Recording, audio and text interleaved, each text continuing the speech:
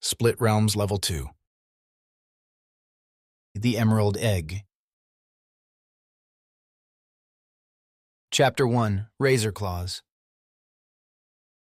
First, a maelstrom of strobing green light and the sensation of falling.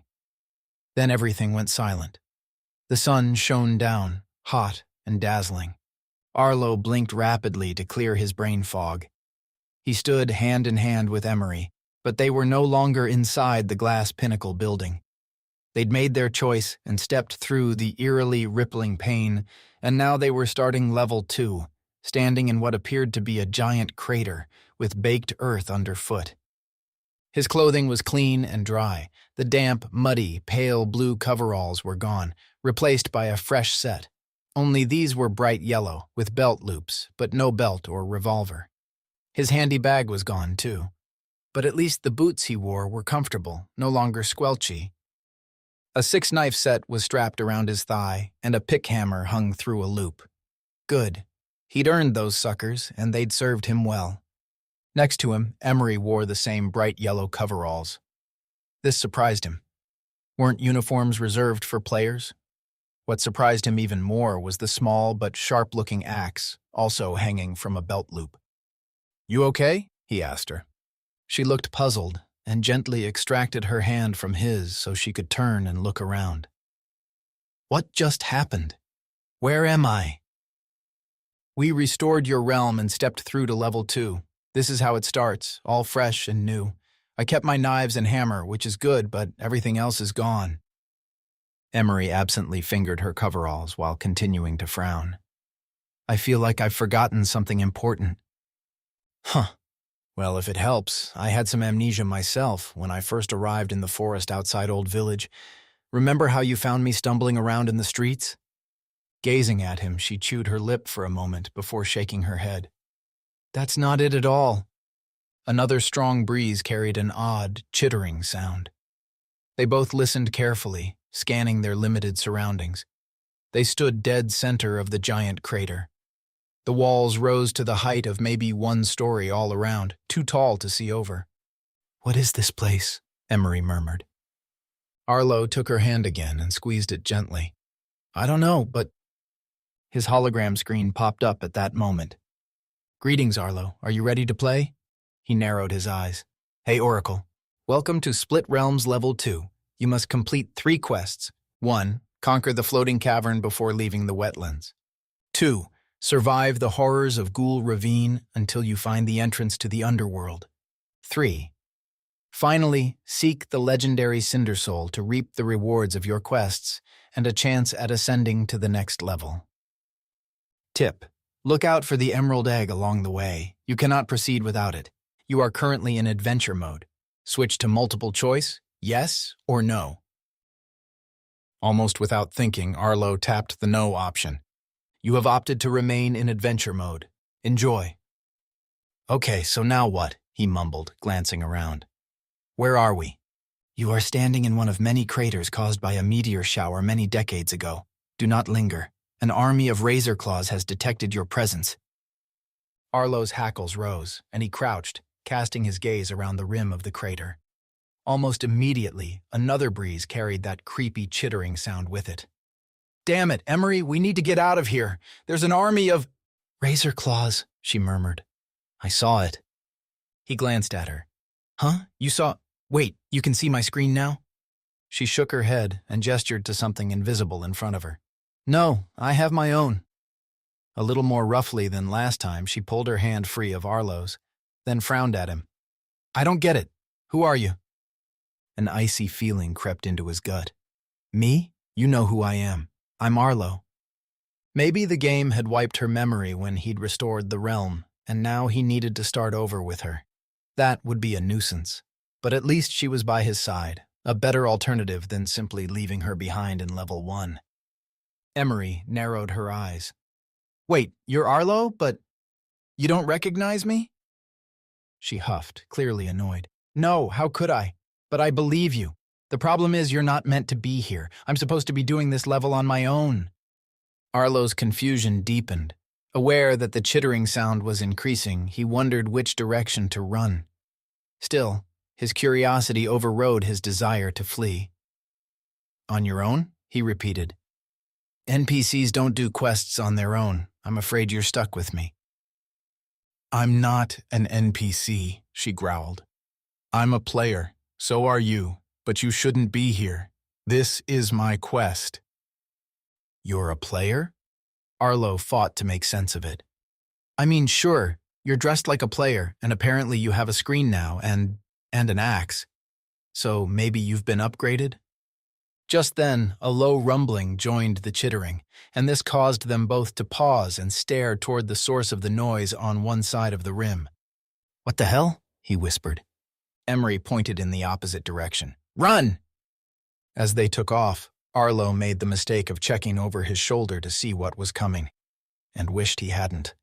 It looked like a flood of deep red, viscous liquid seeping over the crater wall. Hundreds of giant crabs? No, they moved like scuttling bugs, faster than a person could walk, thousands of legs dancing up and down, feelers stuck up in the air, and those forward-thrust claws snapping. Razorclaws, great name, very apt. Arlo and Emery scrambled up the slope on the far side, panting by the time they reached the top.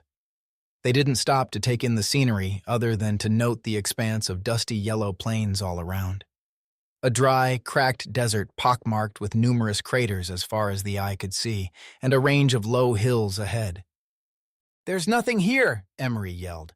The bugs won't come after us, Arlo assured her as he glanced back again. But he was wrong.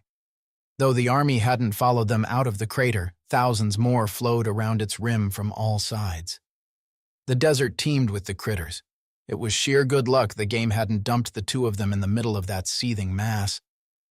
Well, actually, luck had nothing to do with it. This was the start of Level 2, thrown into a crater where they would immediately have to start running. Though he was certain the Razorclaws would never be fast enough to match the speed of two sprinting humans, that didn't mean they'd give up their pursuit. What if they were tireless, relentless, and just kept on coming until Arlo and Emery collapsed from exhaustion? Oracle, he called, bringing up his hologram screen. It bobbed in front of him. We need a clue. Do not linger. An army of Razorclaws has detected your presence. We know that, moron. How do we get away from them? The screen didn't answer. Arlo tried again. Okay, what's our first goal in this level? This time, Oracle seemed eager to please. It is said that a stream of insects is no match for a river of choices. A river of... Arlo glanced about. Emery, look for a river. In a desert, all I see is flat rock and some hills. That wasn't quite true, more like hard-packed dirt. Still, a river did seem unlikely. Maybe it wasn't a literal river, but a metaphorical one, though that didn't seem like it would help much. Arlo began to run out of breath, but there was no chance to stop and rest. We can't keep going aimlessly, he growled, casting his gaze about again. Where the hell is this river of choices? Emery squinted past him, the cool breeze whipping through her sandy-colored hair. I see nothing. Let's head for those hills. With no good reason to argue, Arlo altered course and stuck with her. They ran at a steady pace rather than a panicked sprint. The Razorclaws pursued them. Arlo had a vision at that moment, of a giant looking down from above at a tabletop game mounted on a rickety table, watching as a trail of blood ran slowly down the tilted surface after a couple of tiny, fleeing characters. He banished the notion to the back of his mind. So you're a player? Arlo called out to Emery. Yep, and my memory is still a bit foggy. What's the last thing you remember? You seriously want to talk about this now? He gave up, and they ran without speaking. The hillside wasn't too far now. A good thing, too, because the eerie chittering noise behind them was freaking him out. He tried to take his mind off it. How would it work out with Emery being a player now? Controlling her own mind and taking back her identity was great and all, but did she even know him anymore? What exactly had she forgotten? Do you remember me? He asked her between panting breaths. She glanced sideways and fixed him with a blue-eyed glare. Not in the way you think. What do you mean? Talk later, she insisted. The hillside looked craggy and difficult to climb.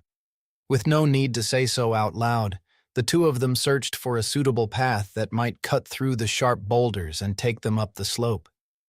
The nearer they got, the less likely they'd find anything remotely like a safe trail. Clambering on hard, dangerous, pointed rocks looked like their only option. But as they approached and prepared to scale the hill, Emery cried out and pointed. "Look!" She'd found what could be a safe passage after all, a narrow aperture cutting directly into the side of the hill. A tunnel into darkness. "This has to be it," Arlo agreed. He didn't bother mentioning that the game makers had crafted this so-called lucky escape. He and Emery could have ended up anywhere along the side of the hills, but it was highly possible that other tunnels existed elsewhere. Either way, this was the one they were supposed to find. Emery squeezed into the gap first.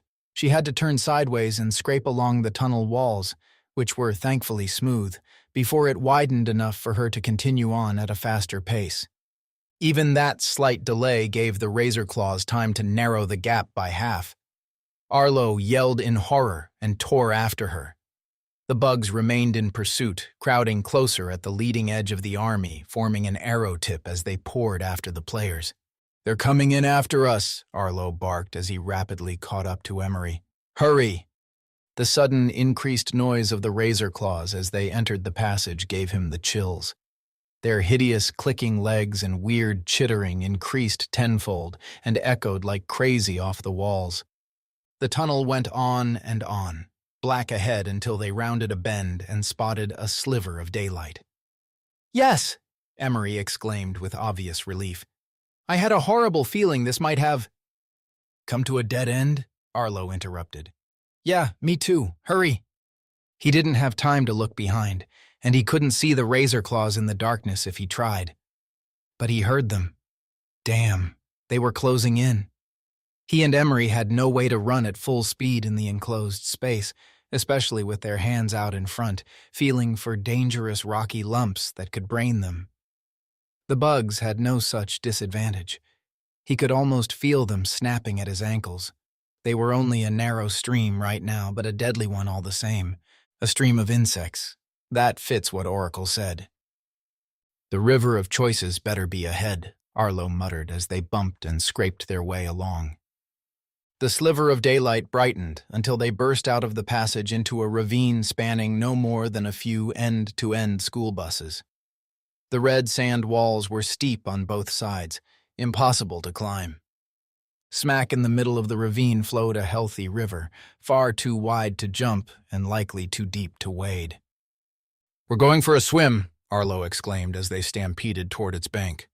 "Oh my God," Emery gasped, as she skidded to a halt and peered in. "It's moving fast, and it's deep." Arlo automatically took her hand. "We can do this. Ready? 3, 2... "Whoa," she said, snatching her hand back. "Quit grabbing my hand. I'm not some helpless NPC." Without another word, Emery plunged into the water. She went under briefly, then came up gasping and flailing before the current swept her away. Arlo glanced back and yelped. The teeming mass of Razorclaws had already spilled out of the tunnel, 2 or 3 deep in their haste to get hold of the tasty human flesh. The nearest bugs leapt at him, and a couple latched onto his chest as he toppled backward into the water. It shocked him how cold it was. Like Emery, he went under, then came up gasping and trying to get his breath. The current grabbed him long before he took control. Twisting helplessly, he glimpsed masses of red critters turning to follow. But they stuck to the bank. A couple clung tight, though.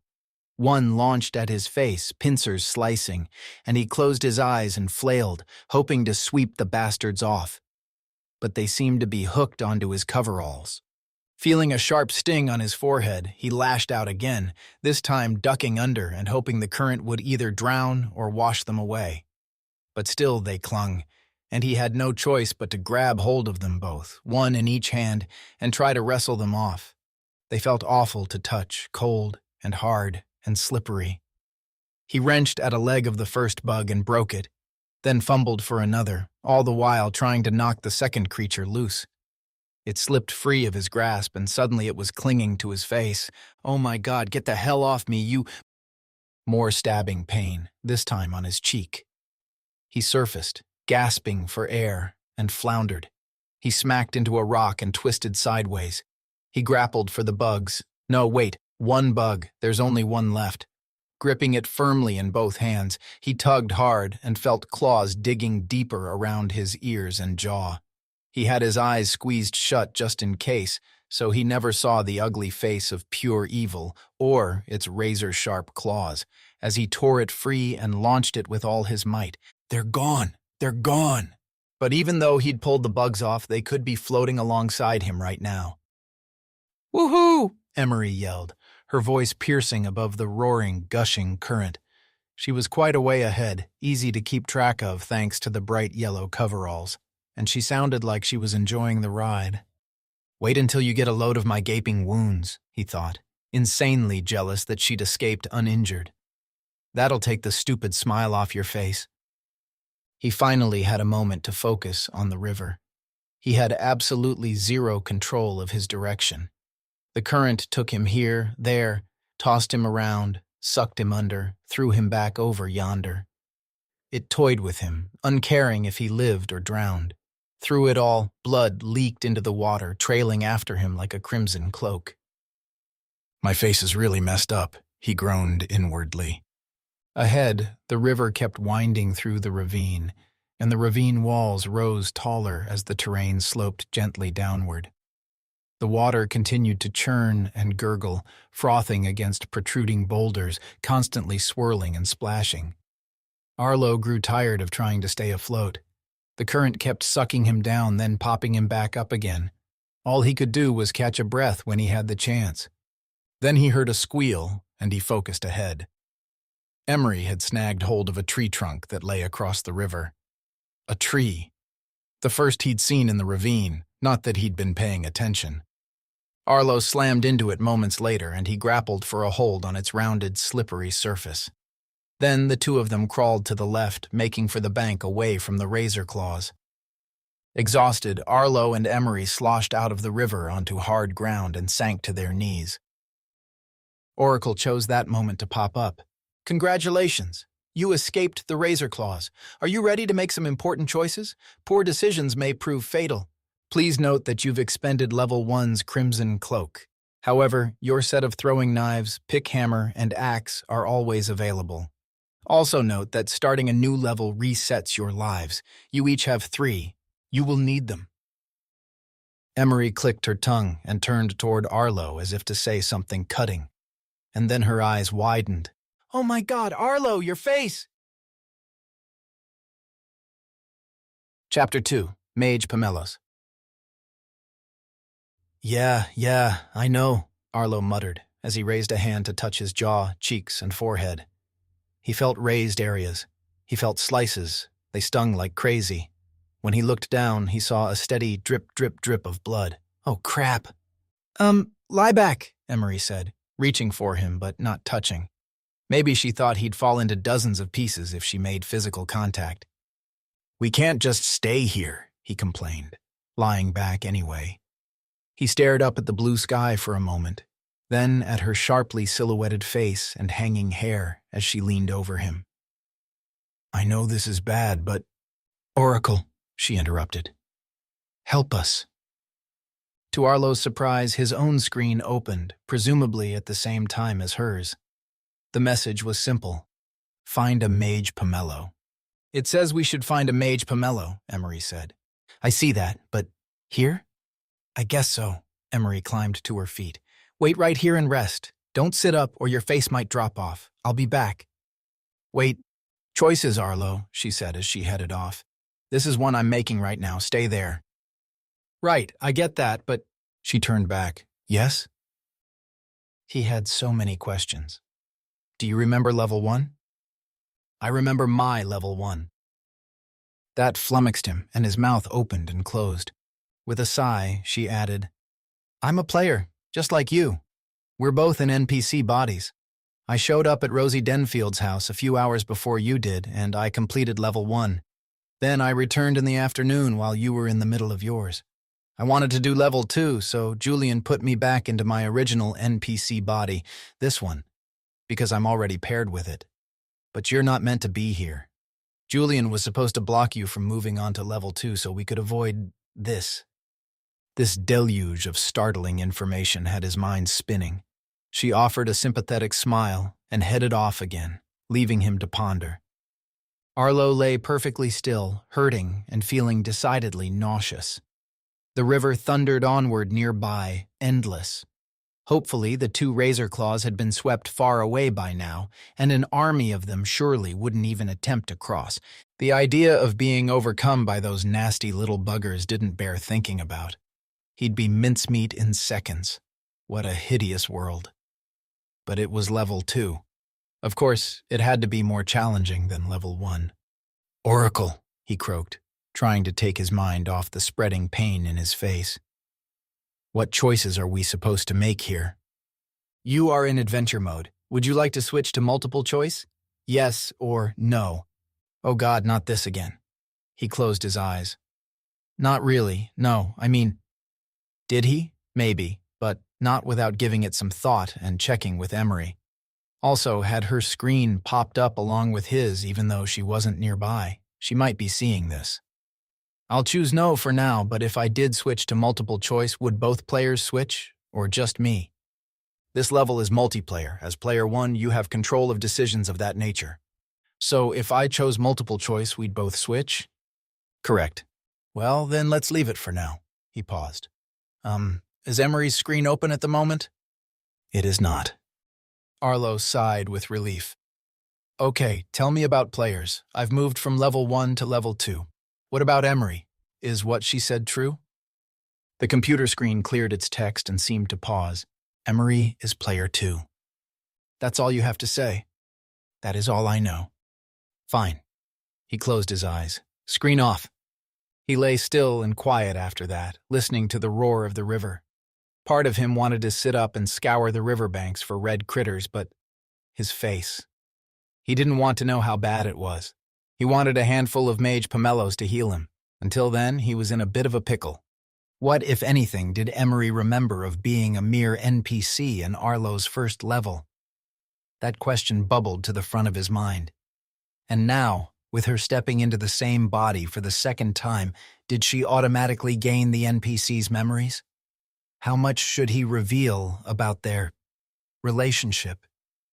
Not that it was a relationship as such, but something had been in the works, at least from his point of view. He'd fallen for her, and now she was different. "Damn it," he muttered. "It's like starting over." That was exactly what it was like, and with an actual human this time, not an NPC with a scraped personality. The original Emery had started as a cardboard cutout and grown in both personality and spirit. But this new Emery, the real Emery, had a mind of her own. She was a full-fledged player, just like him.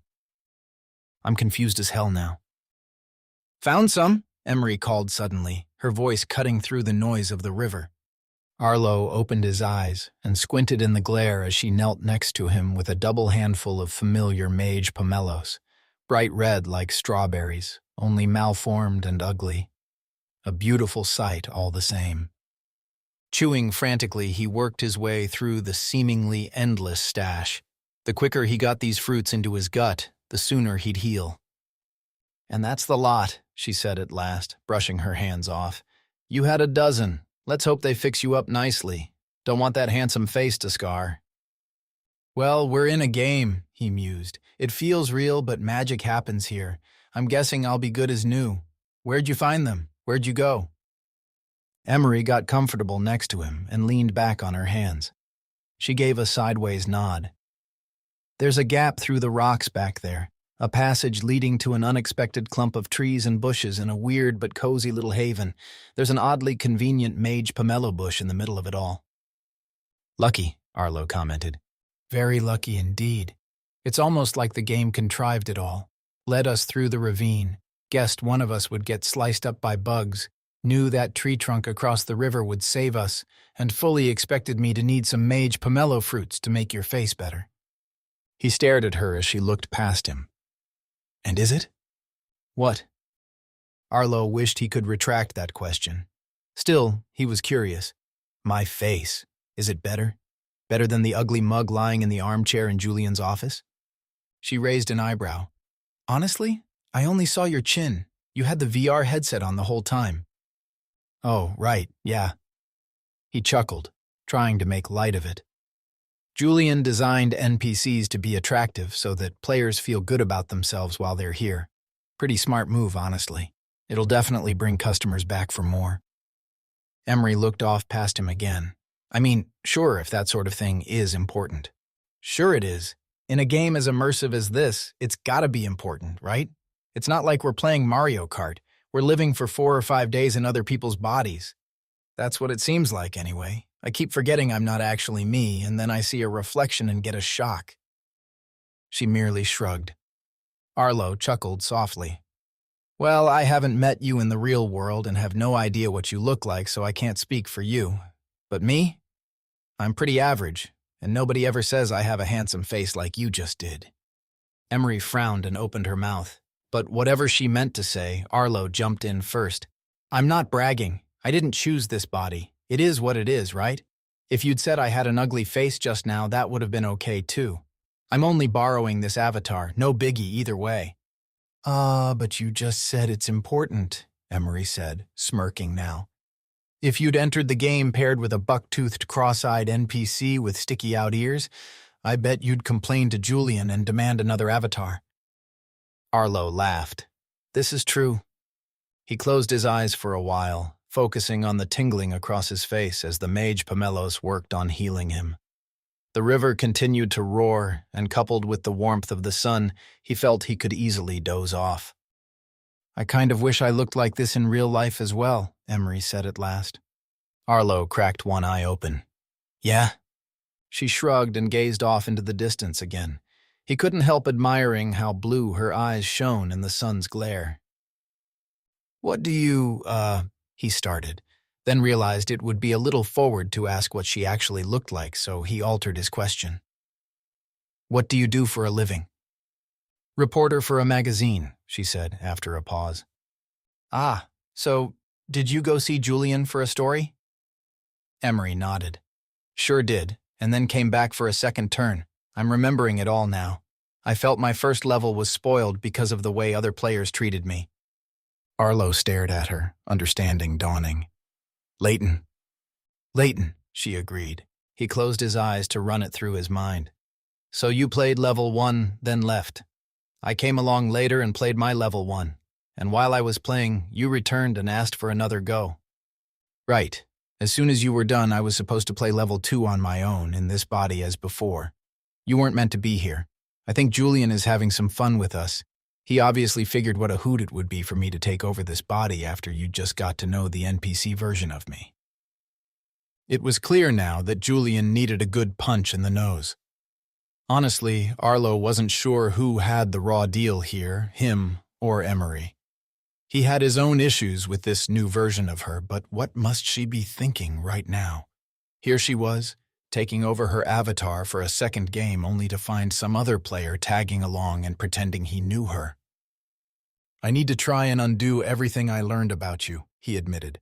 You're not the same person as before. You're the real deal.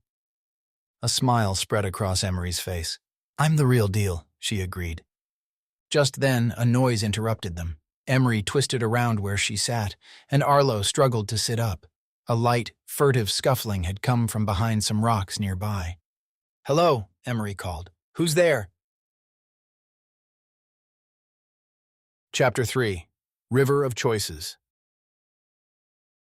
Arlo's face ached like crazy, but he tried to ignore it as he sat up and reached for the knife strapped to his thigh. Next to him, Emery smoothly unhooked her axe from the belt loop at her side. Squinting toward the cluster of large boulders piled up at the foot of the ravine wall, Arlo spotted a figure. Forgive me, a diminutive, hunched old man said as he emerged from behind the boulders. He was wrinkled and white-haired, and with ears far too large for a normal human, even for one with an unusually oversized head. He wore raggedy brown pants and an equally threadbare dark blue shirt. His boots had holes that revealed dirty toes. A satchel hung over his shoulder, pushed around to the back for the moment. I'm just a tired old peddler looking to make a coin or two. Is there anything you need? Arlo relaxed and lay down again. Possibly. Emery said, putting her axe away. She remained cross-legged with her hands on her knees to show that she wasn't a threat. Here, come and sit. What are you selling? We don't have any money, Arlo muttered. We can trade instead, the gnarly old man said. Damn, his huge ears aren't just for show. My name is Wintermore. I'm a gnome. I live in a cave near here, and I make it my business to meet all those who travel this way. Emery nodded. Do you see many people? Sadly, no, but when they arrive they always wear the same yellow garments. He waved in their general direction. You are outsiders. Some cannot outrun the Razorclaws, and that's always a horrible thing to watch. I'll bet, Arlo said.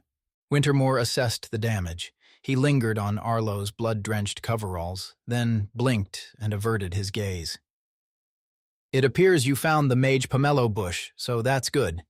You'll be ready to move on by the time we finish this transaction.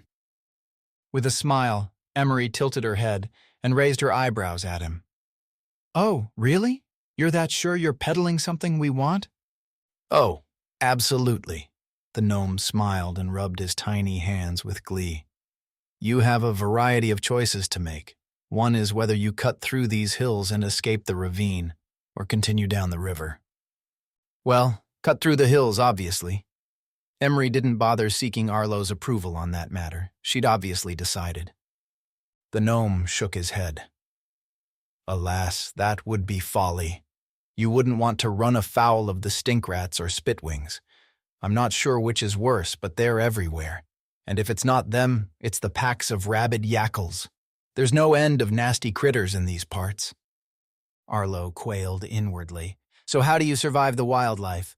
I'm a gnome. The wildlife doesn't bother me, and if it did, I could simply phase out. To demonstrate, Wintermore faded to semi-translucency, then reached toward Emery.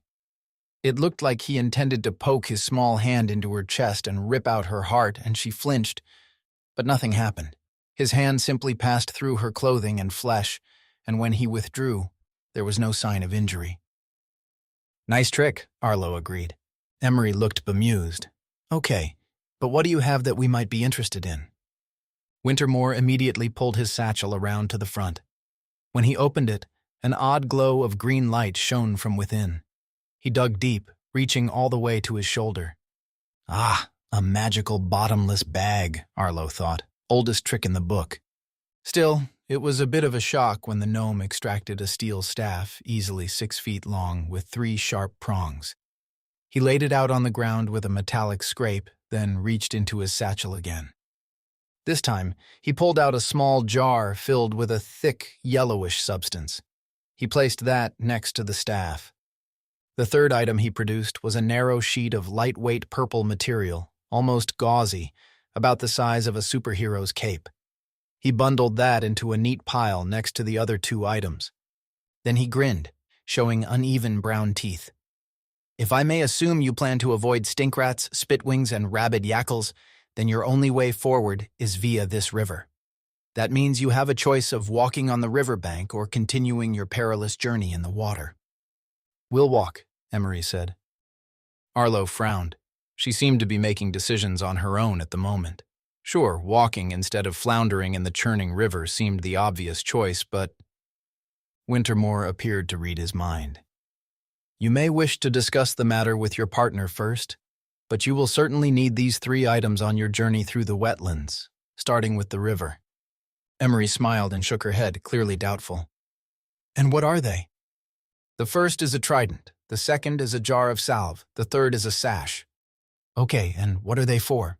At this, Wintermore clasped his hands together and leaned back.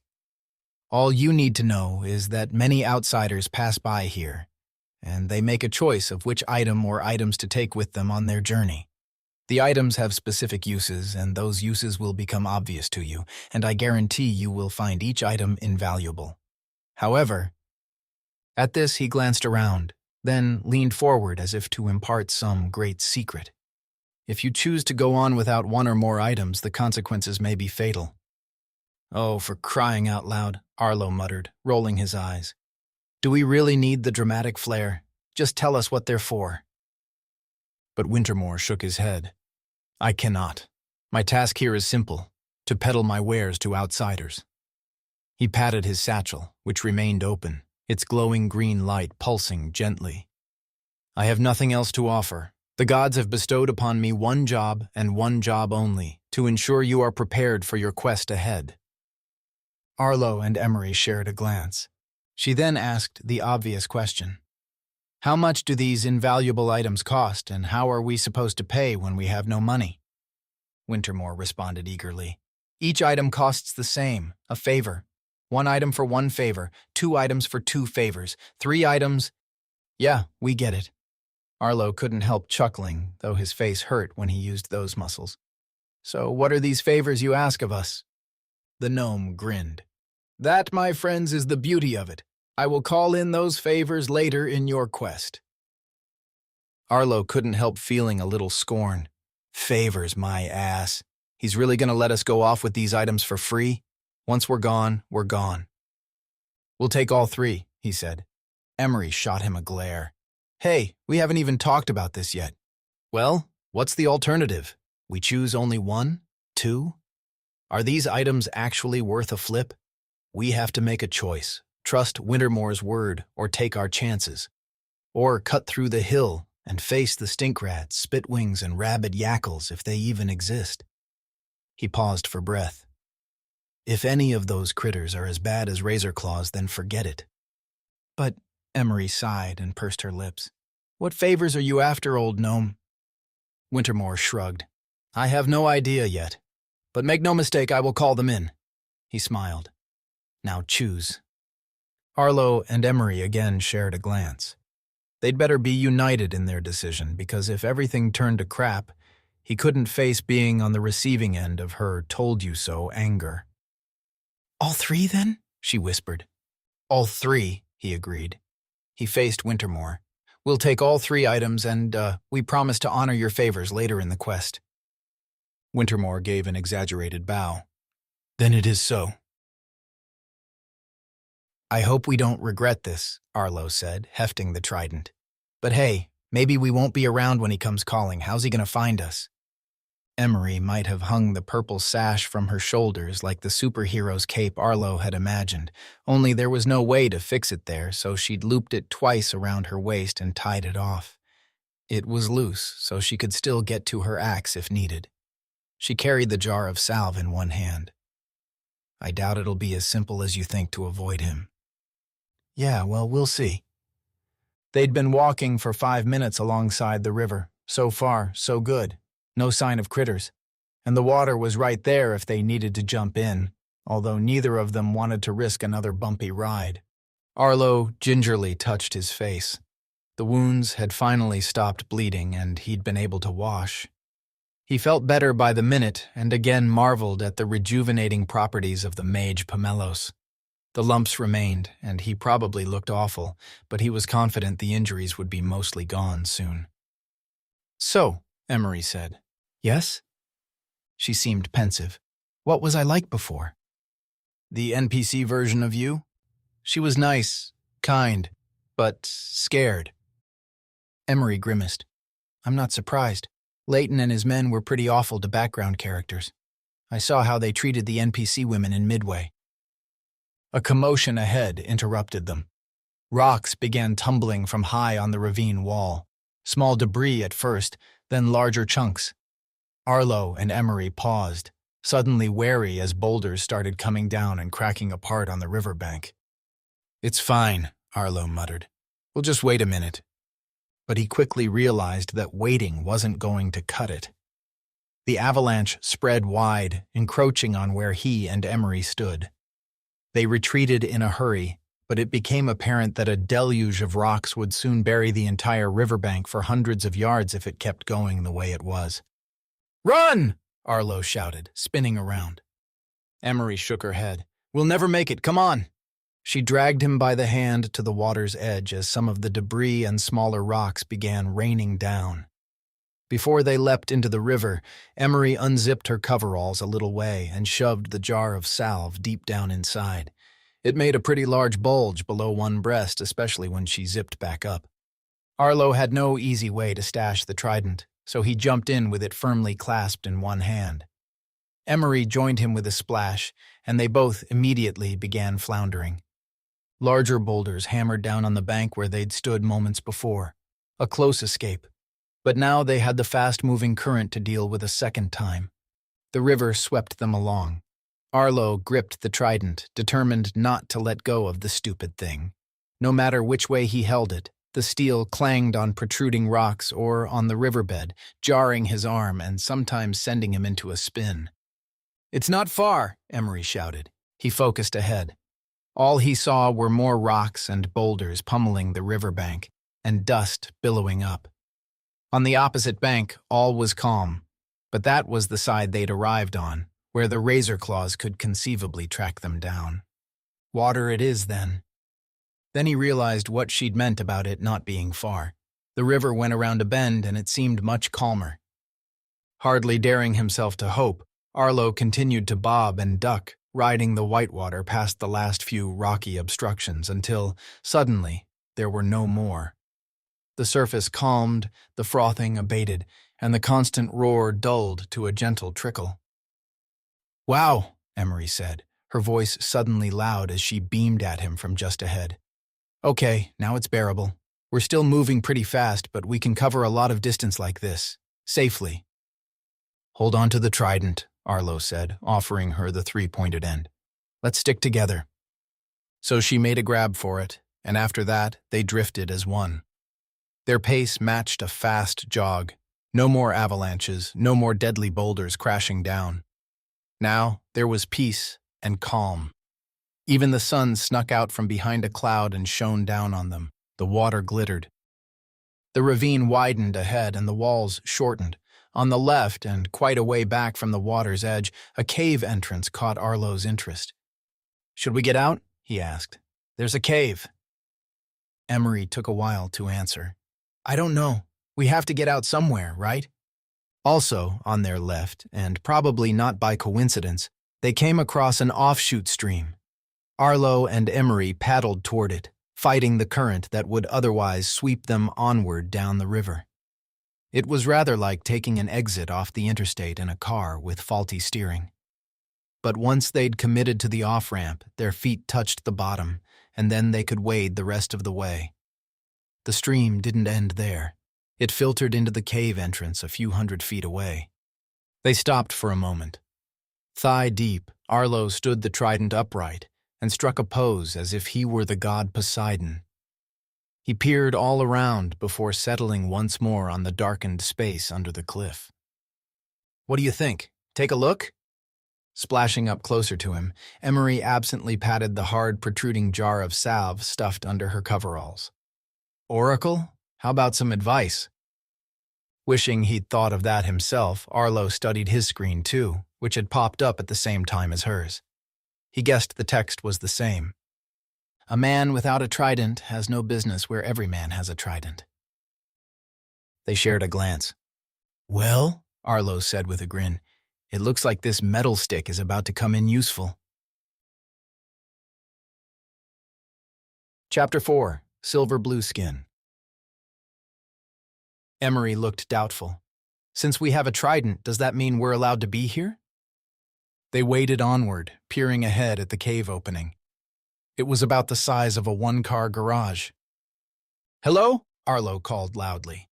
Emery sucked in a breath and swatted at him. "Shh! What? We won't get anywhere by standing around. We need to get this quest underway." He moved to the side of the stream and banged the three-pronged metal staff on the rock there. It made a terrific noise, a sharp, echoing metallic clang. He raised his voice. "Hello, I have a trident." Then someone replied, an urgent hissing from just yards away. "Quiet." Both Arlo and Emery spun to find a silver-skinned man, wearing nothing but a loincloth, emerging from behind some enormous boulders to the side of the stream. He carried a trident just like Arlo's. The stranger hurried toward them. "Stop shouting, you'll draw attention." Arlo grinned. "Hey there, can you help us?" The stranger, standing a little taller than Arlo, was slender, but ripped. On both sides of the stream, 5 more similar male figures stepped into view, each with the same silver-blue scaly skin and carrying a trident. Most had black, shiny hair, but one had a mere tuft in the middle of a bald head. "Wow," Emery whispered. "They're fit. Are they mermen?" Arlo shrugged. They had no fishtails, no gills, no trailing fins, no piranha teeth, just admittedly well-toned muscles. "You must hide," the merman urged as he hurried closer. The others crowded in as well. "Who are you?" Arlo asked. "My name is Baran. Quickly, take off those clothes." Emery huffed with annoyance. "Seriously? Yeah, not happening." The merman seemed too stressed to argue. He jumped into the stream, followed by the other 5. They shared a collective level of anxiety, their gazes shooting up toward the top of the ravine.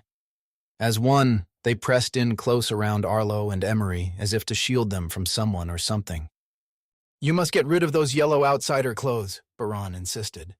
Arlo was torn. He didn't want to dismiss the mermen as overly cautious, but asking the players to take off their bright yellow coveralls was too much. Emery had to be thinking the same, especially as she was the only female in the group. With 6 handsome mermen, as well as a guy she hardly knew, she naturally resisted the idea of stripping down. "We should hurry inside," a merman growled. He stood a little taller than the others. "I don't like this. These 2 will bring doom upon us all." "Take them off," Baran ordered again. "We don't allow such garments here." Before Emery could stop him, he reached for her zipper and yanked it down.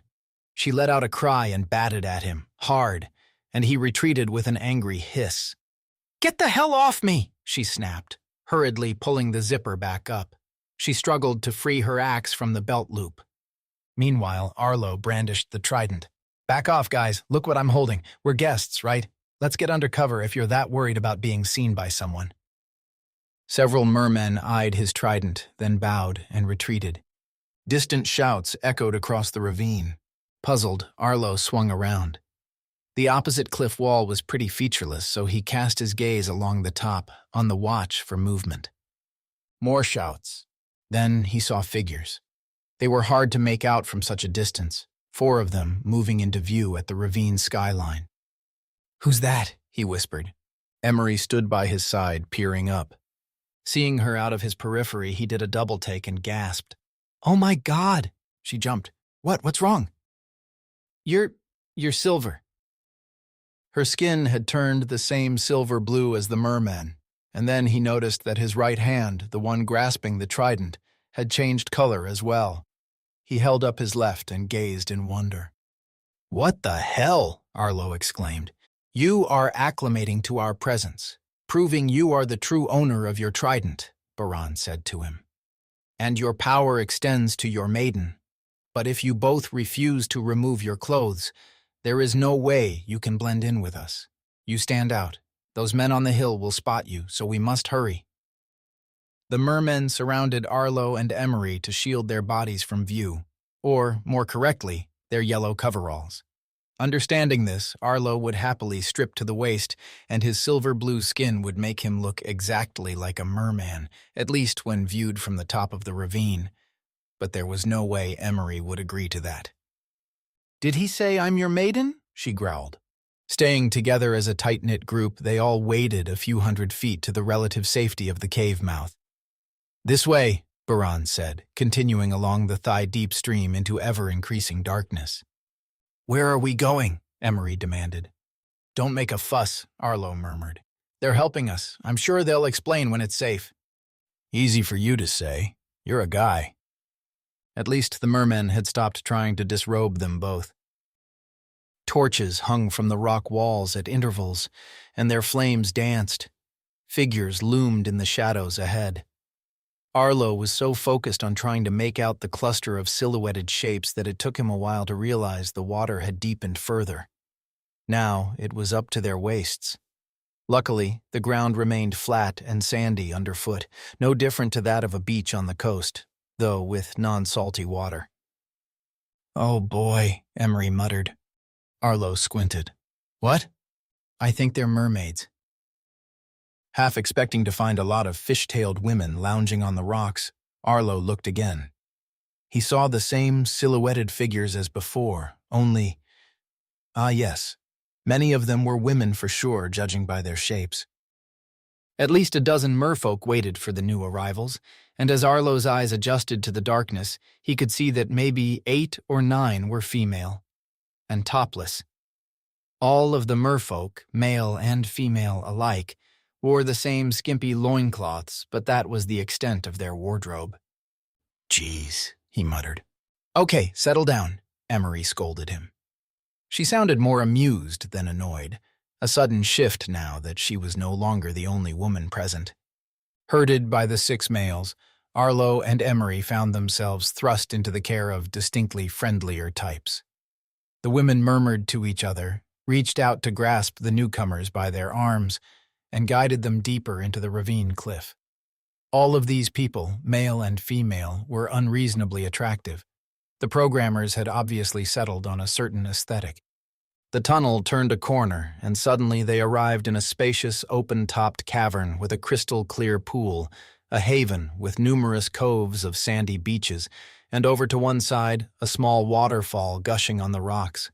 Sunshine glittered off the water, and shrill giggles filled the air as males and females frolicked and swam. Fishtails kept flipping up out of the pool, and Arlo did a double-take as he realized a good third of the merfolk here were, in fact, half fish. He stared in amazement, trying to take it all in as their hosts ushered him and Emery into the pool and around to the nearest beach.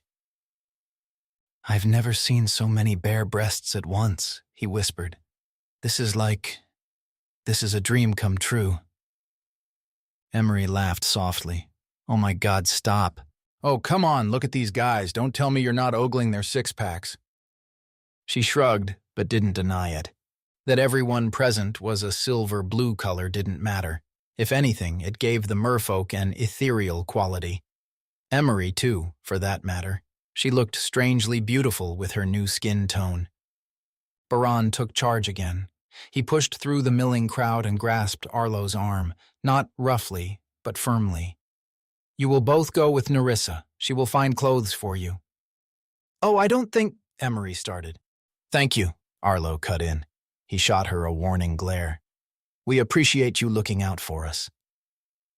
The mermaid Nerissa appeared. Her hair was as black and shiny as the rest of them, but she had an odd smattering of dark blue freckles across her cheeks and nose. She had the largest, brightest, silver-colored eyes of them all, and Arlo lost the power of speech for a moment. He was so taken by her beauty that he barely registered that she was as topless as the rest of the folk. "This way," she said with a smile. She gestured for Arlo and Emery to follow her, then turned and padded up the short beach. They'd been waiting for so long that stepping out of the water felt liberating. They went after Nerissa, their boots squelching. Emery flung her hair back and let it drip.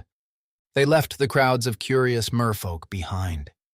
Nerissa led them into another tunnel, this one brightly lit with the late afternoon daylight shining through multiple fissures in the ceiling. At least the merfolk didn't live in depressing darkness. They enjoyed sunshine and blue skies, rain and snow, stars at night, warmth and cold, all within the protection of the rocky hills. "Are you staring at her butt?" Emery whispered. "No," he protested.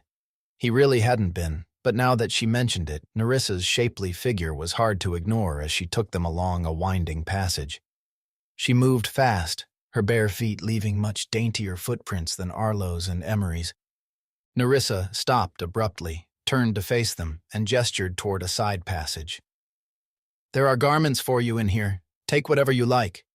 She gave the two of them a once-over.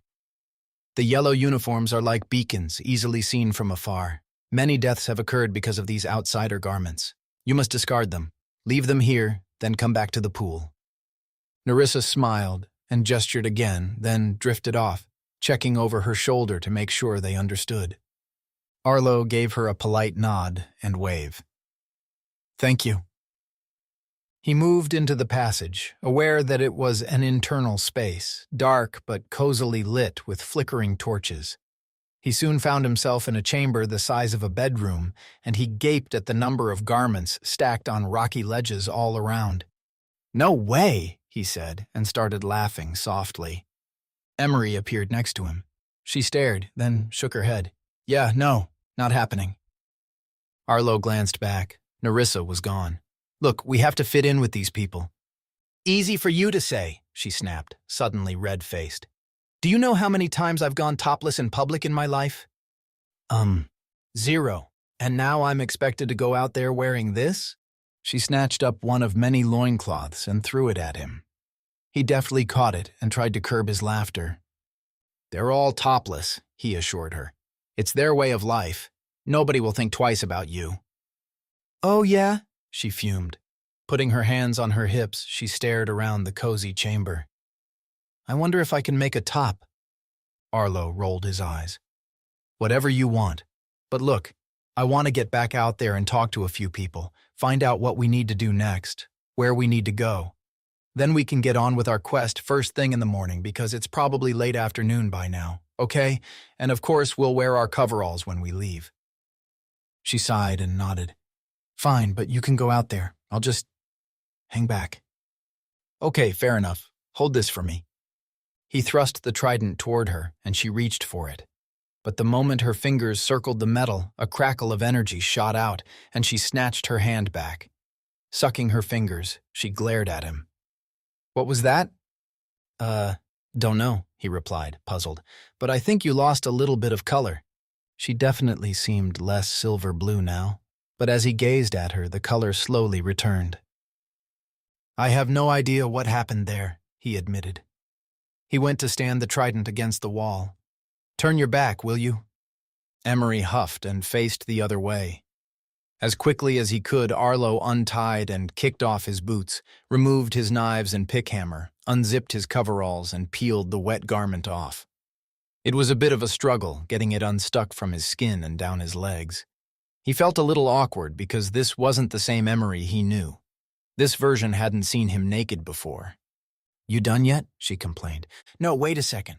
Arlo snatched up the nearest loincloth. He wrapped it around his waist and tied it, suddenly very aware that it was literally just a couple of pieces of fabric hanging at the back and front and fastened with string. He pulled it tight and grimaced. Damn, maybe you're right, he mumbled. Okay, so I wonder if we can find something else. Emery turned around at that point. She stared for a moment, and even though the cloth covered his privates, still it felt like being in a spotlight under close inspection. Arlo squirmed inwardly. Imagine if he stared at her like this. She'd poke his eyes out. She started laughing. Well, go on then. Go out there and talk to those people by the pool, and try not to stare at all those beautiful half-naked women. Shut up, he growled. And I will. I'm going to gather information, Emery. What are you going to do? Lurk in the darkness? He stalked toward the exit, then paused and softened his tone. Seriously, hang out somewhere if you want to. She smirked. Don't worry about me. Just make sure you don't hang out. That made him chuckle inwardly. Look after the trident for me. Chapter 5. Bonegrave. Arlo headed into the main passage and followed it back to the outdoor pool. The sounds of chatter and laughter filled the air, and he smiled. What an idyllic place this was. What guy wouldn't want to spend some time in a pool where dozens of mermaids frolicked? And mermen for the female players, of course. Or whatever, depending on preferences. As soon as he arrived at the small beach, Nerissa appeared out of nowhere and took his hand. She didn't give him any lingering looks one way or another, and nor did anyone else. Males and females alike merely glanced his way, nodded a greeting, and continued with their conversations or games. Everyone here is relieved now that you are appropriately dressed, she said, causing Arlo to chuckle at the irony. Is your maiden joining us? I want to show you both something. I'm not sure, he said with a shrug. Let's give her a minute. Nerissa nodded and dragged him over to sit on a boulder. It amazed Arlo how the entire place seemed so perfectly manufactured as a vacation resort, and yet appeared to be entirely natural. Nothing but smooth, rocky formations in the shapes of seats, benches, ledges, steps, and more.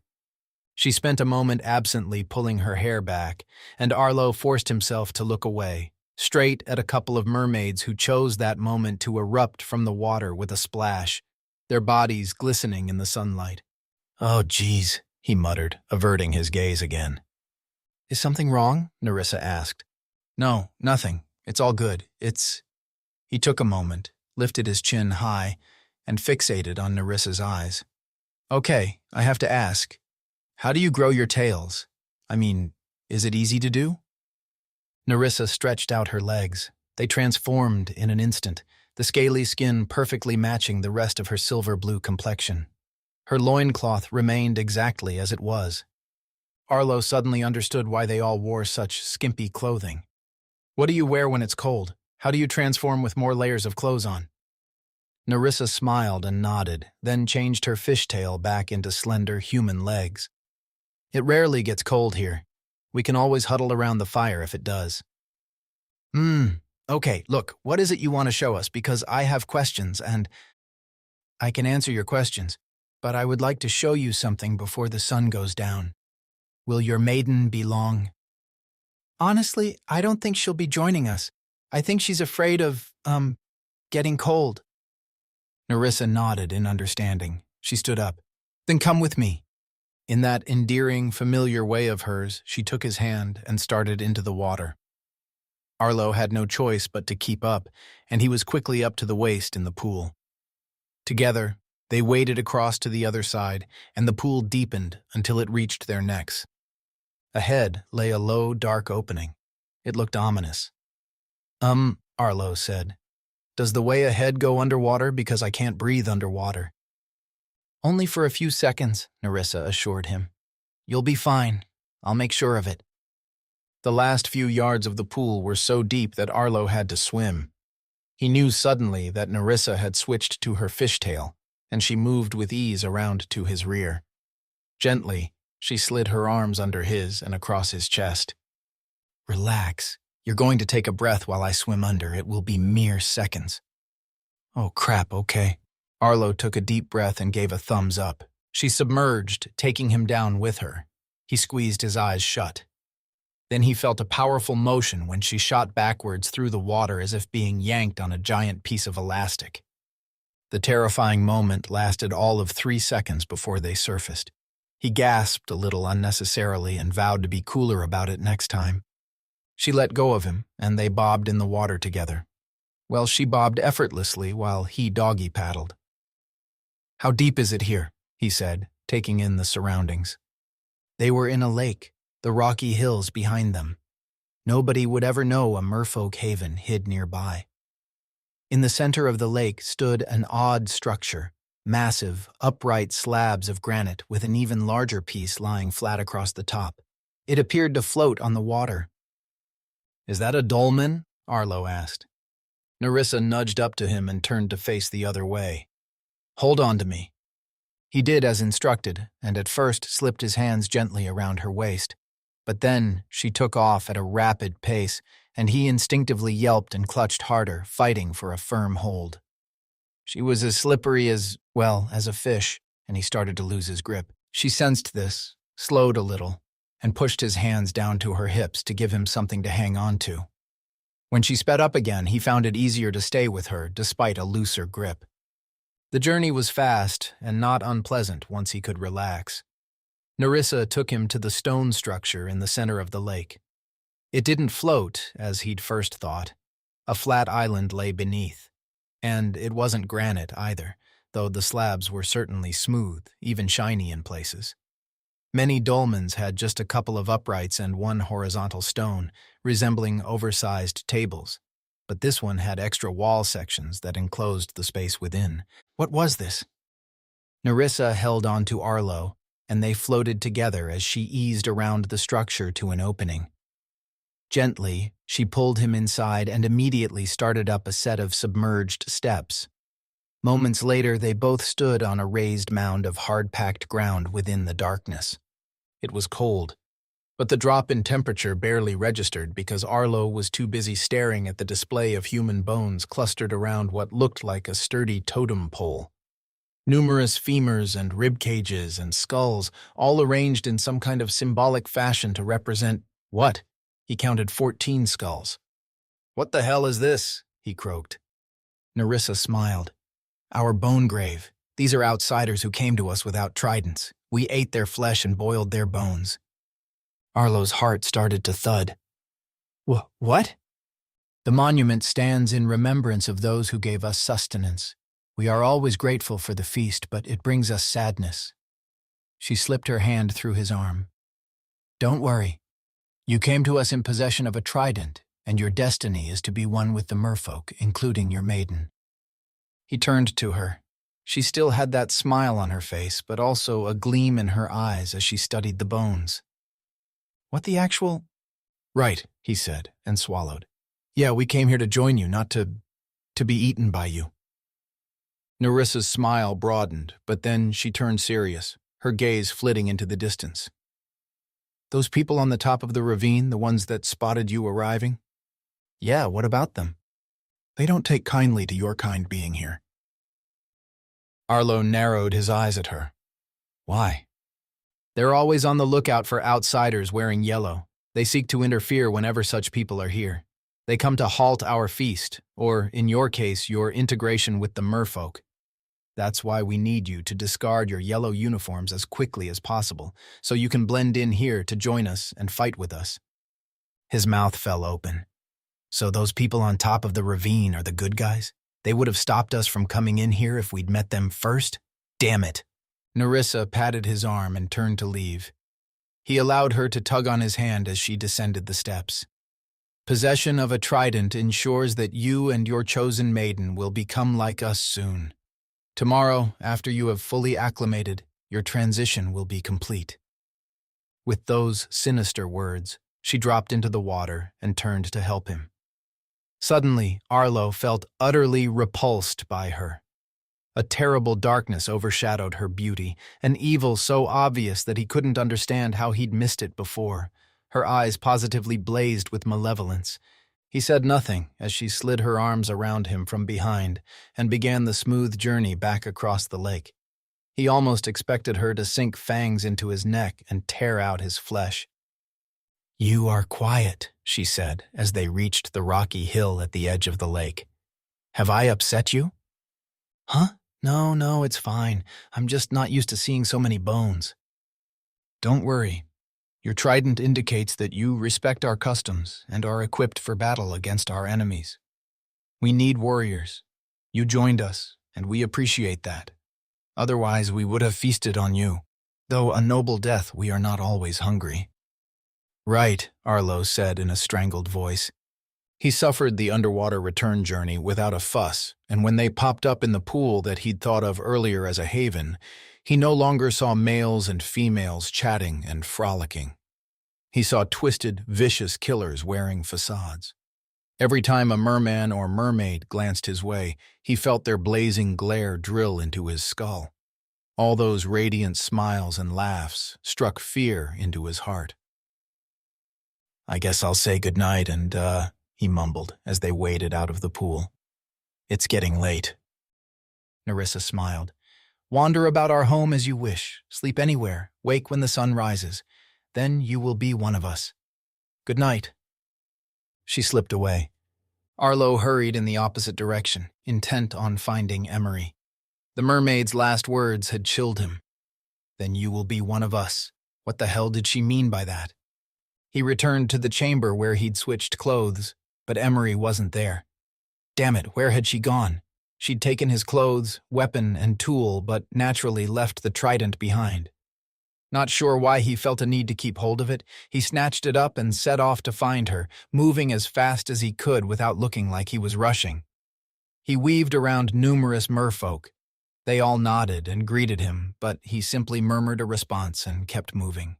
Tunnels and more tunnels, cave after cave, some in darkness, some open to the darkening sky. They looped around and intersected one another, and he quickly got lost. "You are feeling sleepy. It will be night soon." His screen had popped up, startling him. He stopped, inadvertently blocking an open-air passage so that a couple of mermaids had to wait while he read the words. "Oh, sorry," he muttered, stepping aside. He read the message again, then gazed up at the sky. It was definitely turning to dusk. He figured it would be 15 to 30 minutes before the realm's nighttime came crashing down. "Do we really have to do this again?" he whispered. "Is it like in level 1 with short days and nights?" "Days and nights are each 7 hours long." "Damn! Okay, but I don't have to sleep, right?" "You must get a full night's sleep." "What, because games skip the boring nighttime scenes?" "That information is outside the scope of my knowledge."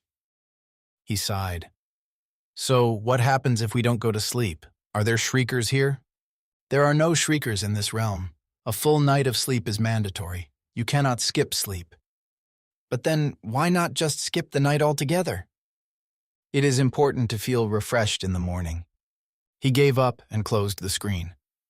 Was it possible that gamers connected to VRs had to experience a form of sleep to regulate their circadian rhythm within the game?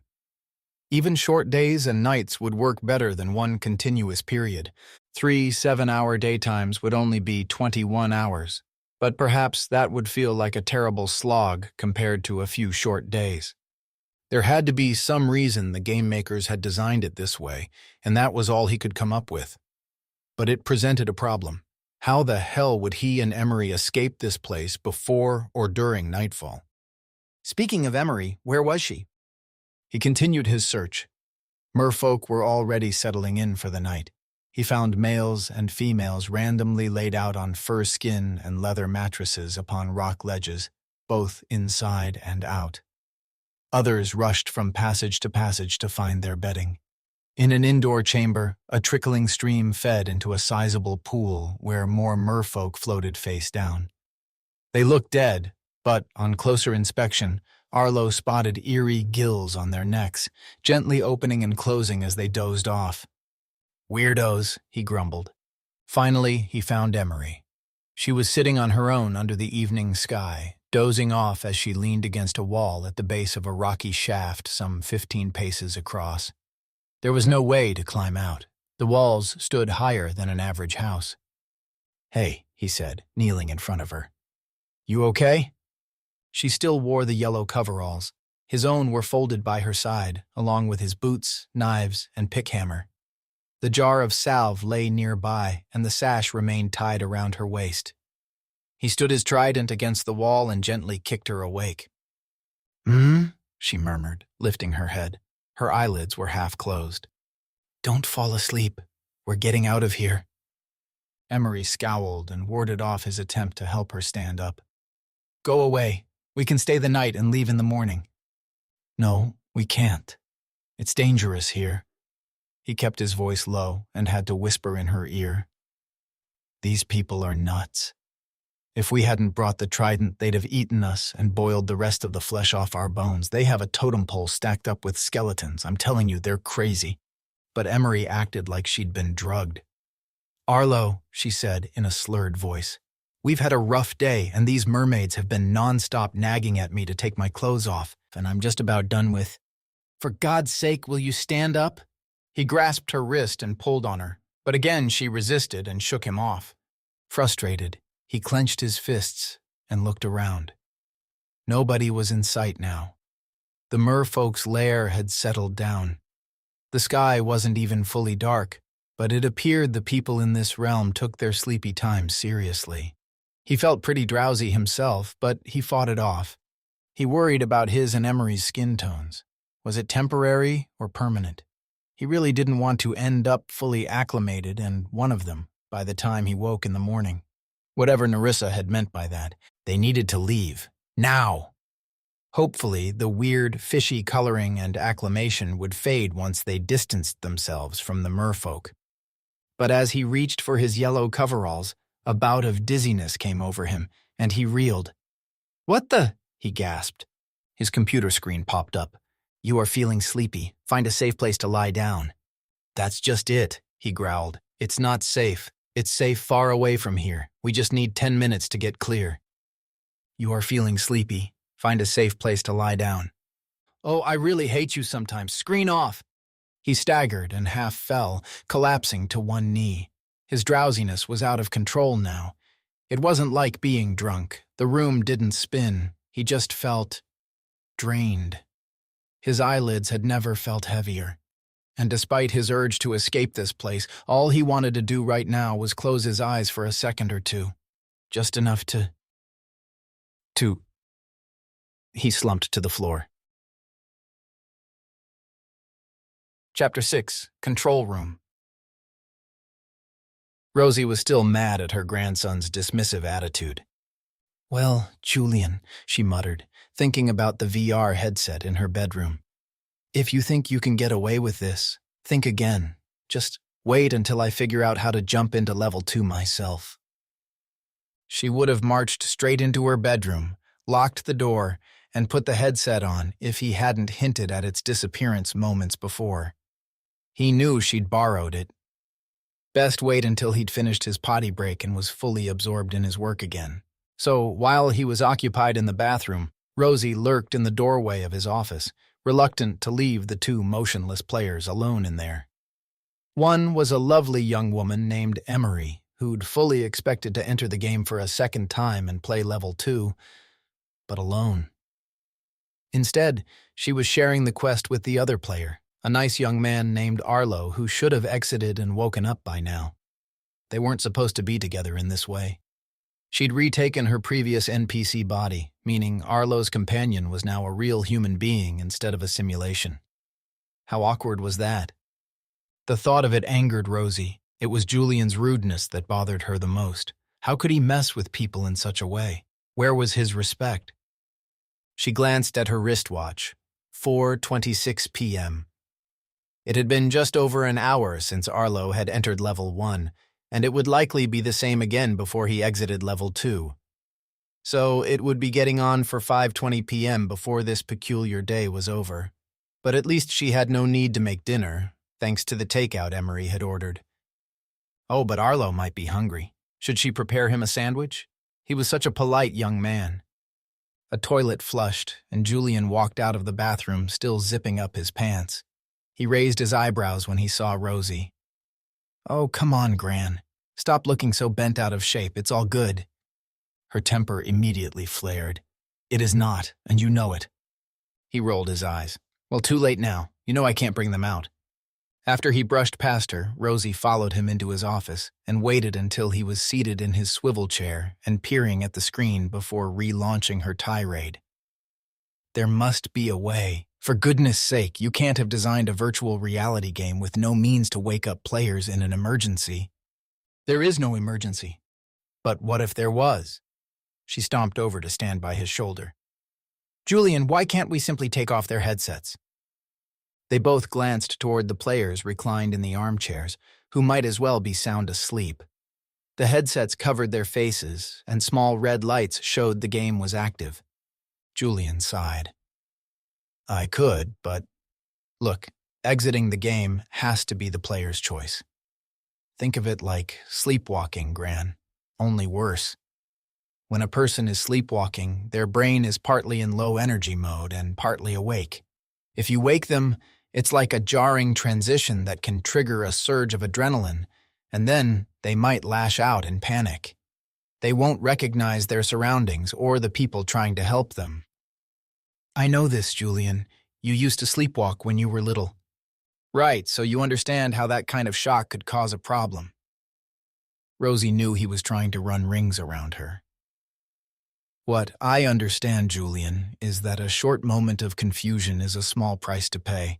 After that, they'll be awake. So why don't you wake Arlo and let him—" He slammed a fist on his table. "Gran, you're not getting it. I'm explaining that sleepwalking is one thing, but this VR game is something else. Waking someone from the outside is going to cause issues." "But you have free players who come and go all the time." "Yeah, they do that. Not you or me, Gran. They do. It's their choice. They decide, while in the game, when to exit. Don't forget there's a massive time difference. A minute out here is an hour inside. If we wrenched the headset off Arlo right now, it might seem to us like a mere 30 seconds of confusion as he thrashes about in the armchair, but his mind is still inside the game for another half hour, both figuratively and literally. Gran, I'm telling you, it's not." At that moment, his phone rang.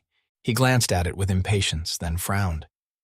Suddenly, his entire explanation was forgotten as he thoughtfully picked up his phone and stared at it.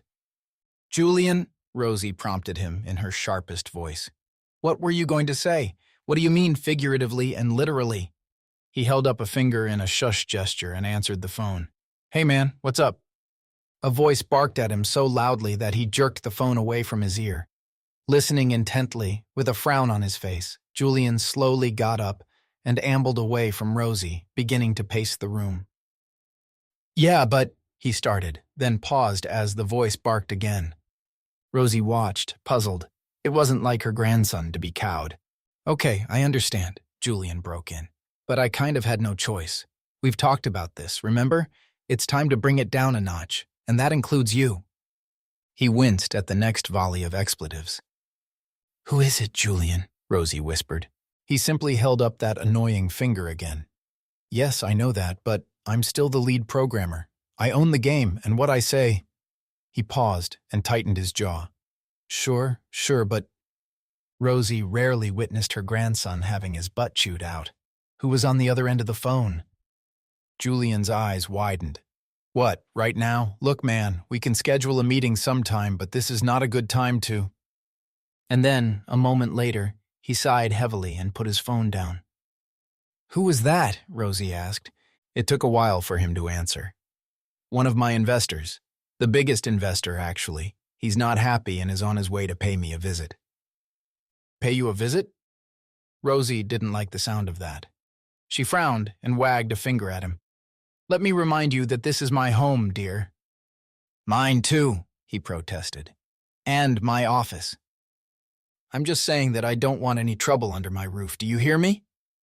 Julian resumed pacing, mumbling as he went. As if I don't have enough problems already. The CDU is still overheating intermittently. The engineer will be here tomorrow morning, but until then, I'll have to keep a good eye on it and go into limited access mode if I need to. Rosie sighed, hating that she was forced to ask another question. And what does that mean exactly? Never mind. Look, Gran, how about a pot of coffee for me and my guest? She bristled. Do I look like your assistant? Please, he exploded, coming to a halt. Closing his eyes, he held up his hands and took a deep breath. Sorry, I'm just... stressed. Please, Gran, just a nice pot of coffee, and when my visitor arrives, don't loiter, okay? He's not a nice guy, and we might end up exchanging a few ugly words. Rosie opened her mouth to retort, then thought better of it. She was old and wise enough to recognize genuine concern in her grandson's frown. Fine, she agreed. I'll fetch some coffee, but I want a full explanation from you, Julian, about why we can't simply wake up these two young people. She couldn't help noticing his mystified expression as she left. Did he really not understand how he'd overstepped with Arlo and Emery? Rosie pondered this as she headed to the kitchen and shuffled about, preparing a tray with mugs, milk, and sugar while the coffee brewed. By the time the appliance had finished sputtering, she'd softened her stance a little. Perhaps she was overreacting. It was a game, after all. Yes, Arlo would be uncomfortable around the new version of Emery, but he was being paid, after all. $200 for the first level, and presumably another $200 for the second. As for Emery, she'd willingly gone into level 2 with a view to writing a fair report afterward. If she chose to put out a scathing tale of untrustworthy programmers and possible harm to one's mental health, well, Julian deserved it. Though Rosie and Julian had recently eaten Chinese takeout, she automatically added a plate of cookies alongside the mugs and coffee pot. This would be the second such tray in one afternoon. She gripped it, about to pick it up and head to the office, but then paused as images of other snacks flashed in her mind. She'd been there, in the game, while Arlo and Emery had stocked up on food in a convenience store. Everything had seemed so real. It was so easy to dismiss the make-believe world as a simulation when you weren't in it. But being there, immersed in the AI reality, was something else entirely. The rumble of an engine caught her attention. She released her grip on the tray, and her arthritis groaned with relief.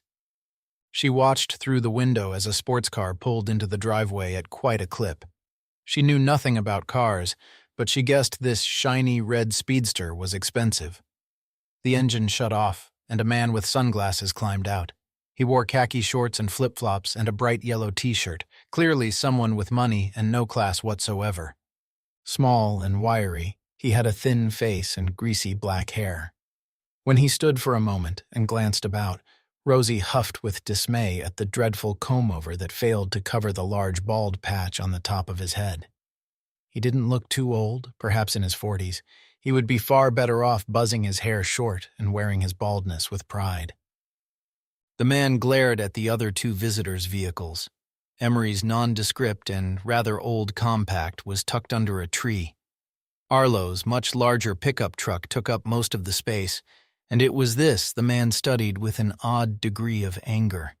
He balled his fists and stepped toward it as if preparing to punch a hole through a side window.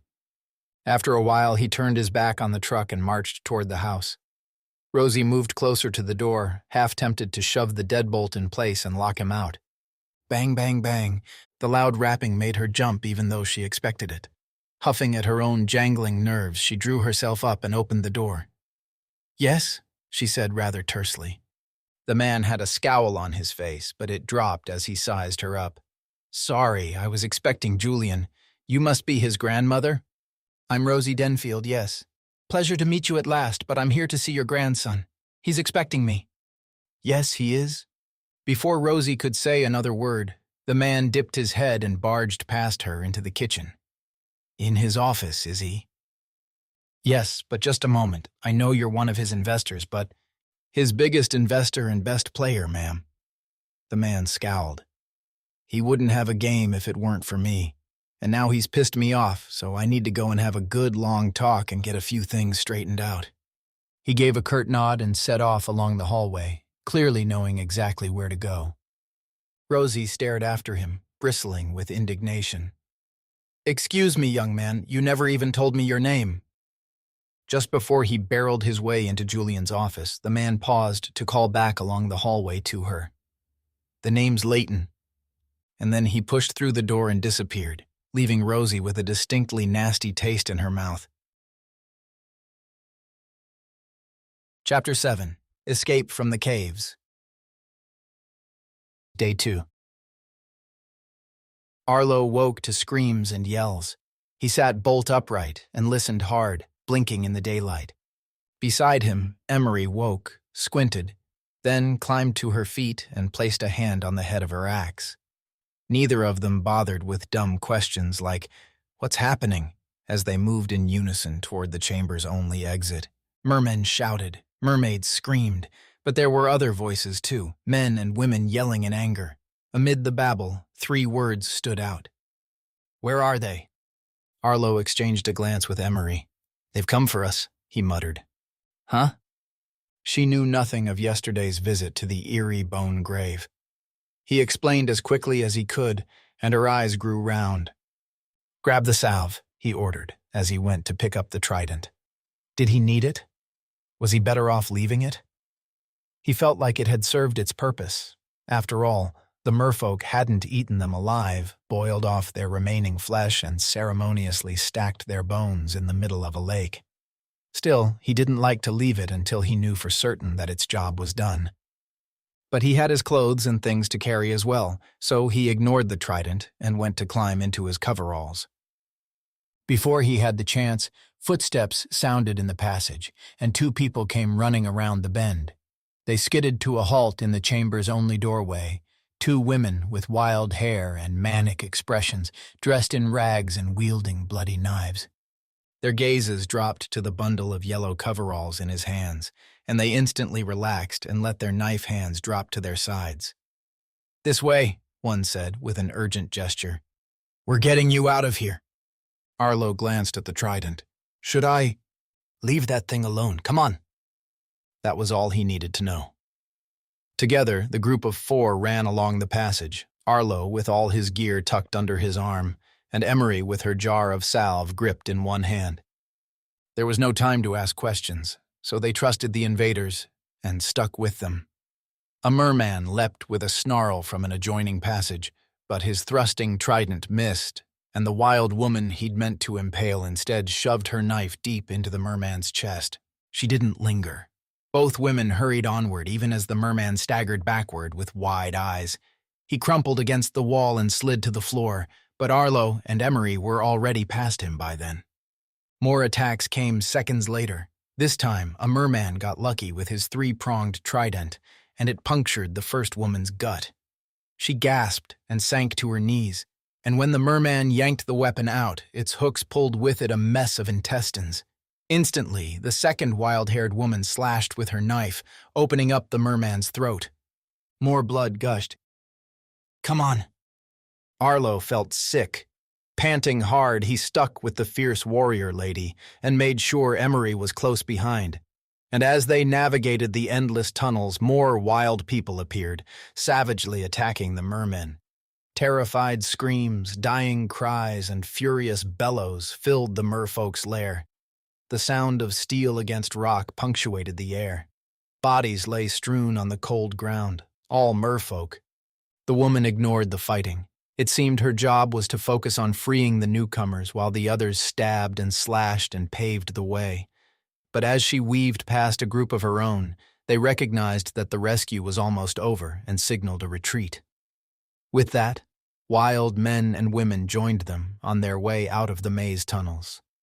Several mermaids lay dead on their backs and staring sightlessly upward or slumped against walls. Some had small knives clasped in their hands. Arlo spotted Nerissa and felt a pang of guilt and remorse at the sight of her throat slashed wide open. Blood still drained onto the ground, and her eyelids flickered as she took her last breath. "Oh my God," Arlo moaned. Behind him, Emery cried softly. They reached the open pool, the haven, as Arlo had thought of it. It, too, was littered with bodies. Some had fishtails, some did not. As Arlo passed one of the dead mermen, something weird happened. He was busy wading through the pool to reach the other side when his legs collapsed under him. No, not collapsed. They changed. He floundered for a moment, dropping his yellow coveralls, boots, knife set, and pickhammer as he tried to make sense of what had gone wrong. He was shocked to find his legs had transformed into a fishtail. "What the hell?" he cried out. Immediately, two wild men picked him up by the arms and dragged him backwards, continuing toward the exit. A woman retrieved his gear. Emery trailed behind, watching him with horror. But then a crowd of men and women, done with the fighting, poured in from the sides and blocked his view of her. The entire group, only a dozen wild people, came together for the final hasty retreat from the merfolk's lair, narrowing as the passage walls pressed in. Then Emery started screaming. "Let me go," Arlo yelled, struggling to free himself of the men who gripped his arms and dragged him along. They refused, and he couldn't shake them off, and he couldn't see past the woman carrying his clothes and the few right behind her. Amid splashes and thrashing, he could only listen to the echoing noise farther back along the passage. "We have to take them off," a man yelled. Emery screamed again. Arlo fought to be released, but the men gripped him even tighter. "Quit," one barked. "They're helping her, you moron." "Emery!" Arlo yelled. The other man, black-skinned with a fearsome beard, spoke in a deep voice. "She's turning into one of them. A fishtail doesn't fit in one pant leg. She'll be fine once they get her stripped." Though Arlo finally stopped struggling, he couldn't help feeling an enormous sense of anger and dismay for poor Emery and her humiliation at being stripped naked. At least he wore a loincloth. No wonder the mermaids had been nagging her to take her coveralls off before going to sleep. They'd been waiting for this change. Helpless, Arlo allowed himself to suffer a far milder humiliation of his own, that of being carried out of the merfolk's lair by his arms while his useless fishtail dangled in the water. He glared at it, thoroughly disgusted, until they emerged into sunshine and the men deposited him roughly on the bank, where he lay flat on his back for a moment. The black wild man knelt by his side and stuck out a hand.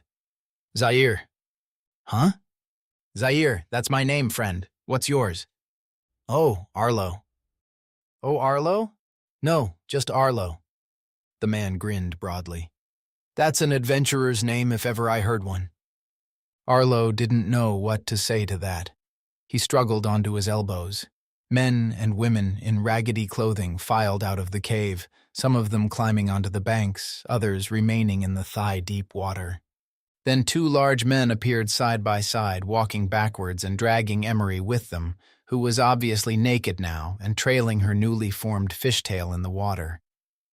"Oh no," Arlo muttered. She seemed to have given up the fight. When they released her in the sunshine just a few yards away, she immediately rolled over in the stream and hunkered low to hide herself. Submerged to her neck, she glared past the two men at Arlo as if it were all his fault. At that moment, Oracle popped up. "Congratulations, Arlo and Emery, you have survived being consumed by the merfolk." The screen shut off. Nobody spoke as the rest of the invaders emerged from the cave. Some spread out, others hung close to each other.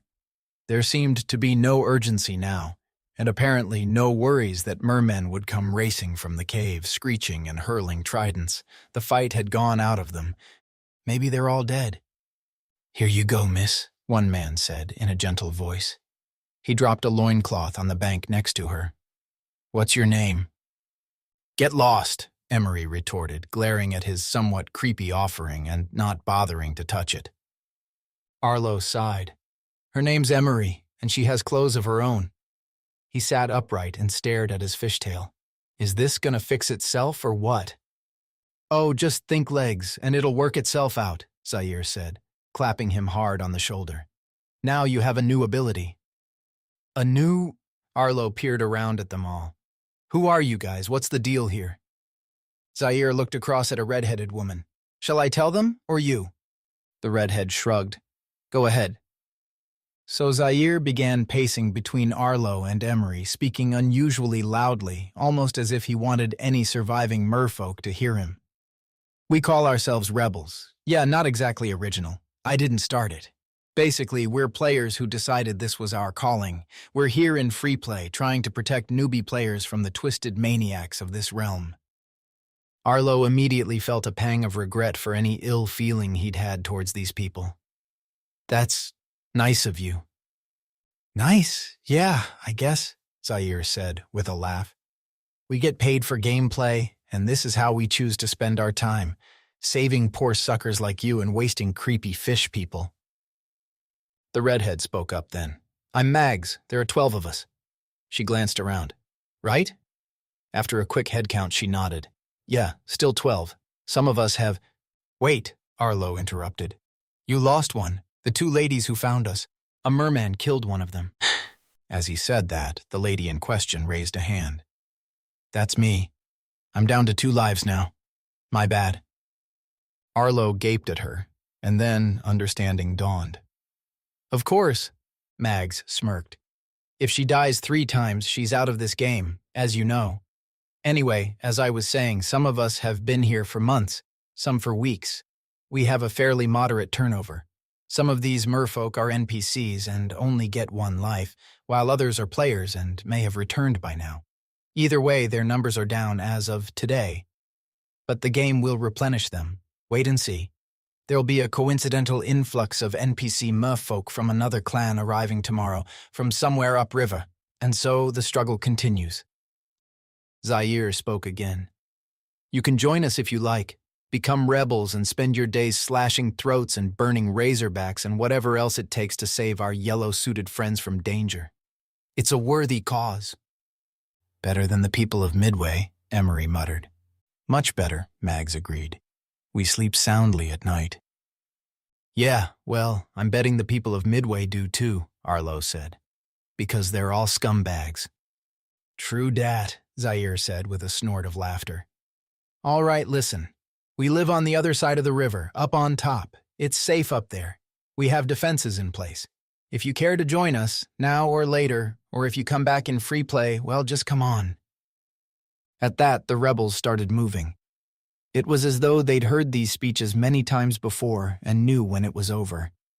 They headed out to the river, nodding or waving as they passed by. They jumped without hesitation into the water and waded out to the faster current, where they somehow had the ability to swim directly across to the other side without being swept away. "How?" Arlo said, amazed. Mags walked past him. "The first half of this level is in the wetlands. It's all about this river and the lakes, and you can pick up exceptional swimming skills in free play, as well as the fishtail ability some of us developed. We prefer swimming, though. She bid him farewell and splashed away, leaving Arlo to stare after her. Zaire was the last to leave. He waded up the stream and looked over his shoulder. Don't dwell on those bones. What happened to those players was horrible, and yeah, it might have happened 3 times before they used up their lives and left their bodies behind, but you can't let it get in your head. Damn it, it wasn't in my head until you said that, Arlo growled after him. Wait, before you go. Yeah? Arlo wasn't sure how to phrase his question without sounding ungrateful. I know what happens to players who meet the merfolk without a trident. But what about those who do bring tridents and become part of the family? How much danger are they in? Zaire looked a little grim at this. After a couple more nights, you'd lose your identity. Half the merfolk are players just like you, recruited by the NPCs. They stuck around too long and forgot who they were. That's why we rebels storm the place and shake things up. We got you out while you were still you. He grinned broadly. As Mag said, this level is all about water. You'll be in and out of it a lot. Use your fishtail ability by all means, but use it wisely, no more than an hour at a time, or you'll forget you have legs. With that, Zaire bid him farewell and headed off. Thanks, Arlo called after him, his thoughts in a jumble. He turned to stare wide-eyed at Emery.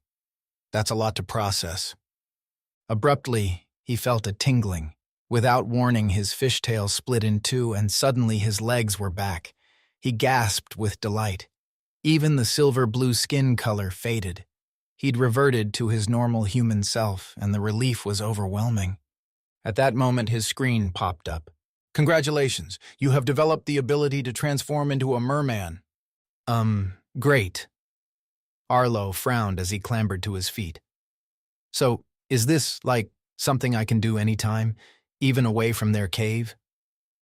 With his screen still open, he danced about for a moment, glad to have his legs back, then realized Emery was watching him with a raised eyebrow. He abruptly quit. Sorry. You should be. That loincloth isn't exactly secure. He flushed with embarrassment and went to collect his yellow coveralls. He studied them for a moment. Hey, Emery, as soon as you get your legs back, you'll get a message saying you've developed a new ability.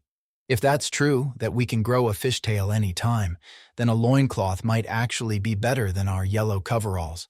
You know, if we're gonna be in and out of water all the time. She simply stared at him.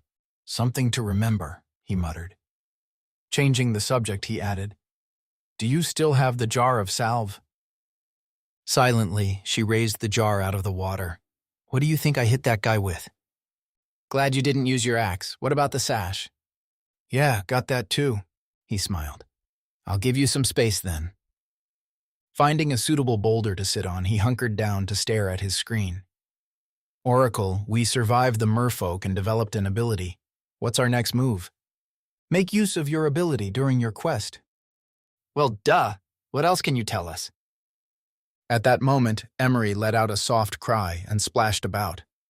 Arlo instinctively looked over his shoulder to find her standing upright, peering down at her newly formed legs and her restored human skin color. She had her back to him, and he gawked at her bare butt for a moment, then snatched his gaze away and turned around when she caught him looking. Sorry, he said, but glad you have your legs back. She grumbled something unintelligible. After a moment, she said, If we're really gonna wear stupid loincloths for the rest of the level, maybe I can use the purple sash as a top. Sure thing. Arlo stared down at his yellow coveralls, which lay in a neat pile in front of him, along with his boots, knives, and pickhammer. I hate to leave this suit behind, but it's never going to dry out. Oh my God, why can't the mermaids wear skirts or something? Or even dresses, for crying out loud? Arlo twisted around again. She had her arms crossed diagonally over her chest but had donned the loincloth.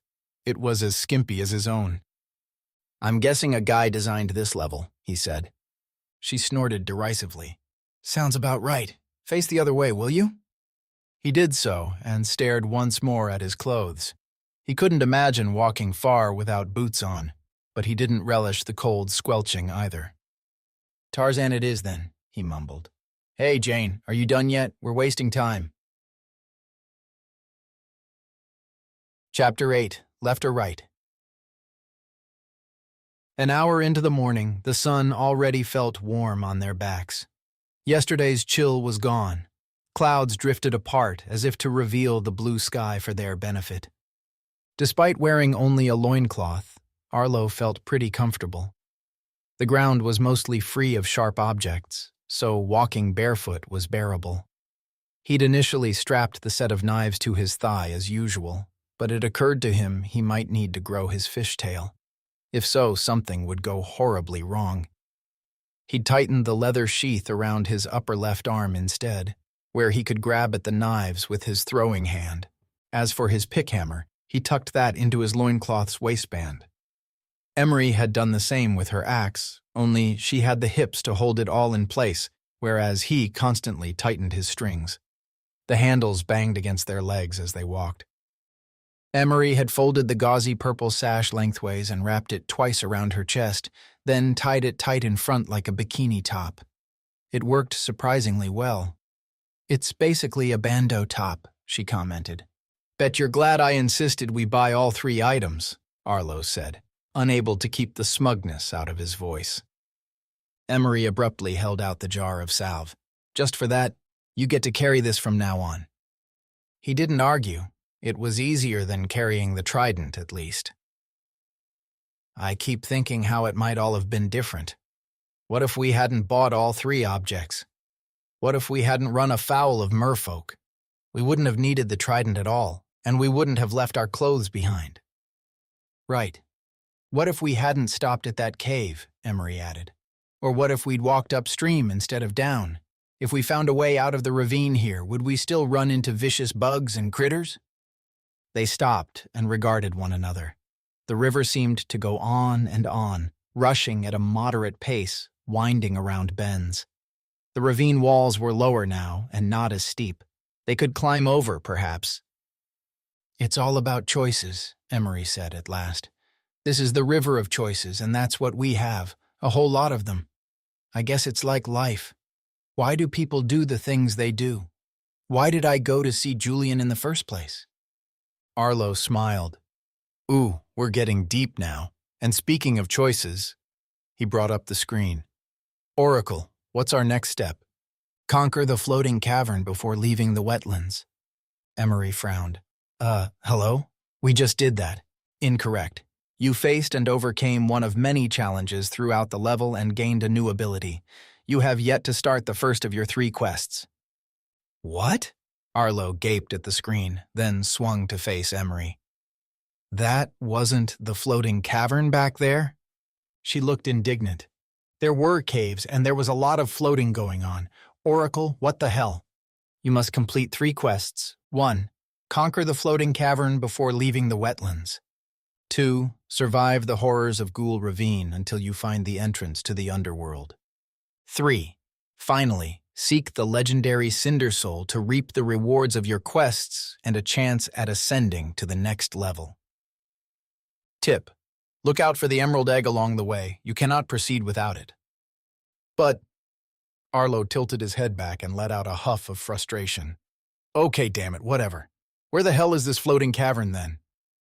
"Water doesn't run uphill, but it sure runs down," Oracle said. Emery burst out laughing. "Geez, I think Julian got these hints from fortune cookies. All right, screen off. Arlo, it looks like we need to jump in the river again and use our fishtails." "I was enjoying the walk," he complained. "Really? I think you were enjoying my purple top and loincloth combo." He feigned confusion. "Dunno what you mean," she sighed. "All right, fine. Last one in's a loser. Don't lose that jar." They both sprinted for the water, thankfully avoiding any small rocks underfoot. Emery was fast, but he had the edge and leapt first, yet they splashed down at about the same time because his leap was higher. They plunged deep, then surfaced and paddled for a moment. "So how?" Emery started. Instantly, her skin turned a silver-blue color all over, and she gasped. Arlo felt a weird tingling as he too turned silver-blue, and his legs fused together into a fishtail. "That's actually pretty cool," Emery admitted. "And I can move about so easily." Arlo could too. With very little effort, a few quick flicks of the tail fin, he could zip about the river no matter which way the current tried to drag him.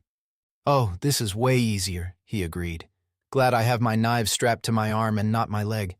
I'm not sure what would have happened otherwise." "It would have hurt," she retorted. Whether they had fishtails or not, being pulled along by the current could be relaxing with no rocks in their way. The water was deep enough that they couldn't touch the bottom, which meant a smoother ride. Side by side, all they had to do was keep their noses and mouths clear. "Your face is much better," Emery told him. "Better than yours? Thanks." "You know what I mean, idiot. I think switching to silver skin and back is helping to heal your wounds." Brief exchanges like this were frequent on their journey, especially when the river sped up and sent them in different directions. Their fishtails were useful then, but when the current was gentle, they used their legs to paddle and were able to converse a little more. Arlo told her about Chloe, his girlfriend of over 2 years, who'd left him recently. They'd met in a bar purely by accident. He was supposed to be meeting a guy about a kitchen renovation, but the client hadn't turned up, and Arlo had found himself alone on karaoke Wednesday, which probably explained why the client hadn't turned up. Meanwhile, Chloe had belted out The Power of Love by Huey Lewis, and she'd done a great job despite stumbling off the stage halfway through. "How'd you get talking to each other?" Emery asked. "She went to the bar and spilled her wine all over my shoulder on the way back to her table." "Oh, did she now?" "Yeah, she couldn't stop apologizing and we ended up chatting and she sat down and we chatted some more and then I got us some drinks and, well, you know.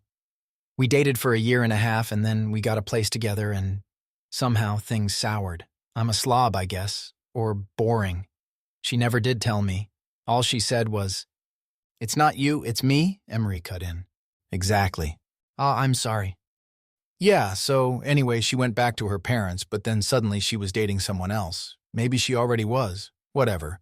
Thing is, now I can't pay the rent, which is why I'm kind of hanging around in this game."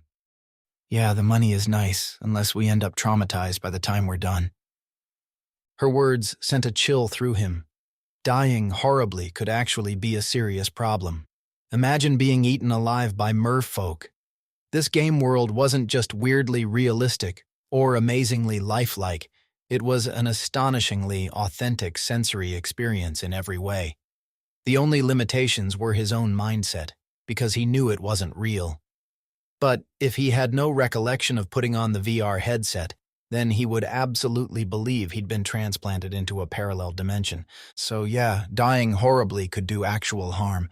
The pain and terror would be real. "Tell me about you," he asked Emery. "Are you married? Single?" At that moment, she pointed ahead. Look." The river split in two, a well-defined Y-shape that was too neat and perfect to be anything but a game device. "So much for astonishingly authentic," he mused.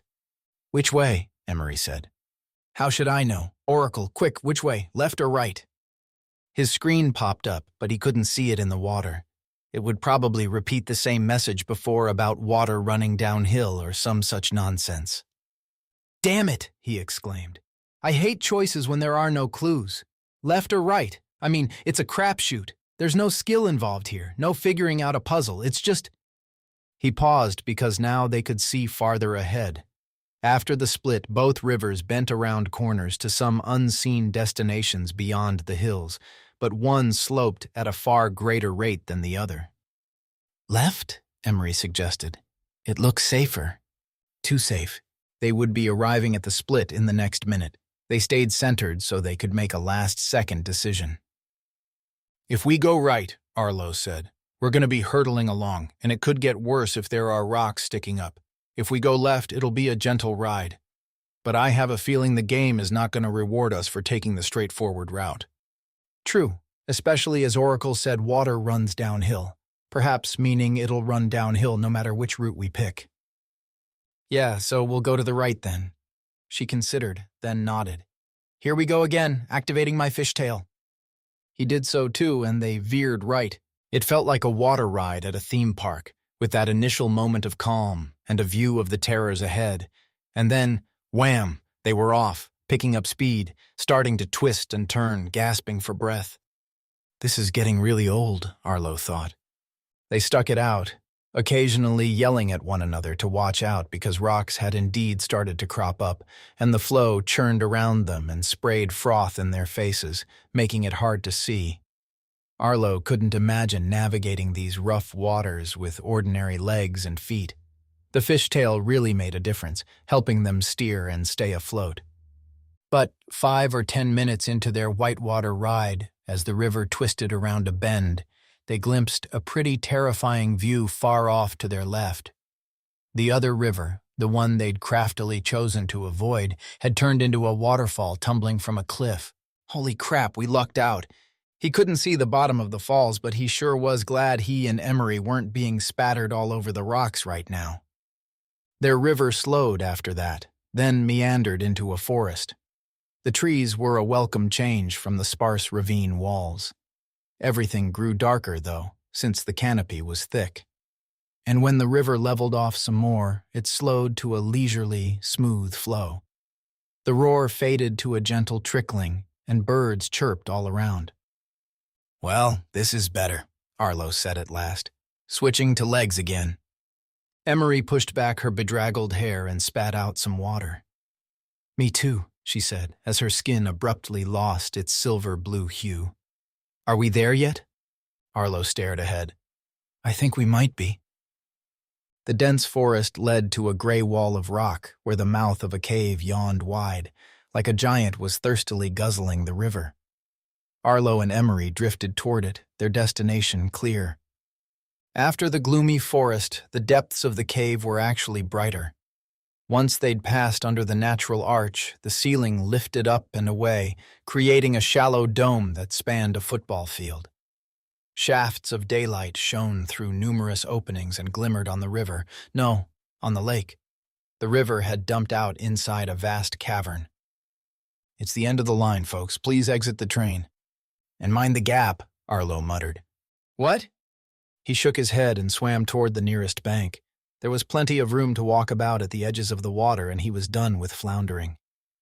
"Are we really here?" he said, as he climbed out and turned to take it all in. "Is this the—" His computer screen flared open. "Welcome to the floating cavern. By now you should be acclimated to the wetlands. Are you ready for some heroic aquatic action to complete your first quest?" Emery splashed out of the water and took a moment to catch up with the reading. While she did that, Arlo cast his gaze across the cavern. Beautiful and peaceful. He couldn't imagine anything dangerous in a place like this. "Sure," Arlo said at last. "Yeah, we're ready. What do we have to do?" Almost brimming over with glee, Oracle splashed a short news sentence onto the screen. It arrived in dramatic fashion, whipping in from all sides and snapping into position. Slay the dragon. Chapter 9. Eat first, die later. Neither Arlo nor Emery said much about their quest to slay the dragon. When the message had popped up, they'd stared in silence, sighed, and filed the objective away for later. "Eat first," Arlo insisted. "We need breakfast or brunch. These days pass so fast." "And where, pray tell, are we going to find food?" Arlo pointed. The lake almost filled the cavern. Around its edges were plenty of ledges, rocks, and even a few stalactites. And vegetation grew on the far side, where numerous beams of daylight shone through cracks in the ceiling. No trees, but plenty of bushes, moss, and ivy, and masses of reeds in the water. They headed that way, watching their footing. It was smooth rock, though, even sandy in places. "You never told me if you were married or whatever," Arlo said. She shook her head. "No." "Dating?" At this, she paused. "Yeah." "You don't sound too sure." No, I am." Even then, her uncertainty was obvious. Arlo didn't push it, though. After a slightly awkward silence, she sighed. "I don't think John and I are going anywhere. We've been together for 8 months and... I don't know. I'm sorry." "Don't be. It is what it is. John's a great guy, just..." He opened his mouth to ask another question, but a disturbance in the water caused them both to halt and twist around. What was that? He hissed. A ripple had spread out from a specific point in the lake, about a third of the way across. Considering how far the ripples spread and how choppy they were, something large had quietly popped up to the surface and vanished again. A dragon? She murmured. Do dragons live in the water? Water dragons do. They watched for a bit longer, but nothing happened, so they continued their walk around the cavern to the greener, sunlit corner. Arlo, during your first level, how did you get along with your companion? Ah, the other Emery. Yes, her. We got along great. She was exactly like you are now, only different. Emery shot him a narrow-eyed look. The same, but different? She wasn't as interesting, he said truthfully. She was kind of dull, but I liked her. She was nice, just lacking. He wasn't sure how Emery would react to this, so it was a relief when she nodded and smiled. And, Did I what? You and this fake version of me, did you have a relationship of any kind? Arlo had already predicted the direction of this conversation. Nothing happened. She was all about saving her village, and I was ready to go home. But you didn't go home. Well, no, I tried another level. Why? He searched for an answer. I had no choice. I wanted to restore the realm, which meant moving on to level 2, and she came with me. Emery nodded thoughtfully. You should have been able to restore the realm and then exit. Julian screwed with the options. Not sure why, though. I specifically asked him to make sure you didn't go on to level 2 because I knew this might be awkward. It's not that awkward. Emery tilted her head to one side. No? Why did your NPC tag along all the way to Midway and Pinnacle? She wasn't supposed to even be at Pinnacle. That's against the rules, apparently. Arlo took a moment to tell her about Leighton's messed-up sense of justice, and how the man had almost forced him to attempt a flight with an ornery fire raptor.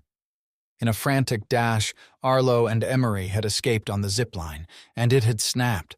She broke her back, he said morosely. It was pretty horrible. I was amazed she didn't die outright. I used my crimson cloak to heal her. After that, well, we carried on to Pinnacle, and here we are. You must have liked her a lot, Emery murmured. Is that so bad? Arlo griped. What do you want me to say? Yeah, I liked her, okay? I admit it. She was nice to me, and pretty, and... He broke off. Emery smirked. Ah, so you find me attractive. To be clear, I find your NPC host attractive. I've never met the real you. He smirked back, then gestured. Can we move along now? They continued walking. Despite her grilling, he felt pretty good about his answers. Everything he'd said was true, and she didn't seem weirded out by it, considering the circumstances. But Emery ruined the moment. Did you see me naked? Will you quit? Arlo picked up his pace and stalked ahead. They were pretty close to the vegetation by now. One bush had branches that grew straight upward and then splayed out wide. If there were blue marulas hanging off its limbs, that would... You did, she accused him, hurrying to catch up. You did, didn't you? He ground his teeth and halted. Okay, so what? Is that my fault? You don't know what we went through. Shriekers attacked us, and I had to put numbing gunk on your back. I mean, on her back. I even took a bullet out of her. We spent the night in Midway, and she had a bath, and it's just the nature of the game. Emery stopped him with a hand on his arm. She said nothing, and her expression mystified him, but at least her calm demeanor meant she wasn't too terribly mad. At least not with him. It's okay. I was just curious how close we got. She wasn't you, though. She was my NPC companion, and anyway, nothing happened, if that's what you're getting at. She saw me naked, too, if that helps. She raised her hands in defense. All right, go easy. I believe you. After peering closely at him for a moment, she nodded slowly. You really did like her. I mean, as a person. She was a person. Arlo huffed in annoyance. This is what I kept on and on about with Kai, one of the players. He tried to tell me they're just disposable NPCs, but all I could see were real people that maybe weren't as bright as they could be. I felt sorry for them, honestly. Emery smiled. My companion's name was Hector. He was nice and easy on the eyes, but I knew he wasn't a real person. Still, I would never have been mean to him. I never understood why the other players treated NPCs so badly. I guess you and I are alike. We're the good guys, Arlo agreed. They gazed at each other for a long moment. It was weird because Arlo felt he was looking directly into her real eyes, into her soul. Let's find something to eat, she said at last. Yeah. He was glad for the distraction. They kept quiet for a little while as they inspected the myriad plants growing in the sunlight. It felt good to be in the warmth again. The problem with being Tarzan and Jane was that any heavily shaded area came with a pretty cool temperature. Here, with the blue sky visible through all the giant holes in the ceiling, it felt almost like being outside. It was indeed a blue marula plant he'd spotted earlier, and that made him happy. Slaying a dragon would likely take some strength. Aha! Emery exclaimed. She gestured for him to come and look. Here's what we need. She'd found a vine that smothered the rocky wall. Odd banana-shaped fruits grew all over, only they were half the size and hot pink. She plucked one and handed it to him, then plucked another for herself. Arlo stared blankly at the fruit. It was surprisingly dense. What the hell's this? Emery had been peeling it lengthways. She paused. You haven't tried these? They're called pink lush. Never heard of them. Well, I hadn't either until Hector showed me. She broke off, then dipped her head and continued picking the skin open. Inside, the fruit was a similar hot pink but mottled with a reddish stain. Tell me more about Hector, Arlo said with a smile. That's for later. Eat up. One of these is a complete meal. The weird fruit tasted nothing like he would have expected from a lifetime of artificial pink coloring and candy. It definitely wasn't strawberry, nor was it banana as the shape indicated. Instead, it tasted like pepperoni, Emery said. He blinked. Holy cow, yeah, whoa, pepperoni. He chewed some more, already getting full with a third of the fruit left to go. How does it take effect so fast? Emery was only halfway through hers. Hector told me it's because otherwise you'd eat 2 or 3 before you realized how full you are, and that could be problematic because they swell up. She didn't eat all of hers, and even Arlo struggled with the last bite. But he felt well fed and knew he'd be good now until much later. Can we pick these and take them with us? No, they rot quickly. He sighed. Like blue marulas then, the game's way of not letting things be too easy. A splash caused them to spin and face the lake again. As before, ripples spread across the surface. Were being watched. It reminded them that they had a quest to fulfill. The idea of tackling a legendary fire-breathing beast or some kind of sea serpent seemed an impossible task. Okay, obvious question, Arlo said. Can we use an axe, pick hammer, or knives against a dragon? Doubt it, Emery muttered. It'd be like poking an elephant with toothpicks.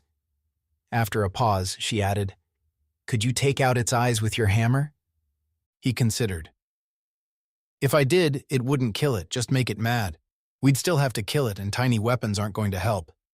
Anyway, my pick hammer might treat the dragon like a wall that needs climbing. It might ghost into it and stick there. Seeing Emery's confused expression, he shook his head and tried another route. Oracle, give us some advice. How do we slay a dragon? Use your natural resources to satisfy its hunger, put it to sleep, and end its life. Then Oracle shut itself down.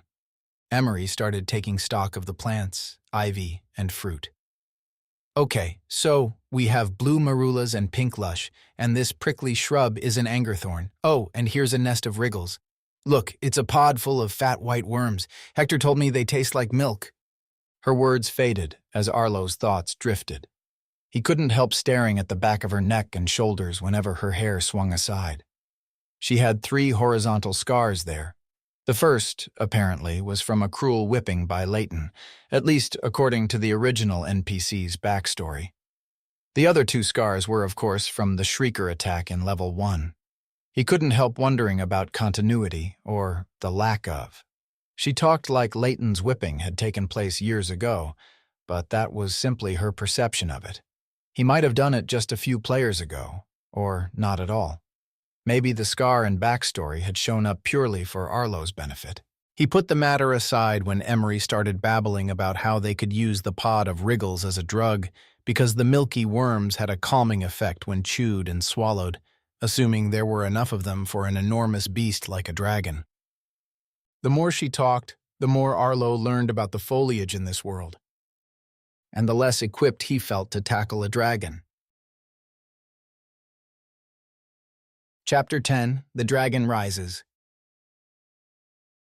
"Do we have a plan of attack?" Emery asked as they both slid into the water. "Aside from the pot of Wriggles, not really. Let's see what we're dealing with first." The lake was waist-deep where they stood. They eased farther out, and the ground sloped away until the water came up to their chins. With a little concentration, Arlo successfully grew his fishtail and his silver-blue skin tone. Seconds later, Emery changed as well. They were merfolk now. Face to face, they peered closely at each other's necks as if they were vampires about to sink their fangs in deep. "Anything?" Emery asked. "No gills?" No. I see nothing either." Arlo huffed. "Aren't we supposed to have some? Or are they reserved for those who fully acclimate in the merfolk's lair?" "Maybe if we dip under, we'll come back for the pod in a minute." So they both sank below the surface. Arlo normally hated trying to keep his eyes open underwater, but this time it seemed easy, not at all uncomfortable. Again, he peered at Emery's neck, this time in a slightly murky gloom because of the nearby reeds and moss. Then it happened. 2 sets of slits just below the jawline appeared, fluttering gently. And judging by Emery's expression, she'd spotted the same on his neck, too. He reached up to touch them and nearly freaked out at the sensation. Normally, cuts like that would be gushing blood. He remained underwater until he could no longer hold his breath. Though every instinct told him to leap upward, he held still, mentally preparing himself. Was he supposed to breathe in? Surely his lungs would fill up. He couldn't figure out how a transition to gills could be possible. Suddenly panicking, he kicked for the surface. Only Emery grabbed his hand and pulled at him. That brief delay made him panic even more, and he opened his mouth to gasp for air, even though he was still below the surface. Water rushed into his mouth and down his throat. But instead of his lungs filling up and drowning him, he instantly felt better, relieved to be breathing again. He focused only on that one task, breathing in and out, even though he shouldn't be able to. Water continued to rush down his throat, but after watching Emery for a moment, he realized the same water came straight back out through the gills. After extracting the oxygen, he thought. A minute later, the two of them were grinning at each other, amazed and delighted at their new ability. This was so damn cool. They swam together, cutting easily through the water, trying to pick out details in the murk. They couldn't see much farther than a few car lengths. The ground dropped away sharply. The lake was far deeper than Arlo would have guessed. It had to be if a dragon lived here. They trawled around, on the lookout. At the far side, opposite to where the river entered, something illuminated the water. Curious, they swam that way until sunlight bathed them. Everything remained green, but a brighter green. Arlo rose to the surface and popped his head out, keeping his neck fully submerged to avoid disrupting the function of the gills. Emery appeared next to him. Together, they looked up at a clear blue sky. They'd swum under the cavern's end wall and emerged in daylight in a vast lake surrounded by woods. Now, Arlo understood why it was called the Floating Cavern, because it appeared to sit unsupported on the water, like a bowl inexplicably floating upside down. Arlo and Emery submerged again. They swam side by side, waiting for the dragon to make an appearance. It had clearly been watching them earlier. Where was it now? And then, to their astonishment, it loomed into view directly ahead, rising from the depths. The massive form started out as a dark shape and quickly clarified into the head and shoulders of a monstrous reptile with enormous fangs and creepy black eyes. A pair of muscular legs hung at the front end, claws curled lazily, but the lake was too murky for Arlo to see a matching pair at the rear. He guessed the creature had 4, plus what he imagined was a colossal tail swinging from side to side.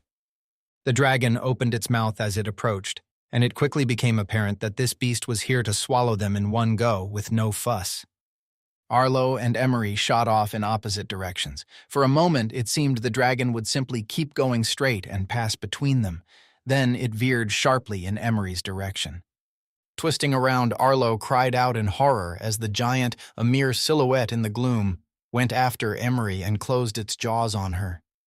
The last he saw of her was when the mouth snapped shut, severing her above the waist. Her upper half floated free, suddenly still, drifting slowly in a cloud of blood that looked like a dark, inky stain.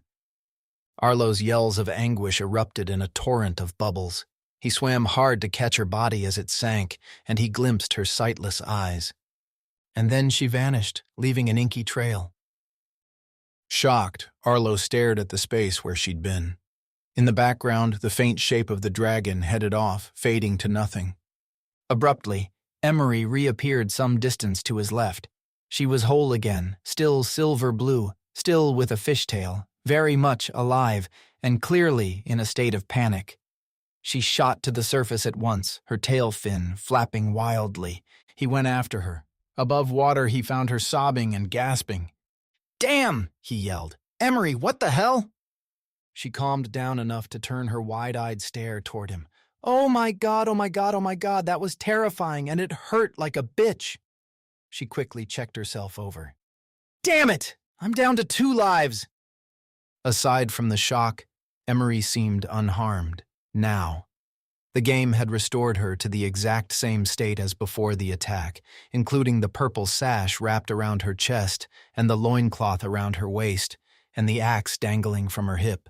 Everything was normal again, if being merfolk in a lake with a dangerous dragon nearby could be normal. "Yeah, okay, so now we know what we're up against," Arlo muttered. "A merciless reptilian killer the size of 3 houses with claws as tall as me. It literally bit you in half. Let's not get in its way again." Emery scowled. "Oh, really?" She submerged and swam off. Arlo had to hurry to catch up with her. She headed for the cavern, diving deep to pass under its immense wall.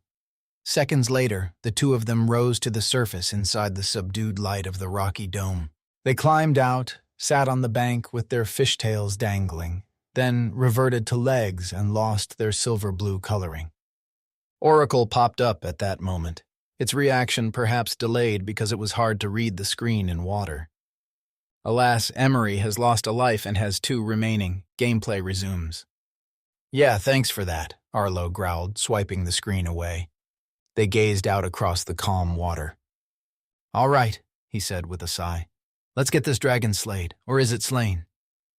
Emery shrugged and slipped into the water. "Hand me that pod." But Arlo cradled the football-sized nest. "Nope, it's my turn. I'll try to lob it into its mouth." Emery looked for a moment like she might argue, but then she let it go. Together, they dove. Their second encounter with the dragon came just 10 minutes later. In their merfolk forms, they eased through the deeper waters some distance from the cavern, growing impatient, when the monstrous figure appeared to their left. It came straight at them, and Arlo pushed in front of Emery with the pod at the ready. Though he put on a brave face, inwardly he was terrified. But it was his turn. The creature's gaping, fang-lined mouth was huge, and he had no chance of escaping it. Even if he darted aside, it could swallow him with one quick twist of its neck. He knew this, and he was ready, or so he thought. Oh crap, oh crap, oh crap, oh crap. Unlike Emery, who'd tried to flee earlier, he thrust himself forward. The jaws closed on him, behind him, trapping him inside. Everything went dark. But he was whole rather than cut in half. He'd been spared that horror.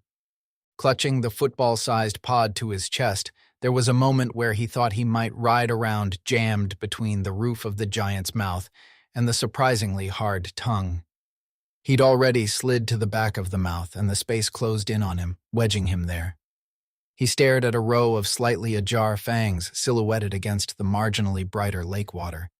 He had to assume Emery had swum to safety. She definitely hadn't been eaten, that much he could attest to. Surprised he hadn't been swallowed already, Arlo squirmed until he faced the other way, toward the monster's throat. He shoved the worm pod in. It didn't exactly fall. He was, after all, surrounded by water. The pod merely bobbed for a moment, then eased into the blackness. According to the NPC Hector, the worms inside that pod would cause sleepiness. He doubted it would be soon. Still, maybe, just maybe, he'd escape the dragon if the pod tickled the back of the throat and caused an involuntary cough. Maybe he'd be spat out and the dragon swallowed. Crap, crap, crap, crap, crap. He spun around and tried to escape, but the negative force pulled him down the throat.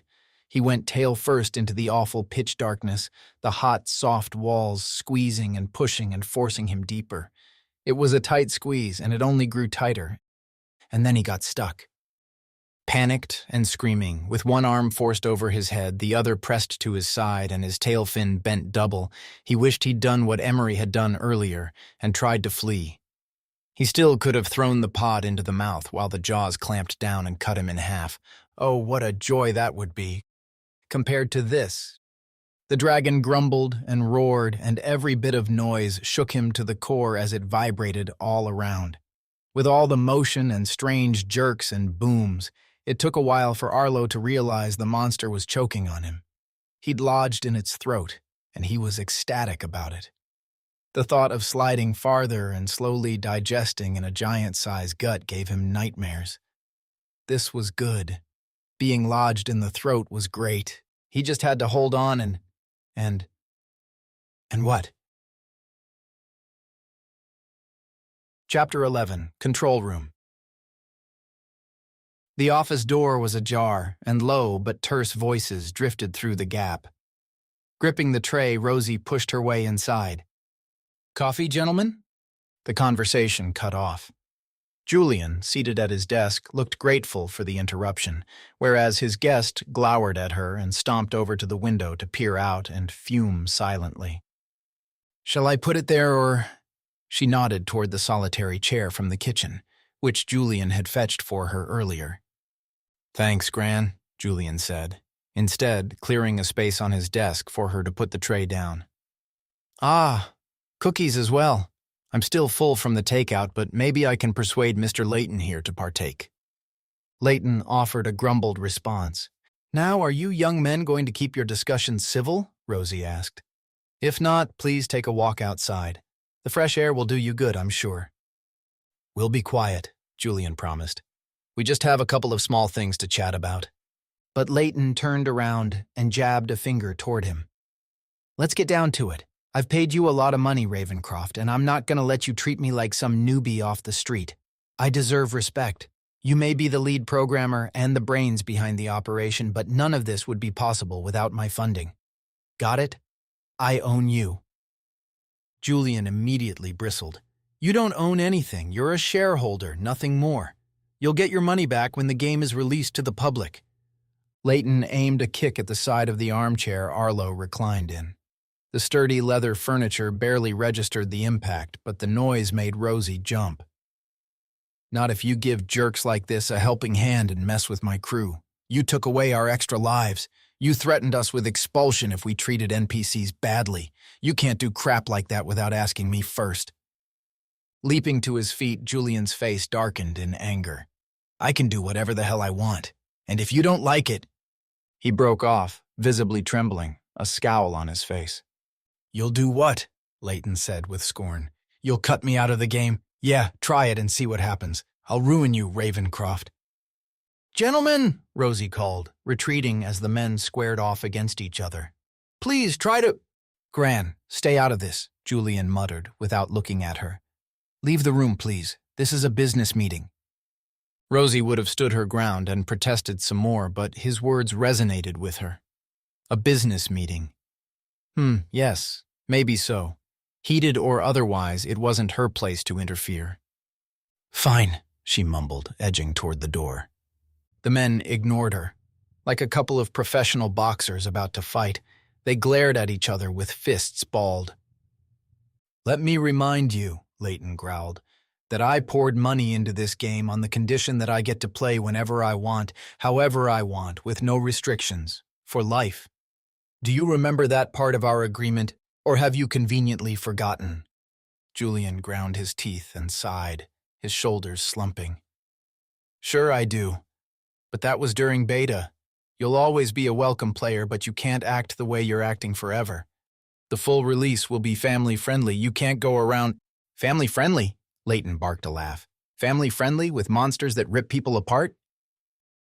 Well, if not an E for everyone rating, then maybe a T for teens. Shaking his head, Leighton rolled his eyes. That's not what you told me when I showed up with piles of cash all those months ago. You told me anything goes. You told me the NPCs are mine to do with as I want. No restrictions, you said. You specifically told me I could beat them, or take them as wives, or— I beg to differ about that. Julian shook his head slowly. Dangerous beasts are one thing, but wife-beating, murdering people for sport. Sorry, Leighton, but you misheard me. The wording of our agreement is a guideline and nothing more, Leighton interrupted. You told me that too. We shook on it. We had a verbal understanding, Ravencroft. Rosie remained by the door, afraid to move in case they noticed, and again told her to leave. Practically nose to nose, the two men had at least lowered their voices. Yet Leighton's words dripped acid. I will not be undermined by some aloof programmer, he went on. Those guys in there respect me, and now you've given them reason to doubt my authority. Why would they listen to me, knowing that some brainiac sitting out here on his computer might pull my plug at any time, pull all of our plugs?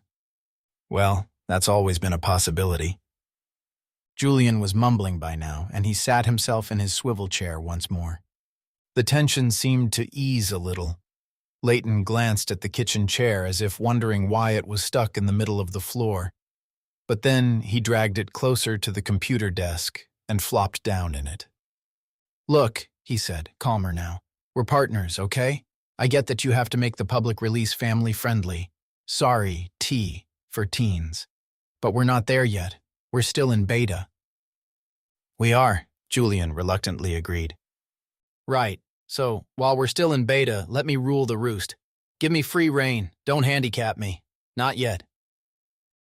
With a heavy sigh, Julian leaned back and shot a glance toward Rosie. He raised his eyebrows, and at first she took that as a not-so-subtle hint to get lost. But then he spoke to her. See, Gran, this is all because you felt sorry for Arlo and begged me to ease up on the bullying. And rightly so, she exclaimed. Julian, dear, don't listen to this man. He may have all the money, but you created this game, and it'll be your company name on the box when it's delivered to stores across the country. Leighton unexpectedly laughed. Which won't happen without my funding. Ma'am, with all due respect, nothing gets done without money, and your grandson lives in your house and has an office in a disused bedroom. He's in no position to launch a game at industry level. That's where I come in, and I have stipulations. Julian shot her another glance and spread his hands, clearly giving in to the man's argument. Rosie felt like leaving them to ruin the entire enterprise. Emery had been right about this. If they wanted any kind of acceptable content rating, the excessive violence in the game would have to stop. As if reading her mind, Leighton tilted his head and grinned. Teens, my ass. Never mind what I'm doing in there. You have shriekers that tear people apart. You have deadly critters with razor-sharp claws. What was that crazy hooded figure in level 2 again? Never mind.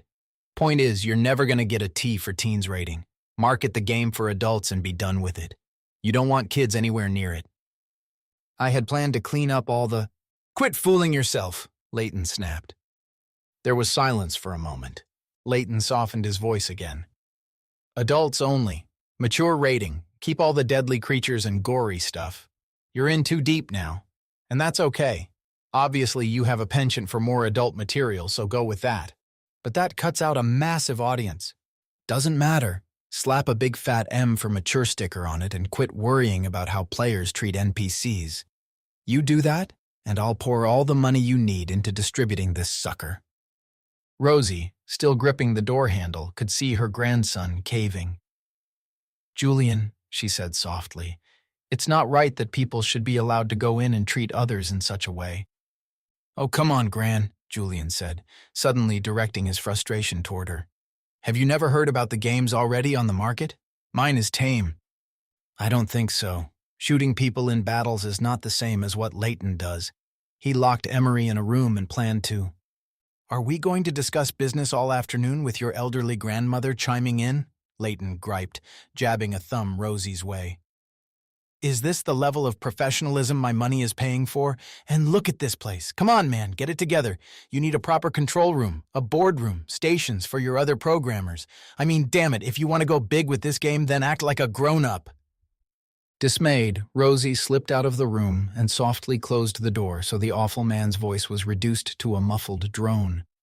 She shuffled down the hall, deep in thought, and ended up passing through the kitchen and outside to the porch where she stood in a welcome breeze and listened to the calming sounds of birds chirping. Stay out of it, she told herself. Despite what Leighton says, Julian's already a grown-up, and he can make his own decisions about his business.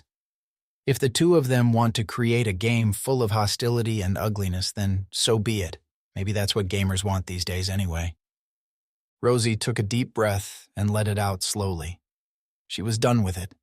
On his own, Julian might have listened to reason, but with someone like Leighton dragging him down, there was no hope. Arlo and Emery would be all right. It was just a game after all. They knew the score, and they were both willing participants in whatever happened to them throughout Level 2. Right? Fine, Rosie muttered. See if I care. But she did. Chapter 12. How to Kill Your Dragon. Arlo lost track of time, but his constricted darkness fell silent around him. He remained firmly wedged in walls of soft tissue, jammed into a coffin too small for him. His pickhammer dug into his hip, completely useless to him. Even his knives were unreachable. He grew drowsy, too. He supposed the air must have been getting stale.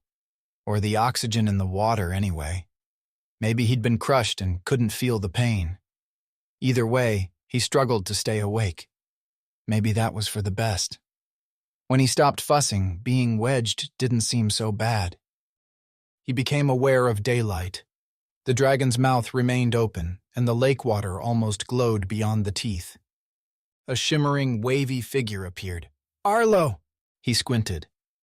Emery was there, her face comically small next to the fangs. She heaved on the upper jaw, trying to force it open, but it didn't go far. Still, the gap allowed her to squeeze through. He couldn't figure it out. She was talking, calling to him, yet he was still underwater.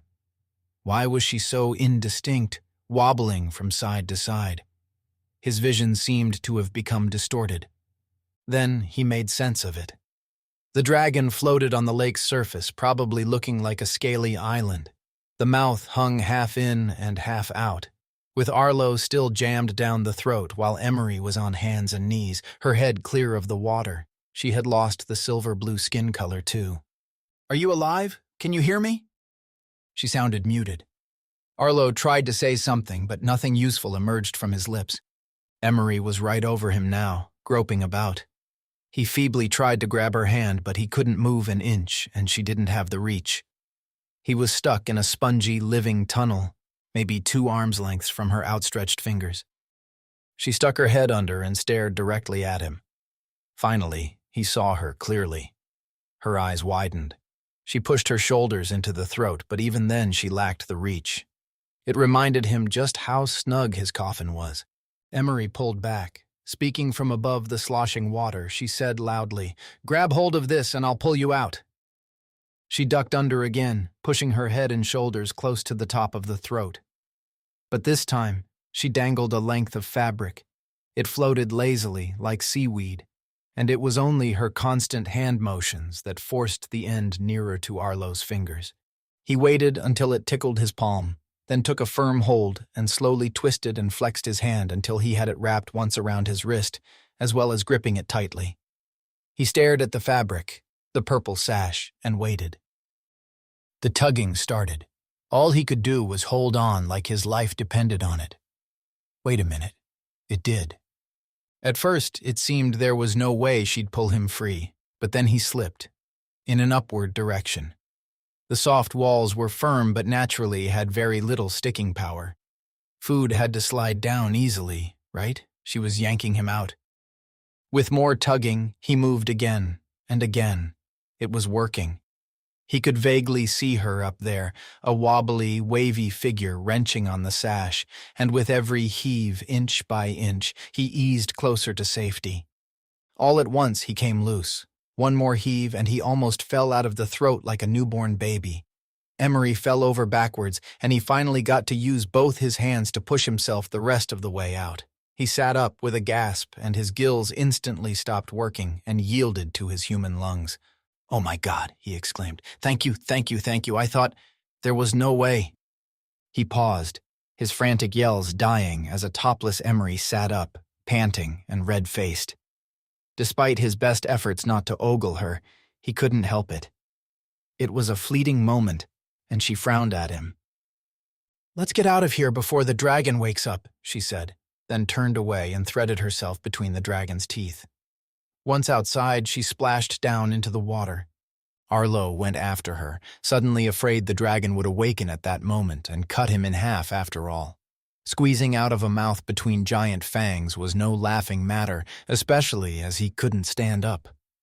Flopping awkwardly, he briefly wondered why his fishtail hadn't reverted to human legs. But no matter, he'd need it again in just a moment.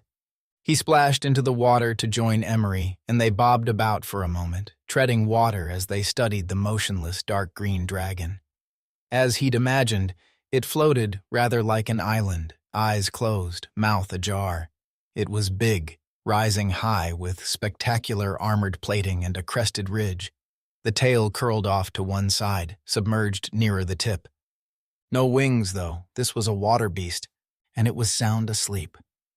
"That little pot of milkworms did the trick," Emery said, smiling now. "You did good." "I think they made me sleepy, too." "You may have breathed in some milky water, but the dragon ate them. Hector told me they were potent. He wasn't kidding." "Are they enough to kill the dragon, though?" She shook her head. "Nope. We're gonna have to finish it somehow." "How the hell do you kill something this huge?" "And how long do we have?" Emery added. She glanced over at him. "Got my sash?" "Huh? Oh, yeah." Arlo unwrapped it from his wrist and handed the sodden material to her. She took it, then nodded and promptly turned silver blue. "Let's go find something deadly. I have a feeling everything we need is in this cavern." She dove, and Arlo followed. Once under the cavern wall, they emerged into the dim, cool interior.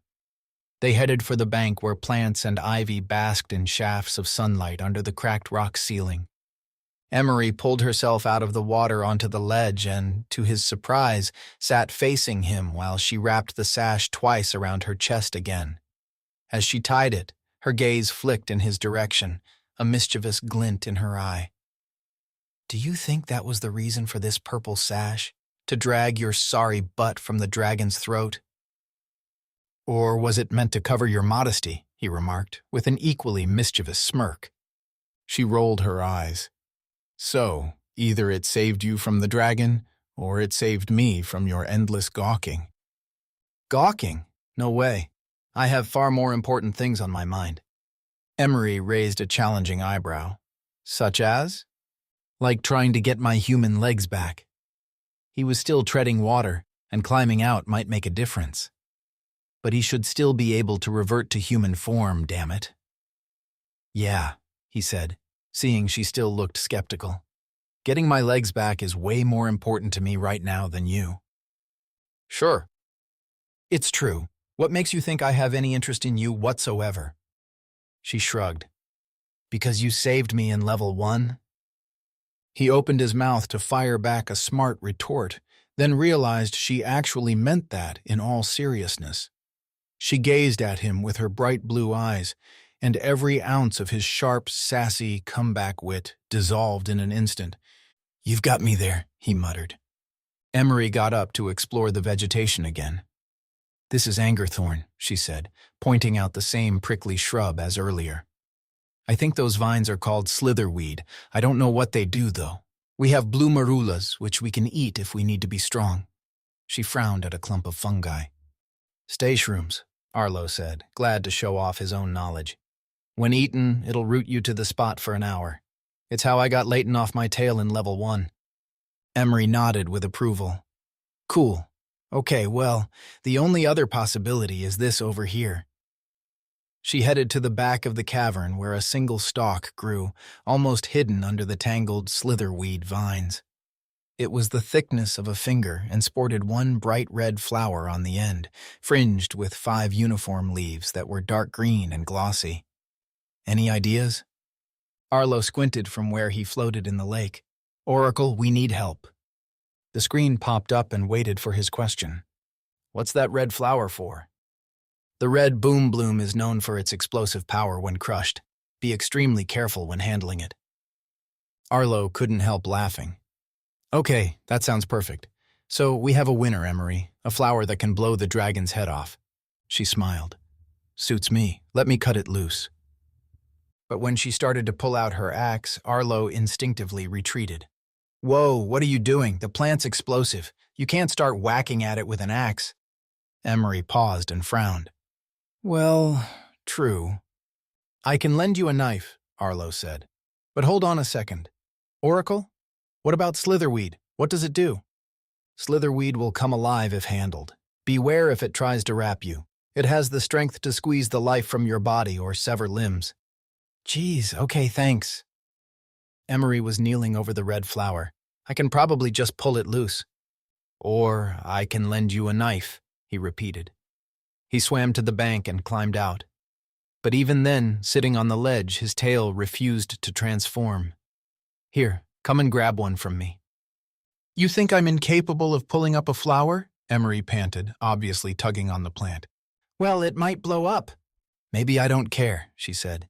If I die, then oh well, I'll be one step closer to waking up. Emery, he called, troubled, holding up a knife for her. But since he couldn't stand up, he could only watch from a distance as she bent low and tried to wrench the plant from the ground. Its red flower quivered angrily. Okay, this is tougher than I thought, Emery said between breaths. It's like the roots are embedded directly in the bedrock. I guess the knife will be... There was a blinding flash. Blinking, Arlo sat up, confused. I got my legs back, he exclaimed. Emery stirred next to him, looking equally befuddled. They'd been relocated halfway around the cavern. Climbing to their feet, they checked themselves over, then squinted at each other. Each seemed intact. Their scant clothing and tools remained in place. All 6 of Arlo's knives were back in the sheath on his arm. He found himself holding the jar of salve. Why the hell am I... he started, holding it up. Emery's jaw dropped open. Oh my God. When Arlo followed her gaze, he forgot about the jar and shared her disbelief. The entire corner of the cavern where they'd been moments before was gone. Obliterated, burnt, shredded, the walls and ceiling collapsed, a cloud of smoke drifting over it, huge chunks of rock poking out of the water next to the bank. You blew it up, he gasped. Emery covered her face with her hands. Nope, there's no way I just did that. When she looked again, nothing had changed. Arlo, we have nothing. The red boom bloom was gone. The slitherweed was gone. The angerthorn was gone. Everything was gone. Only Arlo and Emery remained. It was a wonder the explosion hadn't killed them. At that moment, Oracle popped up. Alas, you have both lost a life. Arlo has 2 lives remaining. Emery has 1. Gameplay resumes. Wow, Arlo began pacing. Wow, what the hell? Thanks for the warning, you piece of crap computer. A warning about the red boom bloom plant's explosive power was issued earlier when... Shut up! He spread his hand. What now? We have a sleeping dragon and no way to kill it. I am not going to wait for it to wake up.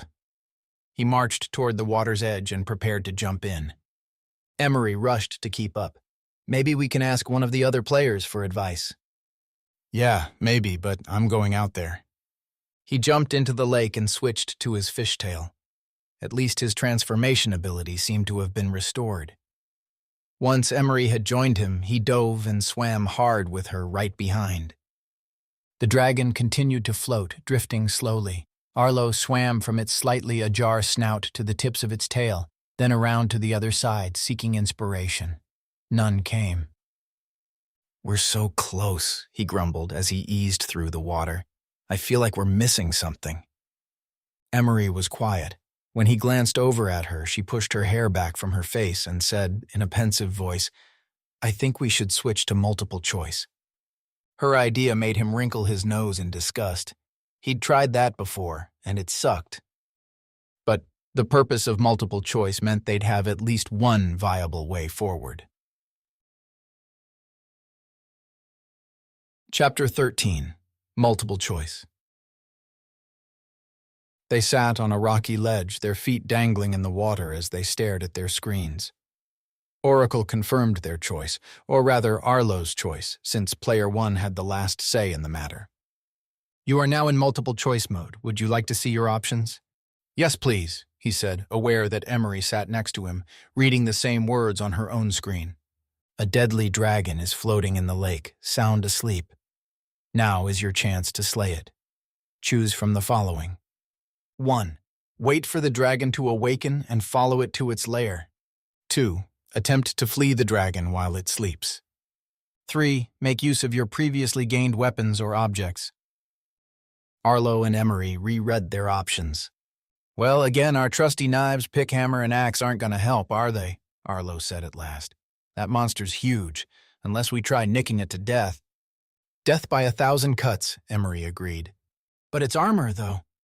It seems impossible, right? But so do the other options. Arlo sighed. What objects does Oracle mean? A jar of salve and a purple sash? A trident might have been more useful, Emery muttered. Again, they stared at the screen. How can we flee the dragon? Arlo mused. Aren't we supposed to slay it? What happens if we flee and leave it alive? Do we run up against a wall until we get that done? I don't know. But following a dragon to its lair sounds like the worst possible decision. I agree. Have you made your choice? Oracle queried. Please decide. Hold your horses. Arlo shook his head. I don't like it. Why would we wait for the dragon to wake up? That's nuts. And how can its lair be a better killing ground than where we are right now? It doesn't make sense, Emery said. So we don't want the first option, but we also don't want to flee because that probably wouldn't get us anywhere. Maybe we do need your knives or hammer or my axe or the jar of salve or the purple sash. They stared blankly at each other, trying to imagine poking at the massive, armored reptile floating in the lake. Slaying it just didn't seem feasible. Have you made your choice? Please decide. Oracle, what local flora could help us? Arlo asked. He glanced at Emery and whispered, Maybe there's some outside the cavern. Or maybe Oracle hasn't noticed we blew all of it to smithereens. But the computer surprised them both. The sting of the venom reed will knock you out. Multiple stings can be fatal. Arlo's interest shot sky high. That sounds more like it. Wait, venom reeds? He squinted into the far corner of the cavern where sunshine highlighted the destruction. The plants were all gone, either burnt to a crisp or ripped asunder by the blast, except reeds still poked from the water, lots of them. Have you made your choice? Please decide. We choose option 3, he said, then clapped a hand over his mouth and glanced at Emery. Sorry, is that okay? I should have checked with you first. Option 3 selected. Proceed with caution. Emery smiled. I guess we're going with option 3. I'm so sorry. I forgot for a second that It's okay, let's go check out these venom reeds. There wasn't much to look at, just perfectly ordinary reeds that normally grew in lakes and ponds, sticking maybe 10 to 12 inches out of the water, almost completely still. The patch of reeds was thickest a little farther along from where the red boom-bloom explosion had occurred. Arlo stared down at the strangely ominous vegetation. Well, ominous now that he knew they could sting. Otherwise, they looked completely innocuous. So, obvious question, he said. Since we can't bring the dragon to the reeds, we need to take the reeds to the dragon, so how do we handle them? Carefully, Emery suggested. With salve? Or maybe I wrap your purple sash around my hand, Arlo pointed out. Try the salve first. Neither of them moved. Then Arlo sighed. Okay, let me investigate. It would be useful to see how much they actually sting. Otherwise, we won't know for sure that the salve or sash is doing anything. She didn't question his logic as he slipped into the water. Not bothering to switch to his merman form, he waded closer to the reeds until he was within reach and chest deep. It would be hard to know how to use this plant against the dragon unless he knew what it would take to get stung. Sometimes it was necessary to learn the hard way. "Here goes nothing," he muttered. At first he merely touched the reed with the tip of his index finger. Nothing happened, so he curled his hand around it and gripped lightly. Still, nothing happened, so he squeezed harder. They don't seem deadly. What good would it be if the venom reed was hard to activate? He changed his grip and gave it a sharp wrench, hoping to pull it loose and examine it closer. And at that moment, he suffered agonizing pain in the palm of his hand. He screamed and flew backward in panic, his hand on fire, misery and torment shooting up his arm. He floundered and yelled and cried, and he was dimly aware of Emery calling out and splashing toward him. And then he blacked out. When Arlo awoke, he was lying on his back with his head in Emery's lap. She was gently stroking his hair, and she smiled down at him as he focused on her. "What?" he murmured. "Better now, the swelling's gone down." He lifted his arm to inspect his hand, half closing his eyes because he was afraid of what he'd find. His palm and fingers were merely red and puffy. They didn't hurt much at all.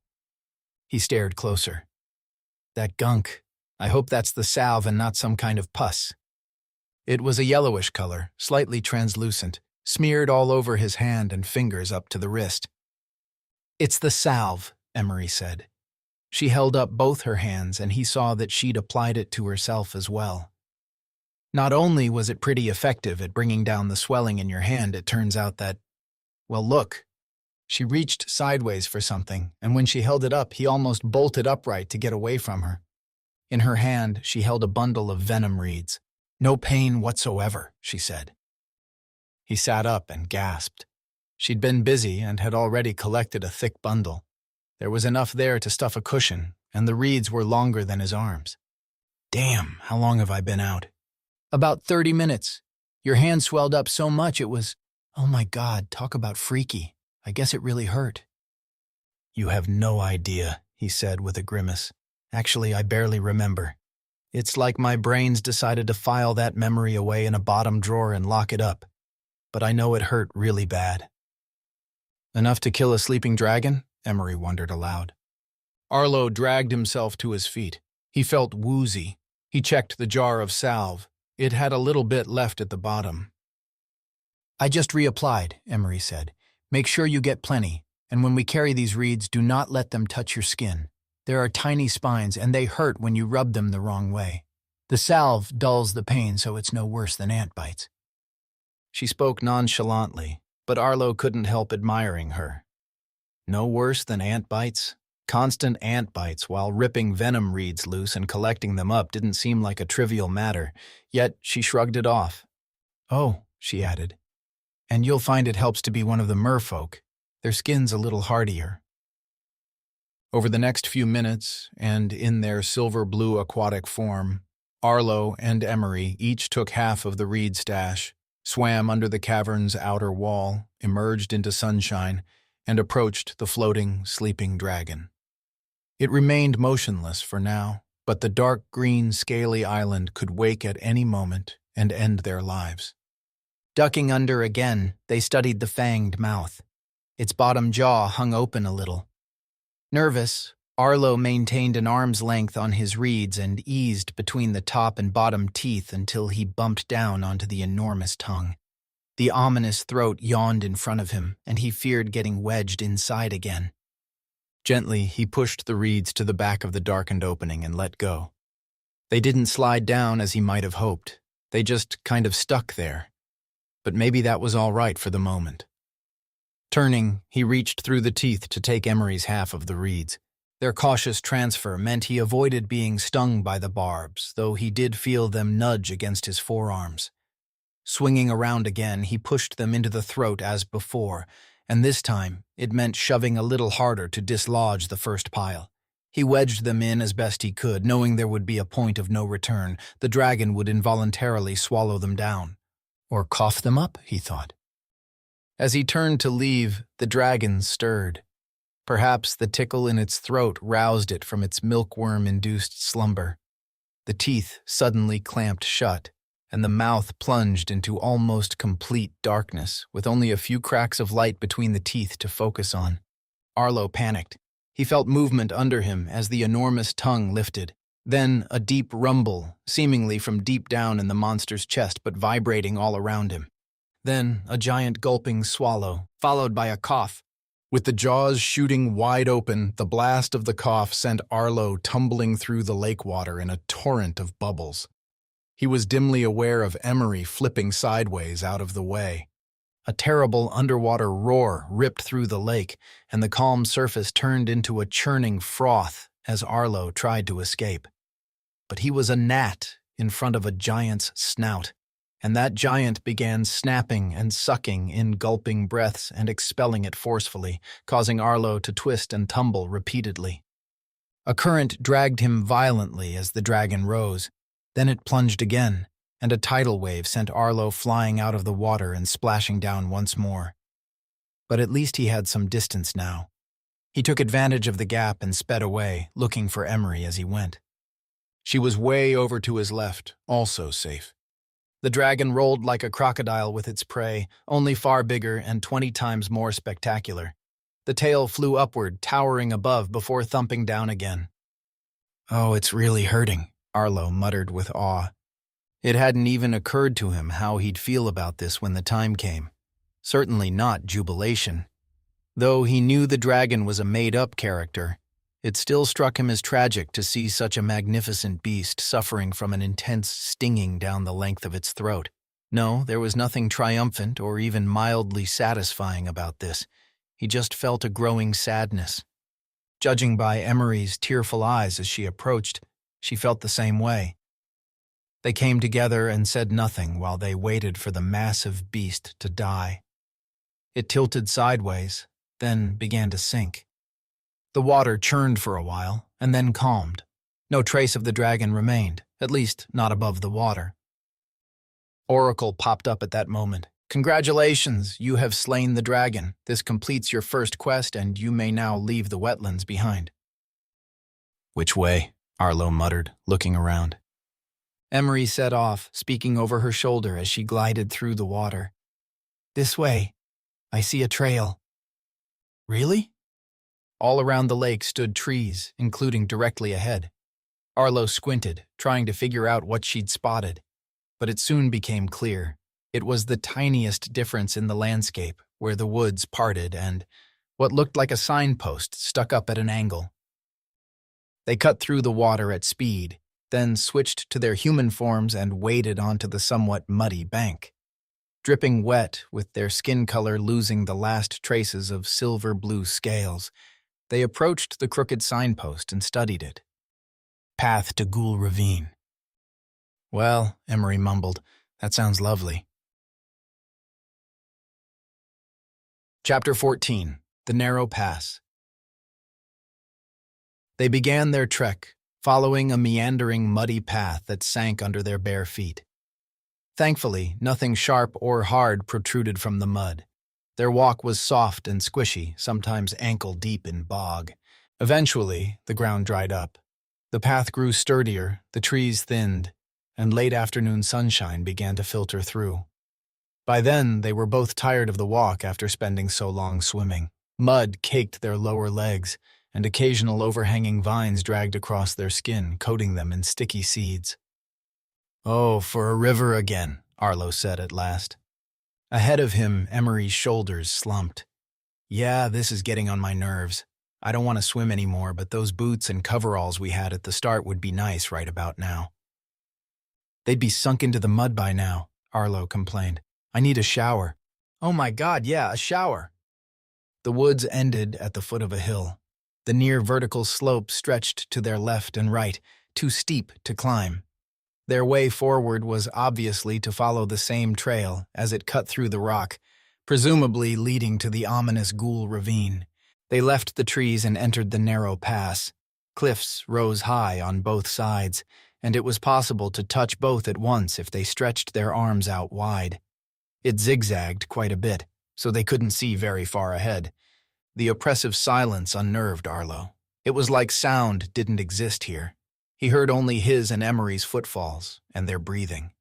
Everything else was muted. Then the dirt ground, which had been bone dry for a while now, gave way to rock, and not smooth rock either.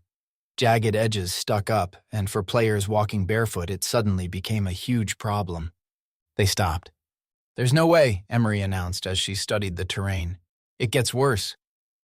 In fact, the path from this point forward would be hard to walk on, even with rugged boots. There was a good chance of twisted ankles.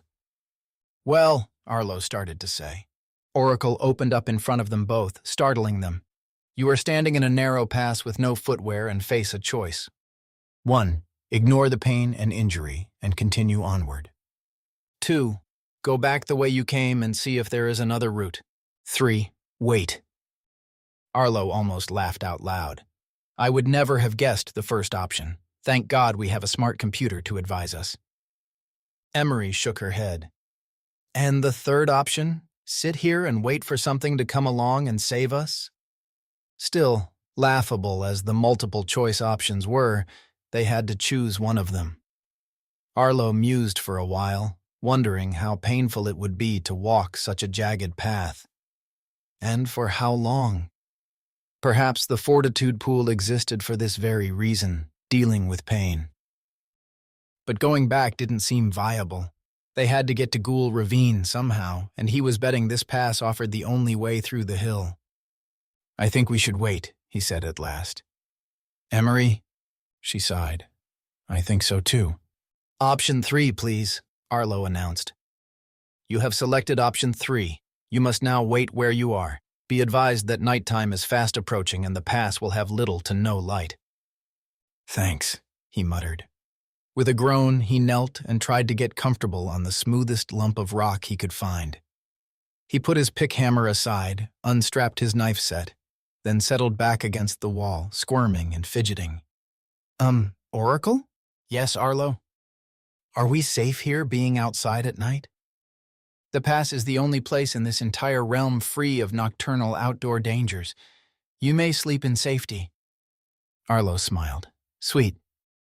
But Emery didn't settle down just yet. She removed her axe and propped it against the wall, then turned in a slow circle, craning her neck to stare upwards. "There's a kind of ridge up there." "Oh yeah? It's like a shelf of rock sticking out. If we could get to it, we might be able to walk on it, sort of shuffle sideways along the cliff and avoid this jagged floor. Oh, forget I spoke. It peters out."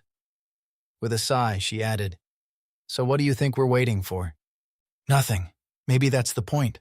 Night is approaching and we're in a safe place to sleep." "It is getting dark," she agreed. "If we'd braved the jagged rocks and continued, we'd have left the pass and arrived in the Ghoul Ravine in the middle of the night. The same with going back to find another route, so yeah, waiting is the boring but sensible choice since we're going to be asleep soon anyway." Arlo yawned. "I'm already feeling it. And I'm hungry. Seems like ages since we had that pink lush." Emery finally stopped pacing and sat down to one side. She flexed her toes and grimaced. "The mud is dry and cracking. I can't wait for that shower." Closing his eyes, Arlo said, "Well, I'm going to turn in." At that moment, a deafening flash and crack made them bolt upright. They clutched at each other, and Arlo felt sure the cliff was about to come crashing down on them both. But then, a second or two later, the rumble of thunder boomed over their heads. As they sat with their shoulders pressed together, huge raindrops began to spatter the surrounding rocks. They came faster and faster, and then another crack of lightning startled them. More thunder rumbled, and the dull roar of rain grew in volume as the skies opened up and pelted them with a deluge. In seconds, they were as wet as they'd been after climbing out of the lake. The mud began to sluice off their legs and feet, and a muddy pool collected around them, which was quickly diluted until crystal clear. "We're safe," Arlo growled, "but not exactly comfortable." Emery began to laugh. "Well, we wanted a shower." The downpour was so loud that Arlo had to raise his voice. "I would say, let's get under cover, but," he shrugged, "there isn't any." Despite the welcome rinse-off and the assurance of a danger-free zone, they faced a night lying out in the rain, on cold rock. Arlo had never slept directly in a downpour before, especially one this heavy. It seemed tonight would be his first time. He closed his eyes, trying to ignore the tickling rain as it ran from his head and down his face and neck. It was cold, too. Before long, he and Emery were shivering. She huffed and wrapped her arms around herself, but there was no way to escape the nasty nighttime weather. "We can't sleep in this," Arlo said at last. "I'm going to try something." He stood, scooped up his pick hammer, and craned his neck upward as Emery had before. There was the shelf of rock she'd mentioned, about 20 feet up, and sure enough, it petered out deeper into the pass. But he wasn't interested in using it to walk on.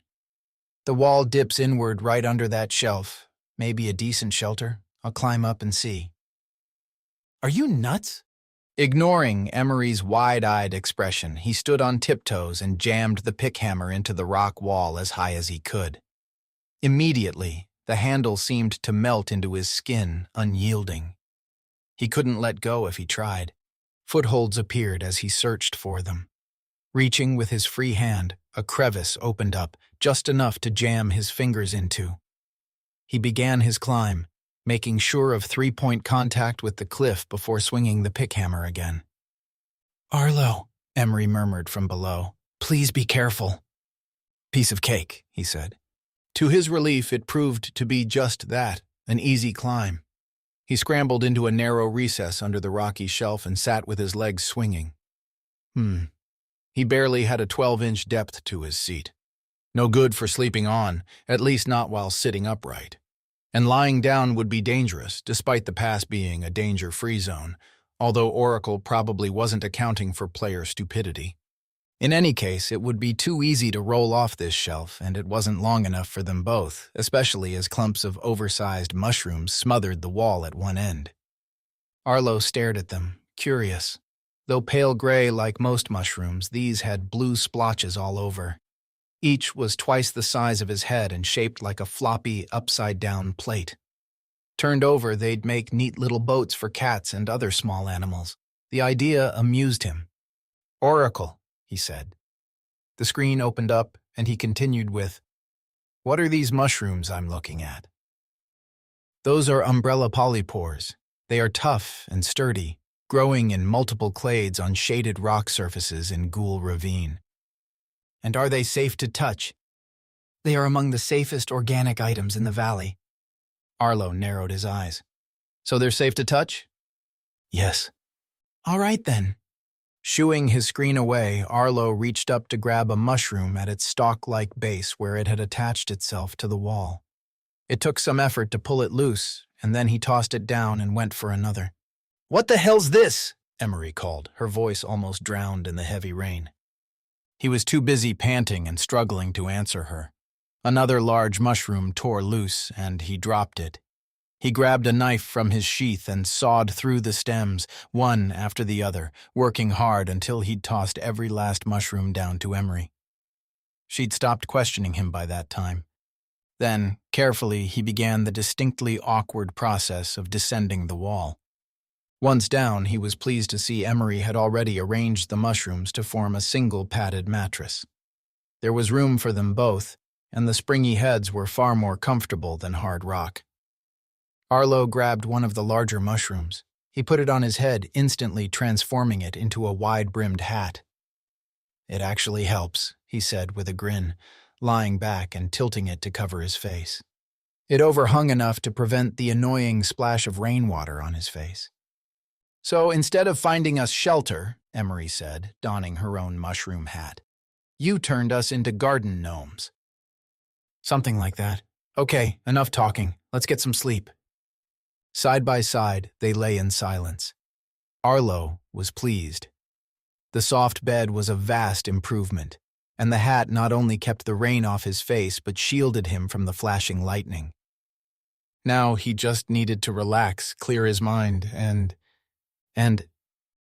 then he was asleep. Chapter 15. Control Room. Rosie tried to put the game out of her mind, but she couldn't do it. It didn't help that occasional raised voices came from Julian's office. Every time that happened, she wondered what fresh ugliness Leighton was persuading her grandson to get involved in. It wouldn't surprise her if every player in the game was ordered to turn on Arlo and Emery and make their lives a living hell. Worry gnawed at her. It's just a game. It's just a game, she told herself. But she couldn't stop thinking about her own vivid memories of her brief stints in Level 1. Taking over the body of the worker in the convenience store for 10 minutes had been wonderful. Hanging off a cliff, not so much. She still clearly saw the old village far below. That memory was seared into her brain. Imagine being in the game for longer than 10 minutes. 7 hours of daylight followed by a 7-hour night, and waking the next morning for 5 days straight. Being so deeply immersed had to mess with the mind. Rosie stalked along the hallway, once more determined to have words with her grandson, perhaps even order that awful Leighton out of her house. But she paused outside her own bedroom, an idea forming. The men were busy, she had time. Locking herself in, Rosie opened her bedside drawer and pulled out the VR headset she'd pilfered from Julian's desk. She made herself comfortable on the bed, lay back, and gingerly placed it over her head. The screen illuminated and faded into a picturesque aerial scene of old village sprawled below. Text appeared. Player recognized. Connecting. Player connected. Duration is 5 minutes. Alter? Yes or no. Rosie quickly said, I want to enter Level 2. The text abruptly disappeared, to be replaced with an elliptical symbol that went around and around, presumably to indicate the machine was thinking about it. Then, the aerial scene changed. Old village faded away, replaced by a very different and rather sparse landscape of yellow sand, dusty plains, and several craggy hills. A notable landmark was a long, winding river. New text appeared. Level 2 is loaded. Duration is 5 minutes. Alter? Yes or no. Oh, make it 10 minutes, please. Duration is 10 minutes. There are no NPCs within range of the current players at this time. Would you like to join an NPC ahead of their gameplay? Well, yes, I suppose so. There's no sense dropping in behind them. How close can I get? There is no guarantee you will come into contact with the players during your short stay. Continue anyway? Fine, yes. The computer flashed the ellipsis again. Then, loading. Begin. Rosie gasped. Abruptly, she was surrounded by green, sparkling light as she zoomed closer to the landscape and whipped along the river, past a lake, and over some mountains. Just when it seemed she was about to slam into a solid rock wall, she ghosted through and found herself in near darkness, racing along passages. Then she bonded with her assigned NPC avatar, and her perception changed. She lurched forward, almost toppling over as she tried to regain her balance. Breathing hard, she stood still for a moment and allowed her nerves to settle. When she held up her hands, she realized straight away they weren't some dainty young woman's. They weren't even female. Coarse hair covered them, running up her muscled forearms and bulging biceps. "Oh my goodness," she croaked. Her voice was deep and gravelly, making her jump with fright. Frantically, she patted herself on the chest, finding a huge slab of hard muscle, though her belly had a few folds of fat as well. Her legs were like tree trunks, impossibly thick and heavy. Behind her was a stool, which this monster of a man had likely been sitting on before Rosie had arrived. It was positioned in front of a cave opening that led through to daylight.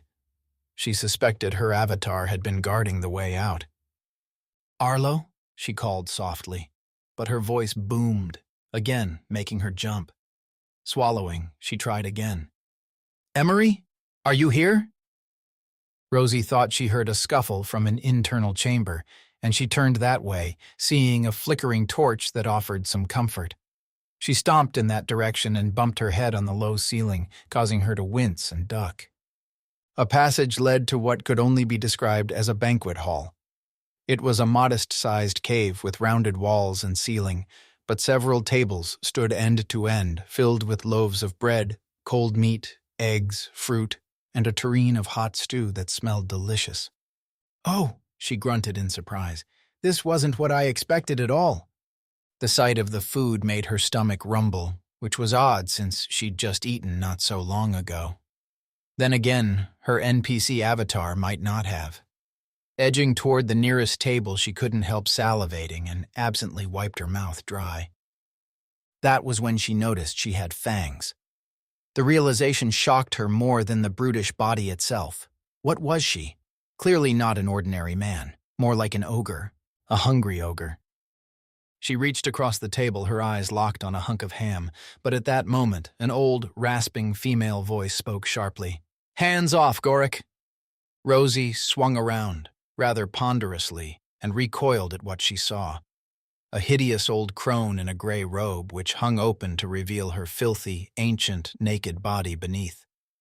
She was like a skeleton with skin on, her skin wrinkled and weathered and covered in dirt. The woman jabbed an accusing finger. "You know better, Goric. The likes of you and me get leftovers. Leave this feast alone. We eat later." I'm sorry," Rosie stammered. "Now get back to your post." Abruptly, the woman whirled away, moving surprisingly fast for one so old. Shaken, Rosie backed off from the tables and stared longingly at the prepared meal. Who was it for? Where did it all come from? Her 10 minutes were coming to an annoyingly fast conclusion. She could almost sense the counter ticking away, and she'd had no luck whatsoever. "Arlo? Emery?" she called, wishing she'd had the sense to ask the old woman about them. No answer except her own echoing booms. "Well, this has been a complete—" Just then, her 10-minute visit ended. She was yanked from the avatar and hoisted through the rocky ceiling into the sky. The landscape opened up again, and as she rose above a curiously circular ravine, she spotted 2 tiny figures emerging from a mountain pass. Was that? Rosie squinted, but already her view had zoomed out to encompass the entire land within the realm of Level 2, and the figures became mere dots. Still, she was certain. That had been Arlo and Emery. Exiting game. Sitting upright on her bed, Rosie snatched off the VR headset and spent a moment composing herself. A quick check of the time suggested she'd been gone less than half a minute, and only 10 seconds of that in actual gameplay. Well, she muttered, what had her swift journey accomplished? Maybe not much, but she had at least proved she could enter Level 2, and she was beginning to feel her way around the options. Julian had argued against her spending more than 10 minutes in the system, and had frowned upon the idea of using an avatar too far removed from her own age. He said she'd flip out. Yet she'd managed just fine in Level 1, and now here in Level 2. She'd been a hulking brute of a man, an ogre perhaps. No ill effects, she said to herself, comforted by her own normal-sounding voice. All present. No flippage, as Julian calls it. Each trip, short though it was, boosted her confidence, and now that she knew where Arlo and Emery were, she could return to talk to them. But not right now. Honestly, she felt queasy. Perhaps in a little while. She guessed they'd soon be entering that cave system. The food was probably for them. Yes, some kind of way station where they might replenish their energy. Rosie stashed her VR headset and left her room.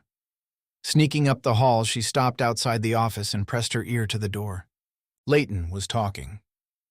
No sense having a resource like me if you don't take advantage of it, man. Stop messing about with some cheap HVAC engineer from Fiverr.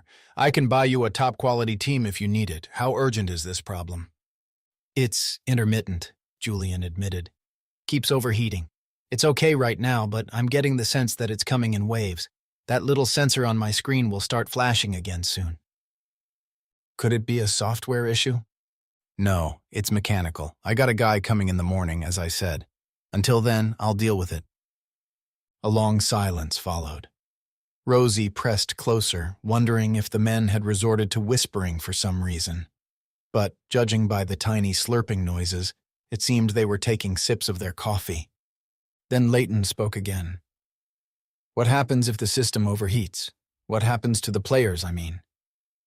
Well, nothing. I can keep the game going even if I have to switch to LAM. That's limited access mode. Basically, limited functionality. The game can go on, but there won't be any AI updates and reports, no video rendering, and no interaction with the players. So it doesn't affect the players in any noticeable way? A pause. Well, a little bit. In LAM mode, Oracle is disabled. Also, there's no way to exit. You're locked in or out. Oh, really? Rosie tensed. She did not like the sound of Leighton's sudden interest. Tell me more, Ravencroft. Julian's chair creaked, a sign that he was leaning back. Nothing much to tell. If I have to go into LAM, I'll tell the free players straight away so they can exit beforehand.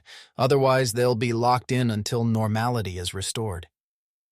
And those who are not in free play? Newbies, you mean? Well, I just have those two at the moment, Arlo Cross and Emery McIntyre, and the only way for them to exit is to get to the end of the game, or lose their last lives, before we go into LAM. A soft chuckle sounded. Rosie could almost see Leighton's evil grin through the closed door. So, if we go into limited access mode, this Arlo jerk and the lovely Emery will be stuck inside. They can't exit at all once in LAM? Not even by dying? No, they can still die, but they'll just be reset. Kind of like infinite lives, which is annoying if you actually want to get booted out. They won't get booted. They can't escape. Julian's voice had taken on a wary tone. Why do you ask? Oh, nothing. I'm just interested. Rosie reached for the door handle, intending to give the two men a piece of her mind for even thinking about trapping the players inside. But Julian spoke again, and his words reassured her, at least briefly. They've just come out of nighttime mode, and the system is nice and cool, but... He paused. But what? Leighton asked, sounding eager. Well, they've woken up to Ghoul Ravine. There'll be a lot of running around soon, and rapid scene changes coupled with attacks from the wildlife tend to step up the CPU usage, meaning things will definitely get hot again. So, in your opinion, Ravencroft, is LAM a likely scenario? Well, I mean... Julian sighed. Yeah, probably. Chapter 16. Ghoul Ravine. Day 3. A slant of morning sunlight warmed Arlo's toes. He blinked awake and started to sit up, then groaned as his lower back screamed in protest.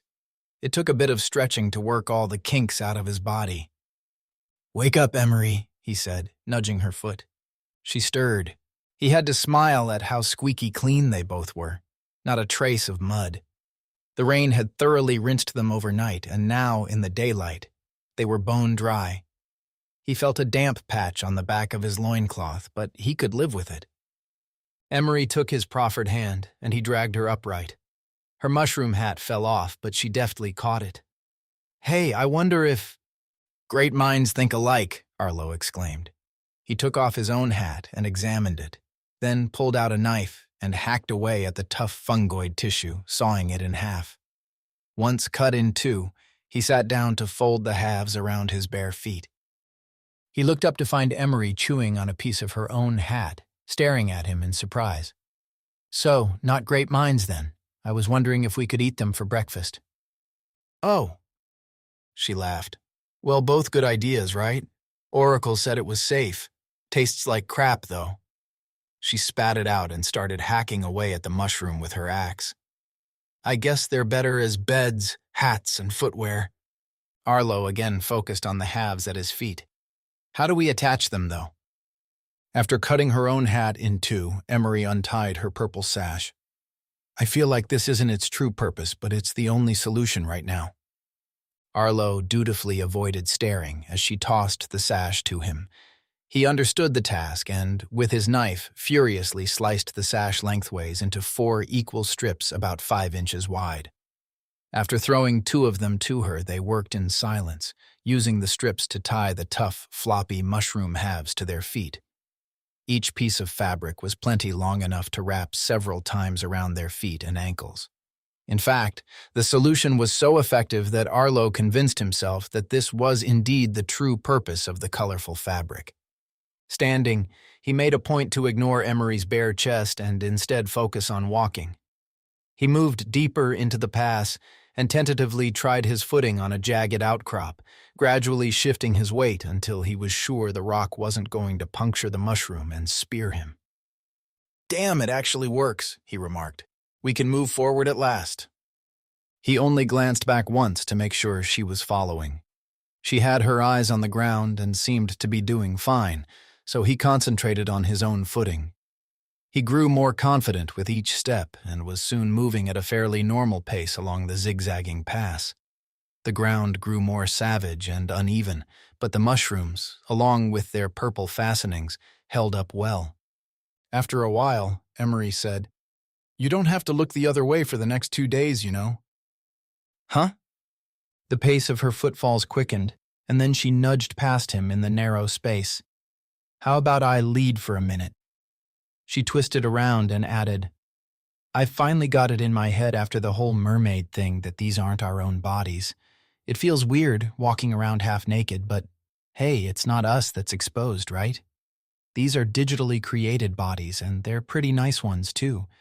So, why do I care?" "Right," Arlo muttered. A grin spread across his face. "Right!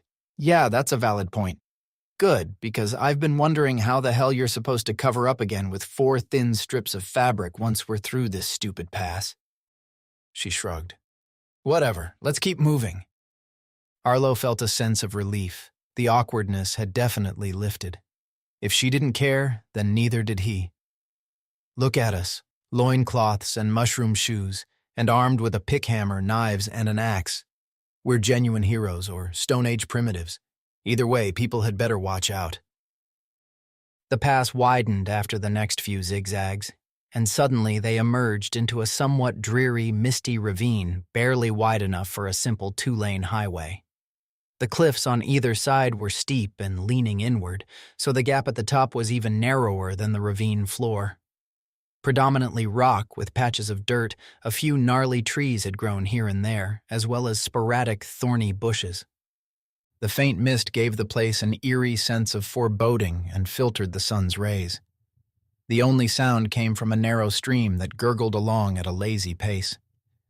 "Well," Arlo said, keeping his voice low, "this is the place." He nodded toward a signpost. It was like the first one, only with slightly different wording. "Welcome to Ghoul Ravine." "Who's welcoming us?" Emery wondered aloud. While she looked along the ravine in one direction, Arlo checked the other. It seemed both routes had a curve to them. Which way should they go? With no hints, their likelihood of choosing correctly was 50-50, although it was possible either direction would work, only with different obstacles. "Oracle?" Emery said at last. Both computer screens flared into being. "How about a clue here? What's in store for us?" "Welcome to Ghoul Ravine. While the wetlands spawn life, the place you now seek breeds death. Your second quest starts here, in the veil between the living and the dead. Somewhere along Ghoul Ravine you will find the entrance to the Underworld." "That sounds great," Arlo said, grinning across at Emery. "Up for a pleasant hike?" She didn't return the smile. "Which way should we go?" "You are standing at the entrance to Ghoul Valley and face a choice. 1. Turn left and confront the Acidback Decimator. 2. Turn right and tackle the Corrosive Mandible. 3. Stay where you are and risk a sneak attack by the Deathshard Lurker." Both Arlo and Emery stared for a long time at their screens. Neither felt a need to point out that all 3 options sounded appallingly awful. The question was, which was the least ghastly? "Is there anything you can tell us about these creatures?" Arlo said at last. "One of the 3 offers a reduced chance of death." "Oh, thank you." Arlo rolled his eyes. "Thank you very much, Oracle. That's really helpful. Any chance you can tell us which one offers the reduced chance of death?"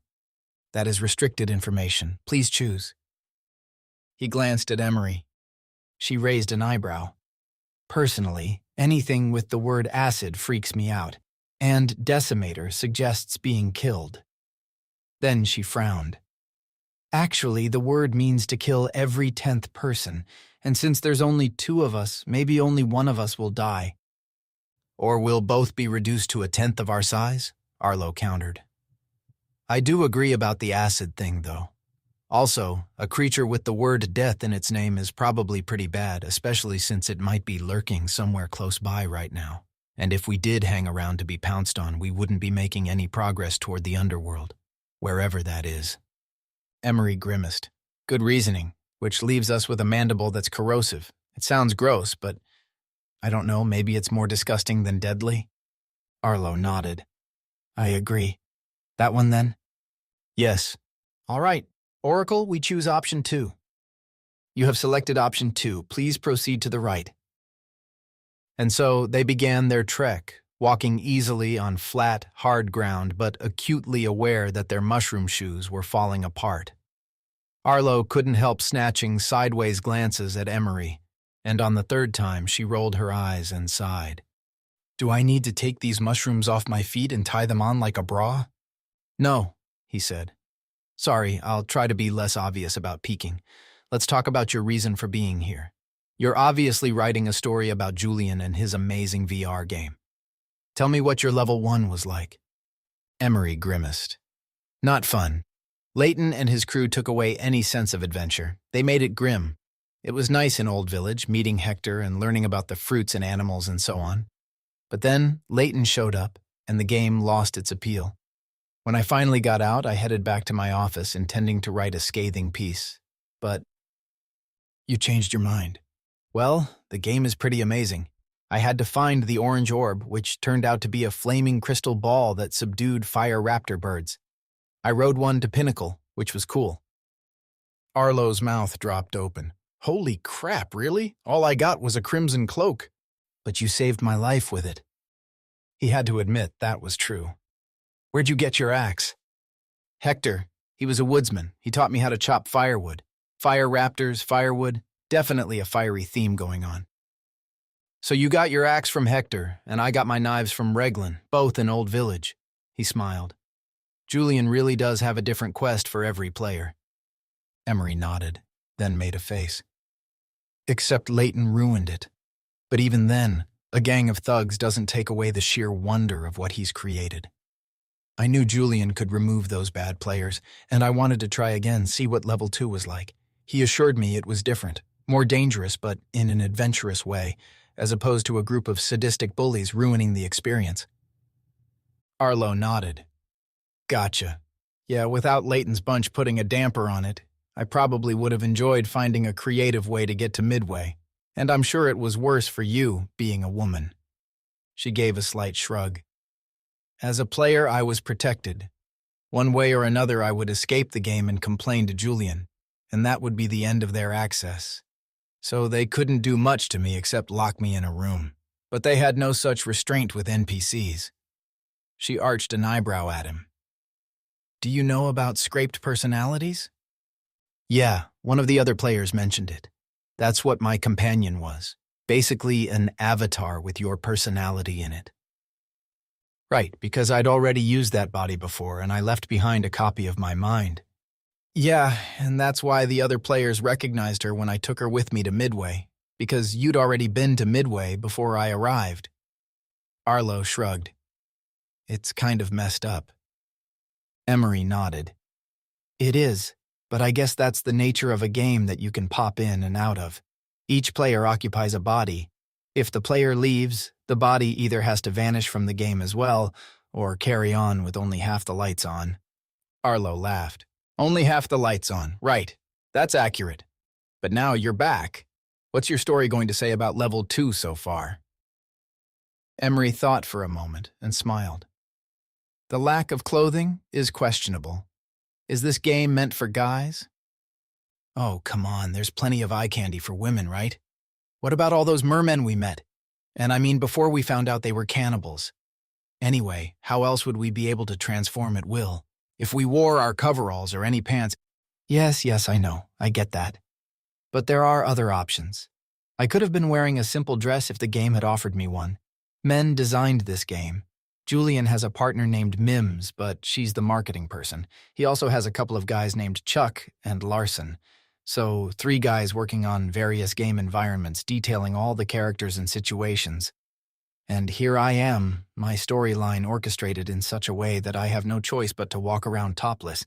It's just so contrived. I mean, sure, Arlo muttered. What do you think would be different if a few females were on Julian's creative team? How would they… He instantly forgot his question when a hideous, human-shaped figure wearing raggedy robes lurched out from behind a clump of rocks and shambled toward them, arms outstretched, a gurgling moan escaping from under its hood. "Oh, crap!" Arlo exclaimed, reaching for a knife at the same time that Emery yanked her axe free. "Here we go."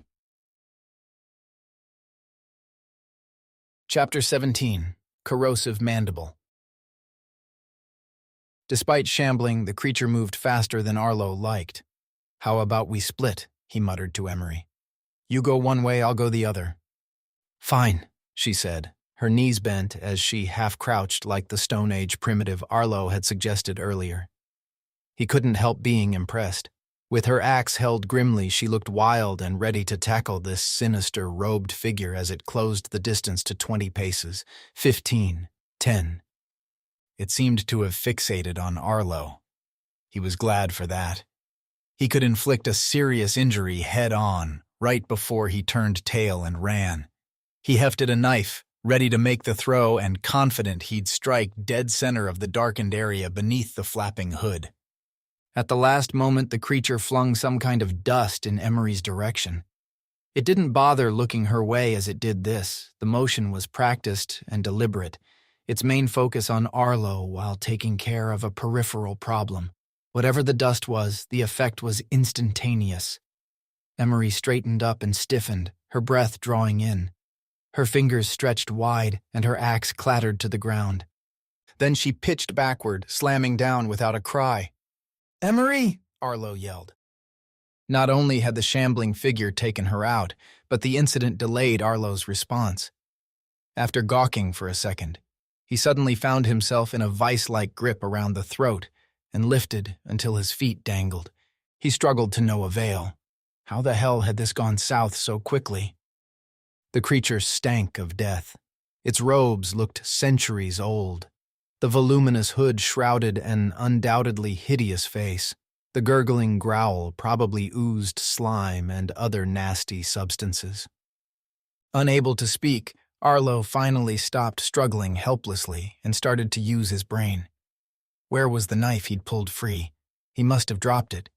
He reached for another, dropped that one too, and tried a third. This time, once his fingers had curled around the handle, he slashed at the darkness within the hood.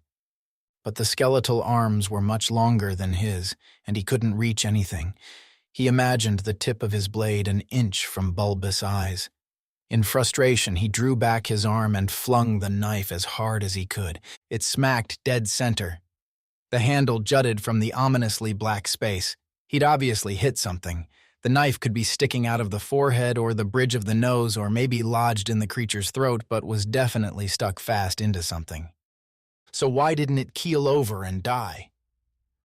With another gurgling moan, the monstrous creature threw Arlo hard onto the ground, so hard that it winded him, and he lay gasping on his back while the robed figure yanked the knife from its face and flung it aside. Then it leapt on him, a bony knee pressing to his chest, the skeletal hand clamping around his throat once more, and the eerie darkness hovering over him. Arlo still saw nothing within. It didn't seem possible that a face could be shrouded that deeply. It seemed to absorb all light, a black hole where a skull should be. Truly terrified now, Arlo thrashed for all he was worth, but he had no way to break free. This creature, perhaps death itself, was immovable. It straightened up and raised its free hand. The bony fingers, with its joints tied together by a few scrawny muscles and a network of veins, flexed and wiggled as if conjuring a magic spell. Arlo gasped and moaned but could only watch in horror. Death reached inside its hood. The hand vanished into pitch darkness. Then it emerged again, now grasping its entire lower jaw, detached from the skull and trailing bits of flesh and skin. Arlo felt bile rising. "Don't hurt me," he croaked. But the nasty creature ignored his pleas and rammed the jawbone against Arlo's face. The contact with his skin stung like crazy. He screamed as his cheekbones and lower skull dissolved and collapsed. Arlo jerked and gasped. He spun about, confused. He was still in Ghoul Valley, still wearing the same loincloth and rapidly disintegrating mushroom shoes. And he still had to deal with the hooded creature, Death, only it knelt 15 paces away, surrounded by a faint cloud of vapor, gripping its deadly jawbone and wondering where its victim had disappeared to. Oracle popped up just then. Alas, your skull melted and you lost your second life. You have one remaining. Gameplay resumes. What? Arlo sputtered. But he had no time to be indignant because Death had turned its empty face toward him. Arlo would have run as fast as he could, but Emery lay nearby, on her back, still motionless. So he reached for a knife, realized it was futile, and searched for some other kind of weapon. His pickhammer? But he needed something to throw, something that might be lost to him afterward. A rock, then? Plenty littered the ground. That was all he could find. Death roared and clumsily got to its feet. Arlo picked up a baseball-sized rock and hefted it. Then he took aim and threw it with all his might. It bounced off Death's shoulder. Though the vile figure jerked with the impact, it didn't miss a single shuffling step. The raggedy robe billowed in a non-existent wind, and the hood yawned blacker than ever. Death raised a skeletal hand toward Arlo, holding out the bizarre and dreaded jawbone, the corrosive mandible. Backing away, Arlo absently felt his face and forehead. All seemed well, but he had no more chances. Death was literally coming for him. "Screw this," he muttered, and turned to run. There was no way he'd leave Emery alone, but right now he had to preserve his own life. He could draw Death away, though, and jogging seemed like the best way. He didn't need to sprint. This ghoulish creature had one speed only, and that was shambling, or maybe shuffling. Either way, Arlo just had to stay ahead of it while he thought of a plan to defeat its ass. He got his thumping heart under control as he jogged. Keeping a wary eye on Death, he kept moving away from Emery, zigzagging from one side of the ravine to the other, as though he were a ball bouncing off walls in slow motion. Death followed his every movement, gurgling and moaning the whole time, holding aloft its creepy idea of a weapon. A corrosive mandible? What the heck? How did that even become a thing? Think, he chided himself. Think. Rocks and knives won't hurt it. My pickhammer probably won't either. What else is there? At that moment, one of his mushroom shoes fell apart, and he almost fell. Luckily, the ground wasn't too harsh for his bare left foot. Since the other shoe was about to disintegrate as well, he kicked it off and paused for a second, thinking he'd untie the purple sash strips from his ankles. But he abandoned that idea when Death lurched closer. So he jogged again, now watching his footing. He'd successfully led Death quite some distance away from Emery, who remained motionless on her back. But he couldn't keep up this dance forever. Think. Come on, man. There has to be a solution to this. Julian wouldn't design this scenario if there was no way to get out of it. An idea popped into his head. Oracle, give me my multiple choices. The screen flashed up, but the response was less than helpful. You have not yet resolved your current multiple choice selection. I know that. I need options on how to defeat this nasty piece of... Hint, there are ways to protect yourself from corrosion. Oh gee, thanks. That's so helpful. Arlo almost grew bored with the constant zigzagging from one side of the ravine to the other. But at least he was drawing Death farther away from Emery. He now had the inkling of a plan, and it involved a lot of running. Banking on his superior speed, Arlo chose his moment carefully, catching his breath as Death came shambling closer. The creature moaned and gurgled, then reached into its black pit of a face to extract the hideous corrosive mandible. Why it insisted on dragging out such a daft weapon was beyond Arlo. How come its skeletal hands weren't as deadly to the touch? What was the reason its lower jaw in particular had face-melting properties? Julian better have a damn good backstory for this. When Death made a desperate lunge, Arlo sidestepped and broke into a sprint, heading straight back toward Emery.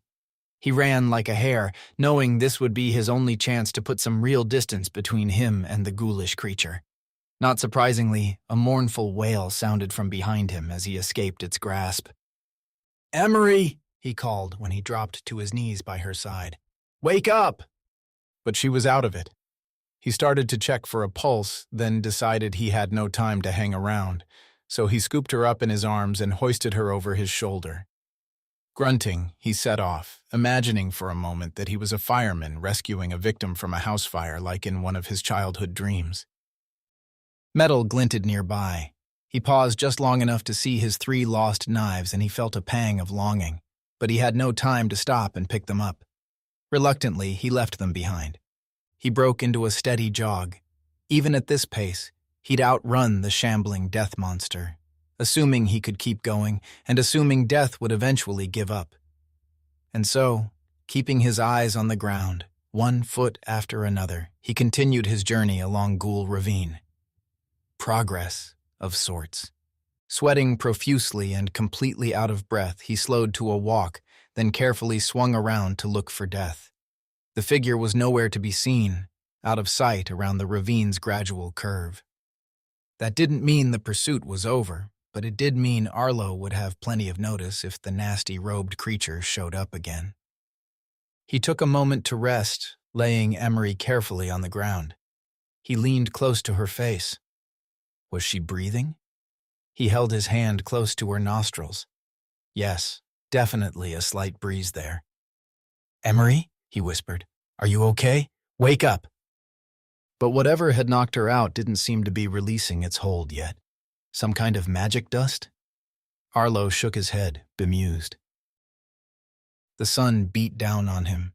This might be the hottest day so far in Split Realms, in either of the first 2 levels.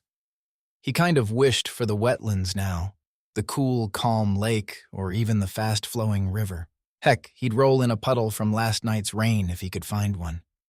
Picking up Emery again, this time he carried her in his arms, cradling her tight, walking at a steady pace instead of jogging. He'd grow tired again soon, but he'd manage for the next few minutes, just to distance himself farther from death.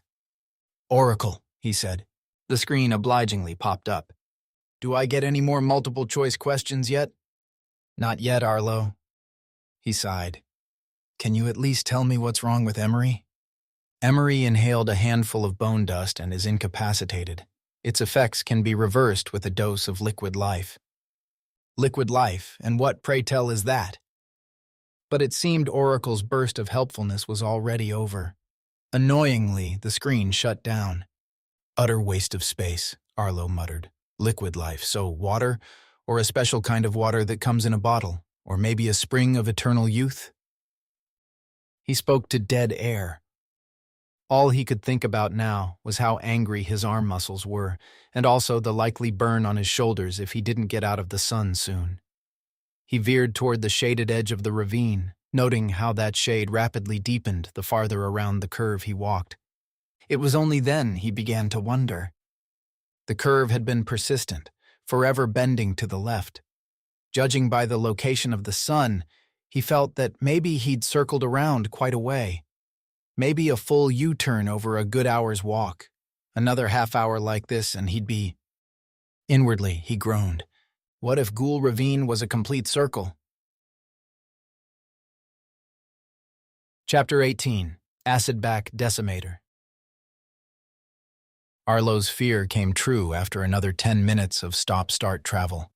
With his arm screaming in protest, he stumbled to a halt in a shaded spot near the outer ravine wall, gently lowering Emery onto a raised platform of smooth rocks. There he sank to the ground and leaned against the same boulder. "This level sucks," he muttered. He was thirsty. Emery had to be too, and the bone dust she'd inhaled literally required a dose of liquid life, whatever the hell that was. In the meantime, he was supposed to cart her around. It was a good thing she'd been knocked out cold instead of him. She'd never be able to carry him around. Maybe that's why death came straight for me. He mused on that. As Emery had said, some of the plot points and situations were contrived. Actually, all of them were, but some more than others. How would she have fared if their roles were reversed? Would she have left him lying there and come back later? A voice piped up. "Oh my, I can't look!" Arlo scrambled to his feet in a heartbeat, reaching for his knives and pickhammer at the same time. "Forgive me," a diminutive, hunched old man said as he emerged from behind the boulders. He was wrinkled and white-haired, and with ears far too large for a normal human, even for one with an unusually oversized head. He wore raggedy brown pants and an equally threadbare dark blue shirt.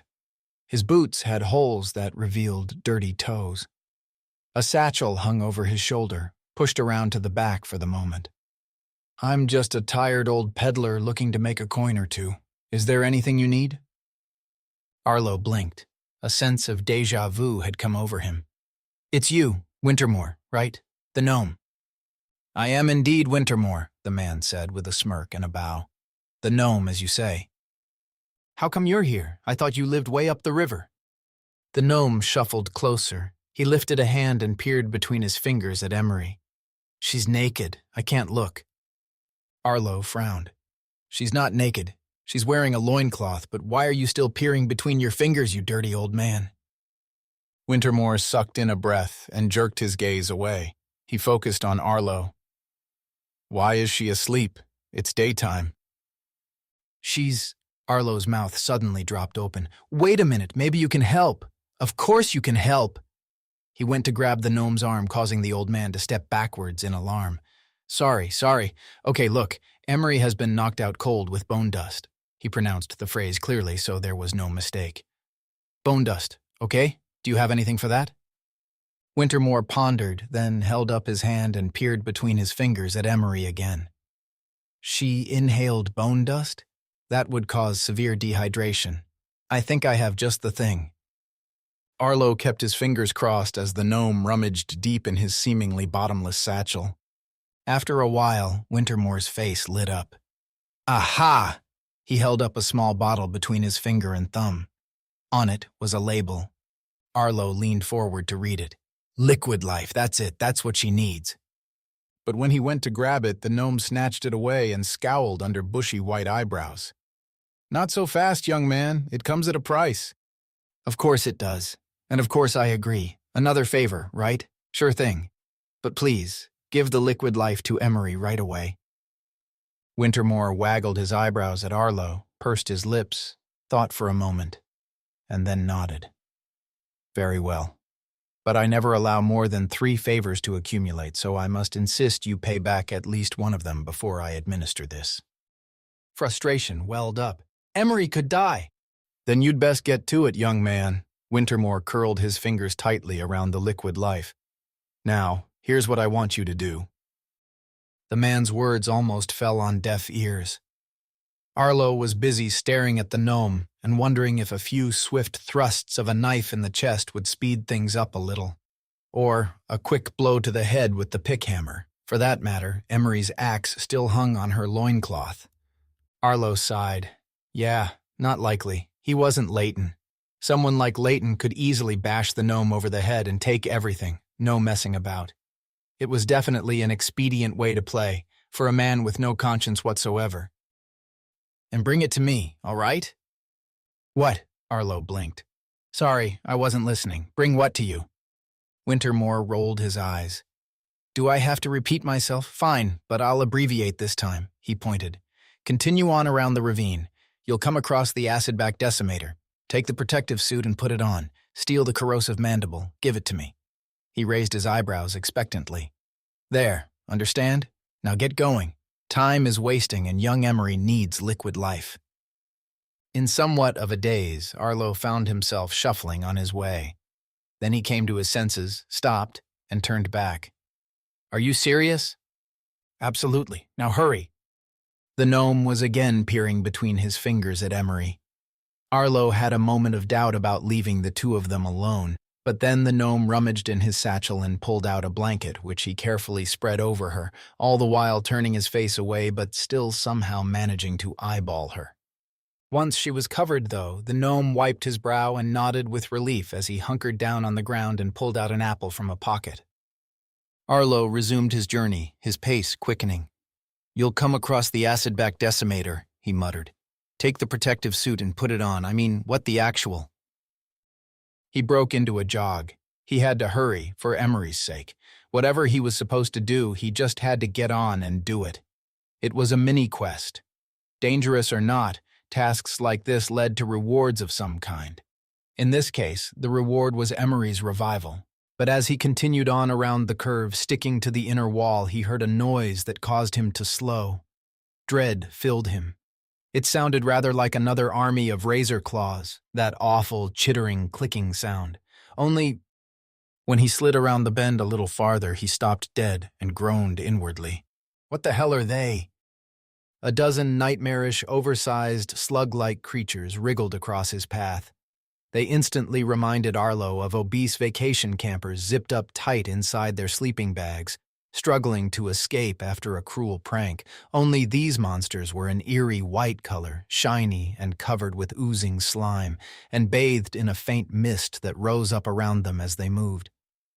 The clicking sound came from their mouths where they sported tusks. Yeah, giant, carnivorous maggots. Julian must have been on a bender when he dreamed up this level's ecology. Acidbacks, he thought, realizing that the mist was actually steam rising from the sizzling acid that oozed from their bodies. These nasty critters are acidbacks. So where's the Decimator? He sounds like my new best friend. He didn't like to dwell on the fact that, given the multiple choice options, he and Emery had chosen the corrosive Mandible as the least dangerous. Wrong! Growing impatient, Arlo stepped into view of the acidbacks. They didn't appear to notice him, not yet, anyway, so he edged closer, glancing all around to see if a machete-wielding hero might step out. He imagined a machete might be considered a decimating weapon. It could chop each of these slugs into 10 pieces. Or, since there were a dozen of these creatures, maybe the hero would kill all but one or two. "Hello?" he yelled. "Anyone out there?" Instantly, every acidback swung to face his way. They hissed in unison, and then they began to slither and wriggle in his direction, spilling acid from their backs as they went. The sizzling and popping grew louder, and the mist thickened. "Aw, crap," Arlo said in dismay. He thought about running, but where would that get him? He could try leapfrogging over the creatures, but their slick coat of acid seemed to be spitting in all directions, likely to burn his skin. So, almost instinctively, he whipped out his pickhammer and began to climb the wall. He didn't go far, just high enough to peer down on the dozen angry slugs as they crowded together below. There was no way to get back down now. He'd have to cling to the rocky face for a while, until the Decimator came to help. If he came. "Hello," he yelled. "I could use some help right now."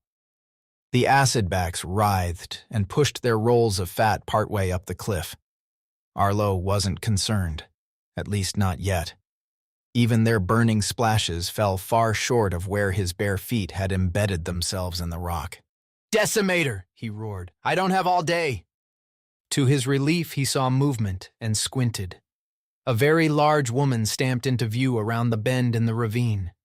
She wore a thick green suit that reminded him of a fisherman's waders, only these covered the shoulders and arms as well.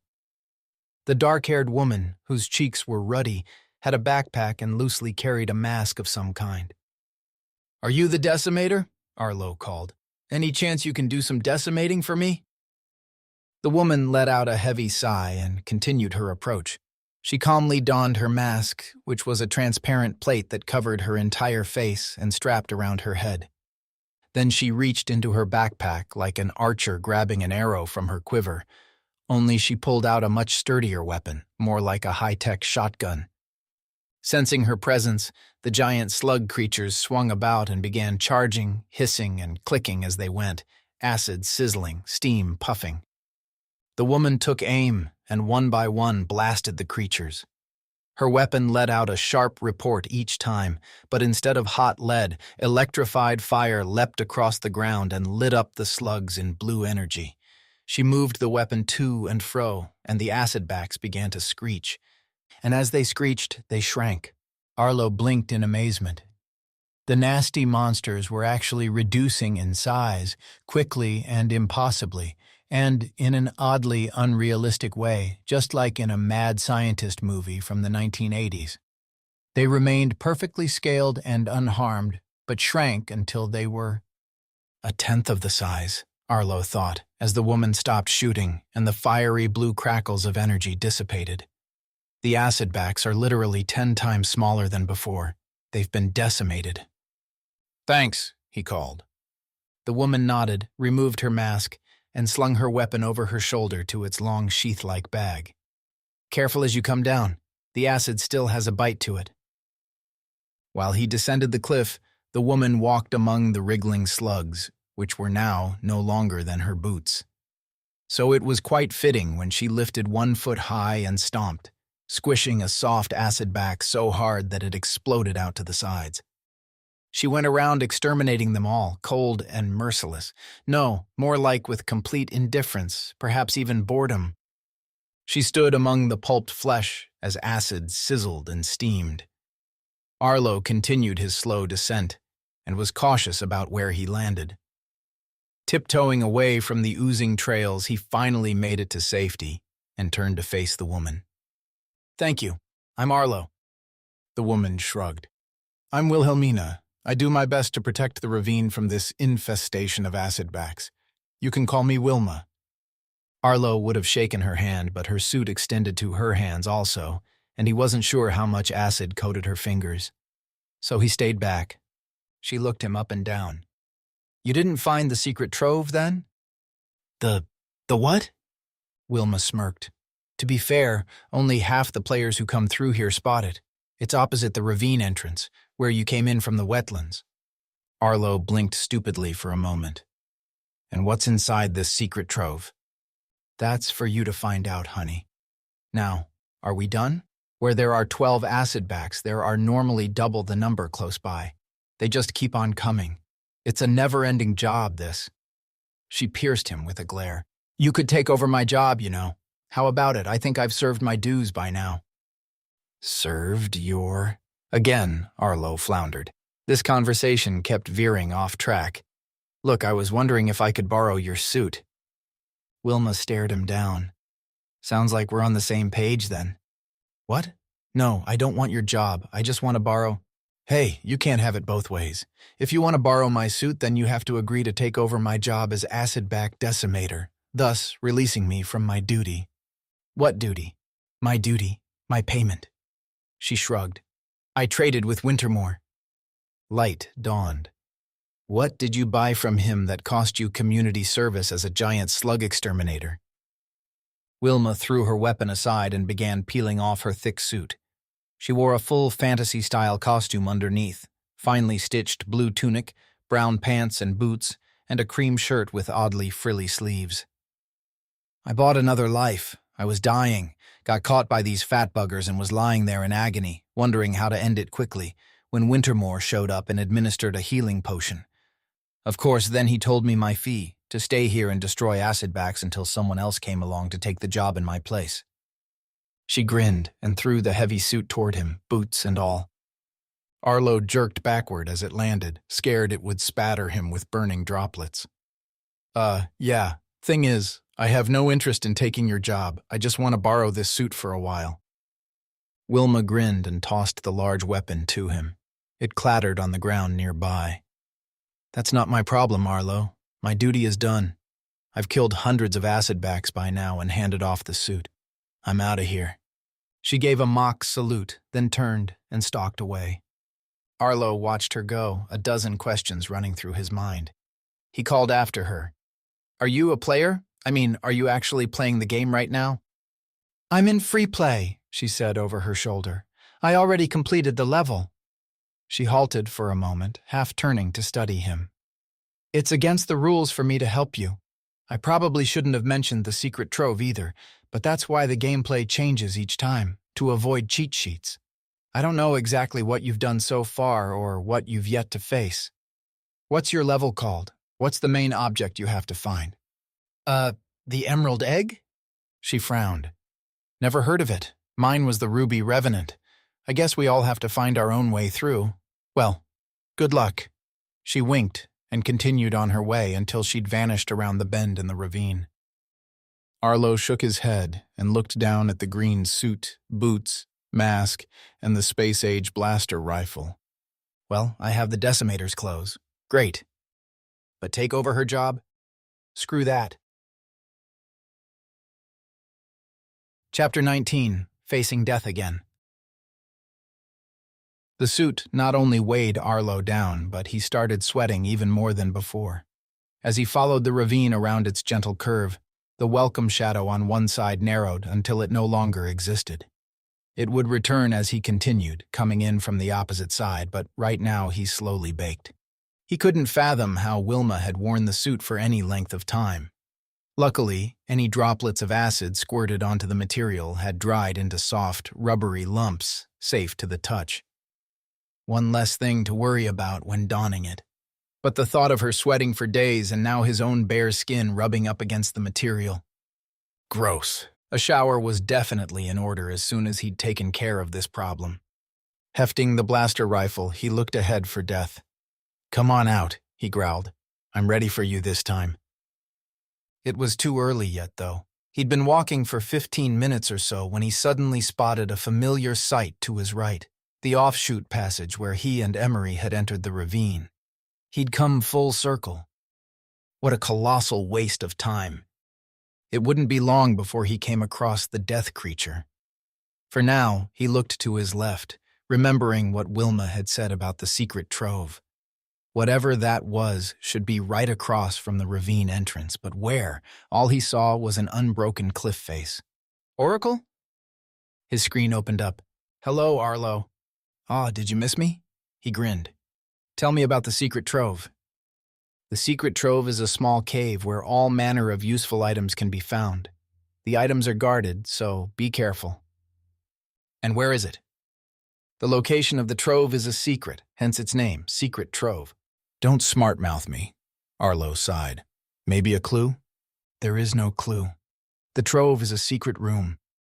Despite scouring the cliff for the slightest sign of entry, a narrow fissure, an overhanging ledge, even a discoloring in the rock, Arlo found no secret cave, and he was already way past the ravine entrance by now. He felt that Wilma's tip about the trove being opposite was probably accurate. So, how could he have missed it? He dithered, wondering how much effort to put into finding such a room. If Emery were with him, he would absolutely hunt further. But he needed to get back to her. Maybe they could return later. "Oracle," he said at last, "where is the way out of the ravine?" "That information cannot be revealed at this time. But I mean, when we arrived, you gave us a choice to go left or right." "Or stay where you are." "Sure, but assuming we have to actually travel to get anywhere." He trailed off. "Wait a minute. Since this ravine is a perfect circle, was our best option to just stay where we were and get attacked by the, what did you call it, the Deathshard? The Deathshard Lurker. Right. So, was the best option to stick around here instead of going off in a pointless circle? That information cannot be revealed at this time. Arlo rolled his eyes. Screen off, then. One thing was suddenly clear to him. He had to go fetch Emery and bring her here. Impatience welled up inside. All this walking around in circles, in the heat of the sun, was annoying. He was ready to move on to the next phase of the quest. Ghoul Ravine, indeed. He picked up his pace, his mind still occupied. Where had Wilma gone? Had she headed off back to the wetlands, gone to hide out in the secret trove? Death appeared ahead. He felt a chill at the sight of the robed figure standing perfectly still around the bend. But it wasn't long before it spotted Arlo's approach and began its shambling and groaning. This time, Arlo was ready. He halted and checked the weapon. The safety catch seemed to be off. He probably should have fired it once or twice in practice, but oh well, he'd soon get the chance. And, with any luck, Death's own gruesome weapon of choice would be ineffective against the acid-proof green suit. Arlo caught a glint of metal nearby. He squinted, then sucked in a breath. This was where he'd tackled Death last time. It was where he'd dropped 3 of his knives. He pounced on them with a cry of delight and, for now, tucked them into a flap on the front of the suit. Patting them affectionately, he felt almost as though he'd soon be reuniting 3 little kittens with the rest of the litter. What? Chuckling, he refocused on the situation. It was fitting that he was about to face Death in this exact same place again. The robed monstrosity took a while to reach him. Arlo stood still, waiting, the blaster rifle at the ready. Would it reduce Death to the size of a pixie? If so, would that negate Wintermore's deal? He might not want the corrosive mandible if its worth plummeted. But what else was there to do? Wait for Death to get close enough to rip Arlo's plastic mask off? No way. Arlo raised the weapon and fired. It thrummed with power. Blue energy shot forth. A vibrant aura enveloped Death's entire body. But he only faltered for a second. The bony arms raised, the sinewy fingers flexed, and Arlo was suddenly afraid. Crap! So the weapon was useless on Death. It only worked on giant slugs. Somewhere, a factory existed purely for the manufacture of Acidback shrinking blaster rifles. Arlo wasn't sure what else to do other than start running aimlessly again. So he waited for Death to get within spitting distance, then swung the rifle as hard as he could. It bounced uselessly off the hooded skull. Once again, a bony hand clamped around Arlo's throat and lifted him off the ground. He dangled helplessly, raised the weapon, and shot Death in the pitch-black abyss that was supposed to be its face. Blue energy lit it up, and for the first time a face appeared, a terrifying, twisted, screaming, nightmarish, grinning visage of bone and muscle and huge eyes. The blue light dissipated, and Arlo was glad. As before, Death reached into that hooded space and tugged hard. Out came the lower jaw. Arlo could only watch as the toothed mandible was shoved against his faceplate, where it left a sizzling stain. Death tried again, shoving so hard that Arlo felt sure the plastic would shatter. On the third try, Death rammed the mandible into Arlo's chest and held it there.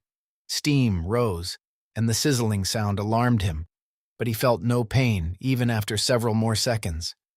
Hope flared. The green suit worked. Ha! He croaked somewhat manically. Now what? He couldn't say much more because the grip around his throat dug in too tight, but he definitely caused some confusion. Death seemed to be at a loss, trying over and over to push the mandible against various parts of Arlo's torso and shoulders, all to no avail. A lot of sizzling and steaming, but no actual melting. At last, Death dropped him. Arlo stumbled and caught himself. Though Death towered over him, he managed to stand tall and glare through his marred faceplate. "I don't know what your deal is," he said, "but your stupid lower jaw is worthless now. Might as well throw it away. Why do you use it as a weapon anyway? Of all the things to shove at people." He broke off because Death tossed the mandible aside and started doing something even weirder. At first it seemed to have a cramp in the shoulder and was rubbing hard to work out the kink, but the rubbing turned into violent wrenching. With a savage final twist, something snapped beneath the robe, and when Death released its grip, the broken arm simply fell loose from the sleeve and dropped onto the ground. Arlo gawked. Death bent to pick up the bare skeletal, sinewy arm, then shoved the splintered bone end at him, jabbing hard at Arlo's chest. With each jab, the green suit sizzled and steamed some more. "This is nuts," Arlo muttered. He raised his voice. "What the hell are you even doing, you freak?" But Death, growing frantic, raised the severed arm and swung it hard. Arlo ducked and staggered backward, then decided he was done with this nonsense. Seeing the mandible lying on the ground, he snatched it up in his gloved hand and took off running as fast as his cumbersome suit would allow, trailing steam from where he gripped the corrosive bone. "Weirdest day ever," he panted as he ran. Glancing back, he was gratified to see that Death still hadn't learned how to run fast. It shambled along, carrying its severed arm, one sleeve flapping loosely. Arlo didn't want to imagine how freaky the face would be now that its bottom jaw was missing. Ugh. As he distanced himself from the robed ghoul, it occurred to him he'd run the wrong way. Here he was, returning to the ravine's entry point, which seemed the longer way around the circle. Or was it? Maybe only by a little. If Ghoul Ravine's entrance was located at the 6 on a clock face, Death was probably at the 3, while Emery and Wintermore were just around the bend from the Acidbacks at the 9. Arlo had about a 30-minute walk no matter what. That odd realization struck him quite hard. It couldn't be a coincidence. Oracle popped up just then. "Congratulations. You have obtained the corrosive mandible, a highly sought-after item. Keep it as a weapon or use it to bargain for something else. Arlo frowned. Well, yeah, for liquid life, obviously. It is also a powerful tool against the creatures that emerge as dusk falls. A chill crept down Arlo's spine. Okay, that sounds ominous, but Wintermore wants it in exchange for the liquid life. You are faced with a difficult choice. Slowing to a stop, Arlo checked to see if death was following. The creature had given up and now stood alone and forlorn, staring at him from afar. There's no choice, he muttered. I have to save Emery. Oracle went silent on him, and Arlo closed the screen. He'd soon be back at the 6 on the clock. The Ravine's entry point was where he needed to be right now. He had to find the secret trove. According to Wilma, only half the players had spotted it, which led him to think it was optional, purely a bonus room. But what if she meant they'd failed to spot it at first but had found it afterward, as Arlo planned to do? Maybe the secret trove was the only way to move forward in the game. He hurried along, then abruptly stopped, dropped the mandible, and clambered out of the green suit. He was sweating profusely by now, and the fresh air on his bare skin felt amazing. Retrieving 3 knives from the flap on the front of the suit, he slipped them into the pouch strapped to his thigh and grinned. He was back to a simple loincloth and bare feet again, and he felt free. A loincloth, a set of 6 knives, and a pick hammer. Oh, and a corrosive mandible, which he dared not touch with his bare hand. He donned one of the gloves again, picked up the creepy bone part, and hurried onward. The fumes from the mandible made his eyes sting where it continued to sizzle against the rubber glove, but it seemed to be doing no damage other than leaving a charred residue. What the hell does Wintermore want with this stupid thing anyway? He grumbled. The opening in the cliff appeared ahead of him. He was back at the start point. Remembering where the sun had been before, compared to where it was now, he and Emery had been in Ghoul Valley for at least 3 hours, maybe more. He was probably halfway through the day. Was it safe to sleep outside in this place? Oracle, he said. The screen obligingly popped up. These creatures that emerge as dusk falls, I assume they're dangerous. After a notable pause, Oracle said, This is Ghoul Ravine. Yes, Arlo, the creatures are dangerous. Arlo glared. Don't get smart with me, you fart knocker. I was simply pointing out the usefulness of the corrosive mandible. You were being sarcastic. You think I don't recognize sarcasm? Arlo glowered for a moment. Tell me about these creatures. Beware of the venom spine crusher, the long-tailed lizards that emerge from the cracks in the walls as shadows befall the ravine. Also, the shadow maw tunneler will come to the surface to search for warm flesh to feed on. Look to the skies for the plague-wing marauder. One peck from its diseased beak will blister your skin and damage your nervous system. There are also the... okay, I think that's enough, I get it. It's dangerous after dark, and we should definitely not be asleep on the ground all night. Arlo shuddered and glanced at the sky again. Is there any safe shelter in Ghoul Valley? Only within the secret trove. Arlo swallowed. I see. And will you tell me where to find the secret trove? I will not. You suck. After another pause, Arlo had an idea. Hey, aren't I due a new set of multiple-choice questions by now? Your next multiple-choice questions are forthcoming. So, like, now? Not at this time. Do these questions tell me how to get to the trove? Oracle remained silent. Arlo swore under his breath. I guess you've gone into useless piece of junk mode again. Screen off. Finally, he halted at the exact spot he and Emery had emerged from the narrow passage into the Ghoul Ravine. Putting his back to it, with the mandible held aloft as if it were a smoking torch, he stood with a wide stance and gazed across to the other side of the ravine. Where was the secret trove? He scoured the cliff face. He squinted and ran his gaze over it a second time. He widened his search and included the top half of the cliff in case the trove was a cave he was supposed to climb up to. Finding nothing, Arlo started over, glaring even harder. Where the hell are you? Chapter 20, Control Room. Here we go again, Julian groaned. Hearing those words and seeing a small red light flashing on the screen even from where she loitered in the doorway, Rosie pushed the door open and edged into the room. The two men paid her no heed. They were busy peering at the display. Overheating? Leighton demanded. Yep. See here? That's outside the norm and getting worse. Julian shook his head with disgust. I expected this. Whenever action ramps up in the game, the AI has to work harder.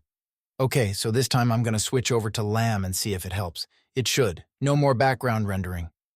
But it doesn't change the game itself? Rosie thought Leighton's question sounded unusually specific and somehow misdirected.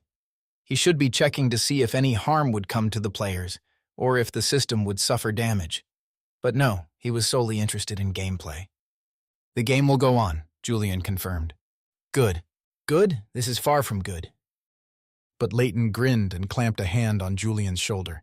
Trust me, this is good. My young friends will get to enjoy the game without assistance from Oracle. Rosie spoke up. No. Both men glanced around at her. She glared at Leighton, then studied Julian's perplexed face. It's time to bring them out. If the system is overheating, if there's any possibility of danger for Arlo and Emery, then you have to bring them out, and everyone else too. Slowly, Julian nodded. I agree. Rosie's heart soared. In that moment, all her faith in her wayward grandson was restored. He'd finally seen sense. Maybe Leighton's hostility had shone a light on the wrongs and rights of the game. Julian leaned over his keyboard, his fingertips poised. I'm sending a message to warn all the free players to get out now. As for Arlo and Emery, they'll have to arrange their own quick deaths. There are plenty of options. They have weapons, or they can climb a cliff and throw themselves off, or they can let one of the beasties grab them, or... Send the message to the free players, Leighton said quietly. Go ahead, get them out. Julian nodded and started typing. Rosie crept closer, but she couldn't read the tiny words on the screen even when she stood over his shoulder. Beside her, Leighton breathed rather noisily, reeking of onions. She tried not to grimace, but she'd already made up her mind about him. He was foul inside and out. Message from the control room, Julian read aloud once he'd finished typing. The game is experiencing technical difficulties and needs to go into limited access mode. This is like a lockdown. You will not be able to enter or leave once Lamb is activated. Exit the game now while you can, or remain locked inside for possibly 24 hours real time. He twisted around to face Leighton. How's that? Would you leave if you saw a message like that? Leighton nodded. Sounds good. They'd be fools not to, but if they stay, that's up to them, right? Send it. Julian dutifully tapped the enter key and the message sent. Just like that. Rosie imagined something like 50 players throughout all the levels reading the ominous words on their pop-up screens and rushing to leave. Or so she hoped. Will Arlo and Emery see that message? She asked. Julian shook his head. I excluded them. There's no point since they don't have God mode. I'll send them something else. He frowned and began typing again. Arlo and Emery, your attention please. The game will soon be going into lockdown too. Leighton gripped his shoulder. Stop. Huh? A long pause followed.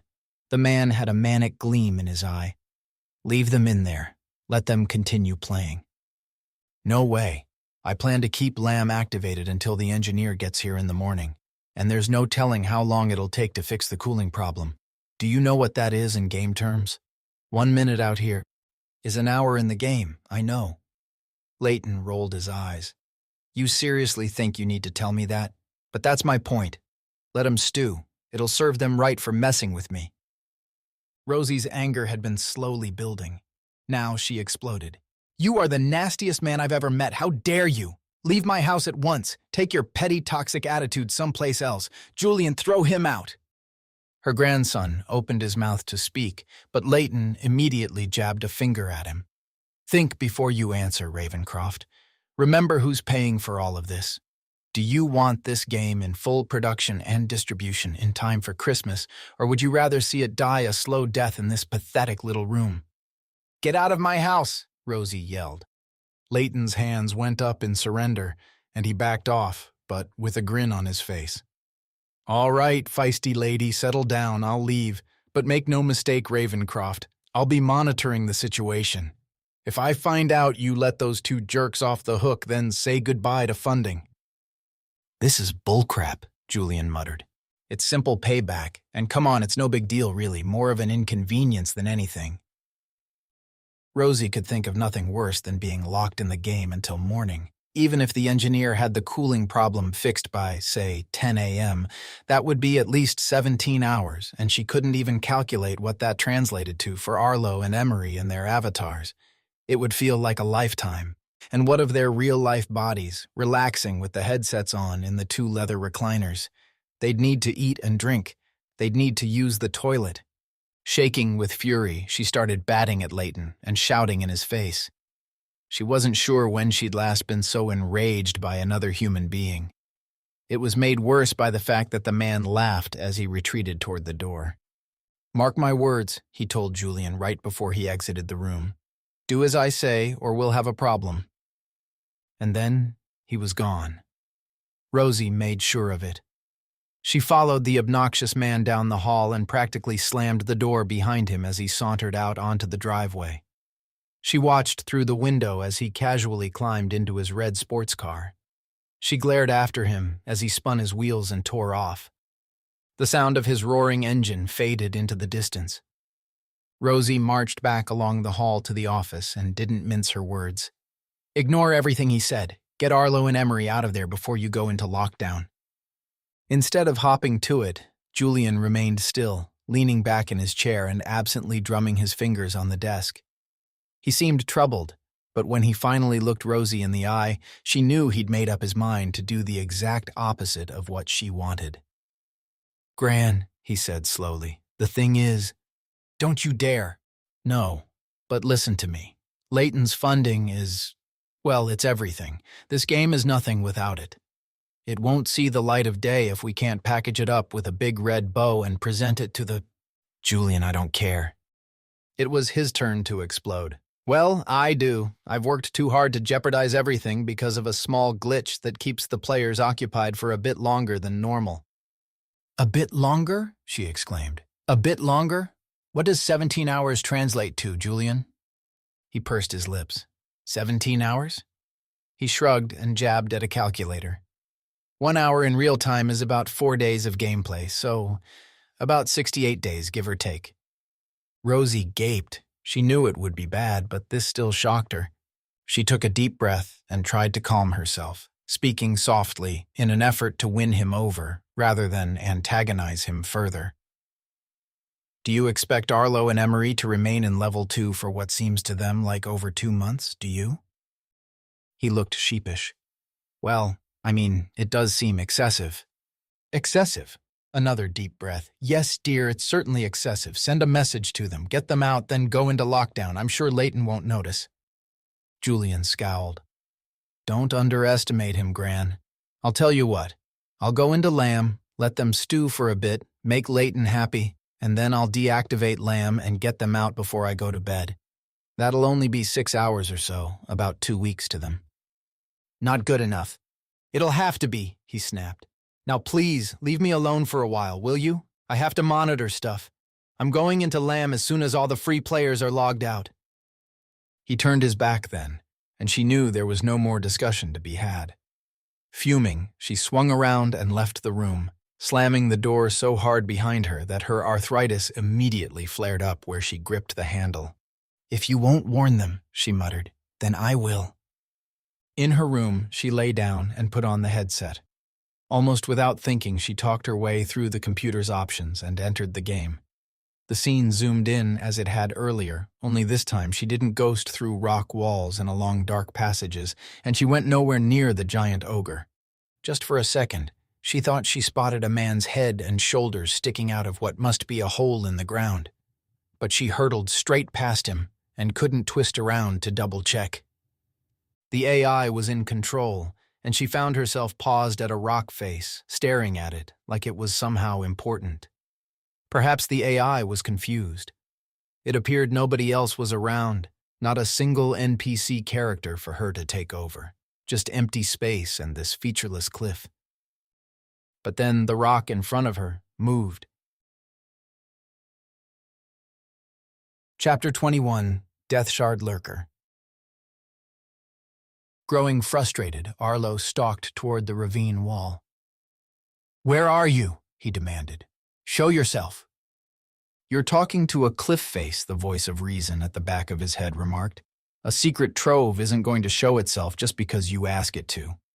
"How do you know?" he growled. "How come some players found the entrance straight away and I didn't? Am I blind?" All he knew was that the sun was beating down on him, and he started wishing he had the protective green suit on. But then he'd overheat. He moved into the shade, close to the wall now, too close to get an overview and actively search for the trove. Sighing, he pressed his left cheek to the cliff face and stared along the length of the wall in that direction. It was flat and regular, nothing of interest.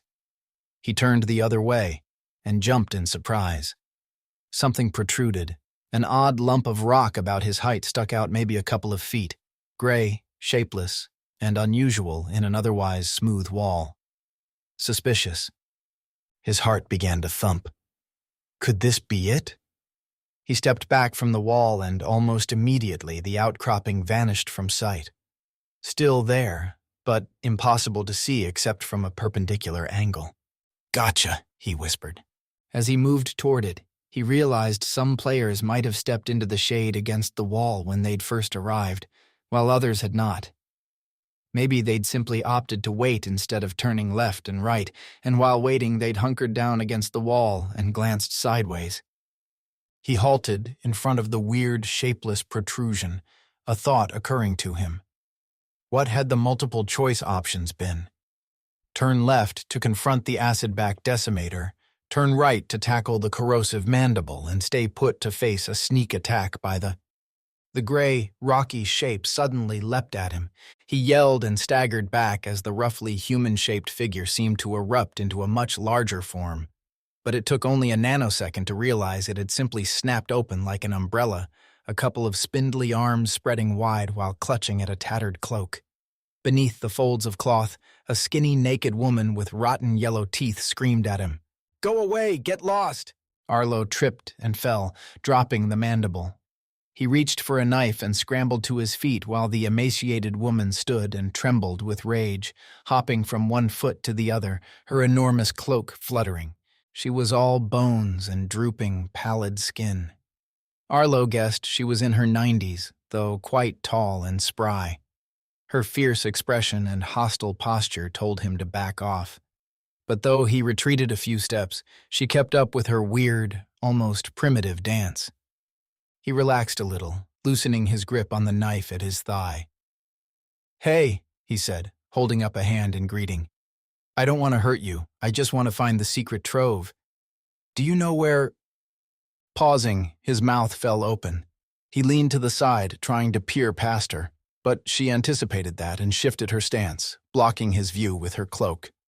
Arlo darted to the right, and she leapt to block him again, but he'd already seen the narrow aperture.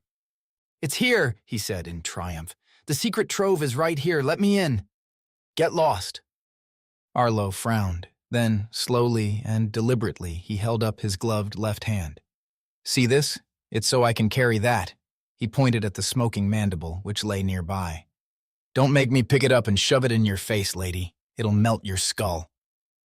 The woman snarled again, but her gaze darted to the creepy object. When Arlo took a step toward it and bent to pick it up, she immediately backed off and lowered her cloak so it drooped around her shoulders. To his chagrin, she didn't bother wrapping it around to cover her ancient naked body. "Leave this place," she snapped. "There's nothing for you here." Arlo stared at her. "You're the Deathshard Lurker, right? Why are you called that? Do you have a shard of glass hidden in a pocket?" Her mouth turned into a sneer. "Shard of glass? Pah!" He shrugged. "Sorry, I just figured—" But he trailed off because the old woman actually did have pockets on the inside of the cloak. Lots of them, pouches everywhere. She delved into one and extracted a pointed object about the length of her forearm, shiny, green, multifaceted, and glinting in the light. "Glass?" she said, her voice dripping with scorn. "This is part of an egg, and it will send you into the ground if you cross me." Arlo felt a prickling on the back of his neck. Part of an egg? A green egg? An emerald-colored egg? "Where is this egg you're talking about?" The woman held up the shard and pointed it at him. "Step closer and see what happens," she warned. Without hesitation, Arlo bent to pick up his own weapon. Gripping the mandible in his gloved hand, he held it out toward her. "You really want to tango?" He hated how cliched that sounded, but at least it gave her pause. She eyeballed the steaming jawbone and gripped her shard harder. Then she lobbed it at him. Arlo yelled and tried to leap out of its way, but the glinting shard spun toward him and bounced off his shoulder. He sucked in a breath, turning to see it clanging down on the rocky ground. Then he let out a sigh and faced the woman again. "You lose. Now move out of my way, or I'll melt your—" At that moment, he began a terrifying descent into the ground as if he'd suddenly become a phantom. He ghosted through solid rock to his knees, then abruptly solidified again. His feet and lower legs were now absolutely stuck, as if concrete had set around him. "What the hell?" Arlo gasped, struggling. The woman smiled and calmly went to retrieve her shard. "Now you're going into the ground," she said. "I warned you." With a cackle, she lunged at him, using the shard like a sword and jabbing it into his chest. It penetrated his skin a little, but the problem wasn't being stabbed. It was the magic it imparted. Whenever it touched him, he became a phantom again, ghosting deeper into the rock and instantly solidifying seconds later. In short order, he was trapped from the chest down. "Oh my God!" he cried, growing frantic. He would have thrown the mandible at her, but both his elbows were embedded also, rendering him utterly useless. "Please stop!" She cackled again and strode around him in victorious circles, waving her shard like a magical wand, taunting him, occasionally lunging but deliberately holding back. "Shoulda listened to me," she mocked him. "Shoulda walked away." Arlo was certain that one more touch from that shard would sink him fully into the ground. There'd be no surviving that suffocating darkness once he turned solid again. "Please," he begged. "I have to save my friend. She was hit with bone dust and she needs liquid life to wake her up, and for that I need to give this mandible to Wintermore." "So why are you here?" she countered. Because this is the secret trove. We need to stay here for the night, so I wanted to find it, and—" The Deathshard lurker finally halted and glanced up. "You have 3 hours yet, but only 1 hour by the time you get out of that hole." "What?" She pointed the shard at him. "Next time, heed my warning or I'll send you all the way under." With that, she tucked her shard into a pouch, then closed the cloak around her. Abruptly, she moved back to her place against the wall in front of a narrow aperture to block entry. The moment she dipped her head and tugged the cloak over her face, she went absolutely still and vanished from sight. Arlo struggled to no avail. "Oracle," he growled. The computer screen popped up. "You face a perilous situation and have 3 choices to escape your rocky prison. 1. Use the corrosive mandible to kill yourself. 2. Taunt the Deathshard lurker so that she sends you deeper into the ground, thus killing you. 3. Wait 2 hours for the shard's effects to wear off." "Oh, come on." With the mandible gripped in his gloved hand, he was afraid he might tire and drop it on himself. He could easily imagine it melting his bones and proving fatal. "Why is it 2 hours? Why not 1 hour?" "The duration is not arbitrary. The shard's power grows weaker as the sun sinks on the horizon. When you are close to dusk, you will be able to drag yourself free." "But then I'll be at the mercy of those dangerous critters you told me about." Oracle had no answer to that. Arlo considered his crappy options. Killing himself wasn't much of one. He had only 1 life left, and while he could easily submit and exit the game, that meant Emery would be left alone, unconscious. She'd die too, but even more horribly. He flexed his wrist and flung the mandible as far as he could, all of about 6 inches. At least it landed safely, though its fumes drifted into his face. "I guess I'll wait. Option 3. "You have selected Option 3. The screen shut itself off, and so he waited. Perhaps the fortitude pool in level 1 was meant for this exact thing. The endless waiting game, unable to move, his arms locked in weird positions, an itch on his nose he had no way to scratch, the damn sun on his shoulders. Oh, he was gonna burn now, for sure. He had plenty of time to ponder not only the brutal game world, but his life in general. 5 days in level 1 had left him pretty exhausted, and instead of resting, he'd launched straight into level 2, and here he was already, on his way to the end of the 3rd day. He'd been sitting in an armchair with a VR headset on for, how long? 100 minutes or so? Yeah, about that. 5 days in level 1, nearly 3 in level 2, so 8 game days in total at 14 real-life minutes per day, so 8 multiplied by 14. The thing about endless waiting was that he had all the time in the world to do some math. The close of day 3 in level 2 would mean 112 minutes had elapsed. He'd have been sitting in that damn armchair for the length of a movie. He thought about that for a while. It didn't seem long at all, really, not in the real world. But here in the game, he was hungry and ready to quit. The ravine wall moved. He blinked and focused on it. It moved again, and the woman came out from under her camouflage cloak. She let it drop to the ground and stood for a moment, a look of confusion on her face as she glanced around. Then she peered straight at Arlo, and her mouth dropped open. "Oh my goodness," she exclaimed, her hands flying to her mouth. She started toward him, then paused and looked down.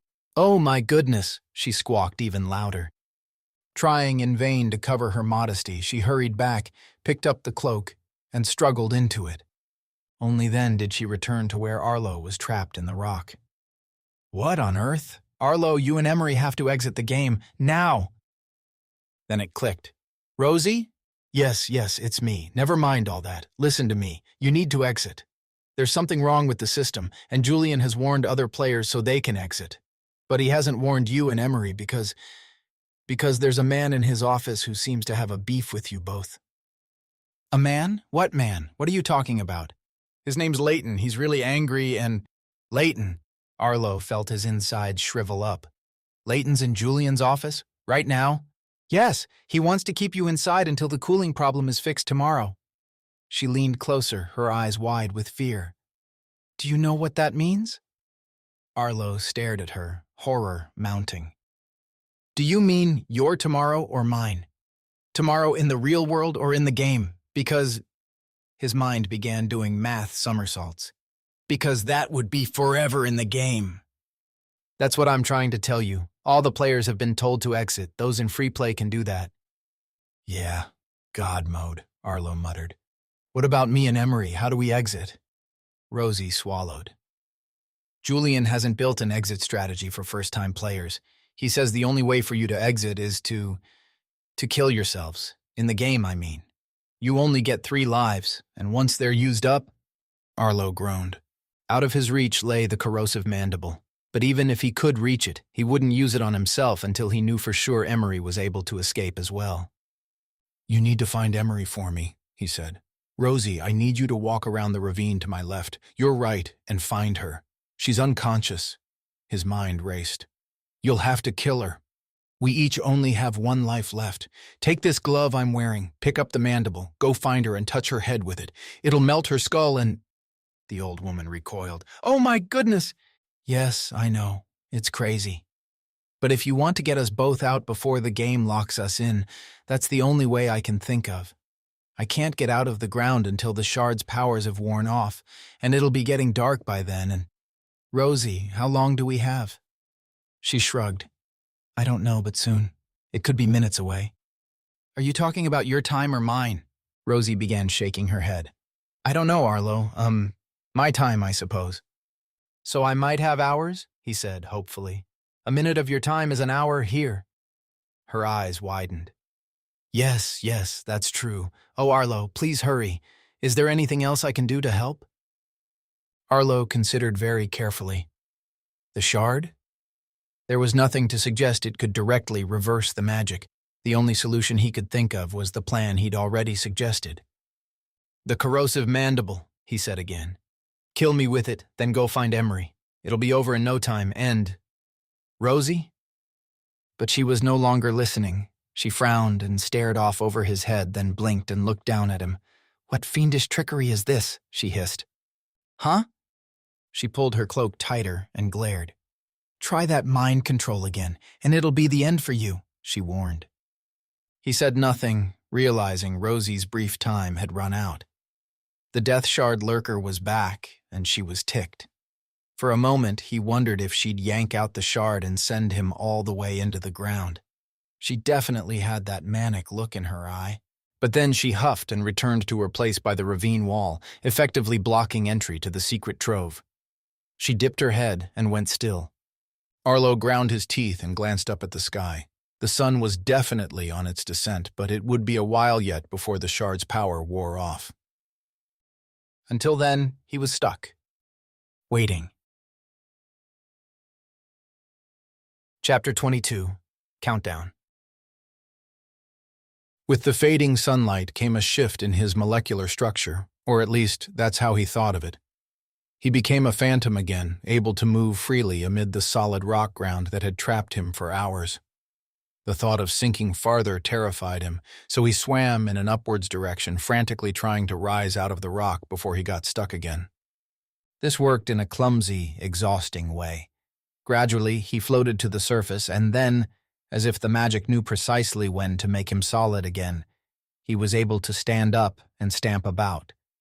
Growling with anger at the delay, Arlo stooped to pick up the corrosive mandible and glared at the camouflaged woman at the entrance to the trove. He was sorely tempted to melt her skull so she'd be out of his way when he and Emery returned, but he refrained. Still, he wandered close to her, almost daring her to launch at him again, to give him self-defense plausibility. "They're game characters," his inner voice told him. "Kill the bitch." But Arlo hurried away, heading to the left as fast as he could run. Daylight was fading. The sky had turned purple, ever darkening, and he guessed he had 20 minutes or so to get himself and Emery back to the trove before night fell. He caught movement high on the wall to his left. Nothing leapt out at him, yet. A little farther on, a small segment of the ground shifted. Still no sign of a creature, though. With his pickhammer knocking against his thigh, his knives clanging against each other, and his steaming jawbone held high, Arlo sprinted barefoot, trying to ignore the constant jabs underfoot. He had no time to worry about cuts and bruises. He couldn't sprint for long, and even jogging nearly killed him. He was gasping and sweating by the time he came across tiny, squished acidbacks, and relieved when he saw a few full-sized ones wriggling their way into crevices in the rock. While some creatures looked set to emerge for the evening, acidbacks were off to sleep. And finally, he spotted Wintermore and Emery ahead. The gnome jumped up. "At last! I had almost given up hope. The night is near, my dear fellow, and—" "Give Emery the liquid life," Arlo interrupted, still wheezing. He threw the mandible down on the ground and ripped the glove off. "I'm done with this task. There's your dumb jawbone. Now save Emery, quick!" Grumbling and looking a little hurt, the gnome nodded and delved into his satchel. After rummaging for an annoyingly long time, he came up once more with the small bottle and grinned. Then, seeing Arlo's steely stare, he hurried over to Emery and carefully poured the contents into her mouth.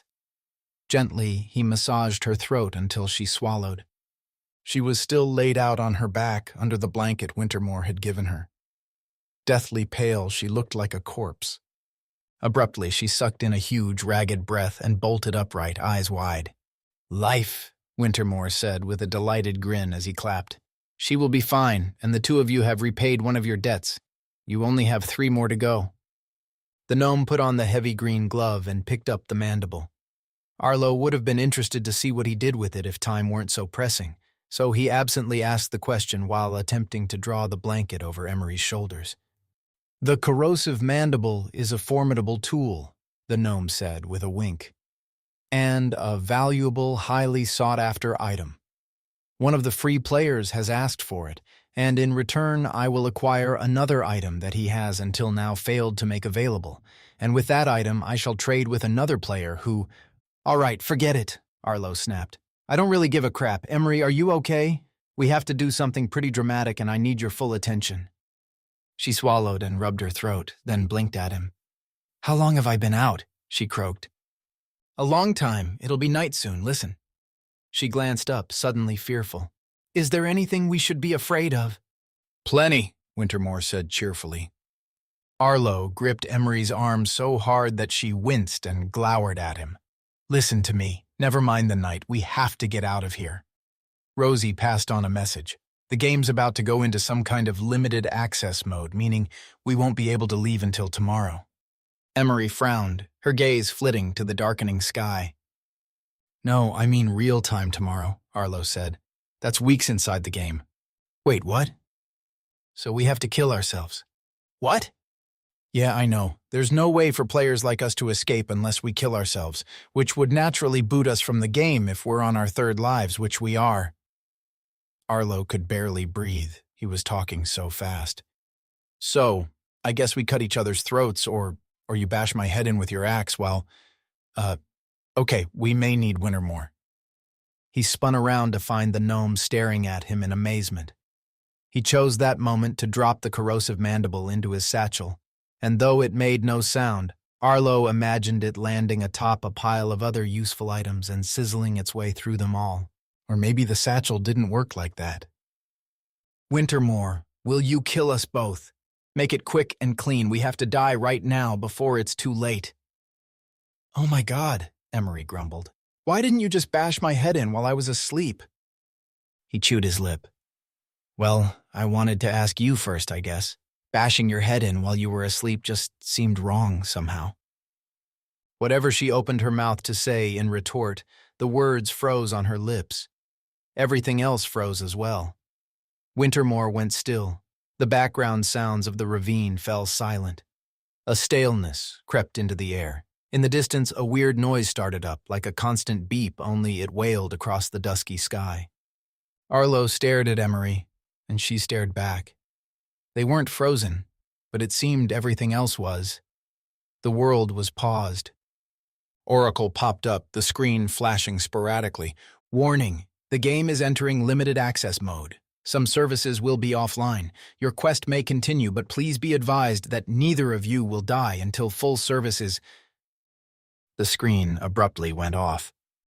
Then, all around, the ravine walls flickered, giving way to a skeletal structure made up of perfectly regular paled-colored lines, like those of a vector drawing, with no solid fills between.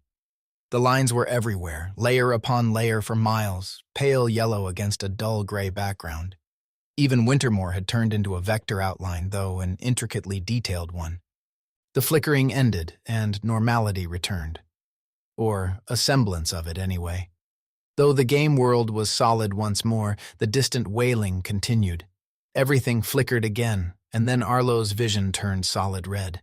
Emery, Wintermore, the walls, the sky, everything was a shade of red. And then normality returned for a second time. This time it seemed more stable.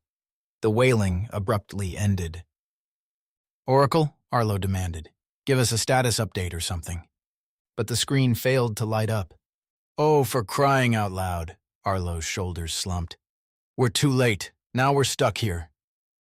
"For how long?" Emery complained, jumping to her feet and clutching the blanket. "I don't know. You said real-time tomorrow. What happens to our bodies in the real world while all this is going on?" "I don't know. Are we just going to sit in those armchairs all night?" "I don't know, Emery." She stood fuming, breathing hard. Then she closed her eyes. "It's not your fault. Sorry. What now?" Arlo glanced over his shoulder. "Now we run like hell to the start of the ravine. I found the secret trove. That's where we're headed. And if we don't make it in time, we'll be attacked by nighttime critters," Emery finished. "And I don't know what's worse, being attacked and dying, or being attacked and not dying." Before they set off, Arlo glared at Wintermore. "What about you? Are you coming or what?" The gnome shook his head and grinned. "I have no need to run. You go ahead. I'll be fine. Gnomes have a way of surviving." "Oh, by ghosting through rock?" Arlo remembered now. "I have some experience of that myself. It's horrible." He turned to Emery. "Let's go."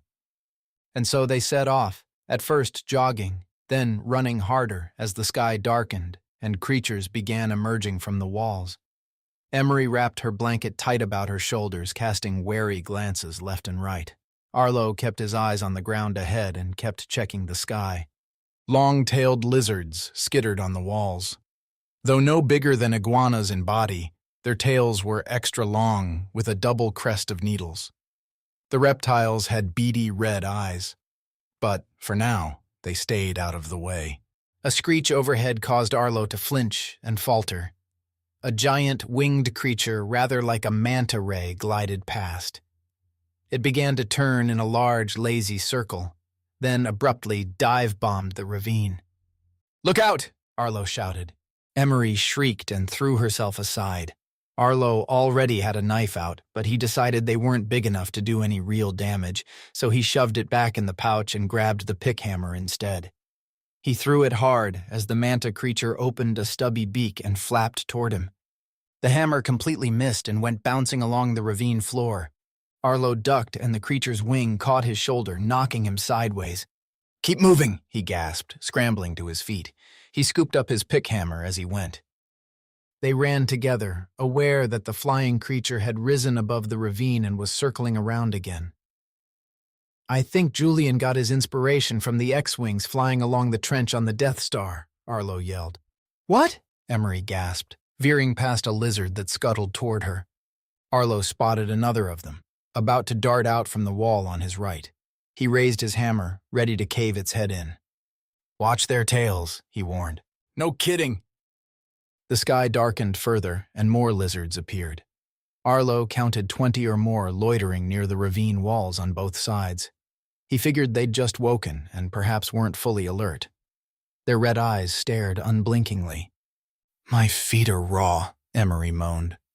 Arlo kept glancing over his shoulder, and a good thing, too, because the silent manta ray now hurtled toward him, low to the ground, its stubby mouth wide open.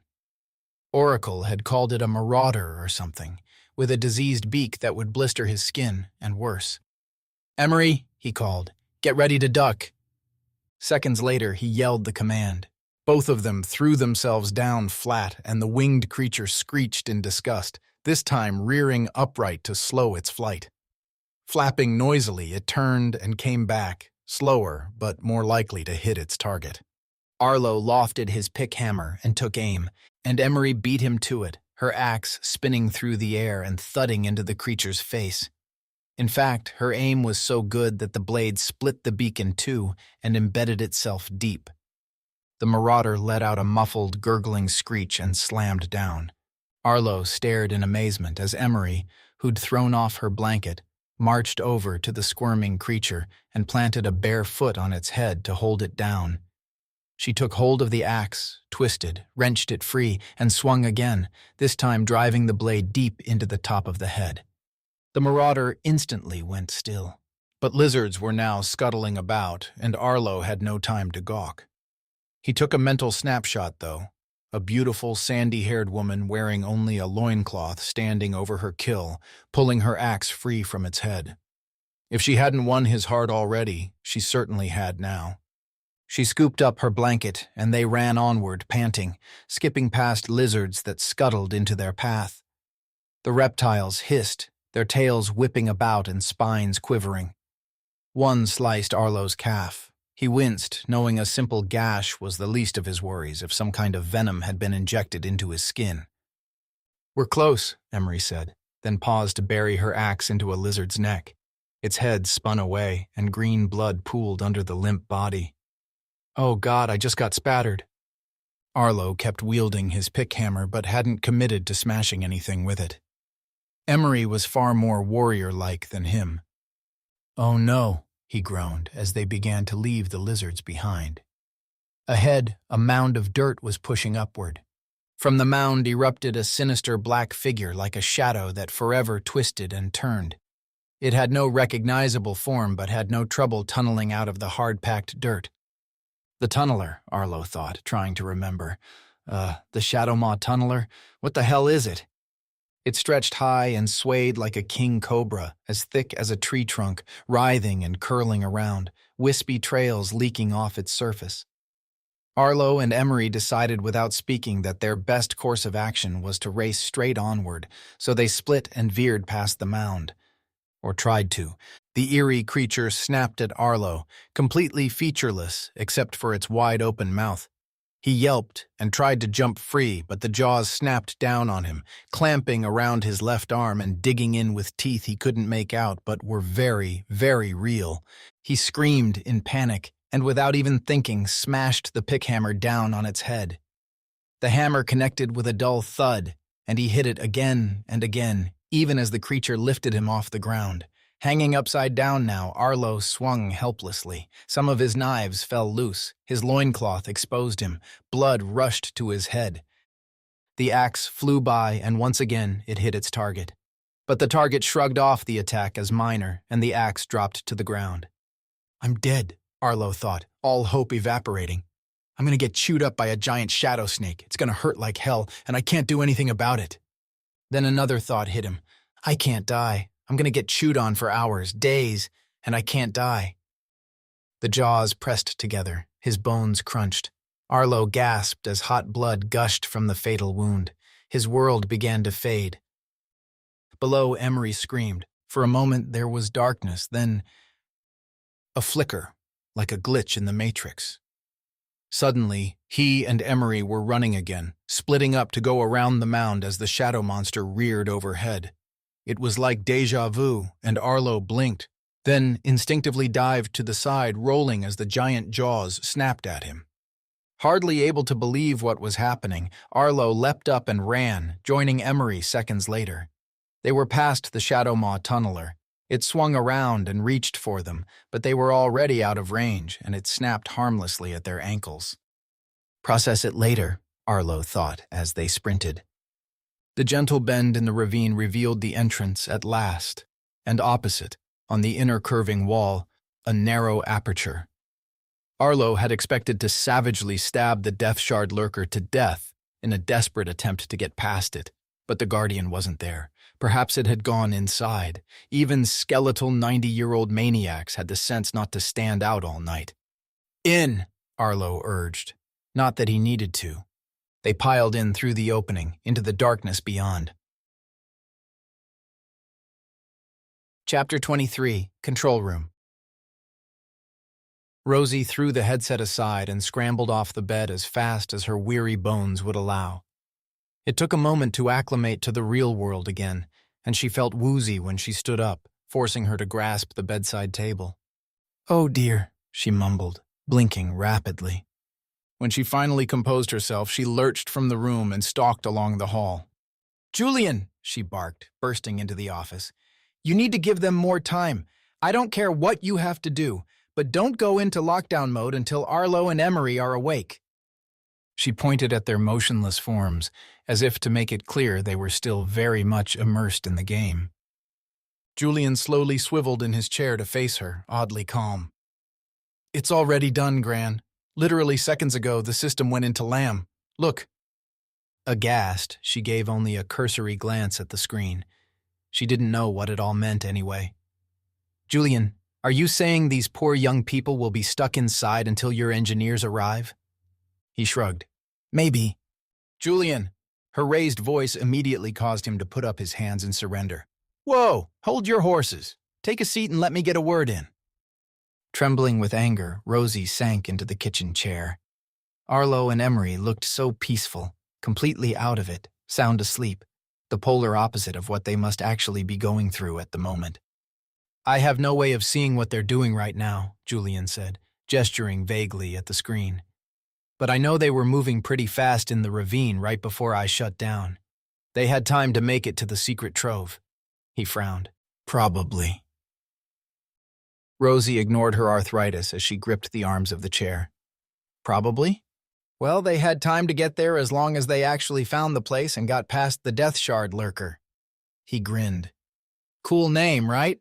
I'm telling you, one of the most fun parts about creating these worlds is coming up with—" He trailed off and reddened. Well, anyway, I guess you're not interested in that right now.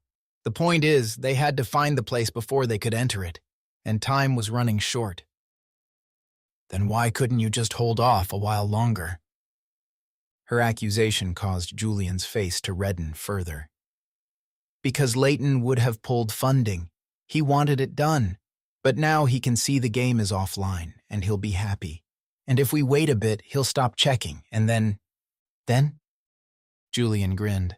Then we can switch it back on. I'll disable Lamb, and the game will be restored to normal so they can get out. Finally, Rosie felt hope.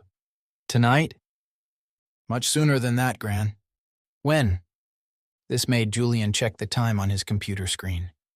We have another 5 minutes of sleep time, then the whole section with the Emerald Egg and the Ogress, which is 7 minutes, then another night, then a full day with the Cindersoul and the cabin. He nodded. Okay, so I'll disable Lamb in about 25 minutes from now. They should be at the end of the level by then, and they can finish and exit, and I can put the system back in Lamb again straight after. If Leighton happens to check in, the game will seem like it's been offline the whole time, except for about a minute. Rosie digested this information. At first, it didn't actually seem so bad after all, but dark thoughts nagged at the back of her mind. What's the catch? She asked. What's the bad news? There isn't any. Julian smiled. Well, except that the players won't have help from Oracle, and they can't die. They can, but the game will kind of roll back a bit, so it's like it never happened. Her heart sank. So they're truly stuck for the next 20 minutes? What if they're horribly injured? Julian's smile faded. Well, geez, negative much? She got up and started pacing. What can I do to help them? Absolutely nothing. You might as well return that headset you stole. His snide remark didn't ruffle her. She glowered at him. I will not. You may find this hard to believe, my dear, but I've managed to help them. I've been in a few times and I can do so again, once the game is back online. He stared at her, not with anger, but with interest. So you kind of winged it? No ill effects? How long have you been going in for? 10 minutes at the most. Good, good. A grin appeared. Gran, I'm impressed. I really thought you'd flip out if you went back in. It's a good thing I didn't know for sure you were actually gaining access. But hey, you've done it. Whose body did you borrow? She sank onto the chair again, suddenly tired. A hulk of a man inside a cave. Goric the ogre, Julian said. Then he did a double take. A male? Gran, really? And a hideous old lady with a gray cloak, she added quickly. The less she thought about being a man, the better. Julian's eyes widened further. Wow, you really landed in the worst possible places. Why not the peasant girl with the limp? Then he frowned. Oh, wait, that's another thread. Probably a good thing. She's nasty. I call her the ravenous widow. She's bad, but she would have made a half-decent avatar for you to land in, better than an overgrown ogre and an ancient witch. His endless chatter was hurting Rosie's brain. Still, she squinted at him with interest. Thread? Julian picked up a cookie and stared at it. Every level has multiple threads. There has to be different opponents, different objects, different goals. Otherwise, customers will grow bored doing the same thing each time they play. If you're a player and you go in and don't finish the level, like you lose all 3 lives, then you'll get booted out, right? So if you go back in again, there's a choice. Try the same thread again or try a new one. Rosie nodded and sighed. I see. A silence fell. Then Julian rolled his chair closer and gently took her hand. Lamb is working nicely. The system's cooling well. I'll get Arlo and Emery out soon, and then I'll shut down again until the morning. You look tired, Gran. Go take a nap. She was sorely tempted. All the excitement and anger and overload of information, not to mention the stress. But she shook her head. I'll get some fresh air, but I'm sticking around, young man, until these nice young people are wide awake and safe. That's fair. Looking into his eyes, Rosie saw a spark of kindness and understanding he rarely exhibited these days. He spent too long on the computer. She firmly believed that such an unhealthy, sedentary way of life, staring at screens and talking to artificial intelligence, was bound to corrupt a person. Julian had definitely lost his way over the past year or so working on this game. Lost his compassion and empathy and respect. But there it all was again, a fleeting glimpse of his humanity, a moment of calm, a lull in a storm. How funny that it coincided with the game being temporarily offline. It proved her point.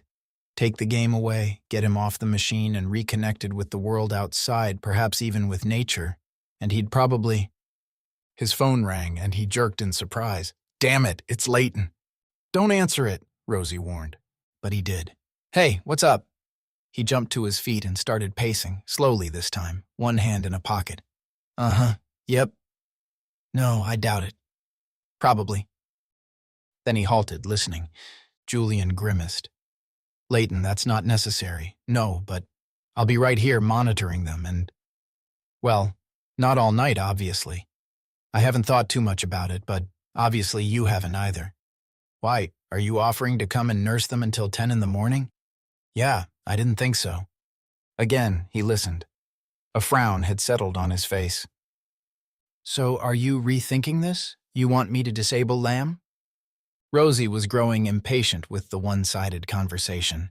She waved at Julian to use the speakerphone, but he simply stared at her dumbly, stared through her as he listened to Leighton ranting about something.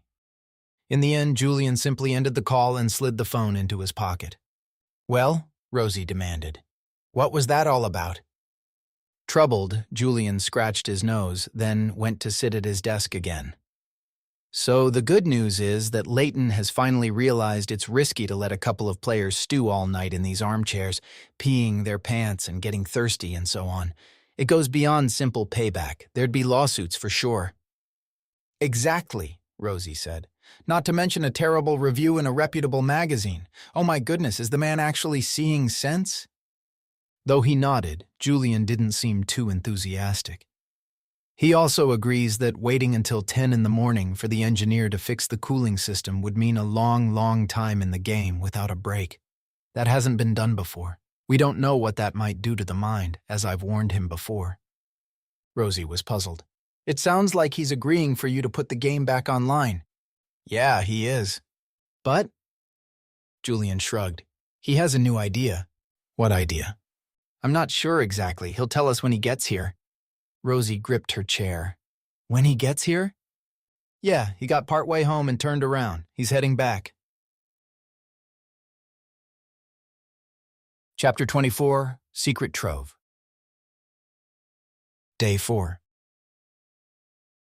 Arlo woke with a groan. Sitting up, he took a moment to get his bearings. He and Emery hadn't made it far into the secret trove. They'd squeezed in through the entrance and collapsed, panting, surrounded by cave-like walls lit by a single flickering torch. They'd made it to safety just in time, and then exhaustion had turned to drowsiness, and they'd slumped over sideways, promptly falling asleep with Emery's blanket dragged over them. Only in split realms did daytime and nighttime crash together so dramatically. No gentle merging of the two, just a simple switchover from one mode to the other.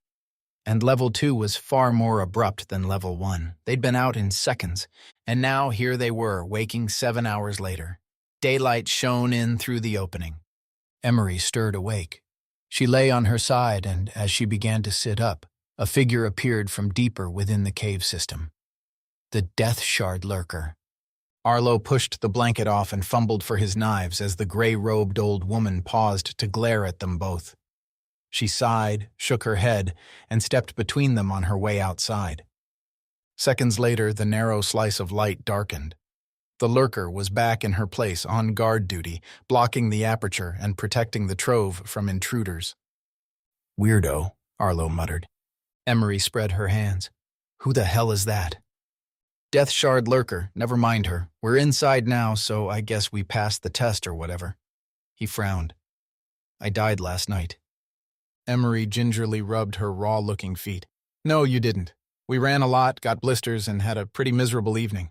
But nobody died." "You don't understand." Arlo leaned forward, fixing her with a fierce stare. "I died. That giant, shadowy snake thing got me in its jaws. It bit down and killed me. I died. I felt it. I was almost cut in half. The blood gushed out and I could feel my life draining away." She gazed in earnest and, to her credit, didn't try to argue that he was losing his mind. "If you died," she said slowly, "then you'd be out of the game by now." "But we can't exit while in this limited mode, so I'm still here." Emery shrugged. "Okay, so I guess we have infinite lives now." Arlo's memory of last night was all too clear. "I died, then returned to a point just moments before, when we were still running. Knowing what would happen, I was able to dodge its jaws. It's like time was reset." "Why is this bugging you so much? That's what normally happens." "No, it's not. You don't remember any of that because you were reset as well. That's not normally what happens. When a player named Jake killed me in level 1, he shot me in the face, point-blank range. I reset to where I was earlier, but he didn't. He watched me vanish and reappear fully aware of my death." Emery went to argue, then frowned. "You see?" Arlo persisted. "Everything was reset this time, not just me." "Okay, fine. The game glitched and did the only thing it could do, which was to roll back time a bit." "Pretend like it never happened," Arlo mumbled. He smiled. "I suppose that's better than the alternative, lying around in 2 pieces, bleeding out in agony for eternity." Emery grabbed her blanket, wrapped it around her shoulders, and climbed to her feet. "Come on, let's explore." Arlo checked his knives. All 6 were present. He had his pick hammer, too, and Emery had her axe. He padded after her, wincing on his sore feet. He considered wrapping the remnants of the purple sash around, but they were rags by now, tattered strips hanging off his ankles. They followed a narrow passage into darkness, and then it opened up again into another small chamber, a torch flickering on the wall. With nothing to see, they continued on through another passage, which curved around to the right.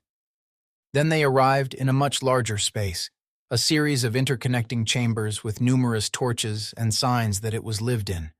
A low table and sprawling chairs situated on and around a rug, and a fireplace nearby. A fireplace. The hearth had been carved out of rock, and a wrought iron guard stood in front. Logs burned quietly, the smoke drifting up a flue that must have been hellish to dig out. Unless it had been there already, in which case it was a perfect place to build a fireplace. A pool glimmered in the light near the back wall. It looked so calm and clean that both Arlo and Emery were drawn to it. They stepped down into the water. It was lukewarm rather than icy cold, easy to sink into. They went in up to their necks and sighed in unison. "We're making the pool dirty," she murmured. "It feels so good, though." They stayed like that for a few minutes, relaxing, gently rubbing their arms and legs, allowing the grime to leach off them. Dipping under, they rinsed their hair and rubbed their faces. How could such a simple thing as a pool be so soothing? Their aches and pains seemed to melt away. Reluctantly, they emerged and stood by the fire until they stopped dripping. "I really think that water has healing powers," Emery remarked. "My feet don't hurt anymore." She was right. Not only that, but the bruising and grazes had faded. "Oracle?" Arlo said. "Was that actually a healing pool?" Neither his nor Emery's screen appeared. "Damn it, I forgot it was offline." Emery frowned. "That's a little disturbing." Arlo didn't like to admit how alone he felt. Oracle had been a lifeline to the outside world, and now it had been cut off. "No point worrying about it," he muttered. "We should keep moving." They passed into the next chamber, where dozens of clothing racks stood. The sight was so bizarre and unexpected that the 2 of them stood and stared in amazement. "Wow," Emery said at last. "Is this stuff free? It really is a treasure trove. If it's not free, I don't know who we're supposed to pay or what we pay with." They eased down the aisles, fingering the endless array of garments. It was a fantasy cosplayer's dream, with all the tunics and shirts and pants you could ask for, rows of footwear, capes and overcoats, belts and pouches, the works, and then, over by the wall, an impressive selection of swords, daggers, shields, bows and arrows, and ornate staffs. Arlo glanced over a stuffed rack at Emery, who was in the next aisle. She grinned, and without a need to say anything, threw her towel aside so she could rummage with keen intent. Arlo smiled and began sifting through his own offerings, looking for the perfect outfit. There was almost too much to choose from, and he felt overwhelmed. But what he picked out would do fine. He discarded his loincloth with great relief, tossing it far across the chamber, and slid into a pair of what he would call long johns. They would be great under the rough-textured pants he had his eye on. As he was buttoning his shirt, Emery called to him. "What should we do with these purple strips?" He glared down at his ankles. "I'm pretty sure they've served their purpose by now." "So get rid of them?" Arlo shrugged. "Or stuff them in a pocket, no big deal." He did so, then found some thick socks. He pulled them on and stepped into some fine boots. "I hope there's food in this place," Emery commented from another aisle. The mention of food made Arlo's stomach growl. "What about weapons?" he said. "A sword, maybe?" They studied them for a while and decided on a short sword each. They would come in useful against forthcoming dangers. A good 10 minutes later, they faced each other and grinned. Now they looked like adventurers rather than primitive warriors. Emery wore brown pants and boots under a blue knee-length dress, and a kind of fitted red shawl that hung off her shoulders and was tied around the waist. He didn't know the terminology for these garments, but she looked pretty fetching. She kept the axe around the front where she could get to it, with her sword on her opposite hip. Arlo was fond of his short hooded cloak, and the shoulder bag would come in useful. He strapped the knives to his thigh and tucked the pick hammer into his belt. The sword hung to his left side. "I'm ready," he said. "Rested, clean, healed, and dressed like I mean business." "Me too, but we need food." They passed through a dark passage into the next chamber. It appeared their silent pleas had been answered, because tables stood end to end filled with massive loaves of bread, hunks of cold meat, eggs, fruit, and a tureen of hot stew, and a pitcher of surprisingly cool beer, not to mention the cask of wine. A banquet fit for a king, as the saying went. "This is nuts," Arlo muttered. "I mean, nuts in a good way, but geez, where are the cooks? There's nobody around. How is all this just laying out?" "What kind of meat is this?" Emery said, peering close. "Smells good, but I don't recall seeing any pigs or chickens running about." "This is probably slow-cured acidback, and those skewered bits are venom-spine tenders." Still, they tasted a bit of each, and it wasn't bad at all. "A bit tough," Arlo said with his mouth full, "but I've had worse. This place is crazy." "It's a secret trove," Emery said with a soft laugh.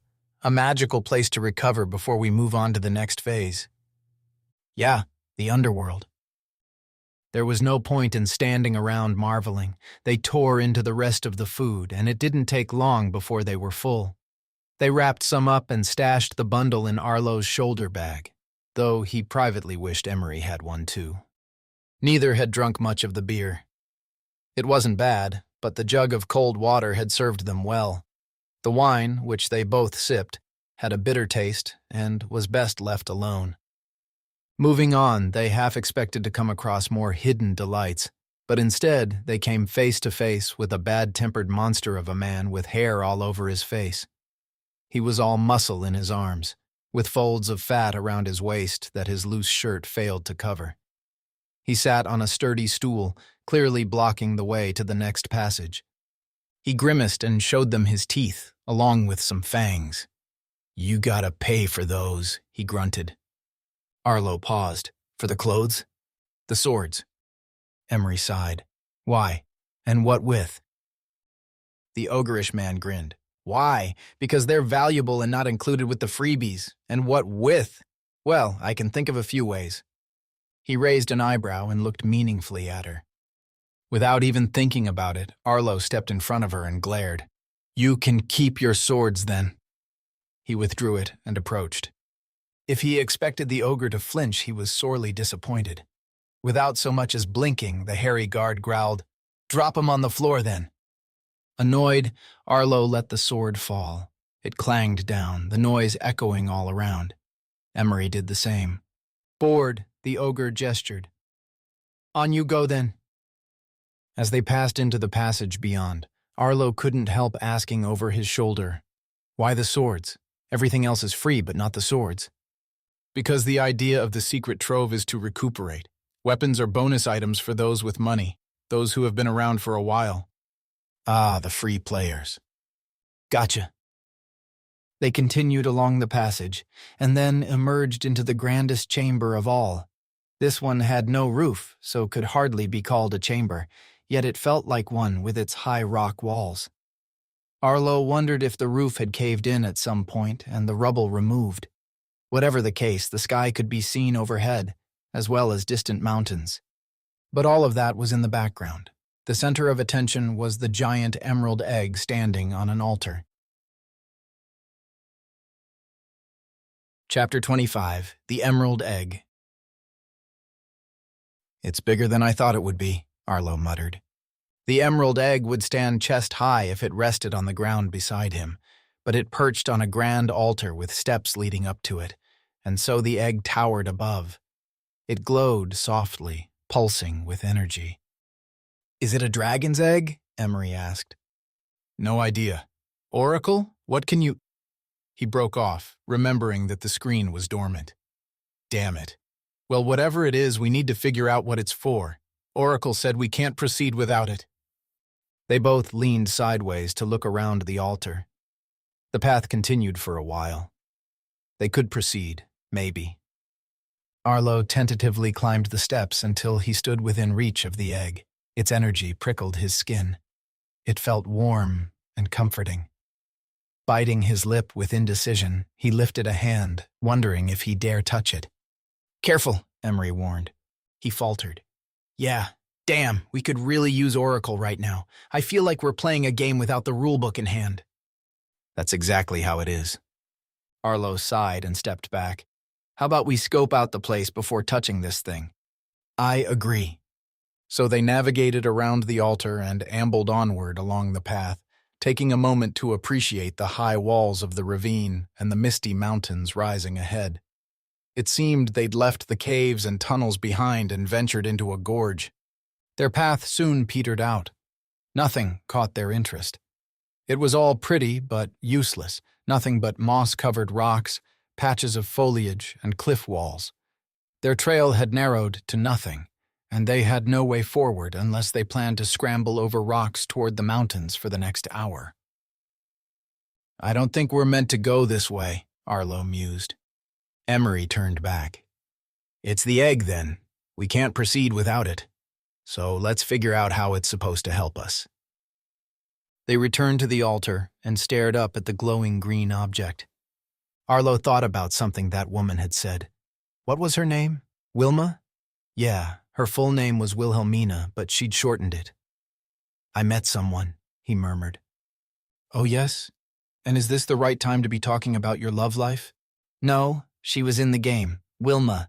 She's the free player I got the suit from, so I could go get the corrosive mandible. The point is, she asked me what object I was trying to find, and I told her the emerald egg. She'd never heard of it and said we all have to find our own way through." Emery was quiet for a moment. "Find our own way through? To the Underworld, I take it?" "Yeah, I guess. The egg is our way through somehow. When Wilma did this level for the first time, I guess she had some other object to get her through to the Underworld." He shook his head. "It amazes me how Julian can vary the game with every player, coming up with different objects and obstacles." "Well, I imagine he has a full bag of tricks he can rummage around in. When someone new comes along, some of the important stuff is randomized to make it harder, in case a free player quietly gives it away or leaves clues." Arlo nodded thoughtfully. "What other clues do we have?" she asked. "I was asleep half of yesterday." He turned to face her. "The Deathshard Lurker." She squinted. "That crazy old woman guarding the entrance to this place?" "Yeah. She has a shard. It's a broken piece of this egg. She used it to turn me into a ghost and half-bury me." He realized there was a lot she hadn't heard about in detail.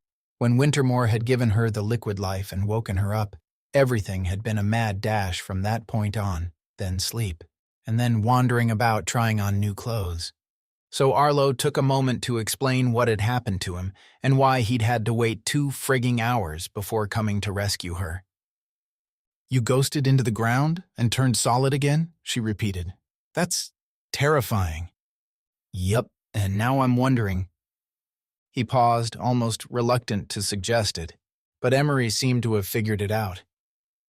You think we might have to sink through the ground to get to the Underworld? He shrugged. I mean, it sort of fits, right? The Underworld being, under. And Wilma said she found her own way through, like through solid rock. Emery frowned at that. A simple door is a way through as well. Stop reaching. Okay, fine, but you can't argue with my reasoning here. We have to use the Emerald Egg's power to turn into ghosts and hopefully end up in the Underworld. Otherwise, we'll be part of the ground forever. Exactly. He didn't like to think too hard about that. Ordinarily, if he fused with solid rock, his game life would end and he'd exit the game. There was no exit available right now. Still, would he reset a few seconds as before? That would be useful, but what if it didn't happen? The idea of being part of the ground terrified him. So, I guess we touch the egg? He wondered aloud. The Deathshard Lurker touched me with her shard, and that was that. Was she holding it at the time? Emery's question made him frown. Well, yeah. So why didn't she sink into the ground as well? Because she held the thicker end? Arlo knew that made no logical sense. He could feel Emery's stare as he tried to explain it. I don't know why, he said at last. Emery stepped up closer to the egg. Okay, we won't get anywhere by conjecturing. Let's touch it at the same time. So, shoulder to shoulder and trembling, the two of them reached for the egg's surface with outstretched palms. They pressed their forearms together so they could synchronize their movement better. And when they came into contact with the egg, a glow enveloped them both in equal measure. The egg's shell felt warm and buzzed with energy. That energy transferred up their arms and into their bodies, and they both gasped at the same time. Arlo had imagined a slow but steady descent, like when the Deathshard Lurker had sent him down. But it didn't happen that way. His stomach leapt into his mouth as his footing gave way under him. Or seemed to. He was aware of great slabs of rock rushing by as if he were in a glass elevator, heading 50 floors down. The whole time, the egg stuck with him. Or rather, he and Emery stuck with the egg as it descended. The journey was swift and short, and it was over too fast for either of them to cry out in terror. They dropped into a cavern and landed hard, causing them both to tumble sideways. The egg crashed down too, but before it could roll onto its side, it shrank rapidly to the size of an ordinary chicken egg. Then it skittered away across the flat ground, finally coming to rest near the bank of a trickling stream. Slowly, Arlo sat up. You all right? Yeah, Emery groaned. My entire body broke the fall. They climbed to their feet and took in their new surroundings. It didn't bode well. They'd fallen through a solid rock ceiling into a cavern so vast that its perimeter walls all around were lost in the distance, shrouded in a haze. Yet, despite the lack of any obvious source of daylight, they could see just fine anyway. No shafts of sunlight, no magically glowing boulders or columns, no luminescent fungi or insects. Nothing but a slightly domed ceiling of smooth rock. Do we have night vision or something? Arlo muttered. I don't think so. She looked equally puzzled. I'm not complaining, though. Better than blundering about in the dark. One thing that did magically glow was the emerald egg, a soft aura emitting from its rounded surface. Arlo went to pick it up. He hefted it thoughtfully. Should we keep hold of this? I feel like we're supposed to, like it shrank for that purpose. Agreed, Emery said, coming closer to peer at it. Put it away safely. So Arlo slipped it into his shoulder bag. Now what? There was very little of interest, just an expanse of nothingness. The mysterious daylight revealed the most boring landscape imaginable, and it was the same in all directions. They appeared to have dropped in at the cavern's centermost point. So, this is the Underworld? He mused. Well, I'm not going to say it doesn't look dangerous at all, but I have to wonder what we're supposed to actually do. I think Oracle would normally pop up at this point and give us our multiple choices. But Oracle is offline, Emery said with a grimace. Yeah, this sucks. We'll just have to pick a direction and start moving. Yeah, but, Arlo sighed, we don't even know what we're up against. All we know is that we're supposed to find the Cindersoul. The legendary Cindersoul, no less, Emery smiled. Okay, pick a direction. He shrugged. The way we're facing right now seems as good as any. Or we could follow the stream? Emery was right. If anything was likely to lead anywhere, it would be a stream. Upstream or down? He asked. They chose down for no other reason than it could lead to a pool or small lake that people might drink from, as opposed to following it upstream and potentially climbing the whole way to eventually run across a tiny crack in the ceiling where rainwater poured in. The logic for their chosen route was weak at best, but it was all they had. So they set off at a brisk pace. It felt good to be fully dressed again and with comfortable boots. Arlo felt more prepared for danger than he had before. Better protected, for one thing, more able to spring about on harsh surfaces without his feet being sliced to ribbons. Their boots thudded and scuffed on the rocky ground, and Arlo couldn't help thinking the noise should be echoing about the cavern. It didn't, though. They might as well be outside instead of under a vast, domed roof. Maybe the ceiling was simply an illusion. They'd fallen through it after all. It was easy to pretend that a magical egg caused them to ghost through rock, but it was easier to believe they'd simply dropped through a holographically generated ground into an open-air arena. He explained his idea to Emery. When we left the caves behind and came across that giant egg, we were on a path with cliffs to our sides. What if that path was some kind of gantry sticking out over this cavern, and we couldn't see down into the cavern because of the illusion of ground under our feet? Emery frowned. And when we touched the emerald egg, the floor opened up like a trapdoor and dumped us? Yeah. It didn't feel like that. Well, no, but... And why, though? This is a game world. Julian can program it however he wants. It's just as easy to believe we fell through the ground. She'd already dismissed his idea, and he fell silent, a little disgruntled. But he couldn't help thinking she might be right.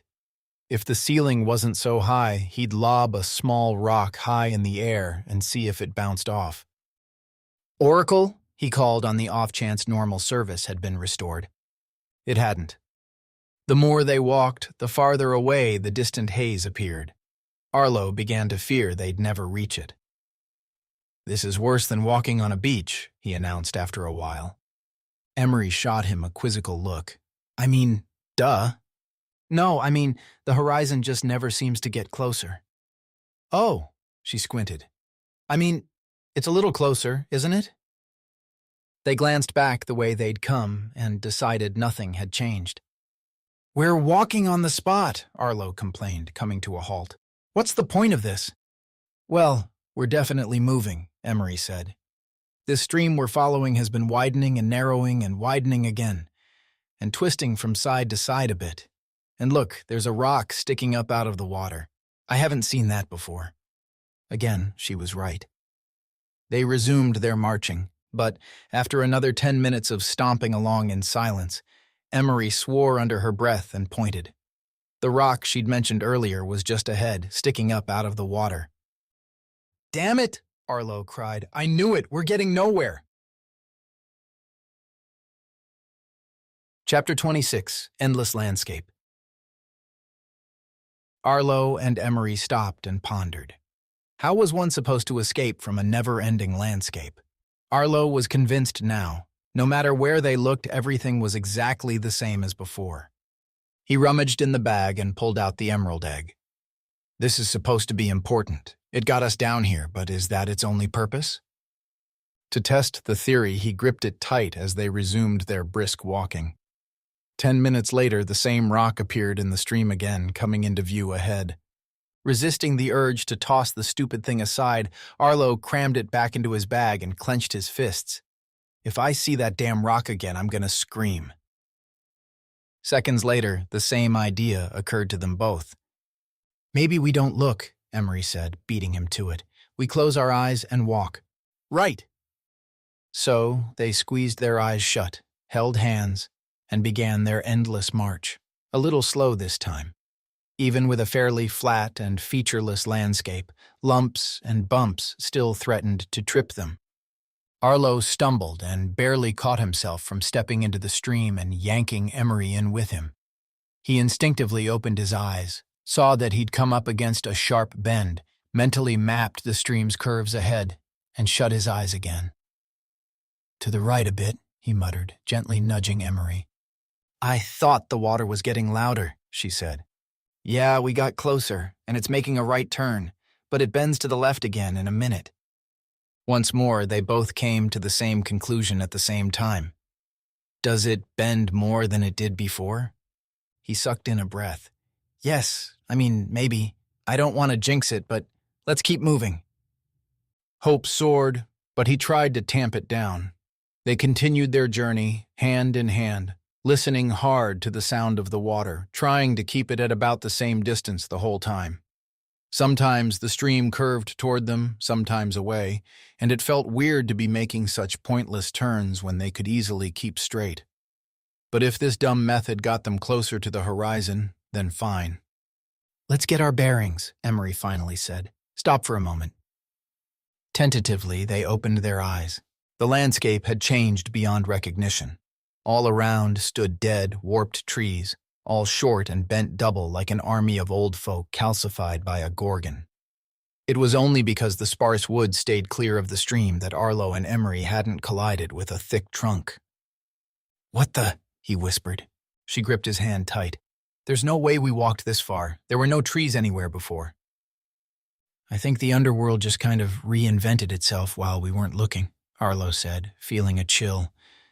Despite the change in the landscape, though, they still saw nothing of real interest.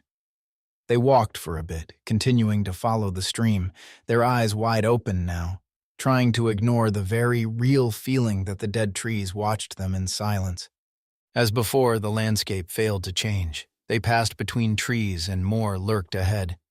At some point, Arlo became certain he'd been here before. The way that oversized branch to his left sagged low and split into two, the trunk to his right with the massive, gnarly, cancerous growth, the roots spilling out of the ground as if reaching for the stream's edge. "We've done this before," he said quietly. "It might be time to close our eyes again." "I'm not sure I want to," she responded. But they had no choice. They squeezed them shut and continued onward, again holding hands. Previously, they'd been cautious of stumbling over rough ground. Now, they feared separation. What if they lost contact and upon opening his eyes, Emery was nowhere to be seen? Arlo shuddered. It seemed highly likely that could happen if the landscape was busy adjusting itself around him. She might get adjusted somewhere else. The trickle of the stream kept them going. It had become their lifeline, its sound reassuring, their only way through this madness. The trickling grew louder, and Arlo sensed a change as if the dead trees were past them. He felt a prickling on his skin, but he couldn't figure out if it was a physical reaction to something in the air or simply his nerves going haywire. "Can we open our eyes yet?" Emery whispered. "You feel it too, like we've moved into something new?" "Yes." He took a breath and exhaled slowly. "Okay, stop here, opening my eyes, now." The trees were still there, though many more of them now. They crowded together, a dense forest that allowed very little light to penetrate despite the leafless branches. Black and twisted, they pressed in all around, leaning over him and Emery. The stream meandered on, taking sharp turns to circumnavigate the numerous, menacing obstacles. "Not so bad," Arlo croaked. "Still just trees." "We're in the middle of a forest," she gasped. "When is this going to end?" "Oh, it'll end." He gripped her hand tighter. "We can do this. Let's just close our eyes again and keep walking. Something is ahead." "Yeah, something awful. We can't stand around here forever." She sighed.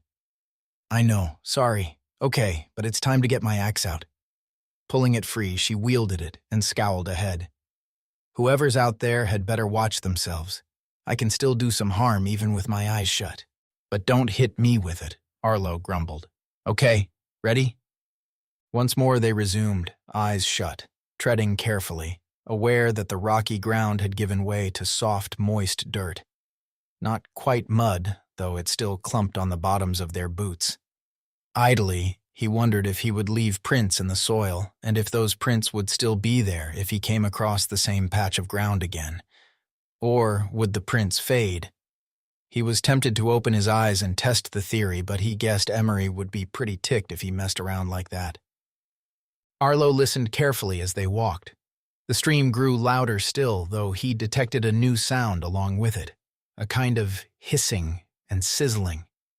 It was sporadic at first, then more regular. "It's getting warm," Emery said. He felt it too. It was a humid kind of heat, and he quickly began to sweat.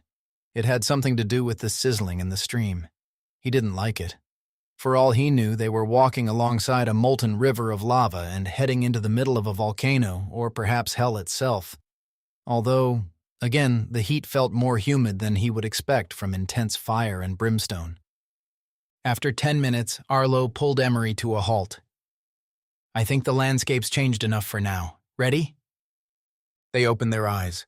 The forest remained denser than ever, though now grayed out by a thick gloom. But there was more. Remnants of structures among the trees, the charred remains of small dwellings. Some rose out of the gloom like skeletal frames, with rafters and beams sticking up. For others, only the lowest sections of the walls showed, embedded in mounds of thick ash. A quick scan all around revealed 10 or 15 separate ruins. "What the hell?" Arlo whispered. "This is depressing." Another notable change was the roar of nearby water. What had been a gentle, trickling stream was now a churning, boiling river with steam rolling off and spreading out to form a damp mist. Arlo tugged at his collar to release some heat.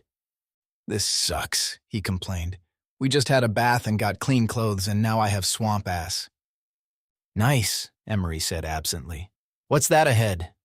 He quit moaning and squinted into the gloom. "What do you see? More burnt-out buildings?" "No, I see movement." He saw nothing, but he kept his eyes peeled as they slowly progressed through the trees. The bubbling river made Arlo shudder. Imagine wandering into that. He'd boil alive. As they navigated a particularly thick trunk with a gigantic cavity, Arlo finally spotted the movement Emery had mentioned. It could easily be mistaken for another derelict structure at first glance. Whatever it was big, bigger than a school bus, maybe bigger than an 18-wheel tractor trailer. Dark, too, blacker than the blackness all around, lost in the gloom among the trees. But it definitely moved.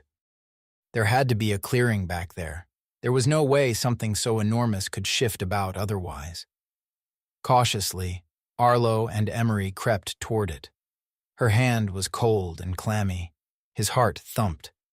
Ordinarily, advancing on an unknown, monstrous beast in the middle of the underworld would be an insanely stupid thing to do. And yet here they were, doing exactly that. "Maybe it's friendly," he mumbled, trying to make light of it. "Oh, sure," she whispered. "A heffalump, maybe." He couldn't help chuckling, but the chuckle nearly strangled him when the giant moved again and a single eyeball came into view. That orb was the size of a beach ball, with a deep red, intricately patterned iris surrounding a narrow black pupil that fluctuated in width as it sought out intruders. Emery pointed with a shaky finger and almost indignantly exclaimed, "What the hell is that?" "It's seen us," Arlo croaked. "Oracle, some advice, please. Hello?" The giant had fixated its single-eyed glare on them. Other than the fierce red of its iris, the entire creature remained shrouded in various shades of utter blackness. It didn't help that the trees it peered through crammed together to form a wall of dead trunks that looked like they'd been charred in a fire. Charred in a fire. "I guess this is what we've been looking for," Arlo whispered. "The legendary Cindersoul." At that moment, the enormous beast let out a deep, rumbling growl that caused the ground to tremble under their feet. Chapter 27, Control Room. Rosie stood on her back deck, looking out across the short grass toward her overstuffed shed that was half hidden in the trees. At this time of the evening, 5:02 p.m., Arlo Cross should have been 2 hours into cleaning out the neglected outbuilding. By now, he'd have piled the junk near the driveway, ready to haul away, and the shed would be far more manageable. A simple task for a fit young man. Instead, he was deep in a trance in Julian's office, stuck inside a game. The breeze felt wonderful, refreshing after her grandson's smell of stale sweat. He needed to open some windows. It had been about 10 minutes since Leighton's call to say he was on his way back. He'd be here shortly. How lovely. Before he arrived, she planned to remind Julian what was at stake here. He kept going on about the all-important funding for his project and staff, but opinions mattered too, and Emery had a large audience with her magazine. Plus, avoiding lawsuits was paramount. But she recognized his predicament. Julian needed to placate the players and Leighton, and Rosie needed to control her anger as well. "Watch your tongue with that nasty man," she warned herself. "Stroke his ego rather than belittle him. Small men need to feel big." To Rosie's surprise, Julian stepped out onto the deck to join her. She said nothing as he leaned on the railing next to her and stared across the neatly mowed backyard. "Hedges need trimming," he said after a while. That was an understatement. She raised her eyebrows at him. "Are you offering?" "Hell no. That's Dale's job. Call him. I wouldn't dream of taking away from his business." "Or attempting to get our old hedge trimmer running," Rosie commented. "When was the last time you used it? It's been 2 or 3 years." Julian shrugged. "Speaking of backyards, there's a gnome in level 2. Rosie couldn't help chuckling. "A garden gnome? How cute." "He's not cute, Gran. He might come across like a friendly old traveler when you first meet him, but he's pretty tough. Not mean, just businesslike. He makes trades, and at first it seems like a sweet deal when he offers stuff and says he'll call in a favor later, but then he starts collecting those debts, and—" A sinking feeling swept through Rosie's gut.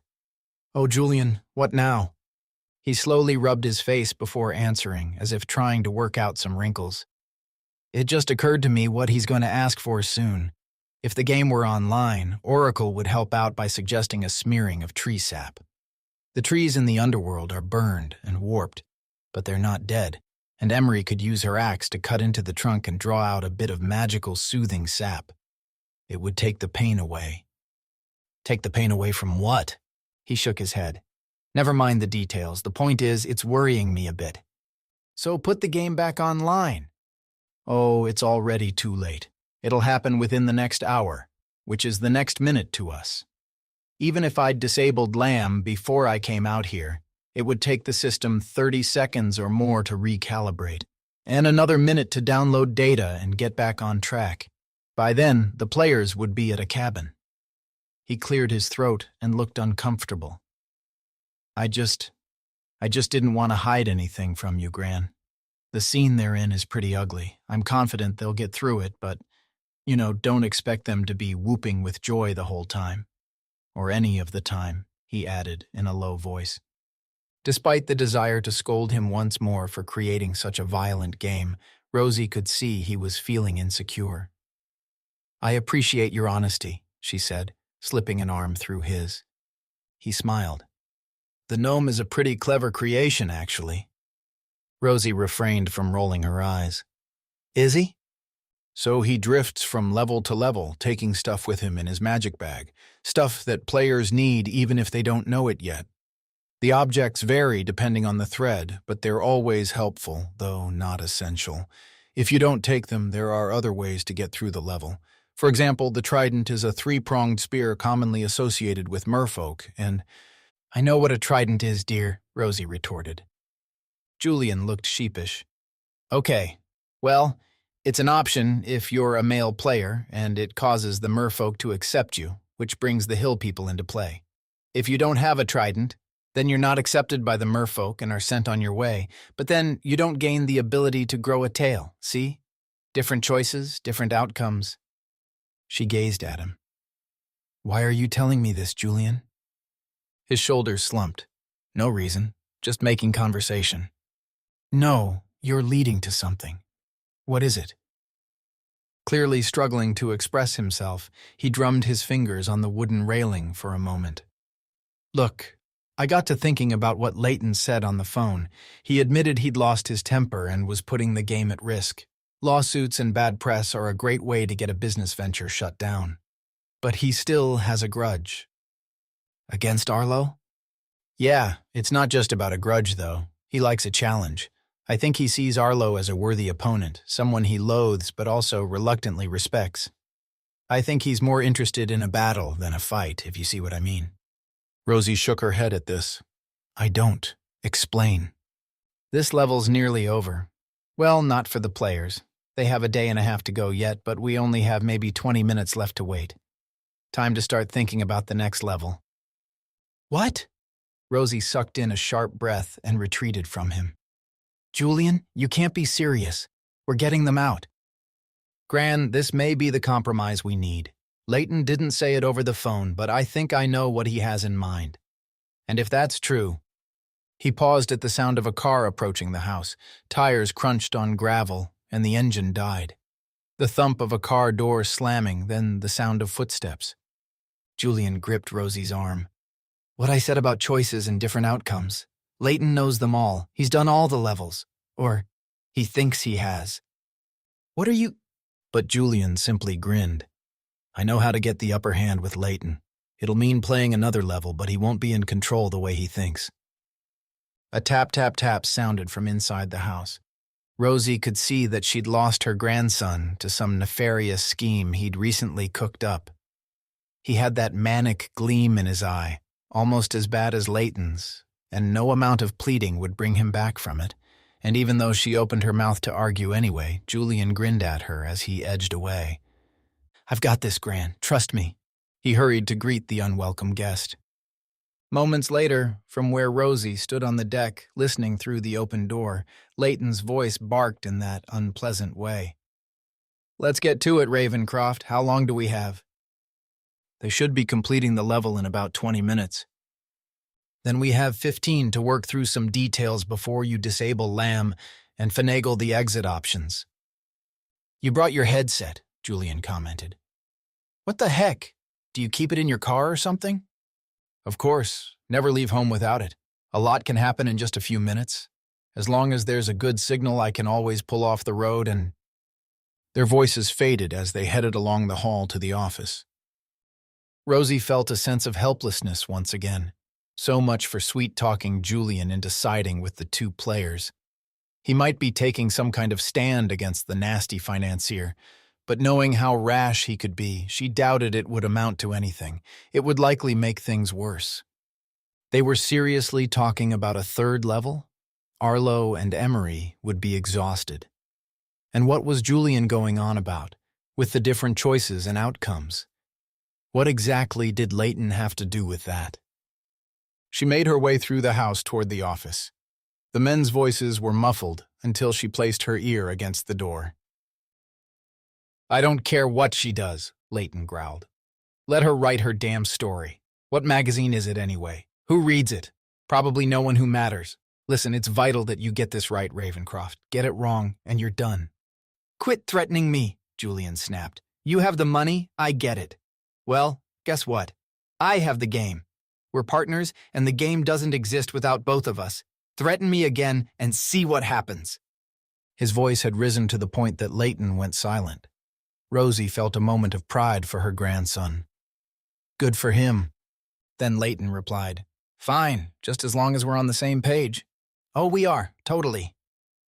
Though Leighton grunted his acceptance, Rosie felt a tingle of anxiety, because she knew her grandson, and that final word of his, "totally," and the tone in which he said it, was all too familiar.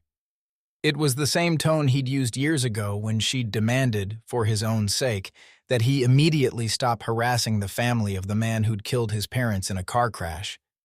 He'd said, "Sure, Gran," and actually sat back in his chair and crossed his arms with a smug smile on his face. He did, in fact, stop, appearing to give up on the smear campaign just as she'd warned. But his grand plan of destruction was already spiraling out of control by then. He stopped working on it simply because the damage had already been done. His cancel culture efforts had reached the mainstream and destroyed the family's business reputation, and the general public finished the job for him.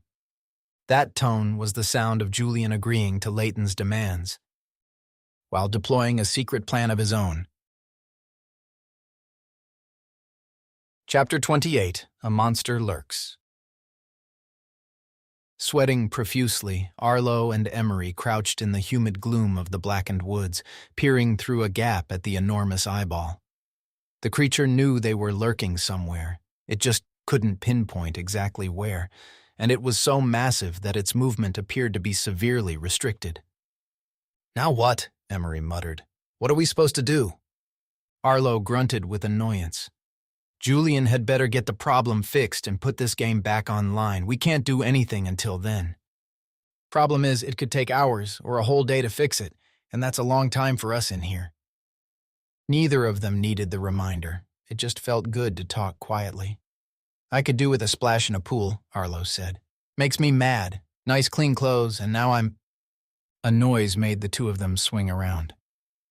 "Forgive me," a diminutive, hunched old man said as he emerged from behind a thick tree trunk.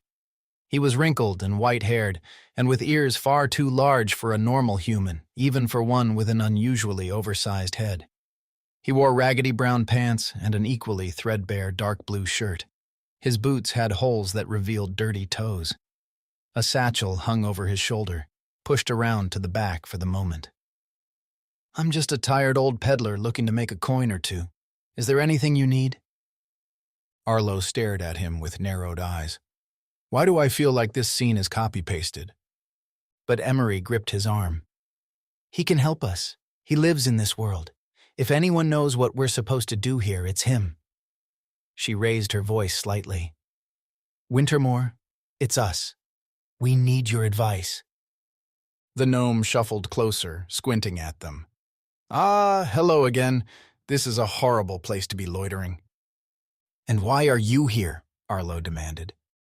Wintermore offered a flourish and bow. "I show up when needed, and sometimes when I'm not needed, and other times where I'm definitely not wanted. I'm not sure which occasion this is, but—" "Are you aware the game is offline?" Emery interrupted. Wintermore blinked at her.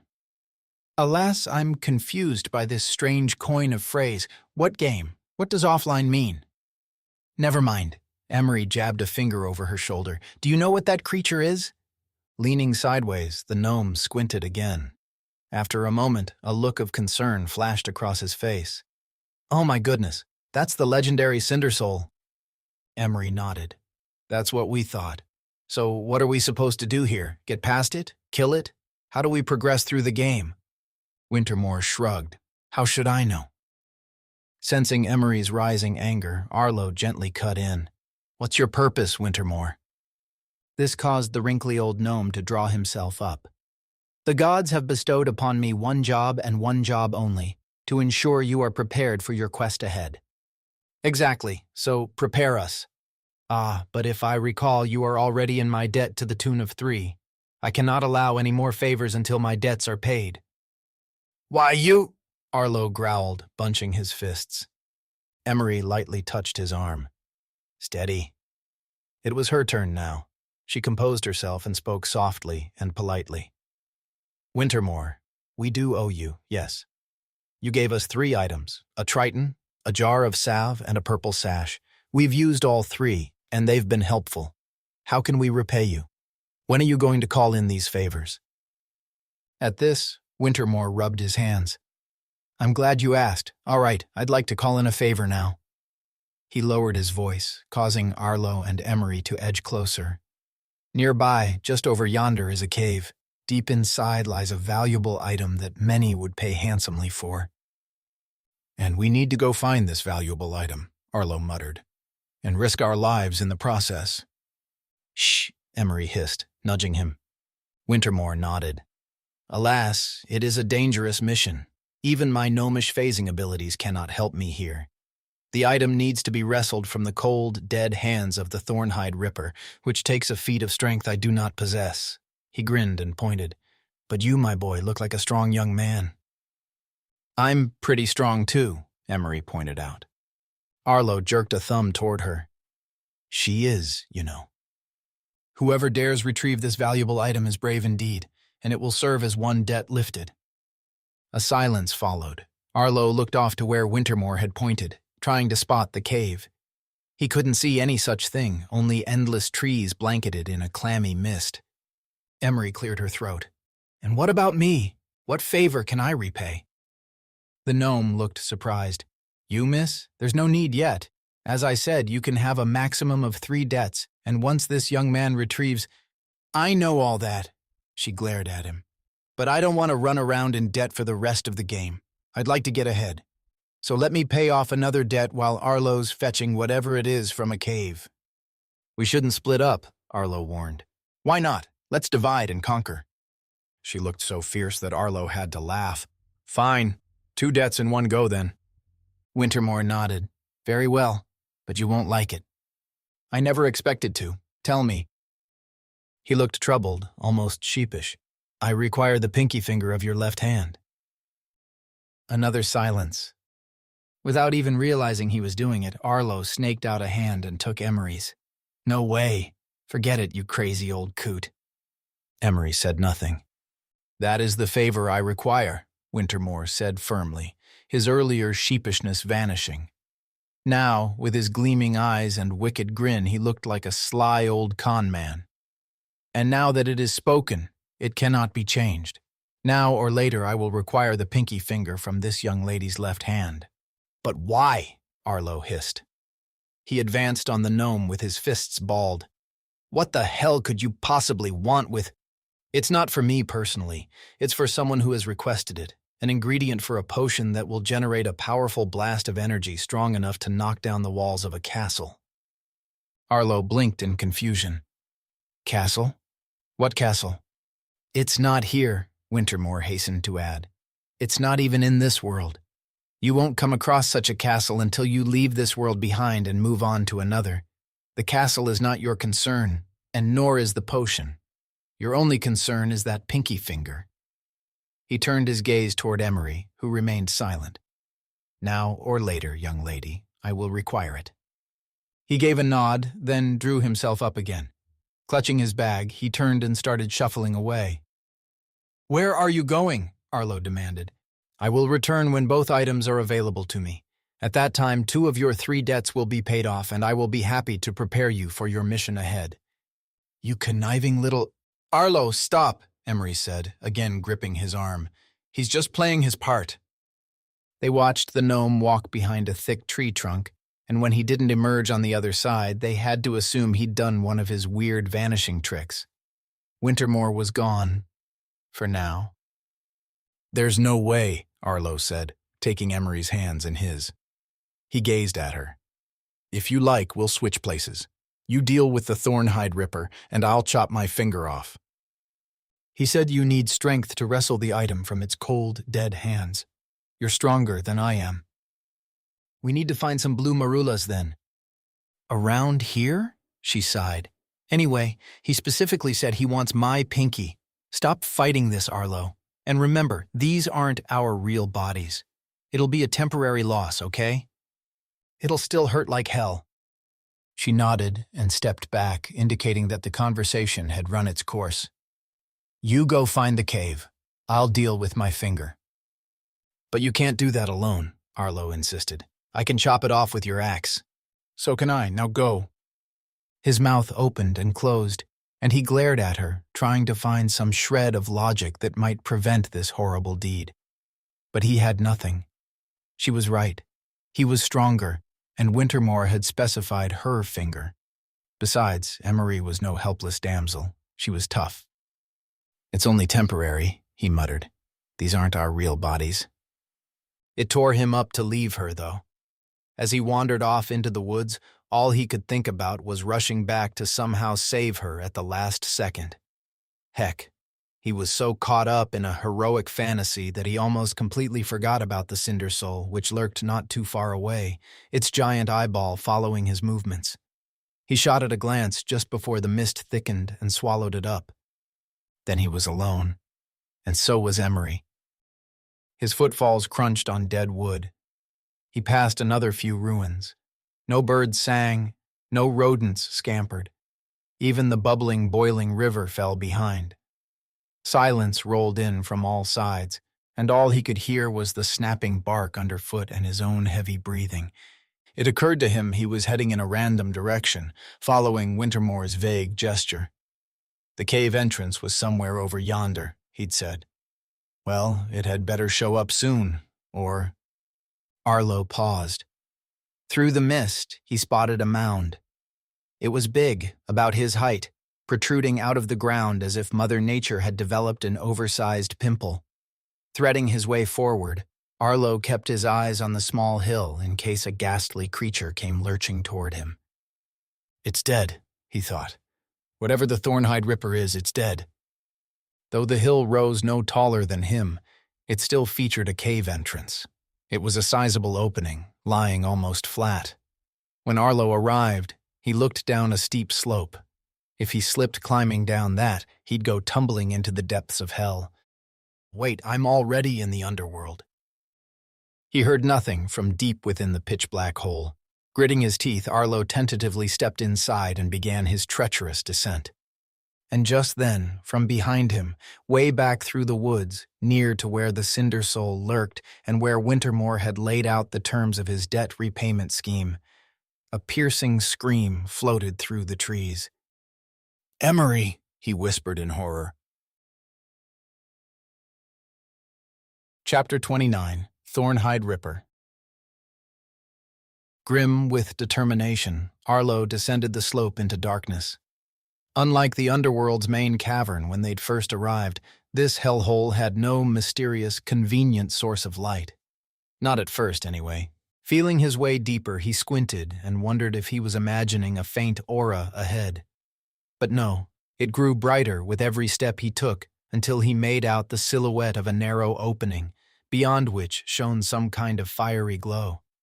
It seemed his dark, sloping tunnel was coming to an end. And a good thing, too, because he was tired of slipping and sliding on loose rocks and soil. The thought of Emery kept nagging at him. She had to be hurting, probably sitting on the ground right now, curled into a ball, her injured hand clasped tight in the other as she waited until the bleeding stopped. He should be there with her, and instead he was here, poking around in a monster's pit. He emerged from the tunnel onto level ground inside a fairly small chamber with a low ceiling and several flickering torches lighting the place. A few more passages led off to the sides, but Arlo had no interest in them. His target was right here, in the center of the room, the Thornhide Ripper. She was some kind of ogress, reminding Arlo of the guard back at the secret Trove.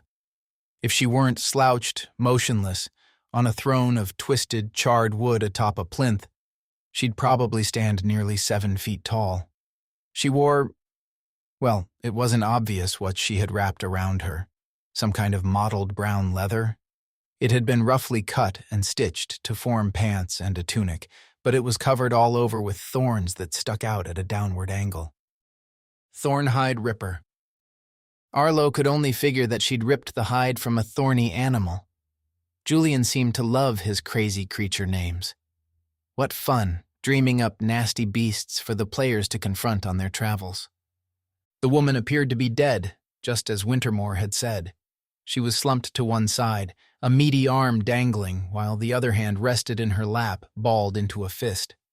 Arlo approached. She smelled bad. How long had she been dead? Oddly, it wasn't the usual scent of death. A tiny mouse could stink pretty badly after a day or two, but this 7-foot-tall ogress had a different kind of odor, something like, well, just good old underarm sweat and unwashed ass. Grimacing, he tiptoed closer, focused on her balled fist. Yeah, she was definitely clutching something small. How was he supposed to pry those cold, dead fingers open? She looked strong, and rigor mortis might have set in. If he remembered correctly, muscle stiffness began just a couple of hours after death and spread throughout the body within half a day. Then, muscles loosened after a day or so when decomposition set in. At least, that was what he recalled from numerous pathologists explaining to their TV audiences on crime shows. Odd how Wintermore spoke of this ogress as if she'd been a corpse for some time. Deep inside lies a valuable item that many would pay handsomely for, he'd said, as if the Thornhide Ripper had been a growing matter of interest for gamers. Arlo eyeballed the thorns. Each was a good 2 inches long, and they definitely came with the animal skin. What a nifty way to avoid attack, by wearing spiky clothes. But what a nuisance, too. The ogress must have removed the thorns from the backside of the outfit for her to sit comfortably. He tentatively reached for the woman's balled fist. Her skin was cold and hard to the touch, almost like stone. Yeah, it would take some strength to pry those fingers open. Growing in confidence, he leaned closer and worked at it for a minute, grunting and grumbling. He quickly realized there was no way he'd ever break into that death grip. Whatever the item was, it might as well be encased in solid rock. Sighing, he pulled out a knife. If Emery was expected to lose a pinky, this giant certainly could too. It was a weird parallel, most likely not a coincidence. He dug his knife in just below a knuckle and began sawing. His knives weren't designed for sawing, though, so he jabbed instead, hacking away at it and knowing he probably wouldn't get through the bone. No blood flowed, though it got a bit sticky. "Damn it," he muttered. This was hopeless. It didn't help that he had to lean across her lap while avoiding the thorns sticking out of her thunderous thighs. He straightened up and rested a moment, wishing he'd been able to bring a sword with him. It was at that moment he glanced up to find the ogress staring intently at him. He yelled and stumbled backward, almost tripping. "What the—" It took all of 2 seconds to confirm that her head hadn't simply rolled back with all his hacking and sawing. No, she was staring at him, her gaze fixed, a slight smile on her face. Or maybe a sneer. Then she spoke. "What do you think you're doing, little man?" She had a soft but rumbling voice, almost gentle, like the purring of an enormous cat. Of course, an enormous cat could tear his throat out. So could this ogress.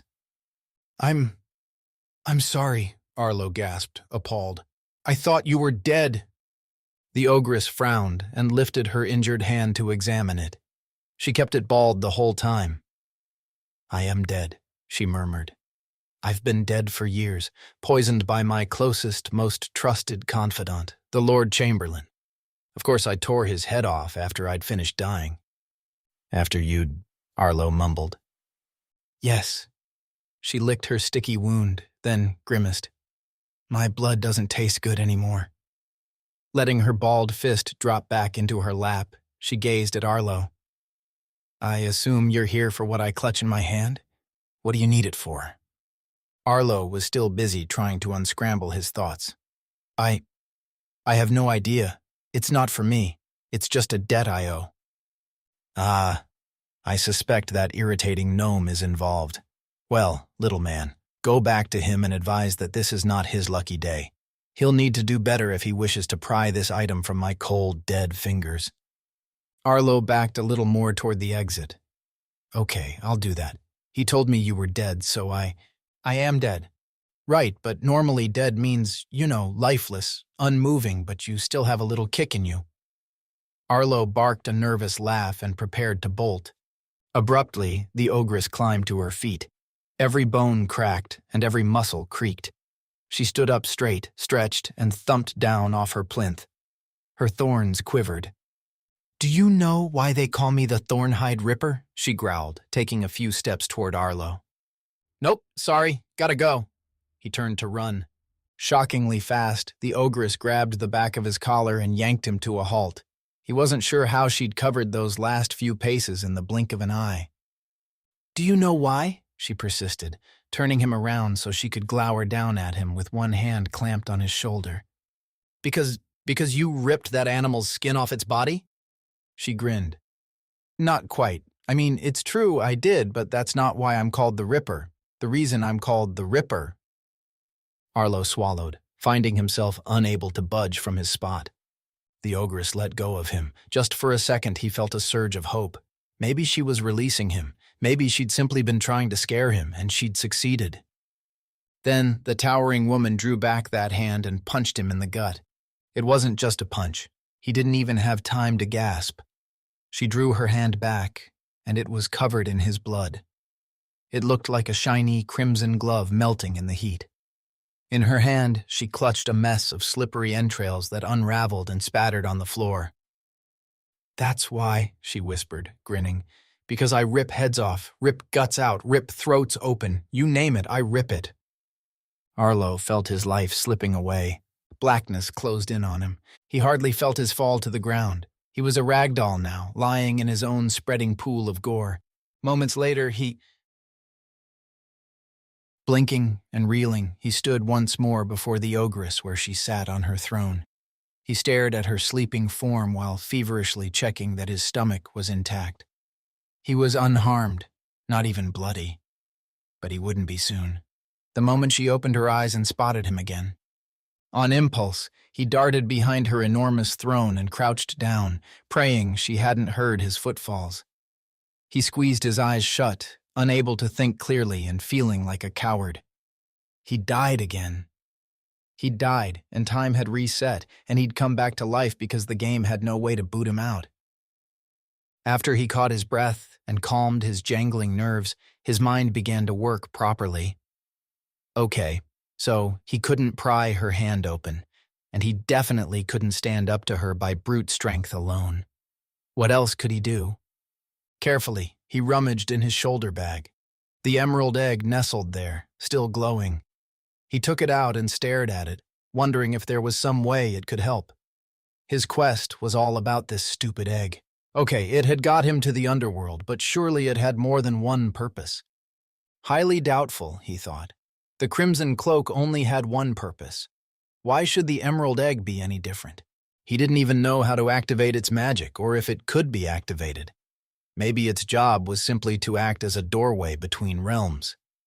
Gently, he tapped it on the rock floor. He pressed down on it. He concentrated, trying to get it to pass through the rock by willpower alone.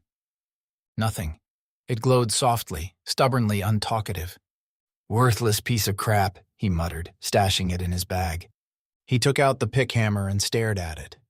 This was another object that could pass through rock, and, like the second Death Star in Return of the Jedi, it was fully operational.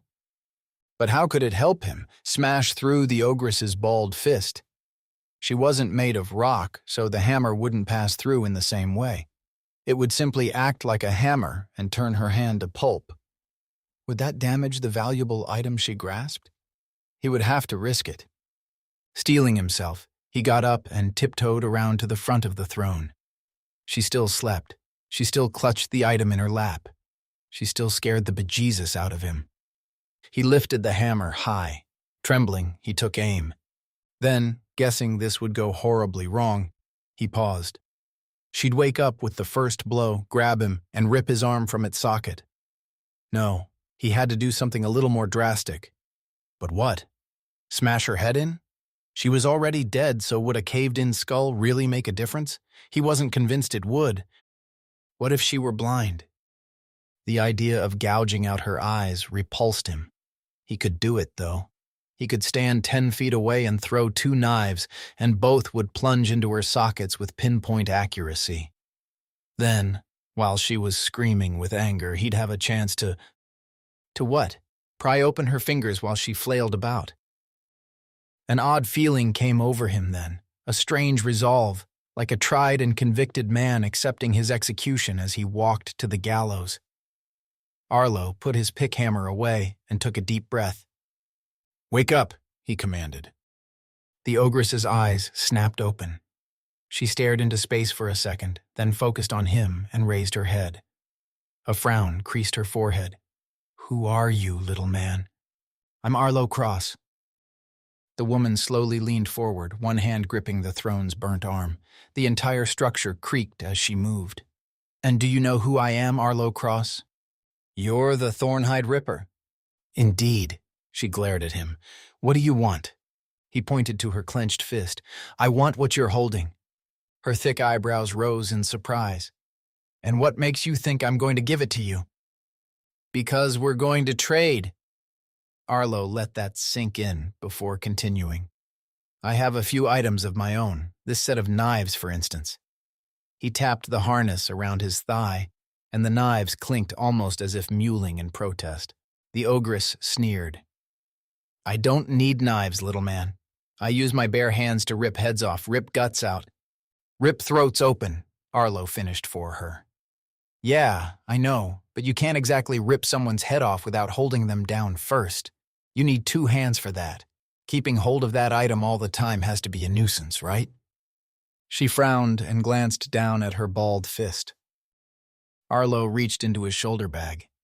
"If not a set of knives, how about this pickhammer? It's magical. It digs into rock and helps you climb a wall." He held it aloft, and again she sneered. "Why would I, the Thornhide Ripper, wish to climb a wall?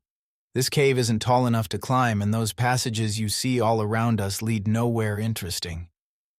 But you can leave, can't you? The exit is right there." "And what's outside, little man? Nothing but a wasted forest. It was once full of life. 100 of my subjects lived within spitting distance, and 1,000 more farther out. I was their queen. This realm belonged to me. And then I was betrayed, assumed dead, and my beloved Cindersoul reacted. In less than a day, my realm was ashes." Arlo couldn't help being intrigued. "The Cindersoul? He was your pet dragon or something?" The ogress slammed a fist down on the charred arm of her throne, splitting it lengthwise. "Not my pet. She was my friend." "Friend, okay, sorry," Arlo said hurriedly. "I don't have much information about anything around here, so, what does the Cindersoul want now? Does she know you're still alive? Would she be happy if—" "I am not alive," the ogress growled. "I am dead, betrayed and poisoned by my Lord Chamberlain, cursed to remain here below the ruins of my domain, which my beloved Cindersoul continues to blacken in her anguish." Arlo was seeing a game-like mini-quest develop. So what if you could reunite with the Cindersoul? You can't go to her, but what if she could come to you?" The ogress laughed bitterly. "She is far too large for this chamber, little man, let alone squeeze down that pitiful entrance tunnel." "But what about deeper in? Are there bigger rooms?" "Yes, but—" "So, even though she can't squeeze down the tunnel behind me, she could fit into a cavern somewhere in this underground place?" "All this talk is futile," she snapped. She stood, the thorns on her outfit quivering as if in anticipation of what came next. "I tire of you, Arlo Cross. It is time for me to rip out your guts." She advanced on him, but Arlo stood his ground. Rummaging once more in his shoulder bag, he whipped out the emerald egg. "This," he announced as she pulled back a fist to ram into his stomach. The ogress paused. "And what, pray tell, is that?" The egg seemed to glow stronger as he held it up for her to see. "It allowed me to pass through solid rock into the Underworld. It can allow the Cindersoul to pass through walls or the ground itself. She can come visit you. The 2 of you can be reunited." His words acted like a magical spell, freezing her in place. Slowly, she dropped her fist and glowered at him. "You have earned a few seconds to explain yourself." Arlo grinned. "Just show me a cavern large enough for the Cindersoul to move about. Then let me go. I'll bring her to you." Again, a long pause. "And in return?" He pointed at her other fist, the one still clutching Wintermore's so-called valuable item. "That." Chapter 30. An Ogress's Promise. With a spring in his step, Arlo strode out of the pitch-black tunnel and into the less subdued gloom of the burnt woods. It had been miserable before, but now dusk was upon them. Already, it didn't seem possible. He hurried through the twisted trees, trying to make out something familiar ahead. All he saw was mist.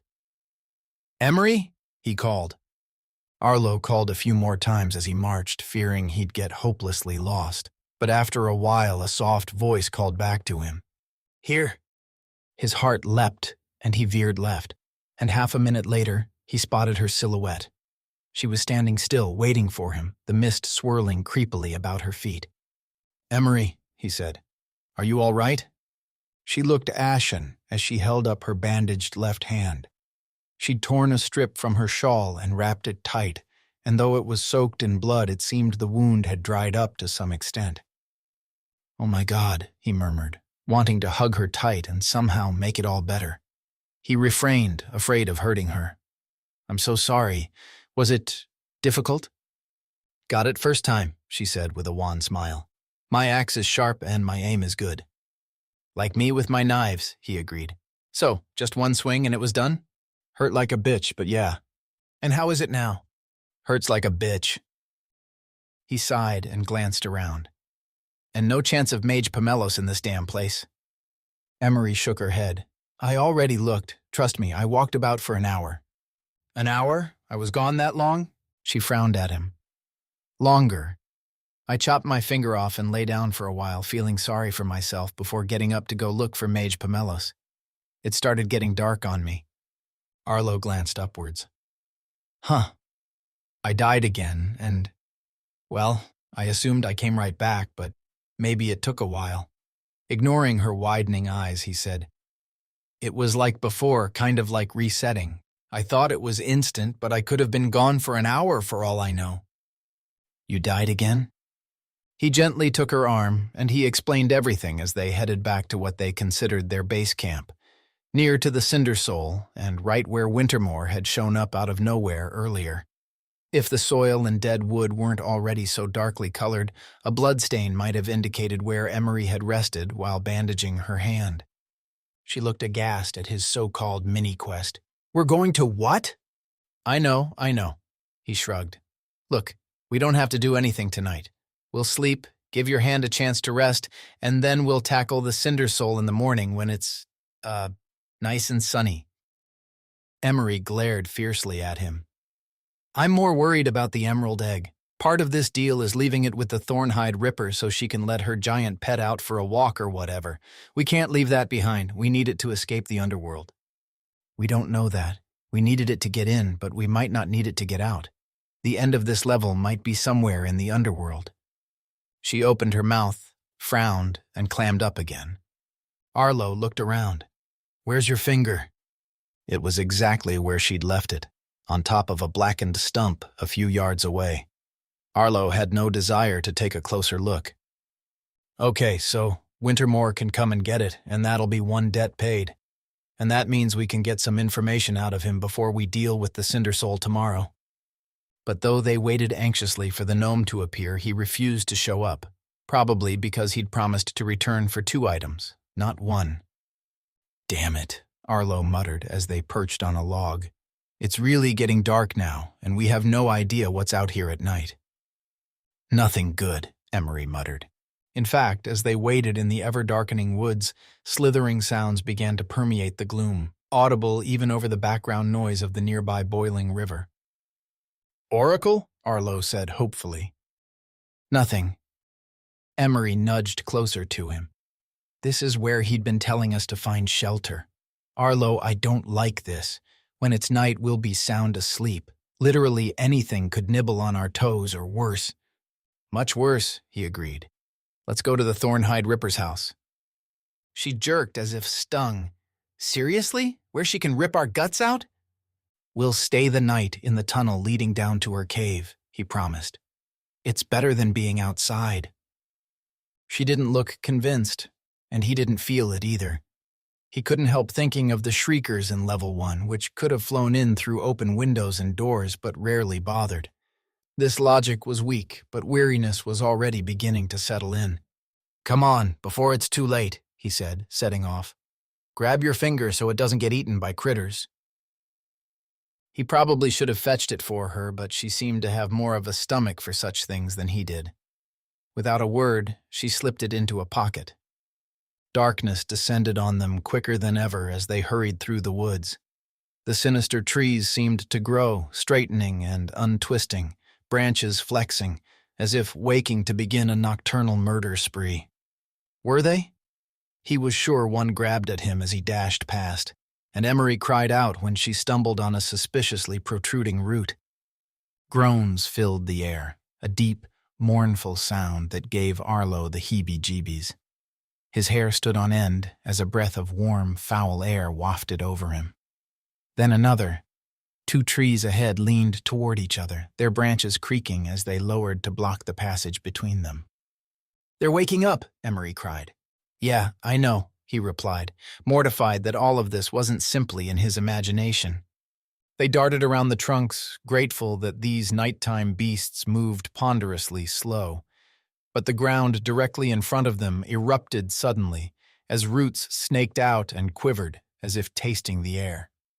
Arlo and Emery broke into a sprint and hurdled them. A branch swung around and threatened to knock them senseless. Another cracked suddenly and fell, shattering on the ground just after they ran past.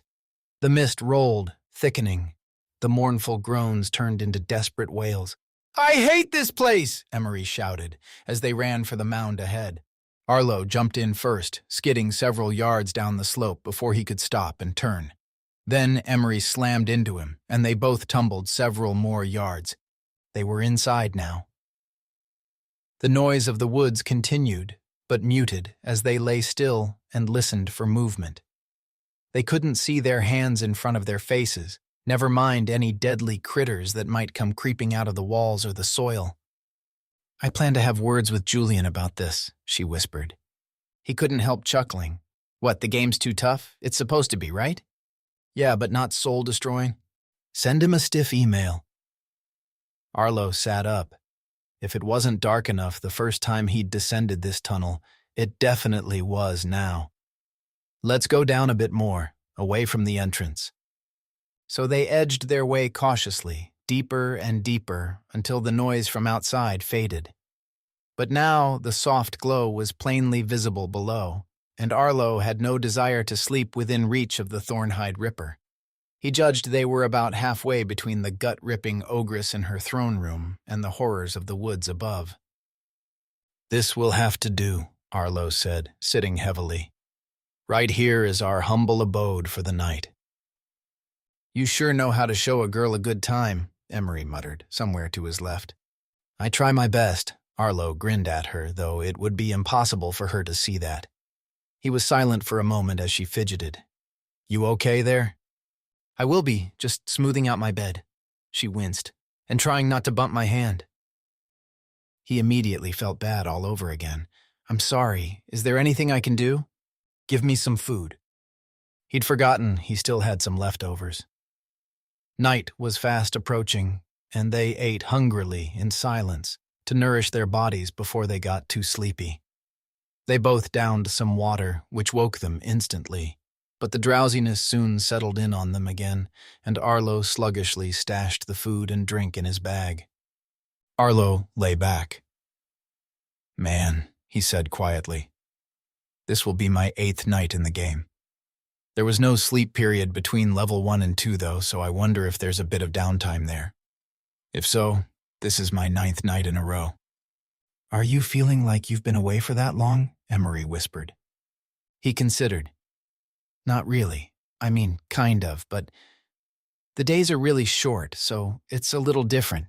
I wouldn't want to move straight on to level 3, though. That would be too much." Emery was silent for a moment. "I'm more worried about us being stuck here in the Underworld for endless days." "Yeah, that would suck." Her good hand nudged against his, and she curled her fingers around him. "I'm glad you're here with me." "I'm not." She laughed softly. "I assume you wish you were someplace else?" "Yeah, someplace else. With you."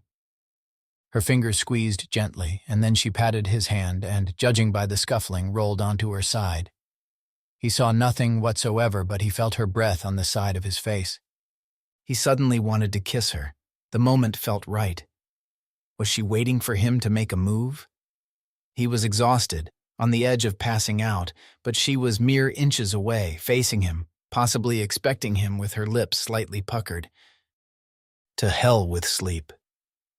Shifting onto his side, he carefully reached out with one hand and located her shoulder, then gently brushed her hair from her face and stroked her cheek with his thumb. She said nothing, and he knew the moment was right. He moved in for a soft kiss on her lips. He lingered for a few seconds, and she didn't pull away. Then again, she didn't react at all. He eased back slightly, waiting, frowning. "Emery?" he whispered.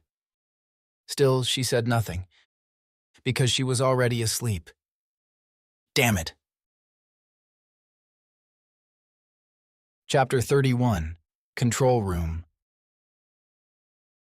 Rosie pushed the office door open. In the back of her mind, it occurred to her that she'd paid more visits to Julian's control room in one afternoon than she normally did in several weeks.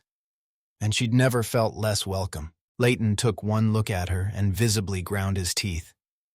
"We're in a meeting, Mrs. Denfield," he growled. "Yes, and I'm a part of it." Her determined statement caused both men to blink in surprise. Rosie stood with hands on hips. "I may be a silly old woman who knows nothing about computers and can barely check my email, but I do know there are two nice young people trapped inside that game, who, when they wake up, will cause a real stink if you keep them inside for another level against their will." Julian raised a hand to stop her. "Gran, don't gran me. Now look, this is my house, and I'm putting my foot down. Allow Arlo and Emery to exit the game, or else." Leighton smirked. However, Julian seemed troubled. "It's all in hand, Gran. Another 6 or 7 minutes and they'll be done." "You're allowing them to exit?" she demanded. "The option will be there," Julian said, his words notably cautious. "But Leighton is determined to play the next level, so he'll be needing a comfortable chair. Can we borrow that nice lawn recliner, the red one?" This completely threw Rosie. "Wait, what? Leighton is playing the next level?" She gave him an accusing look, and as he shrugged and nodded, her tough facade began to crumble. "Well, that's..." She drew in a deep breath and nodded. "I have no problem with that." Julian stood. "Okay then. Now, please, let's find that recliner, shall we?" But you have 2 armchairs right there. Why can't Leighton take over one of those as soon as... Level 3 will begin the moment Level 2 ends. There'll be no transition period. Leighton needs his own recliner so he can be ready in advance. "Well, I mean, if you say so." She felt a little flustered as Julian ushered her from the room. He came with her, lowering his voice. "Gran, please don't interfere, and stop asking questions. I've got this in hand. Leighton's gonna do Level 3, and he thinks it'll be a pushover, but it won't. I'm gonna change it up." Questions sprang to mind, but Rosie was too busy being steered to the spare room to formulate her thoughts. This was where she kept her sewing table, odds and ends, boxes of old photos, and a plethora of valuable keepsakes. It was also where a couple of red lawn chairs were stored, better in the house than the cluttered shed. They were bulky and heavy but could recline almost horizontally. Julian grabbed one and smiled at her. "Emery will be awake soon. Arlo, well, he'll be playing against Leighton, not in free play, but in adventure mode. Like I said, Leighton thinks he knows the game and has the upper hand, but..." "Wait, stop," Rosie said. "You literally just told me that Arlo and Emery would be finished." "No, I didn't. I said the option to exit would be there, and I said Leighton is playing the next level. Both things are true. Look, it'll be one last game. A 2-player standoff between Leighton and Arlo." "Julian?" He huffed and shook his head, then stalked from the room with the chair under his arm. "Gran, you're getting on my nerves. Stop fretting." She went after him, struggling to keep up. "I am not happy about this, and neither will Arlo be," she badgered him as they returned to the office. "He's been sitting here for nearly 2 hours, and you expect him to sit here for another hour? That's..." "The length of a blockbuster movie," Leighton said, looking bored as he took the chair from Leighton and unfolded it. "Big deal. He'll be fine." Rosie glanced at Arlo, half expecting to find a urine stain on his pants.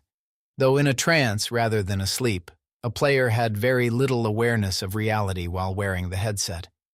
She knew this from experience.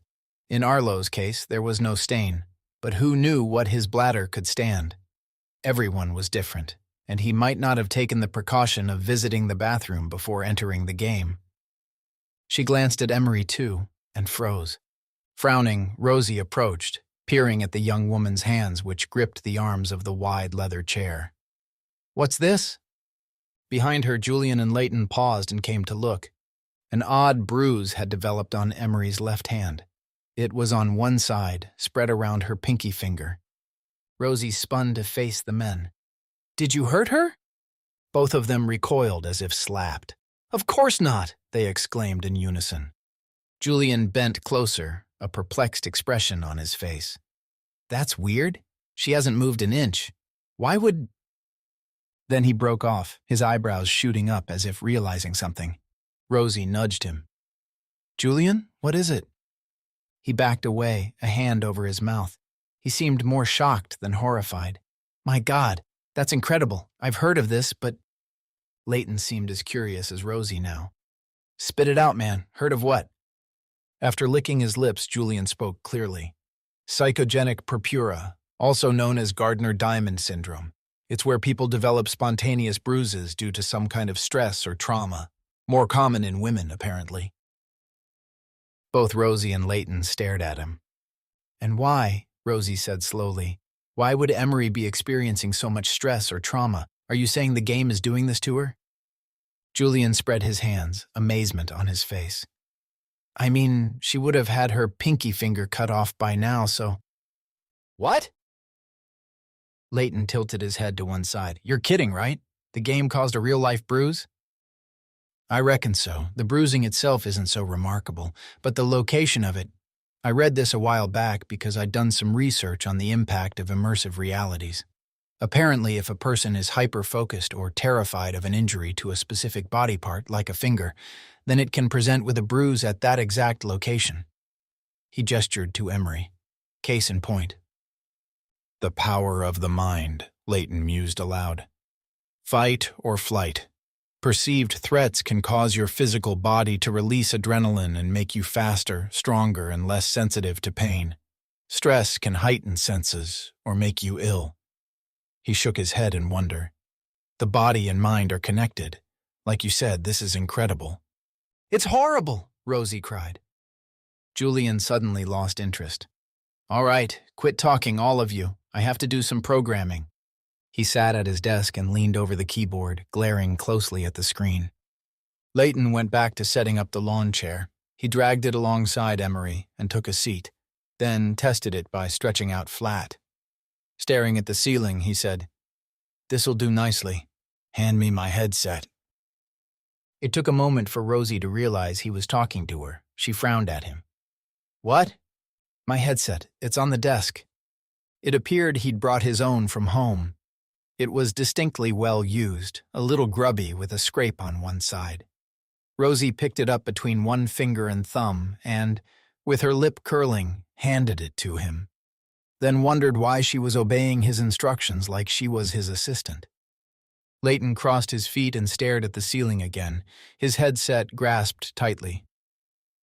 I'm ready when you are, Ravencroft. Been a while since I went in as a newbie, without my stash of weapons and objects. This is gonna be fun. He winked at Rosie. I'm gonna kick Arlo's ass. Julian didn't respond. He was tapping away, occasionally shooting furtive glances toward Leighton. He's putting his secret plan into action, Rosie thought. Whatever that might be, exactly. They're about to wake up, Julian announced, checking the time. Well, they should be anyway. Hard to tell without the live updates. If the game is on schedule, then we have no more than 5 or 6 minutes to go, depending on how long they take to get finished. We'll know soon enough. I'll disable Lamb in just a moment. Rosie approached his desk. So the game will be back in normal mode? It'll take a while. Like I said, 30 seconds to recalibrate, which is half an hour inside. Then another minute for downloads and resets. The main thing is that the exit options will be available in the cabin, even if Oracle takes a bit longer to come back online. Despite what the men had discussed earlier about Leighton challenging Arlo in Level 3, she hoped Arlo would ignore such an option and simply exit. Why would he prolong it? He wouldn't. He and Emery would surely want to come home. Wouldn't they? Chapter 32, Cindersoul. Day 5. Arlo woke to darkness. As usual, in that moment of disorientation, he thought he'd gone blind, and panic flooded him. Then he recalled the events of the day before, and he sat up to look for the faint orange glow at the bottom of the tunnel. There it was. He sighed with relief, knowing he wasn't blind but instead trapped in the Underworld for possibly days, currently located somewhere between a deadly forest and an even deadlier Ogress. but at least he wasn't blind. "Emery," he whispered, "you awake?" She didn't answer, and he tentatively reached out to give her a shake. Then he paused, thinking it would be better to let her sleep as long as she wanted. With a finger missing, she'd likely wake up in awful pain, so he sat for a moment, contemplating his next move. Confronting the Cindersoul wasn't on his bucket list, not even close, and giving up the emerald egg to trade for an undisclosed valuable item just to appease a gnome? In the cold dark of day, it seemed like a ridiculous plan. What the hell was he thinking?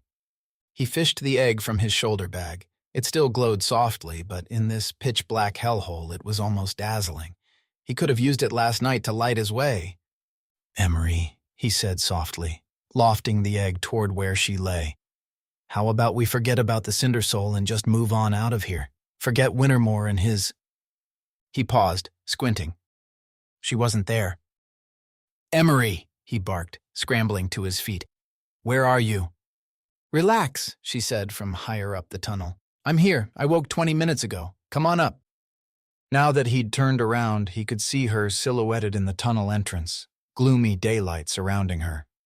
Once he'd trudged to the top and stepped outside with her, she gestured all around. "Everything's quiet again. You'd never know the trees came alive last night." She still looked pale. "How's your hand this morning?" he asked. With a grimace, she showed him her bloodied bandage. "Hurts even worse. It's like a constant throbbing and I keep getting these extra shooting pains. I should be on painkillers right now, but here we are." "Oracle," Arlo said loudly. "Are you there?" "Nothing." "I'll take some water," Emery said. "Then we should get moving. We have a monster to tame." As they set off toward where they thought the boiling stream ran through, Arlo thought about his earlier notion, to abandon the trade and keep moving. Screw Wintermore and his debts. But then, seeing Emery wince at the pain in her hand, he couldn't help thinking how she'd done her part, and it would be a real cop-out if he skipped his own mini-quest. Wintermore wasn't going to show until both items were sitting on that stump in the woods, and if he didn't show, then Emery had chopped off her finger for absolutely nothing. Damn it.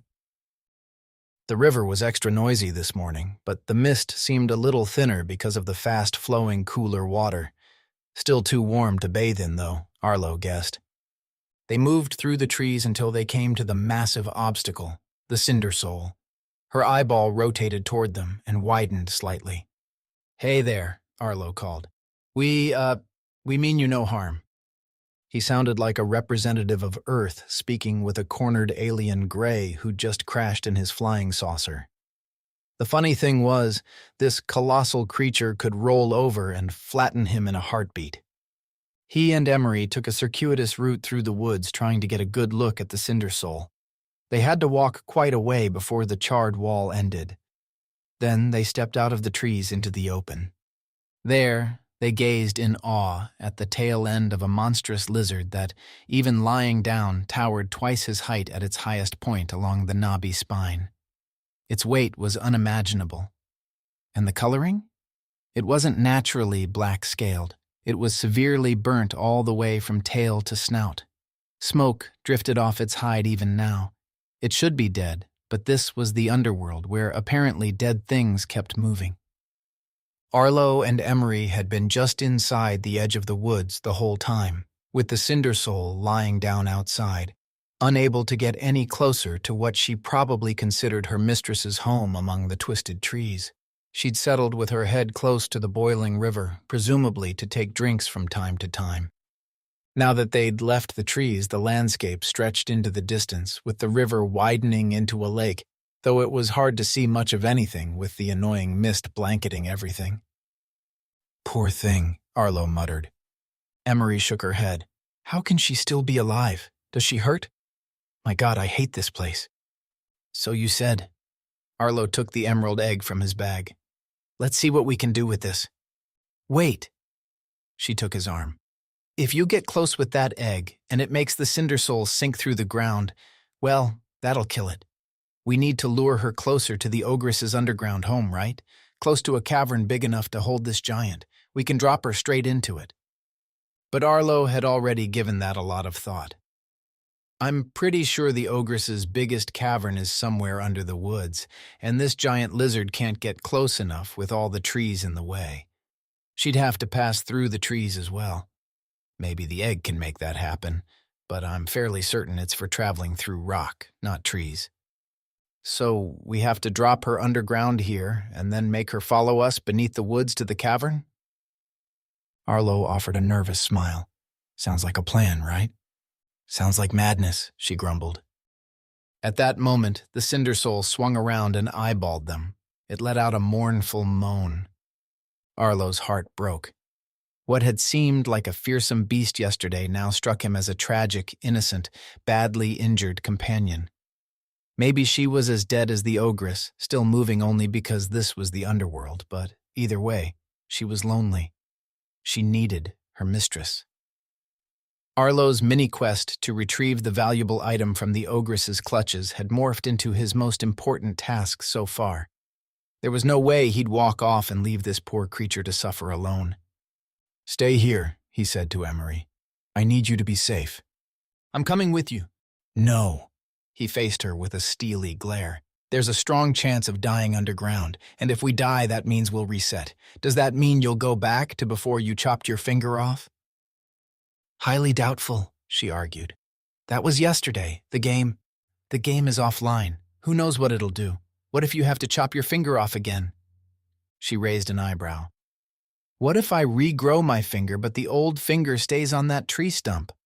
That would be awesome." He sighed, unable to refute her logic. One scenario was as possible as another. "Fine. Come with me then." "Try to stop me," she growled. "We're in this together."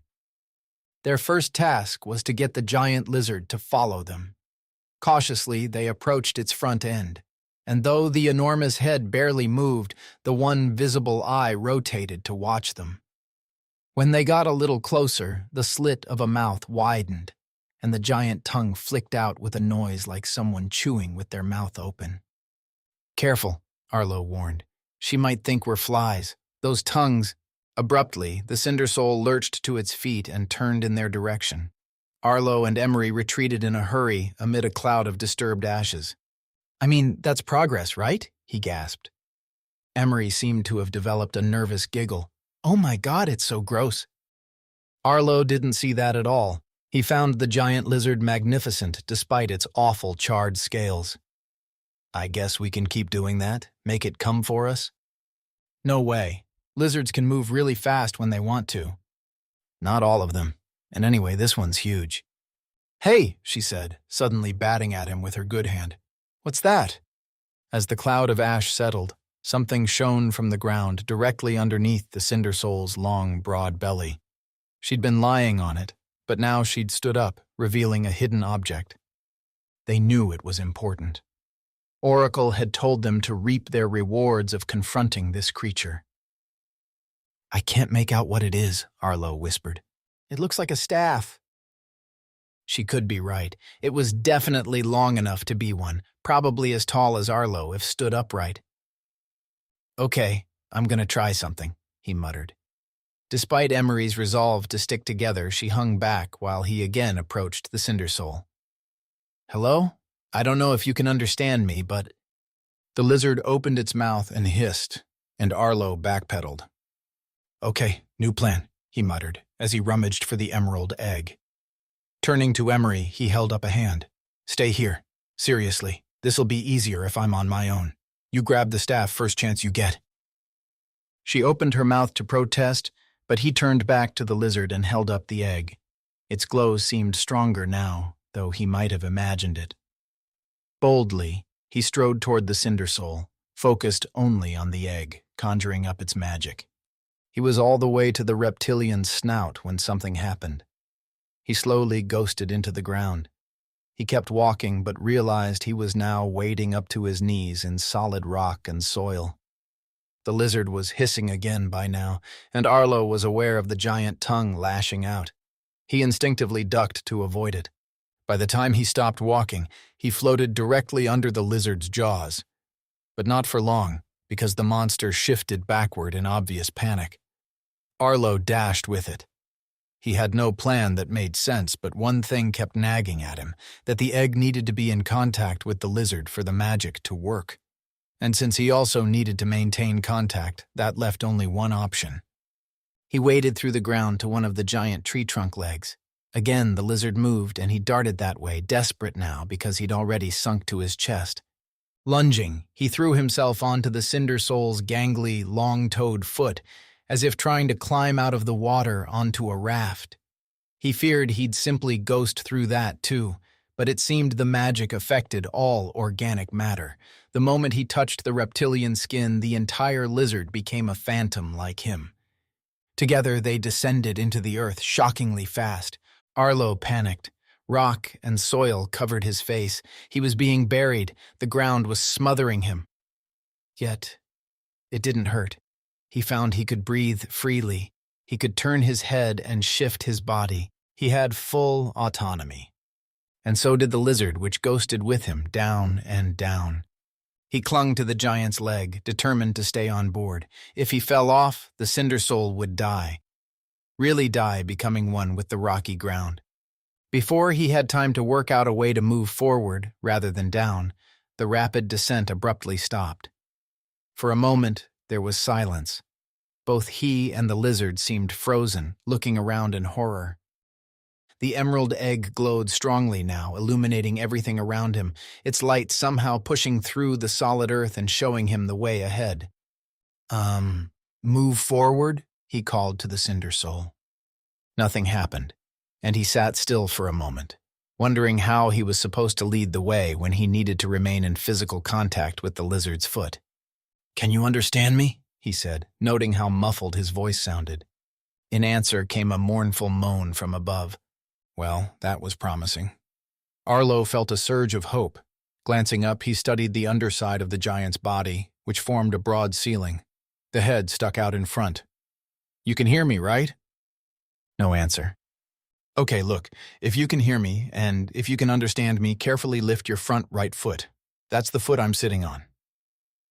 After what seemed a long pause, Arlo gasped as his perch began to move. Slowly, cautiously, the lizard did as he asked. "Incredible," Arlo whispered, his excitement rising. He had to tell himself this was but a game. Everything was digitally created and engineered, the story pre-written. All he had to do was discover it. Still, the realism blew him away. "Okay, Cindersoul, let's go find your mistress. Start walking, but carefully, because if you knock me off, you're going to be stuck here forever." That might not be true. If he fell, he could simply swim back. Probably. The Cindersoul began a slow, ponderous march through a bizarre landscape of solid rock. It wasn't a sea of gray, more of a frozen storm of multiple shades complete with air pockets and extra hard lumps that, oddly, Arlo felt as he passed through them. "Some rock formations are denser than others," he murmured. He liked the sound of his logic and nodded. "Yeah, that's gotta be it." The Cindersoul made no comment. He ventured a little further. "We're in a state that allows us to walk through rock. Or maybe swim? I don't know, but something is stopping us from sinking further. Is the rock below us denser? Or does the egg's magic have some kind of maximum depth?" He would have asked Oracle if he could. The computer probably would have enjoyed detailing it all for him. "Go to the right," Arlo commanded. Before he could question whether the lizard knew the difference between left and right, she changed direction, and he smiled. They were passing under the woods now, at least vaguely heading toward the Ogress's underground lair. "Well, you're full of surprises," he commented. "I don't think you're just some oversized lizard. You're smart." A moan sounded. Arlo glanced up to see the tongue flicking out over and over. "What is it?" The tone of the mournful sound changed. It picked up a little in pitch and urgency. Worry gnawed at Arlo. "Do you smell something? Wait." His mouth dropped open. "Do you smell your mistress? Can you sense her whereabouts?" "Yes, Cindersoul, she's close. She's right here, underground, not too far ahead. You just have to find her." And it seemed the colossal beast had indeed caught the scent, judging by the way she took off at a frightening speed. Chapter 33, Wintermore's Deal. Arlo clung for dear life as Cindersoul forged onward, clearly on the scent of her mistress. She huffed softly, which he took to be a good sign, that she was excited rather than angry, because that was something he hadn't considered. What if she had some kind of grudge to bear? What if she were ticked about being left alone in a charred forest, about being burned herself? He couldn't worry about that. His mission was to hold up his end of the bargain, even if that meant the giant lizard unexpectedly turned on her mistress. Though the varying shades of gray persisted in every direction, Arlo felt they were getting close. The egg glowed brighter still. He held it high, straining to see ahead, to see beyond the endless rock he and Cindersoul plowed through. Finally, they arrived. Arlo let out a sigh of relief when a chamber suddenly appeared around them. It was like surfacing from the water. He inhaled sharply, appreciating the relatively fresh air. But this chamber wasn't large enough. "Keep moving," he said. "Walk around until we end up in something big enough for you." Cindersoul grunted her annoyance at this, as if her anticipation had been let down by the absence of her mistress. But she did as he asked and wandered through to the far side of the chamber, plunging once more into rock. Arlo found it highly convenient and contrived that they'd ended up perfectly level with the floor of the chamber. It answered his question, though. The reason the egg's magic had not caused them to sink lower and end up at the core of the planet. Their rock bottom was exactly where the game world wanted them to be. They pushed through a narrow passage and back into rock. Then another passage appeared, and they naturally followed its length, even though the lizard's bulk pushed way beyond the confines of the narrow space. The emerald egg lit the way, but a torch had been fixed to the wall just ahead, suggesting the Ogress used this passage. Arlo found he could breathe normal fresh air again, or as fresh as it could be in an underground cavern. Yet Cindersoul's head was still engulfed by the ceiling above. How freaky weird. Then they arrived, for real this time. An enormous cavern opened up, stretching far longer and wider than the giant lizard, and with plenty of headroom. It wasn't a huge surprise to find the walls lined with dozens of flaming torches. Perhaps the Thornhide Ripper had prepared for this visit. Cindersoul moved into the cavern's center and paused, then let out a grunt with an almost audible question mark on the end. "Yes, this is perfect," Arlo said. "Don't move. I'm going to step off." Cautiously, he jumped down from the reptilian foot. He immediately sank an inch or two into the floor on impact, then rose to the surface. He felt the ground harden underfoot. Everything felt cooler, and he absently shook his head as his auditory sense altered. His surroundings were no longer muffled. When he shifted his feet, the noise echoed. He took another deep breath. "That's better. We did it, Cindersoul. We're here. Now I just need to go fetch your mistress." As he set off, the giant lizard turned. The scrape of her tail and clicking of her toes boomed noisily, proving she was fully solid again. The chuffing sound she made echoed down nearby passages. Then she made a new noise, a sort of chirp, but amplified 100-fold, almost deafening, causing Arlo to wince. "Whoa, quiet down a bit," he complained. "I can't hear myself think. Look, I'm not going anywhere far. Just wait here while I find your mistress, okay?" She chirped again, holding her head high, her tongue lashed over and over, tasting the air. "What is it?" he asked, puzzled. "Do you smell her? Is she—" He was interrupted by the boom of a familiar voice. "My beloved!" The Thornhide Ripper strode from a passage, stomping across the cavern floor toward Arlo and the giant. Though both arms spread wide in greeting, one hand was still notably clenched into a fist. The Cindersoul roared, and though it was a terrifying noise, it quickly became apparent this was a heartfelt cry of joy rather than a bellow of rage. He leapt aside as the lizard thudded forward to meet her mistress halfway. What followed struck Arlo as a surprisingly touching scene in a world of death and gloom. It seemed even the Underworld included sympathetic characters and monsters, and this reunion was about as sappy as any he'd seen before. A formidable 7-foot-tall ogre who ripped guts out for fun, and a giant lizard with charred scales. Both were animated corpses and equally terrifying. Yet Arlo couldn't help grinning. Sappy or not, he figured this was about as good as he could hope for. "Little man, you have brought my beloved home to me," the ogress rumbled as she tried to stand firm against the lizard's constant nudges. "I could not go to her, so you brought her to me. And with that magical egg in my possession, I can allow her to come and go." She glared at Arlo as she said this, and he detected a warning in her voice. Yeah, she intended to keep the egg. "You'll have to strap it to her leg or something," he said in an attempt to be helpful. The ogress turned to him. "I believe I am smart enough to figure out a way forward," she growled with a fierce frown. "Oh, you are? Sorry, I just—" "Hand it over." She held out her free hand, palm up. Arlo approached. Ordinarily, he would suggest a direct swap, the egg for the item in her hand, but, seeing her glare, he swallowed and focused on the tremendous level of trust he'd built with her. Reluctantly, he handed over the emerald egg. The Thornhide Ripper grasped it and held it up. Its glow never wavered. Arlo bit his tongue. "Wait. Don't antagonize her." "You have served me well," she said at last, "and kept up your end of the bargain." She sized him up. "Tell me why I shouldn't rip out your guts and end our allegiance." To Arlo's surprise, Cindersoul offered a soft, huffing noise that rumbled throughout the cavern. The ogress glanced up, her eyes widening. Then she laughed. "Little man, it would seem you have earned my beloved's friendship and trust. Therefore, I will honor our bargain." She held out her clenched fist and slowly uncurled her fingers. Arlo stared at the tiny object she held, a key, a single, innocuous bronze-colored key. Thank you," he said meekly, gently plucking it from her palm.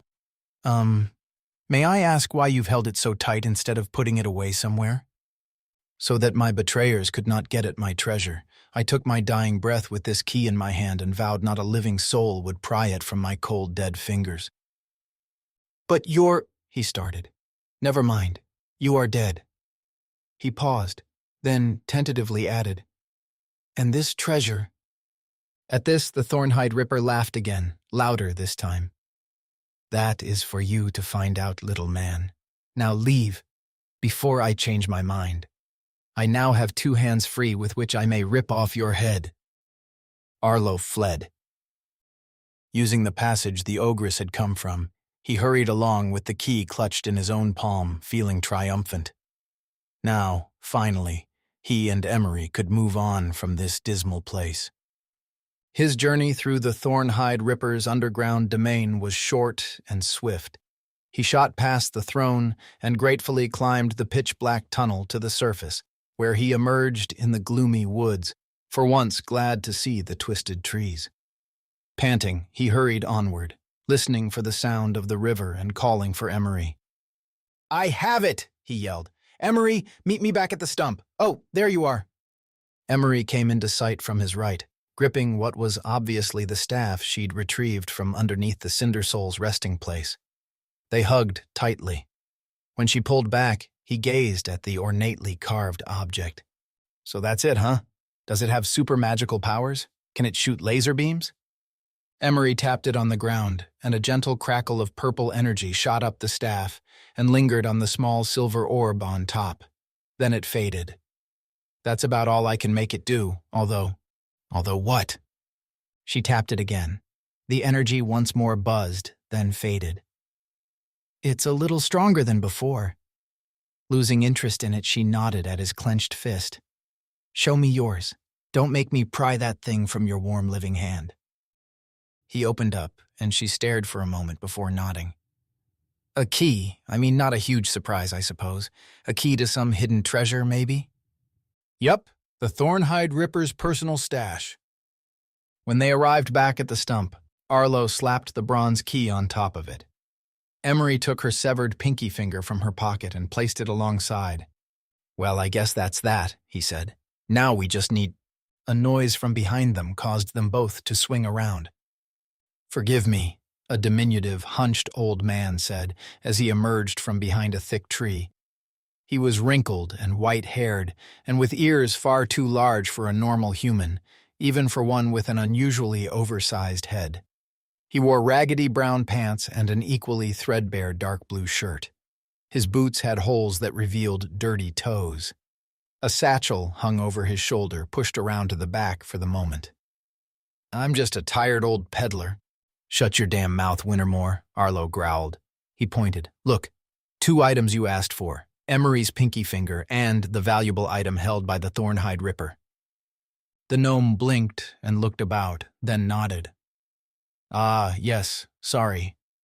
You have to understand that I appear when and where I'm requested, snatched from place to place, summoned by needy travelers. It takes a moment to ground myself." Arlo huffed, then softened when Emery gently nudged him. "Fine, but here are the things you wanted. That makes us square for 2 debts, right?" "You have 1 favor left to repay, yes." Wintermore studied the 2 items. "Very good. Now," he frowned. "In return for fetching me this key, I can now prepare you for the journey ahead." He started to rummage in his bag, but Arlo stopped him. "Wait!" The gnome looked up at him, his eyebrows wagging. "Yes?" "Just to be sure, what you're about to give us is free, right?" "Free?" Arlo's heart sank, and a knot of anger developed deep in his chest. "You said you'd prepare us for our journey ahead once we paid off a couple of debts." "Indeed, and you have paid off a couple of debts. You have 1 left. But preparing you for the journey ahead doesn't come free. That's another favor." The urge to snatch up a charred log and cave in the gnome's skull swept over him. He felt he might have done so, too, if Emery hadn't stepped in with a calm voice. "We don't want any more favors, Wintermore. It's just one thing after another with you. We'll never get out from under your debts if we keep this up. We still have 1 more to pay off, and we're reaching the end of the level." "End of the what?" "Never mind," Emery sighed. "Take my finger and the key, and go away. We'll manage on our own, thanks. Oh, and, Wintermore, can you at least tell us what this staff is for?" The gnome smiled knowingly. "I will say only that it broadens your options." "Broadens our—" she glared. "That's all you're giving us? I am not in the business of giving out advice or useful items for free." Arlo still had his fists balled. "Speaking of which, you were wrong, you daft old man." Wintermore blinked at him. "Wrong? About what?" "You told me that your gnomish phasing abilities couldn't help you pry this key from the cold, dead fingers of the Thornhide Ripper. That's what you told me. But you can move through rock. You could have taken the Cindersoul underground yourself. You could have delivered her to the Ogress." The gnome scratched his ear and shook his head. "I'm afraid you're mistaken. My phasing ability doesn't extend to others. And if it did, do you think the Thornhide Ripper would have let me go afterward? No, the emerald egg was always the key to obtaining that, key." He did a double take, then smiled. "Ha! The key to the key. Did you see what I did there? I said that—" "Shut up," Arlo snapped. "Go away, you daft old coot." Wintermore offered a bow. "As you wish. Until next time, my friends. 1 more favor to collect, and then we shall be square." Chapter 34, The Way Forward. "Well, here we go again," Arlo murmured as they set off. They'd left the dense woods behind but still had to navigate stands of trees. The river ran alongside a stone's throw away where the constant bubbling and boiling didn't impede conversation. Emery had tied her arm in a sling to keep her hand injury elevated. She said it throbbed too much otherwise, so Arlo offered one of the purple strips from his bag. Multi-purpose, he thought. Glancing up, Arlo was surprised all over again because the sky was in fact the ceiling of a vast cavern. The mist had obscured it the whole time they'd been in the forest, but now the haze had cleared somewhat. "I think the water's cooling," he commented. "The mist is almost gone." Emery grunted a reply. He figured she was too distracted by her severed finger to care about much else. Oh, for some Mage Pomelos. After 10 minutes of walking, Arlo sighed. "I guess we're gonna have to close our eyes again. I thought we'd be done with that nonsense, but nothing much has changed around here." "Agreed," Emery muttered. so they linked arms and continued with their eyes shut. Arlo used his free hand to feel ahead in case he came up against a tree, not that it would help Emery by his side. They tripped once in a while, but no major obstacles stood in their way. When the river suddenly quietened, they opened their eyes to find that the landscape had changed. The black, twisted trees were gone. Now they walked in a barren nothingness. A calm lake lay ahead, with a small island in the center. On that island stood a structure, but it was too far away to make out. Arlo found it disconcerting that neither the sun nor the moon shone off the still mirror-like surface. It had no shimmering reflection at all. Yet this was where the river ended. It trickled quietly now, almost with reverence to the greater body of water ahead. They walked another 5 minutes and finally arrived at the lake's shore. A couple of things stood out straight away. One was a flagpole standing on the bank. No flag, though. Just a thin rope running up and down with a simple winding handle. The other was a long, low-slung boat floating some way out. Arlo squinted. Looks like a cabin on the island, and nobody's in the boat. Are you sure? Emery was frowning. There's something in the boat. Maybe somebody's having a nap. He had to admit the bundle of black in the middle did look like somebody might be lying flat. He cupped his hands and yelled, "Hey!" His voice skipped off the water and faded into the distance. To his surprise, the bundle moved and sat up. It was indeed a man, or at least a man-shaped figure. Shrouded and motionless, it could be another animated corpse for all he knew. "Can you come get us?" Arlo called. The boatman didn't react. "Another challenge," Emery said with a sigh. Disgruntled, Arlo walked a little closer to the bank. It sloped away sharply, and it was only when he stood on the brink of that slope that he noticed dark shapes in the water. He said. "What is it?" Together they stared into the murky lake. Dark shapes definitely lurked. They were still and impossible to make out. Arlo huffed with impatience. "Wait here."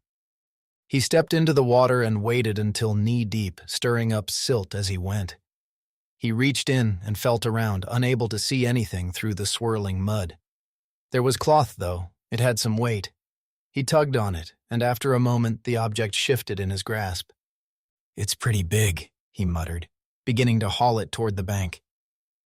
"Maybe a sack full of something?" Emery let out a soft cry. "Arlo, watch out! There are fish coming toward you." He almost laughed, but his mirth died when he realized this was the Underworld. He doubted that these fish she mentioned were harmless.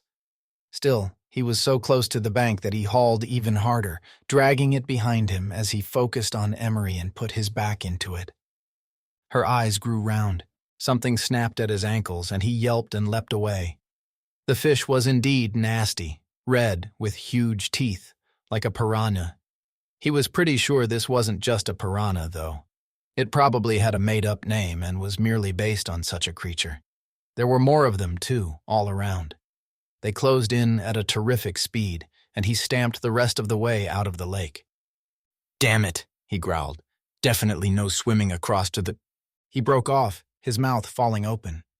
The dead weight he'd dragged to the edge was a person, or what was left of them, a skeleton wearing clothes not dissimilar from his own.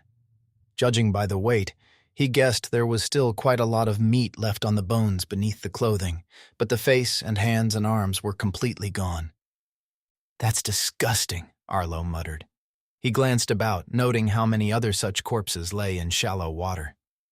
"Oh my God, are these previous players?" Emery took his arm. "When a player uses up all 3 lives, the last one sticks around as a reminder to the locals, and in this case, a warning to us." "They make nice scenery," he said bitterly. "Okay, so obviously we can't just swim to the island. We need that boat. How do we get him to come to us?" He called again, but the silent boatman ignored him.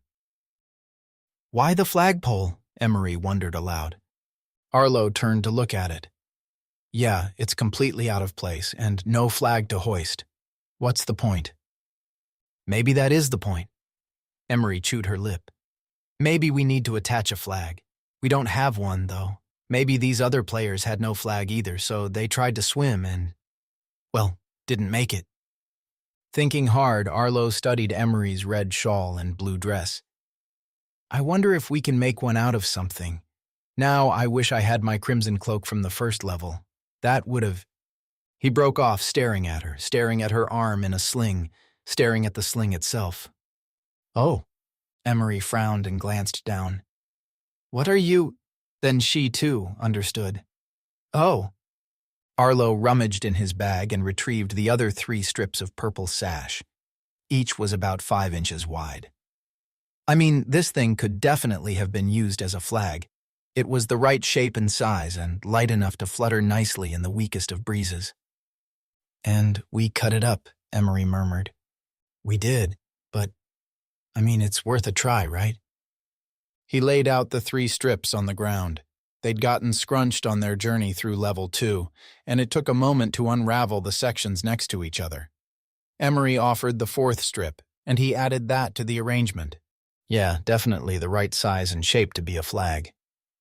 So, this was its purpose, do you think? He wondered aloud. It seems like we've used it quite a bit. Wintermore gave us 3 items, and this one always seemed like the most useless, but it turned out to be a lifesaver. It still might be, Emery said. Does it matter if it's shredded and dirty? Arlo got to work attaching the 4 segments to the thin rope on the flagpole. He had no pegs or pins, so he simply tied the pieces a couple of inches apart. When he wound the handle, the strips hung limp and useless until they reached the top of the pole, where a breeze mysteriously popped up. Then the purple strips began to flutter. At first, it looked pretty hopeless, a pitiful excuse for a flag, just a bunch of dirty rags flapping about. But when the individual pieces flew in formation, their rippling motion blurred into one, and perhaps from a distance their poor effort might pass as a bona fide flag. Look, Emery said, unnecessarily since Arlo was already watching. The boatman began to move. Almost reluctantly, he picked up the oars, slid them into the water, and rowed with slow, regular strokes. The boat turned, then started toward the players on the shore. Arlo grinned. Awesome. This beats swimming with the fishes. They had to wait 10 minutes for the lazy boatman to arrive. Though he had his back to them, he never turned even once to look over his shoulder, yet still landed at the exact right spot near the flagpole. Once the long boat bumped against the sloping sandbank, he stilled his oars and simply waited. Arlo and Emery climbed aboard. This meant facing the boatman, and they stifled their gasps when they saw the grinning skull looking out from beneath the robe. Skeletal hands gripped the oars as he pushed away from the shore, turned about, and began the journey across the lake. As expected, they were headed straight toward the island. The boatman didn't bother looking over his shoulder. He just seemed to know which direction to go, and his accuracy was on point the whole way across. Arlo peered over the side when he heard a sort of pitter-patter sound that made him think of lots of barefooted kids running along a jetty. It was the deadly fish swarming below the boat. They smelled meat. What are those? He asked nobody in particular. Again, he wished Oracle would come back online. To his surprise, the boatman spoke in a low, whispery voice. Flayfish. Arlo instinctively took Emery's hand. Oh, thanks. The noise below intensified. Arlo carefully leaned over one side. The water churned and bubbled, and dozens of jaws popped into view and snapped viciously as if a truckload of wind-up, chattering teeth had been unceremoniously dumped into the lake. Clockwork chompers, he muttered. What? Emery whispered. They remind me of... Never mind. His anxiety ramped up. He had to hope, the boat would hold up to the continued attack, although, judging by the ferryman's fleshless limbs, nothing could be certain at this point. He tried to take his mind off the flayfish. So, what's in the cabin? The end. The sinister answer left Arlo cold. The end of the game, or the end of their lives? Perhaps both. Emery spoke up. How many others have made it across to the island? The boatman paused before answering. Not enough. A man of few words, Arlo thought. 2 words per sentence, apparently. Is there anything you can tell us that will help? He asked. Again, that pause. Then the boatman said, "Stay out." Stay out of what? The water? Arlo refrained from rolling his eyes. "Good advice, thank you." The boatman dipped his head, clearly meaning, "You're welcome." When the boat bumped against the sandy bank, Arlo and Emery climbed out into ankle-deep water and quickly splashed ashore as a surge of flayfish threatened to rip the flesh from their bones. They backed away and watched as the boatman pushed out to deeper water, then turned and headed to his original spot, no doubt to wait for the next players. "Well," Arlo muttered, "he was really quite nice, wasn't he?" "Very," she said, holding her arm against her chest even though she no longer had a sling. "Let's hope this cabin has some hot food and wine." They turned and gazed at it. It looked so ordinary. No smoke rose from its chimney, which could indicate nobody was home. Or it could be simply that the weather didn't warrant it. But there was no light in the windows either. The place looked empty.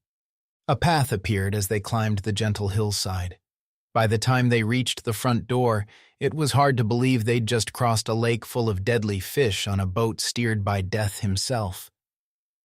"Inviting, isn't it?" Emery whispered.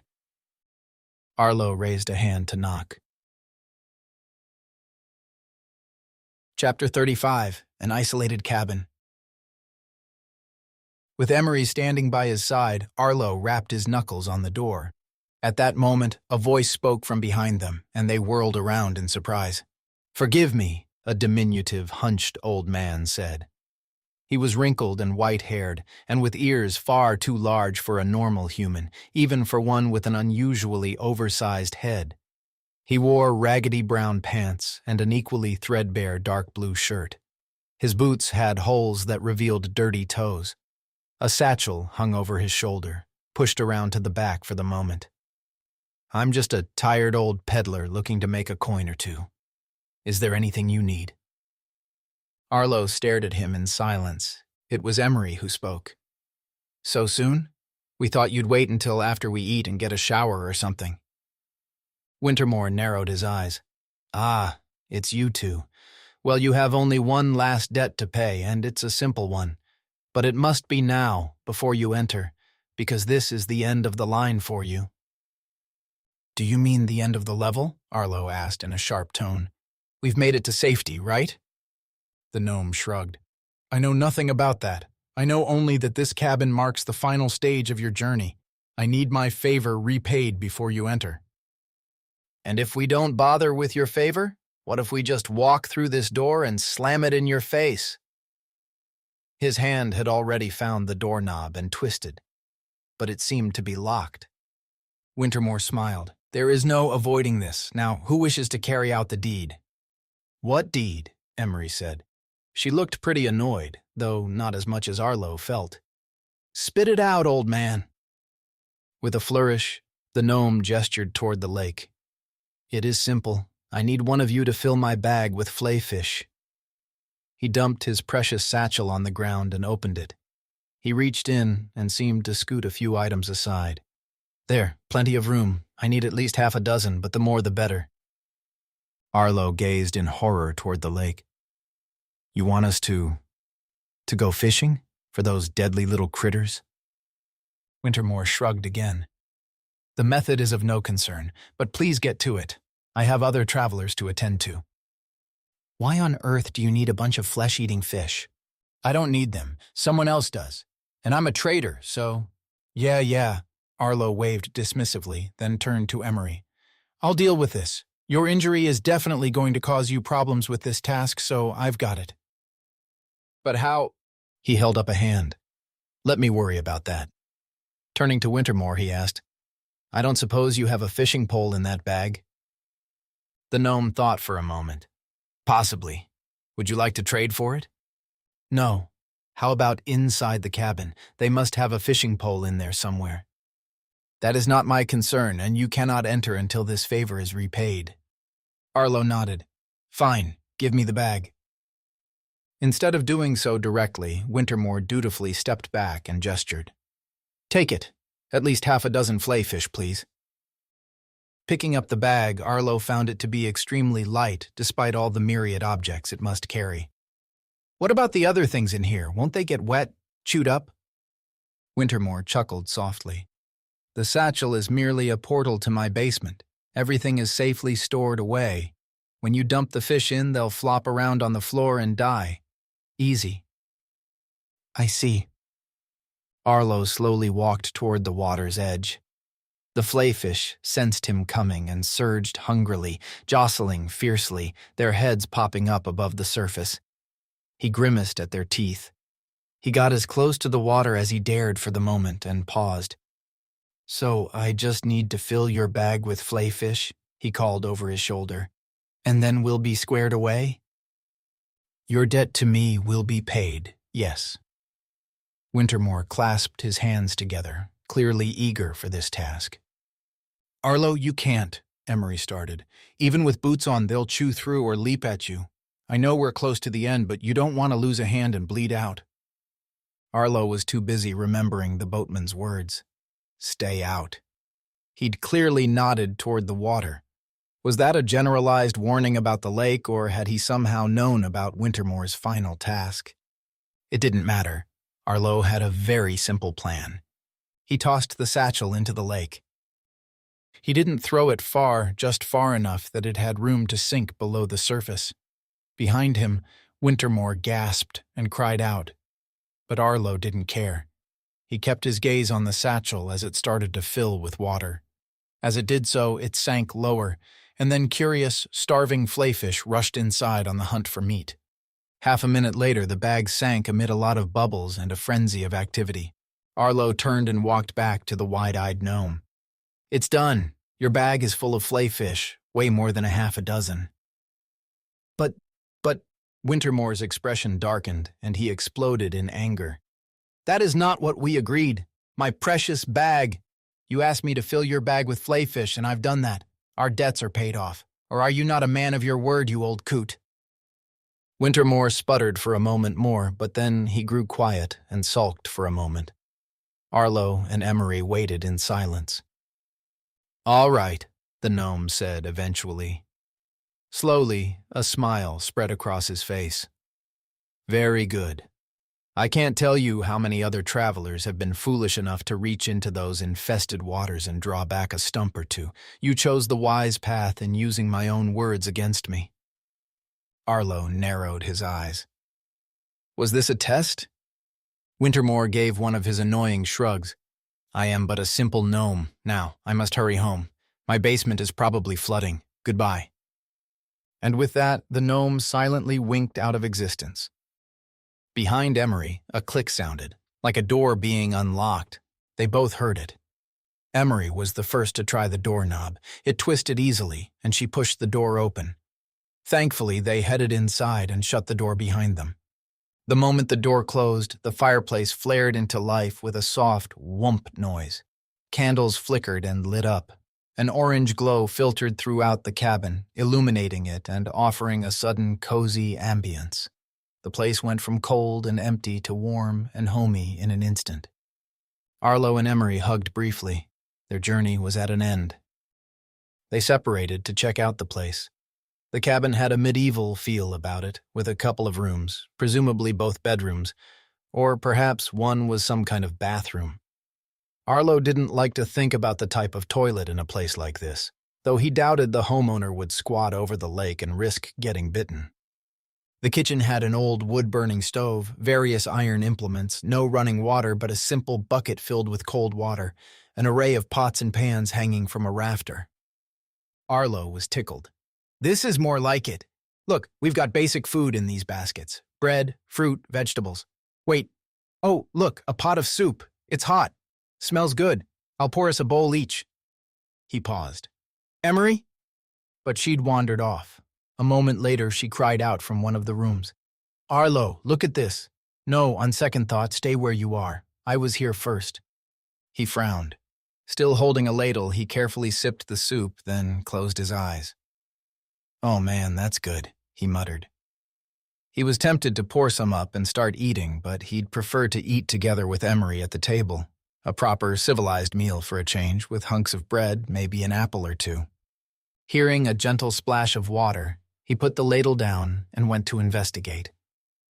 "Hello?" he said, knocking on the open door as he entered. He was surprised to find Emery reclining in an enormous iron tub filled with steaming, soapy water. Her clothes lay discarded all over the floor. "Mine," she said simply, grinning broadly. She had one arm out to keep her wound dry. Otherwise, she was as submerged as she could be, her hair already wet. Candlelight flickered around the room. "Well," he said, looking with some surprise at a wooden seat in the corner. It had a hole in it, an old-style toilet. "Who the hell filled this tub and cooked the food? I can't help thinking Goldilocks lives here and we're a couple of bears." She frowned. "You have that backwards." He grinned. "Is that tub big enough for us both?" Her smile slipped just a little. He hadn't meant to sound forward, but damn it, they'd been through so much together, and getting naked hardly seemed a big deal anymore. On the other hand, sharing a bathtub was different, more personal. It could easily lead to something. "Maybe give me a minute to stretch out," she said. He dismissed the awkwardness with a wave. "Oh, sure, yeah. I'm gonna see if there's some wine or something. I feel like we're meant to have a relaxing afternoon before we exit. Sort of a reward? So let's make the most of it." He smiled. "Take your time." He left her to it and returned to the kitchen, trying to refrain from guzzling half the soup without her. He did take another sip, though, and chewed on a piece of fresh-baked bread as he checked cupboards for some wine. He eventually realized there was plenty in a ceramic jug in the middle of the table, right under his nose. With a small cup in hand, he wandered about the cabin. Where was the exit? The cabin was great, but now what? How were he and Emery supposed to leave this place behind? And since the system was still down, a bigger question sprang to mind. Could they leave?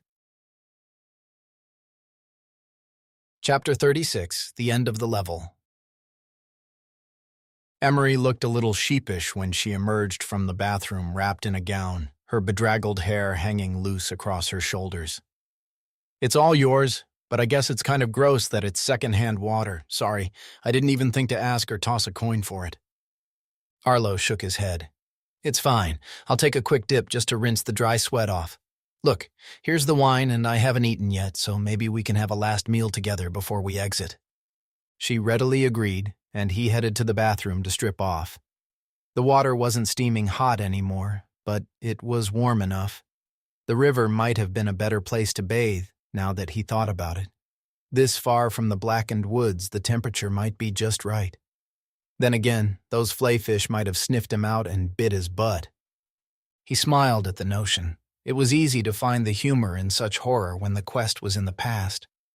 Just as long as it really was in the past. The idea that he and Emery might be stuck here nagged him more and more, and he couldn't relax.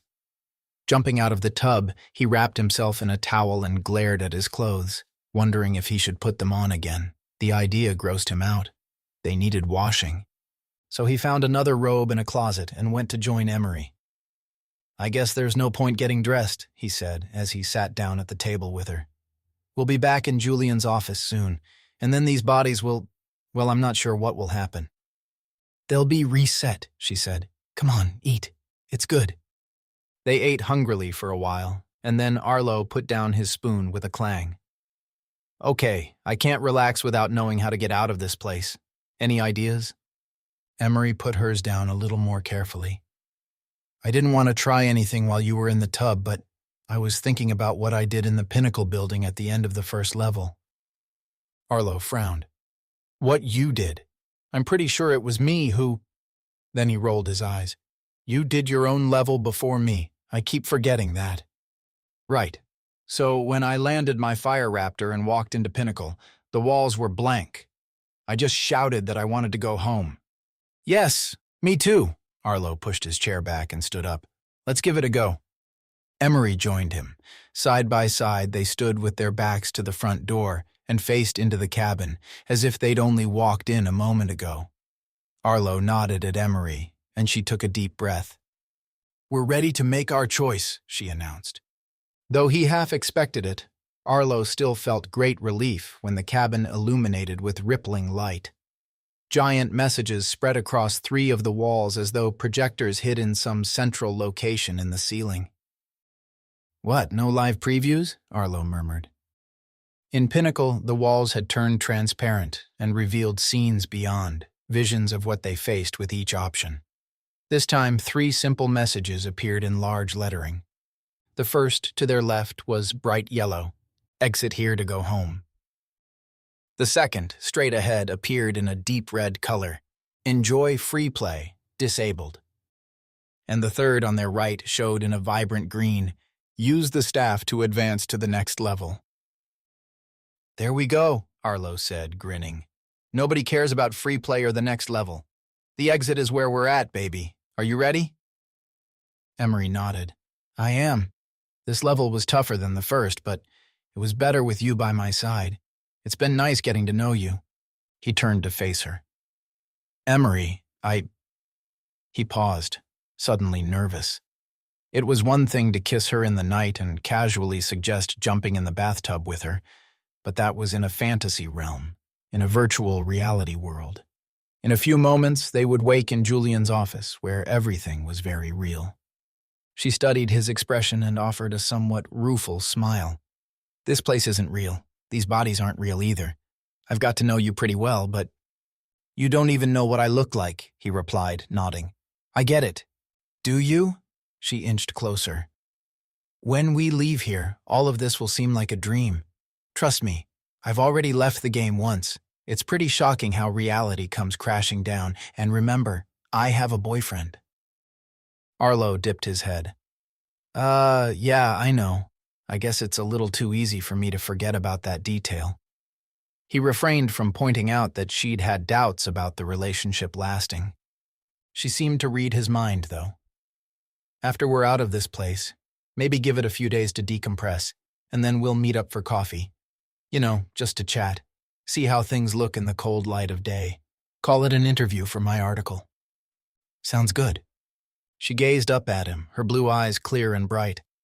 "Maybe, though, one game kiss?" His heart leapt, though he tried not to show it. With a half smile, he nodded. "I'd like that." He leaned closer, prayed his breath was okay, and gently pressed his lips to hers. To his surprise and disappointment, she swiftly completed the kiss and pulled back, putting an affectionate hand on the side of his face. "That's it? That's all she's giving me?" She smiled. "Let's go home." With a sigh, he offered a flourishing gesture. "After you, my lady." They both faced the left-hand wall where its message glowed softly in bright yellow, "Exit here to go home." "That's if it actually works," she muttered. Arlo gently balled his fists, nervous she would simply bounce off when trying to step through. Or worse. "Maybe I should go first," he muttered. "The game's still not online. Maybe it'll fry you or something. Let me go first." But Emery lightly touched his arm. "Hush, I'm going. See you in a minute." And with that, she took a deep breath and stepped through the wall. A shimmer spread outward as she vanished, as if gravity didn't apply and she'd walked through an upright pool. In seconds, the ripples and the bright yellow lettering steadied. "Well, cool," he said, letting out a relieved breath. "Here we go, then." He took a step forward, but at that moment, the lettering turned red. Instead of walking through a liquid wall, he collided with it, a heavy thump that caused him to stumble backward in surprise. "What?" He stared with growing dismay at the message. The previously bright yellow wording, now a deep red, had an additional word tacked on the end in parentheses. "Exit here to go home. Disabled." "What?" he growled. No. What the hell, are you serious?" He patted the wall. The wall shimmered again, but it was definitely solid. "Come on." His anger got the better of him for the next 10 minutes. He picked up chairs and threw them at the wall, tipped the table over and spilled the remains of the soup everywhere, and emptied drawers by tossing everything everywhere while shouting at the ceiling. He stormed outside, yelled, turned around, and stormed back in again, slamming the door shut and demanding his options be repaired. Nothing changed. The same 3 messages shimmered in large, colorful letters. "Julian!" Arlo bellowed. Eventually, he stood before the exit wall, breathing hard and with his fists balled. He wasn't sure if he felt disgust at how the game had glitched or anger toward the game's creator. Had it glitched? Both the exit and free play options were disabled? Emery had to be in Julian's office right now, maybe arguing with him to sort out the problem. Given the time difference, she had barely taken off her VR headset at this point. If she and Julian argued for the next 5 minutes, that would be 5 hours. Okay, call it the next 2 or 3 minutes. 2 or 3 hours then. So he was supposed to hang around in this cabin for hours while Julian tapped on his keyboard and identified the issue. What if he couldn't find the problem? Damn it, Arlo hissed. If free play was an option, he could choose that and then leave the game anytime he wanted with God mode. But alas, enjoy free play disabled. He shook his head in frustration and turned to the only available option: use the staff to advance to the next level. The staff was lying around somewhere. But so what? Assuming the game allowed him to advance, it was the exact same issue again, in lockdown until normality resumed. Just sit down and wait. You'll be able to exit soon. Taking a calming breath, he poured himself some wine, then settled in the armchair and glared into the crackling fire. He stared at the staff, which he'd just spotted leaning against the wall by the door. There was no way he'd need that. It was a valuable item for those who wanted to proceed to the next level, but he had no desire whatsoever. He was done. He'd choose the exit, and only the exit.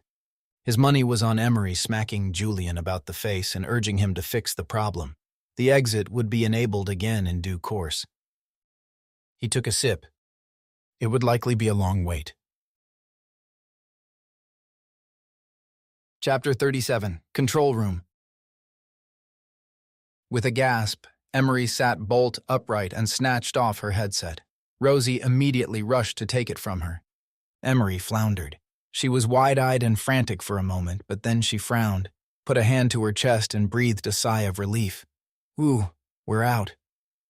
Julian was silent, staring at his computer screen. Leighton remained motionless, his headset already in place. Are you all right, my dear? Rosie asked, helping Emery out of the armchair. Oh, I'm fine. She grinned and held up her left hand to wiggle her full complement of intact fingers. See? But then she frowned again as she noticed the bruising. What's this? But Rosie's attention was now on Arlo, who hadn't moved. Julian, she said in a sharp voice, why isn't Arlo waking up? I already told you, Gran, her grandson muttered, sounding distinctly fed up with her badgering. You told me he would have the choice to exit. No, Gran, I didn't. Julian turned to glare at her. I said the option to exit would be there, and it was, just not for him. I also said Arlo will be playing Leighton in the next level. Emery's hand flew to her mouth. Julian, no. She spun around, just now realizing Arlo hadn't followed her out. What's going on? He wants to exit. I stepped through first, and he was supposed to be right behind me. Julian spread his hands and leaned back in his chair, a smug expression crossing his face again. I programmed it so the exit would only allow you through, Miss McIntyre. Even if he went first, it would have rejected him. I had a feeling he'd be a gentleman about it, though, and once you walked through, the exit disabled itself. It was my choice to go first, she retorted. Then she paused and glowered for a long moment, her face darkening, fists balling. Glancing around, she gave Leighton an equally steely glare. He didn't respond. He appeared to be asleep, already immersed in the game, or waiting to enter. Are you telling me, she growled, that Arlo's starting a new level? Julian shrugged. He will be as soon as he steps through the wall. He doesn't want that, she yelled, advancing on him. He wants to exit. Not possible unless he kills himself. The game is almost fully back online now, so that'll be an option again soon. He can bash his brains in or go get himself chewed up by flayfish. Then he'll be right back with us, waking up. Julian drummed his fingers on the desk. Failing that, he can sit in the cabin for a few days, feeling sorry for himself, waiting. Or he can pick up the staff and advance to the next level. Emery flew at him. He had no time to avoid her clenched fist, though he tried.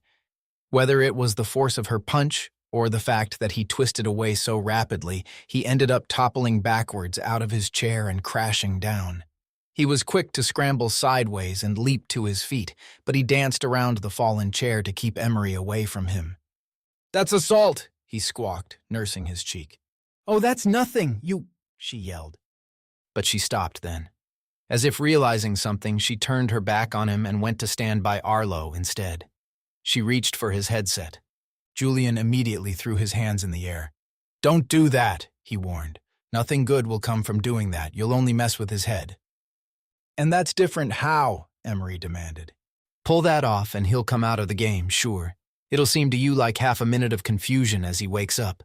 But to him—" Julian shook his head. "He's deeply immersed. He'll suffer for 30 minutes, maybe an hour, before his mind leaps back to reality. That kind of confusion will—" Emery snatched Arlo's headset from him. Rosie gasped, and Julian let out an expletive that she would normally chastise him for. Otherwise, nothing appeared to happen for the first few seconds. In that brief moment, they all stared down at Arlo's uncovered face. His hair was a little mussed up, and he had a speck of drool on his chin. Rosie thought he was quite a handsome young man, definitely an outdoorsy type judging by his tan. Then he snapped his eyes open, wide and staring. They seemed to be bugging out of his head. His mouth opened in some kind of silent scream, and then a strangled cry erupted from his throat. "You see?" Julian snapped. "Put it back on." Emery, looking startled, dithered for a few seconds as Arlo began to squirm, his limbs stiffening. Then, as he made weird noises and clawed at the air, her resolve crumbled, and she hurriedly placed the headset back over his face. The red light came back on. Even so, it was a good 10 seconds before Arlo fully relaxed again. After that, Rosie, Emery, and Julian stood in silence, looking down on the young man as he appeared to drift back into a trance. Next to him, Leighton didn't budge an inch. "Well, nicely done," Julian said a little scornfully as he took a look at his screen. "I'm getting some feedback that the system's fully back online. It says he's been motionless for 37 minutes. That tracks with how long he was going haywire just now." He shook his head. "Miss McIntyre, all you did there was give him a headache and tons of confusion. He'll wake up in a bit, and I'm willing to bet he'll have some difficulty remembering what just happened." Emery's hands were over her mouth, her eyes tearful. "What did I do?" she mumbled. Then her anger returned. "Julian, enable the exit. Do it right now." "Can't." He was infuriatingly smug again. "Leighton's orders. He wants to battle Arlo in level 3, and if anything happens to prevent that, then he'll stop funding. So it's going to happen." Then he grinned. "But here's the kicker. Leighton thinks he knows level 3. He thinks he can win because he knows all the tricks. He's looking forward to beating Arlo at every turn and inflicting as much pain as possible." "But," Rosie prompted him, "but Leighton doesn't know this level at all. Remember, Miss McIntyre, when I told you I didn't want players thinking there was a finite number of levels?" Emery was breathing hard through her nose, clearly trying to keep a check on her temper. "What of it?" "Well, there are levels even Leighton doesn't know about, and plenty of threads for each level. I inserted this bonus level in place of the usual level 3. It's a doozy, and something new even for him. He'll be as lost in there as Arlo Cross. It'll be a battle just as Leighton wants, but it'll be fair and square." He lost his smug grin and suddenly looked very serious and solemn. "Leighton is the money man, and I need him. But I'm the creator, and he'd do well to remember that." Emery returned to her armchair and leaned back in it. She held out her hand toward Rosie. "Give me that." Perplexed, it took Rosie a moment to realize what she was even talking about. "What?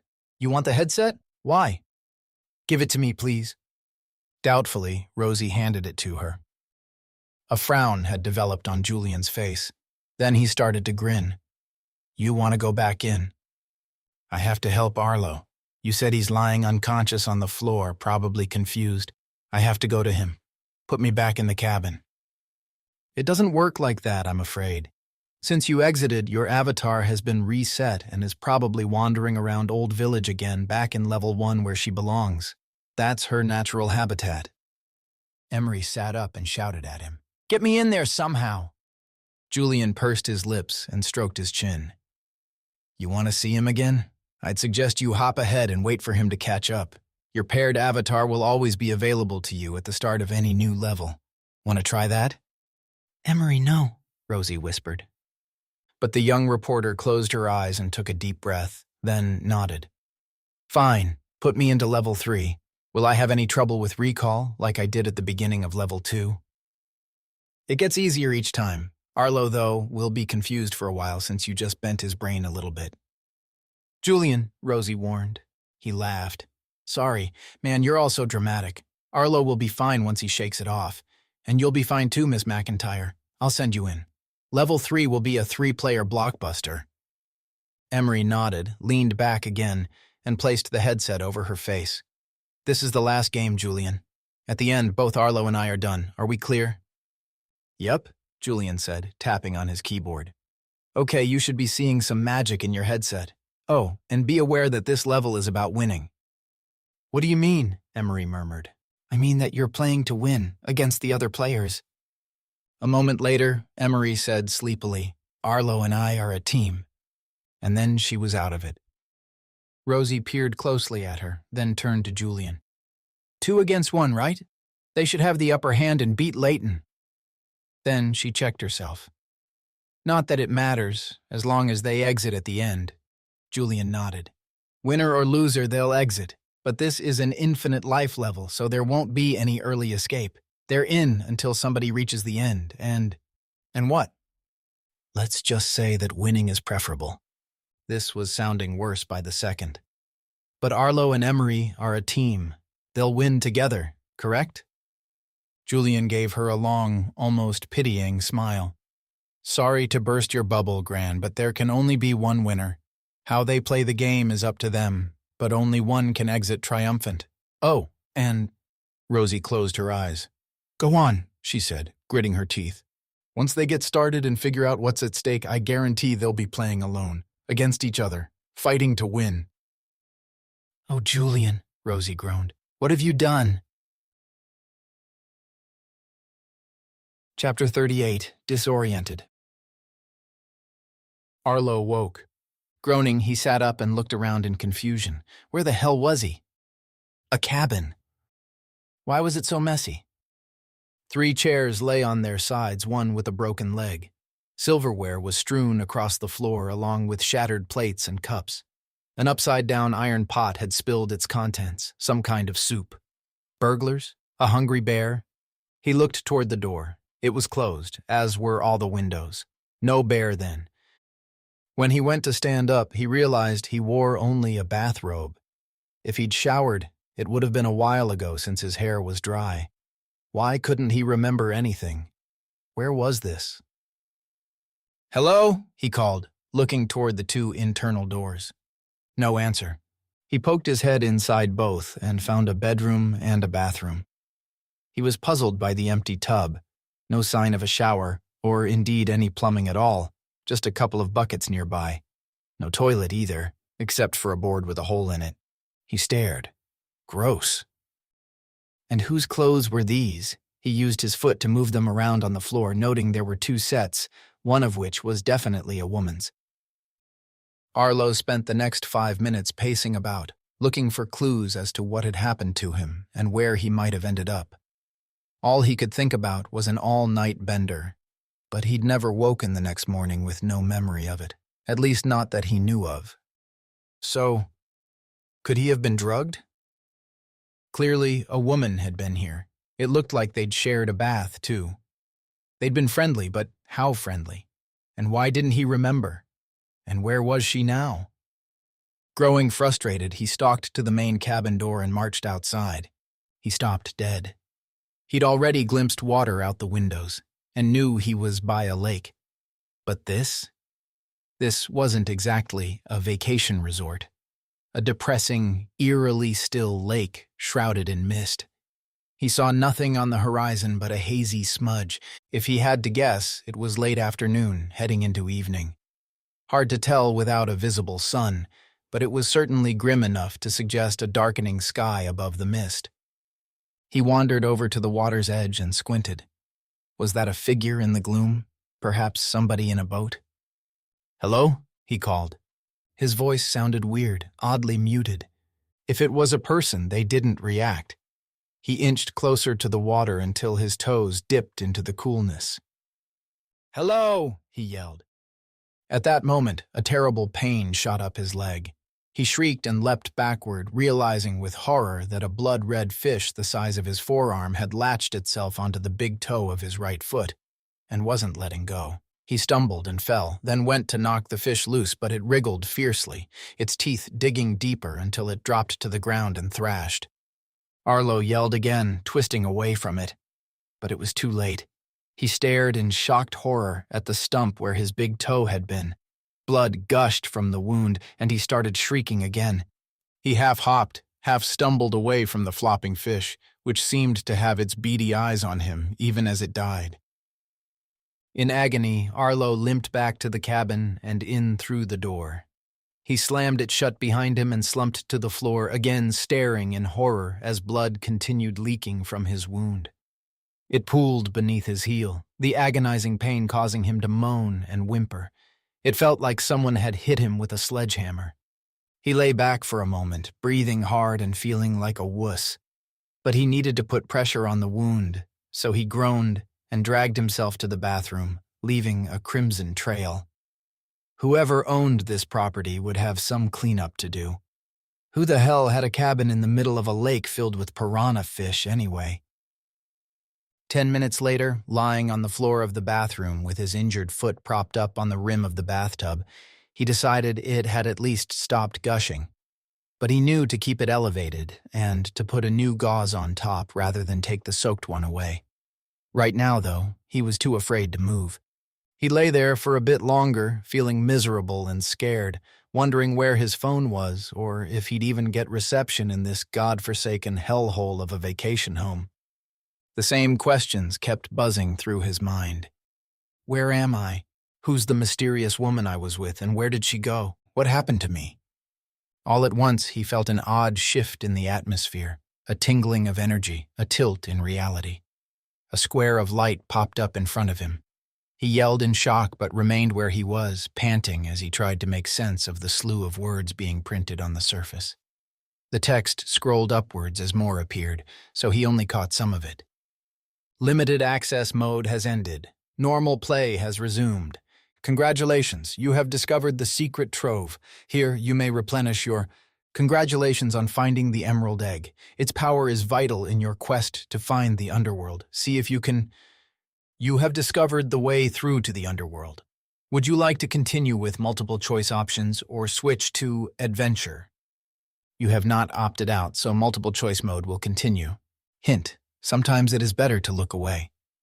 You face a choice. You may either... Congratulations, you have discovered the Cindersoul. At this point you are now entering the lair of the Thornhide Ripper. It is said that she... Well done on your... You have successfully repaid 2 debts to the tradesman. Now you may either... Stop! Arlo shouted, trying to keep up. But the screen kept spewing words and scrolling them too fast for him to read. Beware what lies beneath the surface. Find something to use as a flag to summon the boatman. It can be anything that...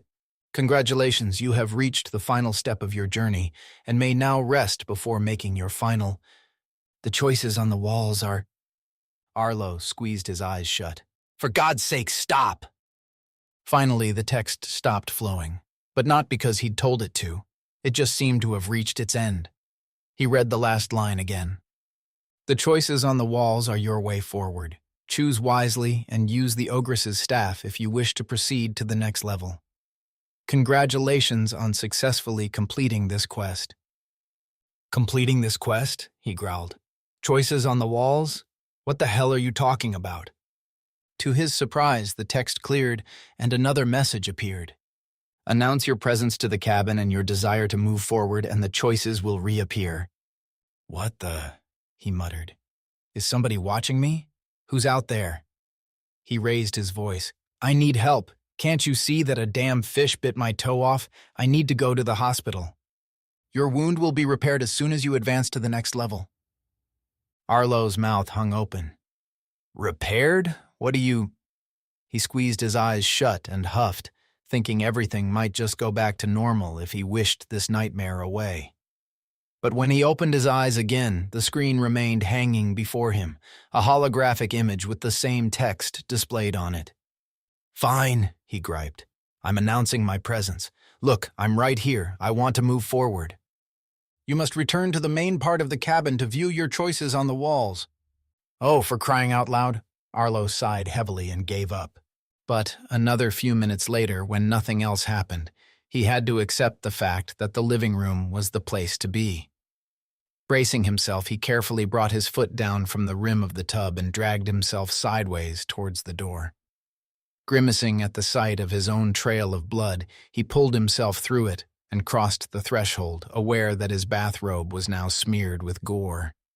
He made it all the way to the center of the room amid the overturned chairs and scattered silverware and the contents of kitchen drawers. There, he halted and struggled up onto his elbows, facing the kitchen.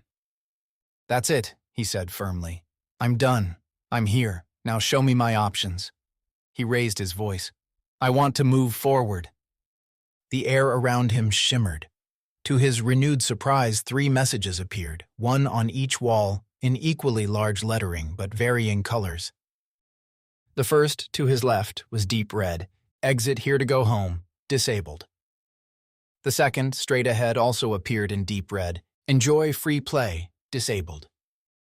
And the third on his right showed in a vibrant green, "Use the staff to advance to the next level."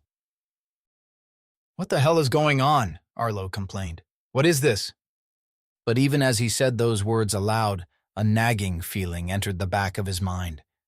Nothing tangible, just the thought that maybe he knew about these choices already, a distinct sense of déjà vu. He liked the first option, but it seemed to be disabled. He had no idea what the second one meant. All he knew was that he was in no mood to play, free or otherwise. Advance to the next level, though? "I just want to go home," Arlo said. "I need a hospital." The screen popped up again. "You cannot exit to go home, as that option is disabled. However, the third option, advancing to the next level, will negate the need for a hospital." "Where's the woman I was with? There was somebody else here, right? I don't remember her, but I feel she was important." "Your fellow player is named Emery, and she has already exited. It is possible she will resume play in the next level." "Resume play in the—" Arlo cut himself off, realizing he was sounding like a parrot. "So how do I get to this next level, whatever it is?" "Simply make your choice." "How?" "Pick up the Ogress's staff and walk through the wall." Arlo grimaced. "I can't walk anywhere," he grumbled. But as he stared at the wall to his right, he realized he could easily slide toward it and touch the glowing green message. When he did so, his hand passed through the wall. "Ah!" he yelled, snatching it back when he felt a painful, stinging sensation. "What in the—" The green message flashed red for a moment, then turned green again. Arlo's hologram screen flashed up some extra words. "Pick up the Ogress's staff and walk through the wall. You cannot proceed without the staff." "Ogress's staff," Arlo growled in a snippy, sarcastic tone. "I'm sick of this." He glowered around the room, his gaze coming to rest on the object he'd seen earlier, a staff standing upright against a window. "That one?" Without waiting for a reply, he slid alongside the wall to retrieve it. His foot throbbed the whole way. When he had it in his hand, he used it to prop himself upright. Sitting there panting, he wondered what kind of nightmare he was trapped inside. It was too real to be a standard dream. It had to be drugs, something powerful and hallucinogenic. "Fine," he muttered. "I'm doing it." To his surprise, the wall still stung him when he touched it. What was the point of the staff, then? In frustration, he raised it and slammed it down. A savage crackle of energy swept outward, causing small items to tremble and vibrate. This time, when he tentatively reached out, he felt absolutely nothing where the wall should be, yet it looked so solid. and this time no warning message flashed up. "Okay, I'm doing it for real this time," he said nervously. Taking a deep breath while clutching the staff to his chest, he rolled sideways against the wall and passed through. Darkness enveloped him. Then flashing green light strobed all around, dazzling him. He felt his surroundings shift. When the light faded, he blinked in glaring daylight and sat up, shielding his eyes. His foot no longer hurt. He wore boots and red coveralls with a set of knives strapped to his thigh and his pick hammer tucked into a belt loop. He grasped the Ogress's staff in one hand. He was no longer inside a cabin on a dismal, misty island. He was outside, high on a mountain, with a warm breeze ruffling his hair. There was no sign of the woman he'd been with, this mysterious Emery person whom he'd apparently spent some time with in the cabin. Instead, he was alone. "Where am I?" he whispered.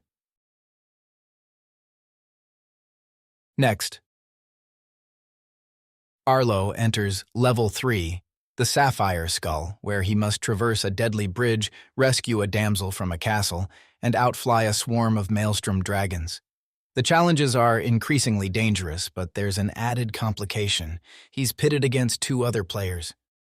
One of them is Leighton, an angry man with a vendetta. The other is Emery, a fearless and clever woman he may or may not have a history or future with.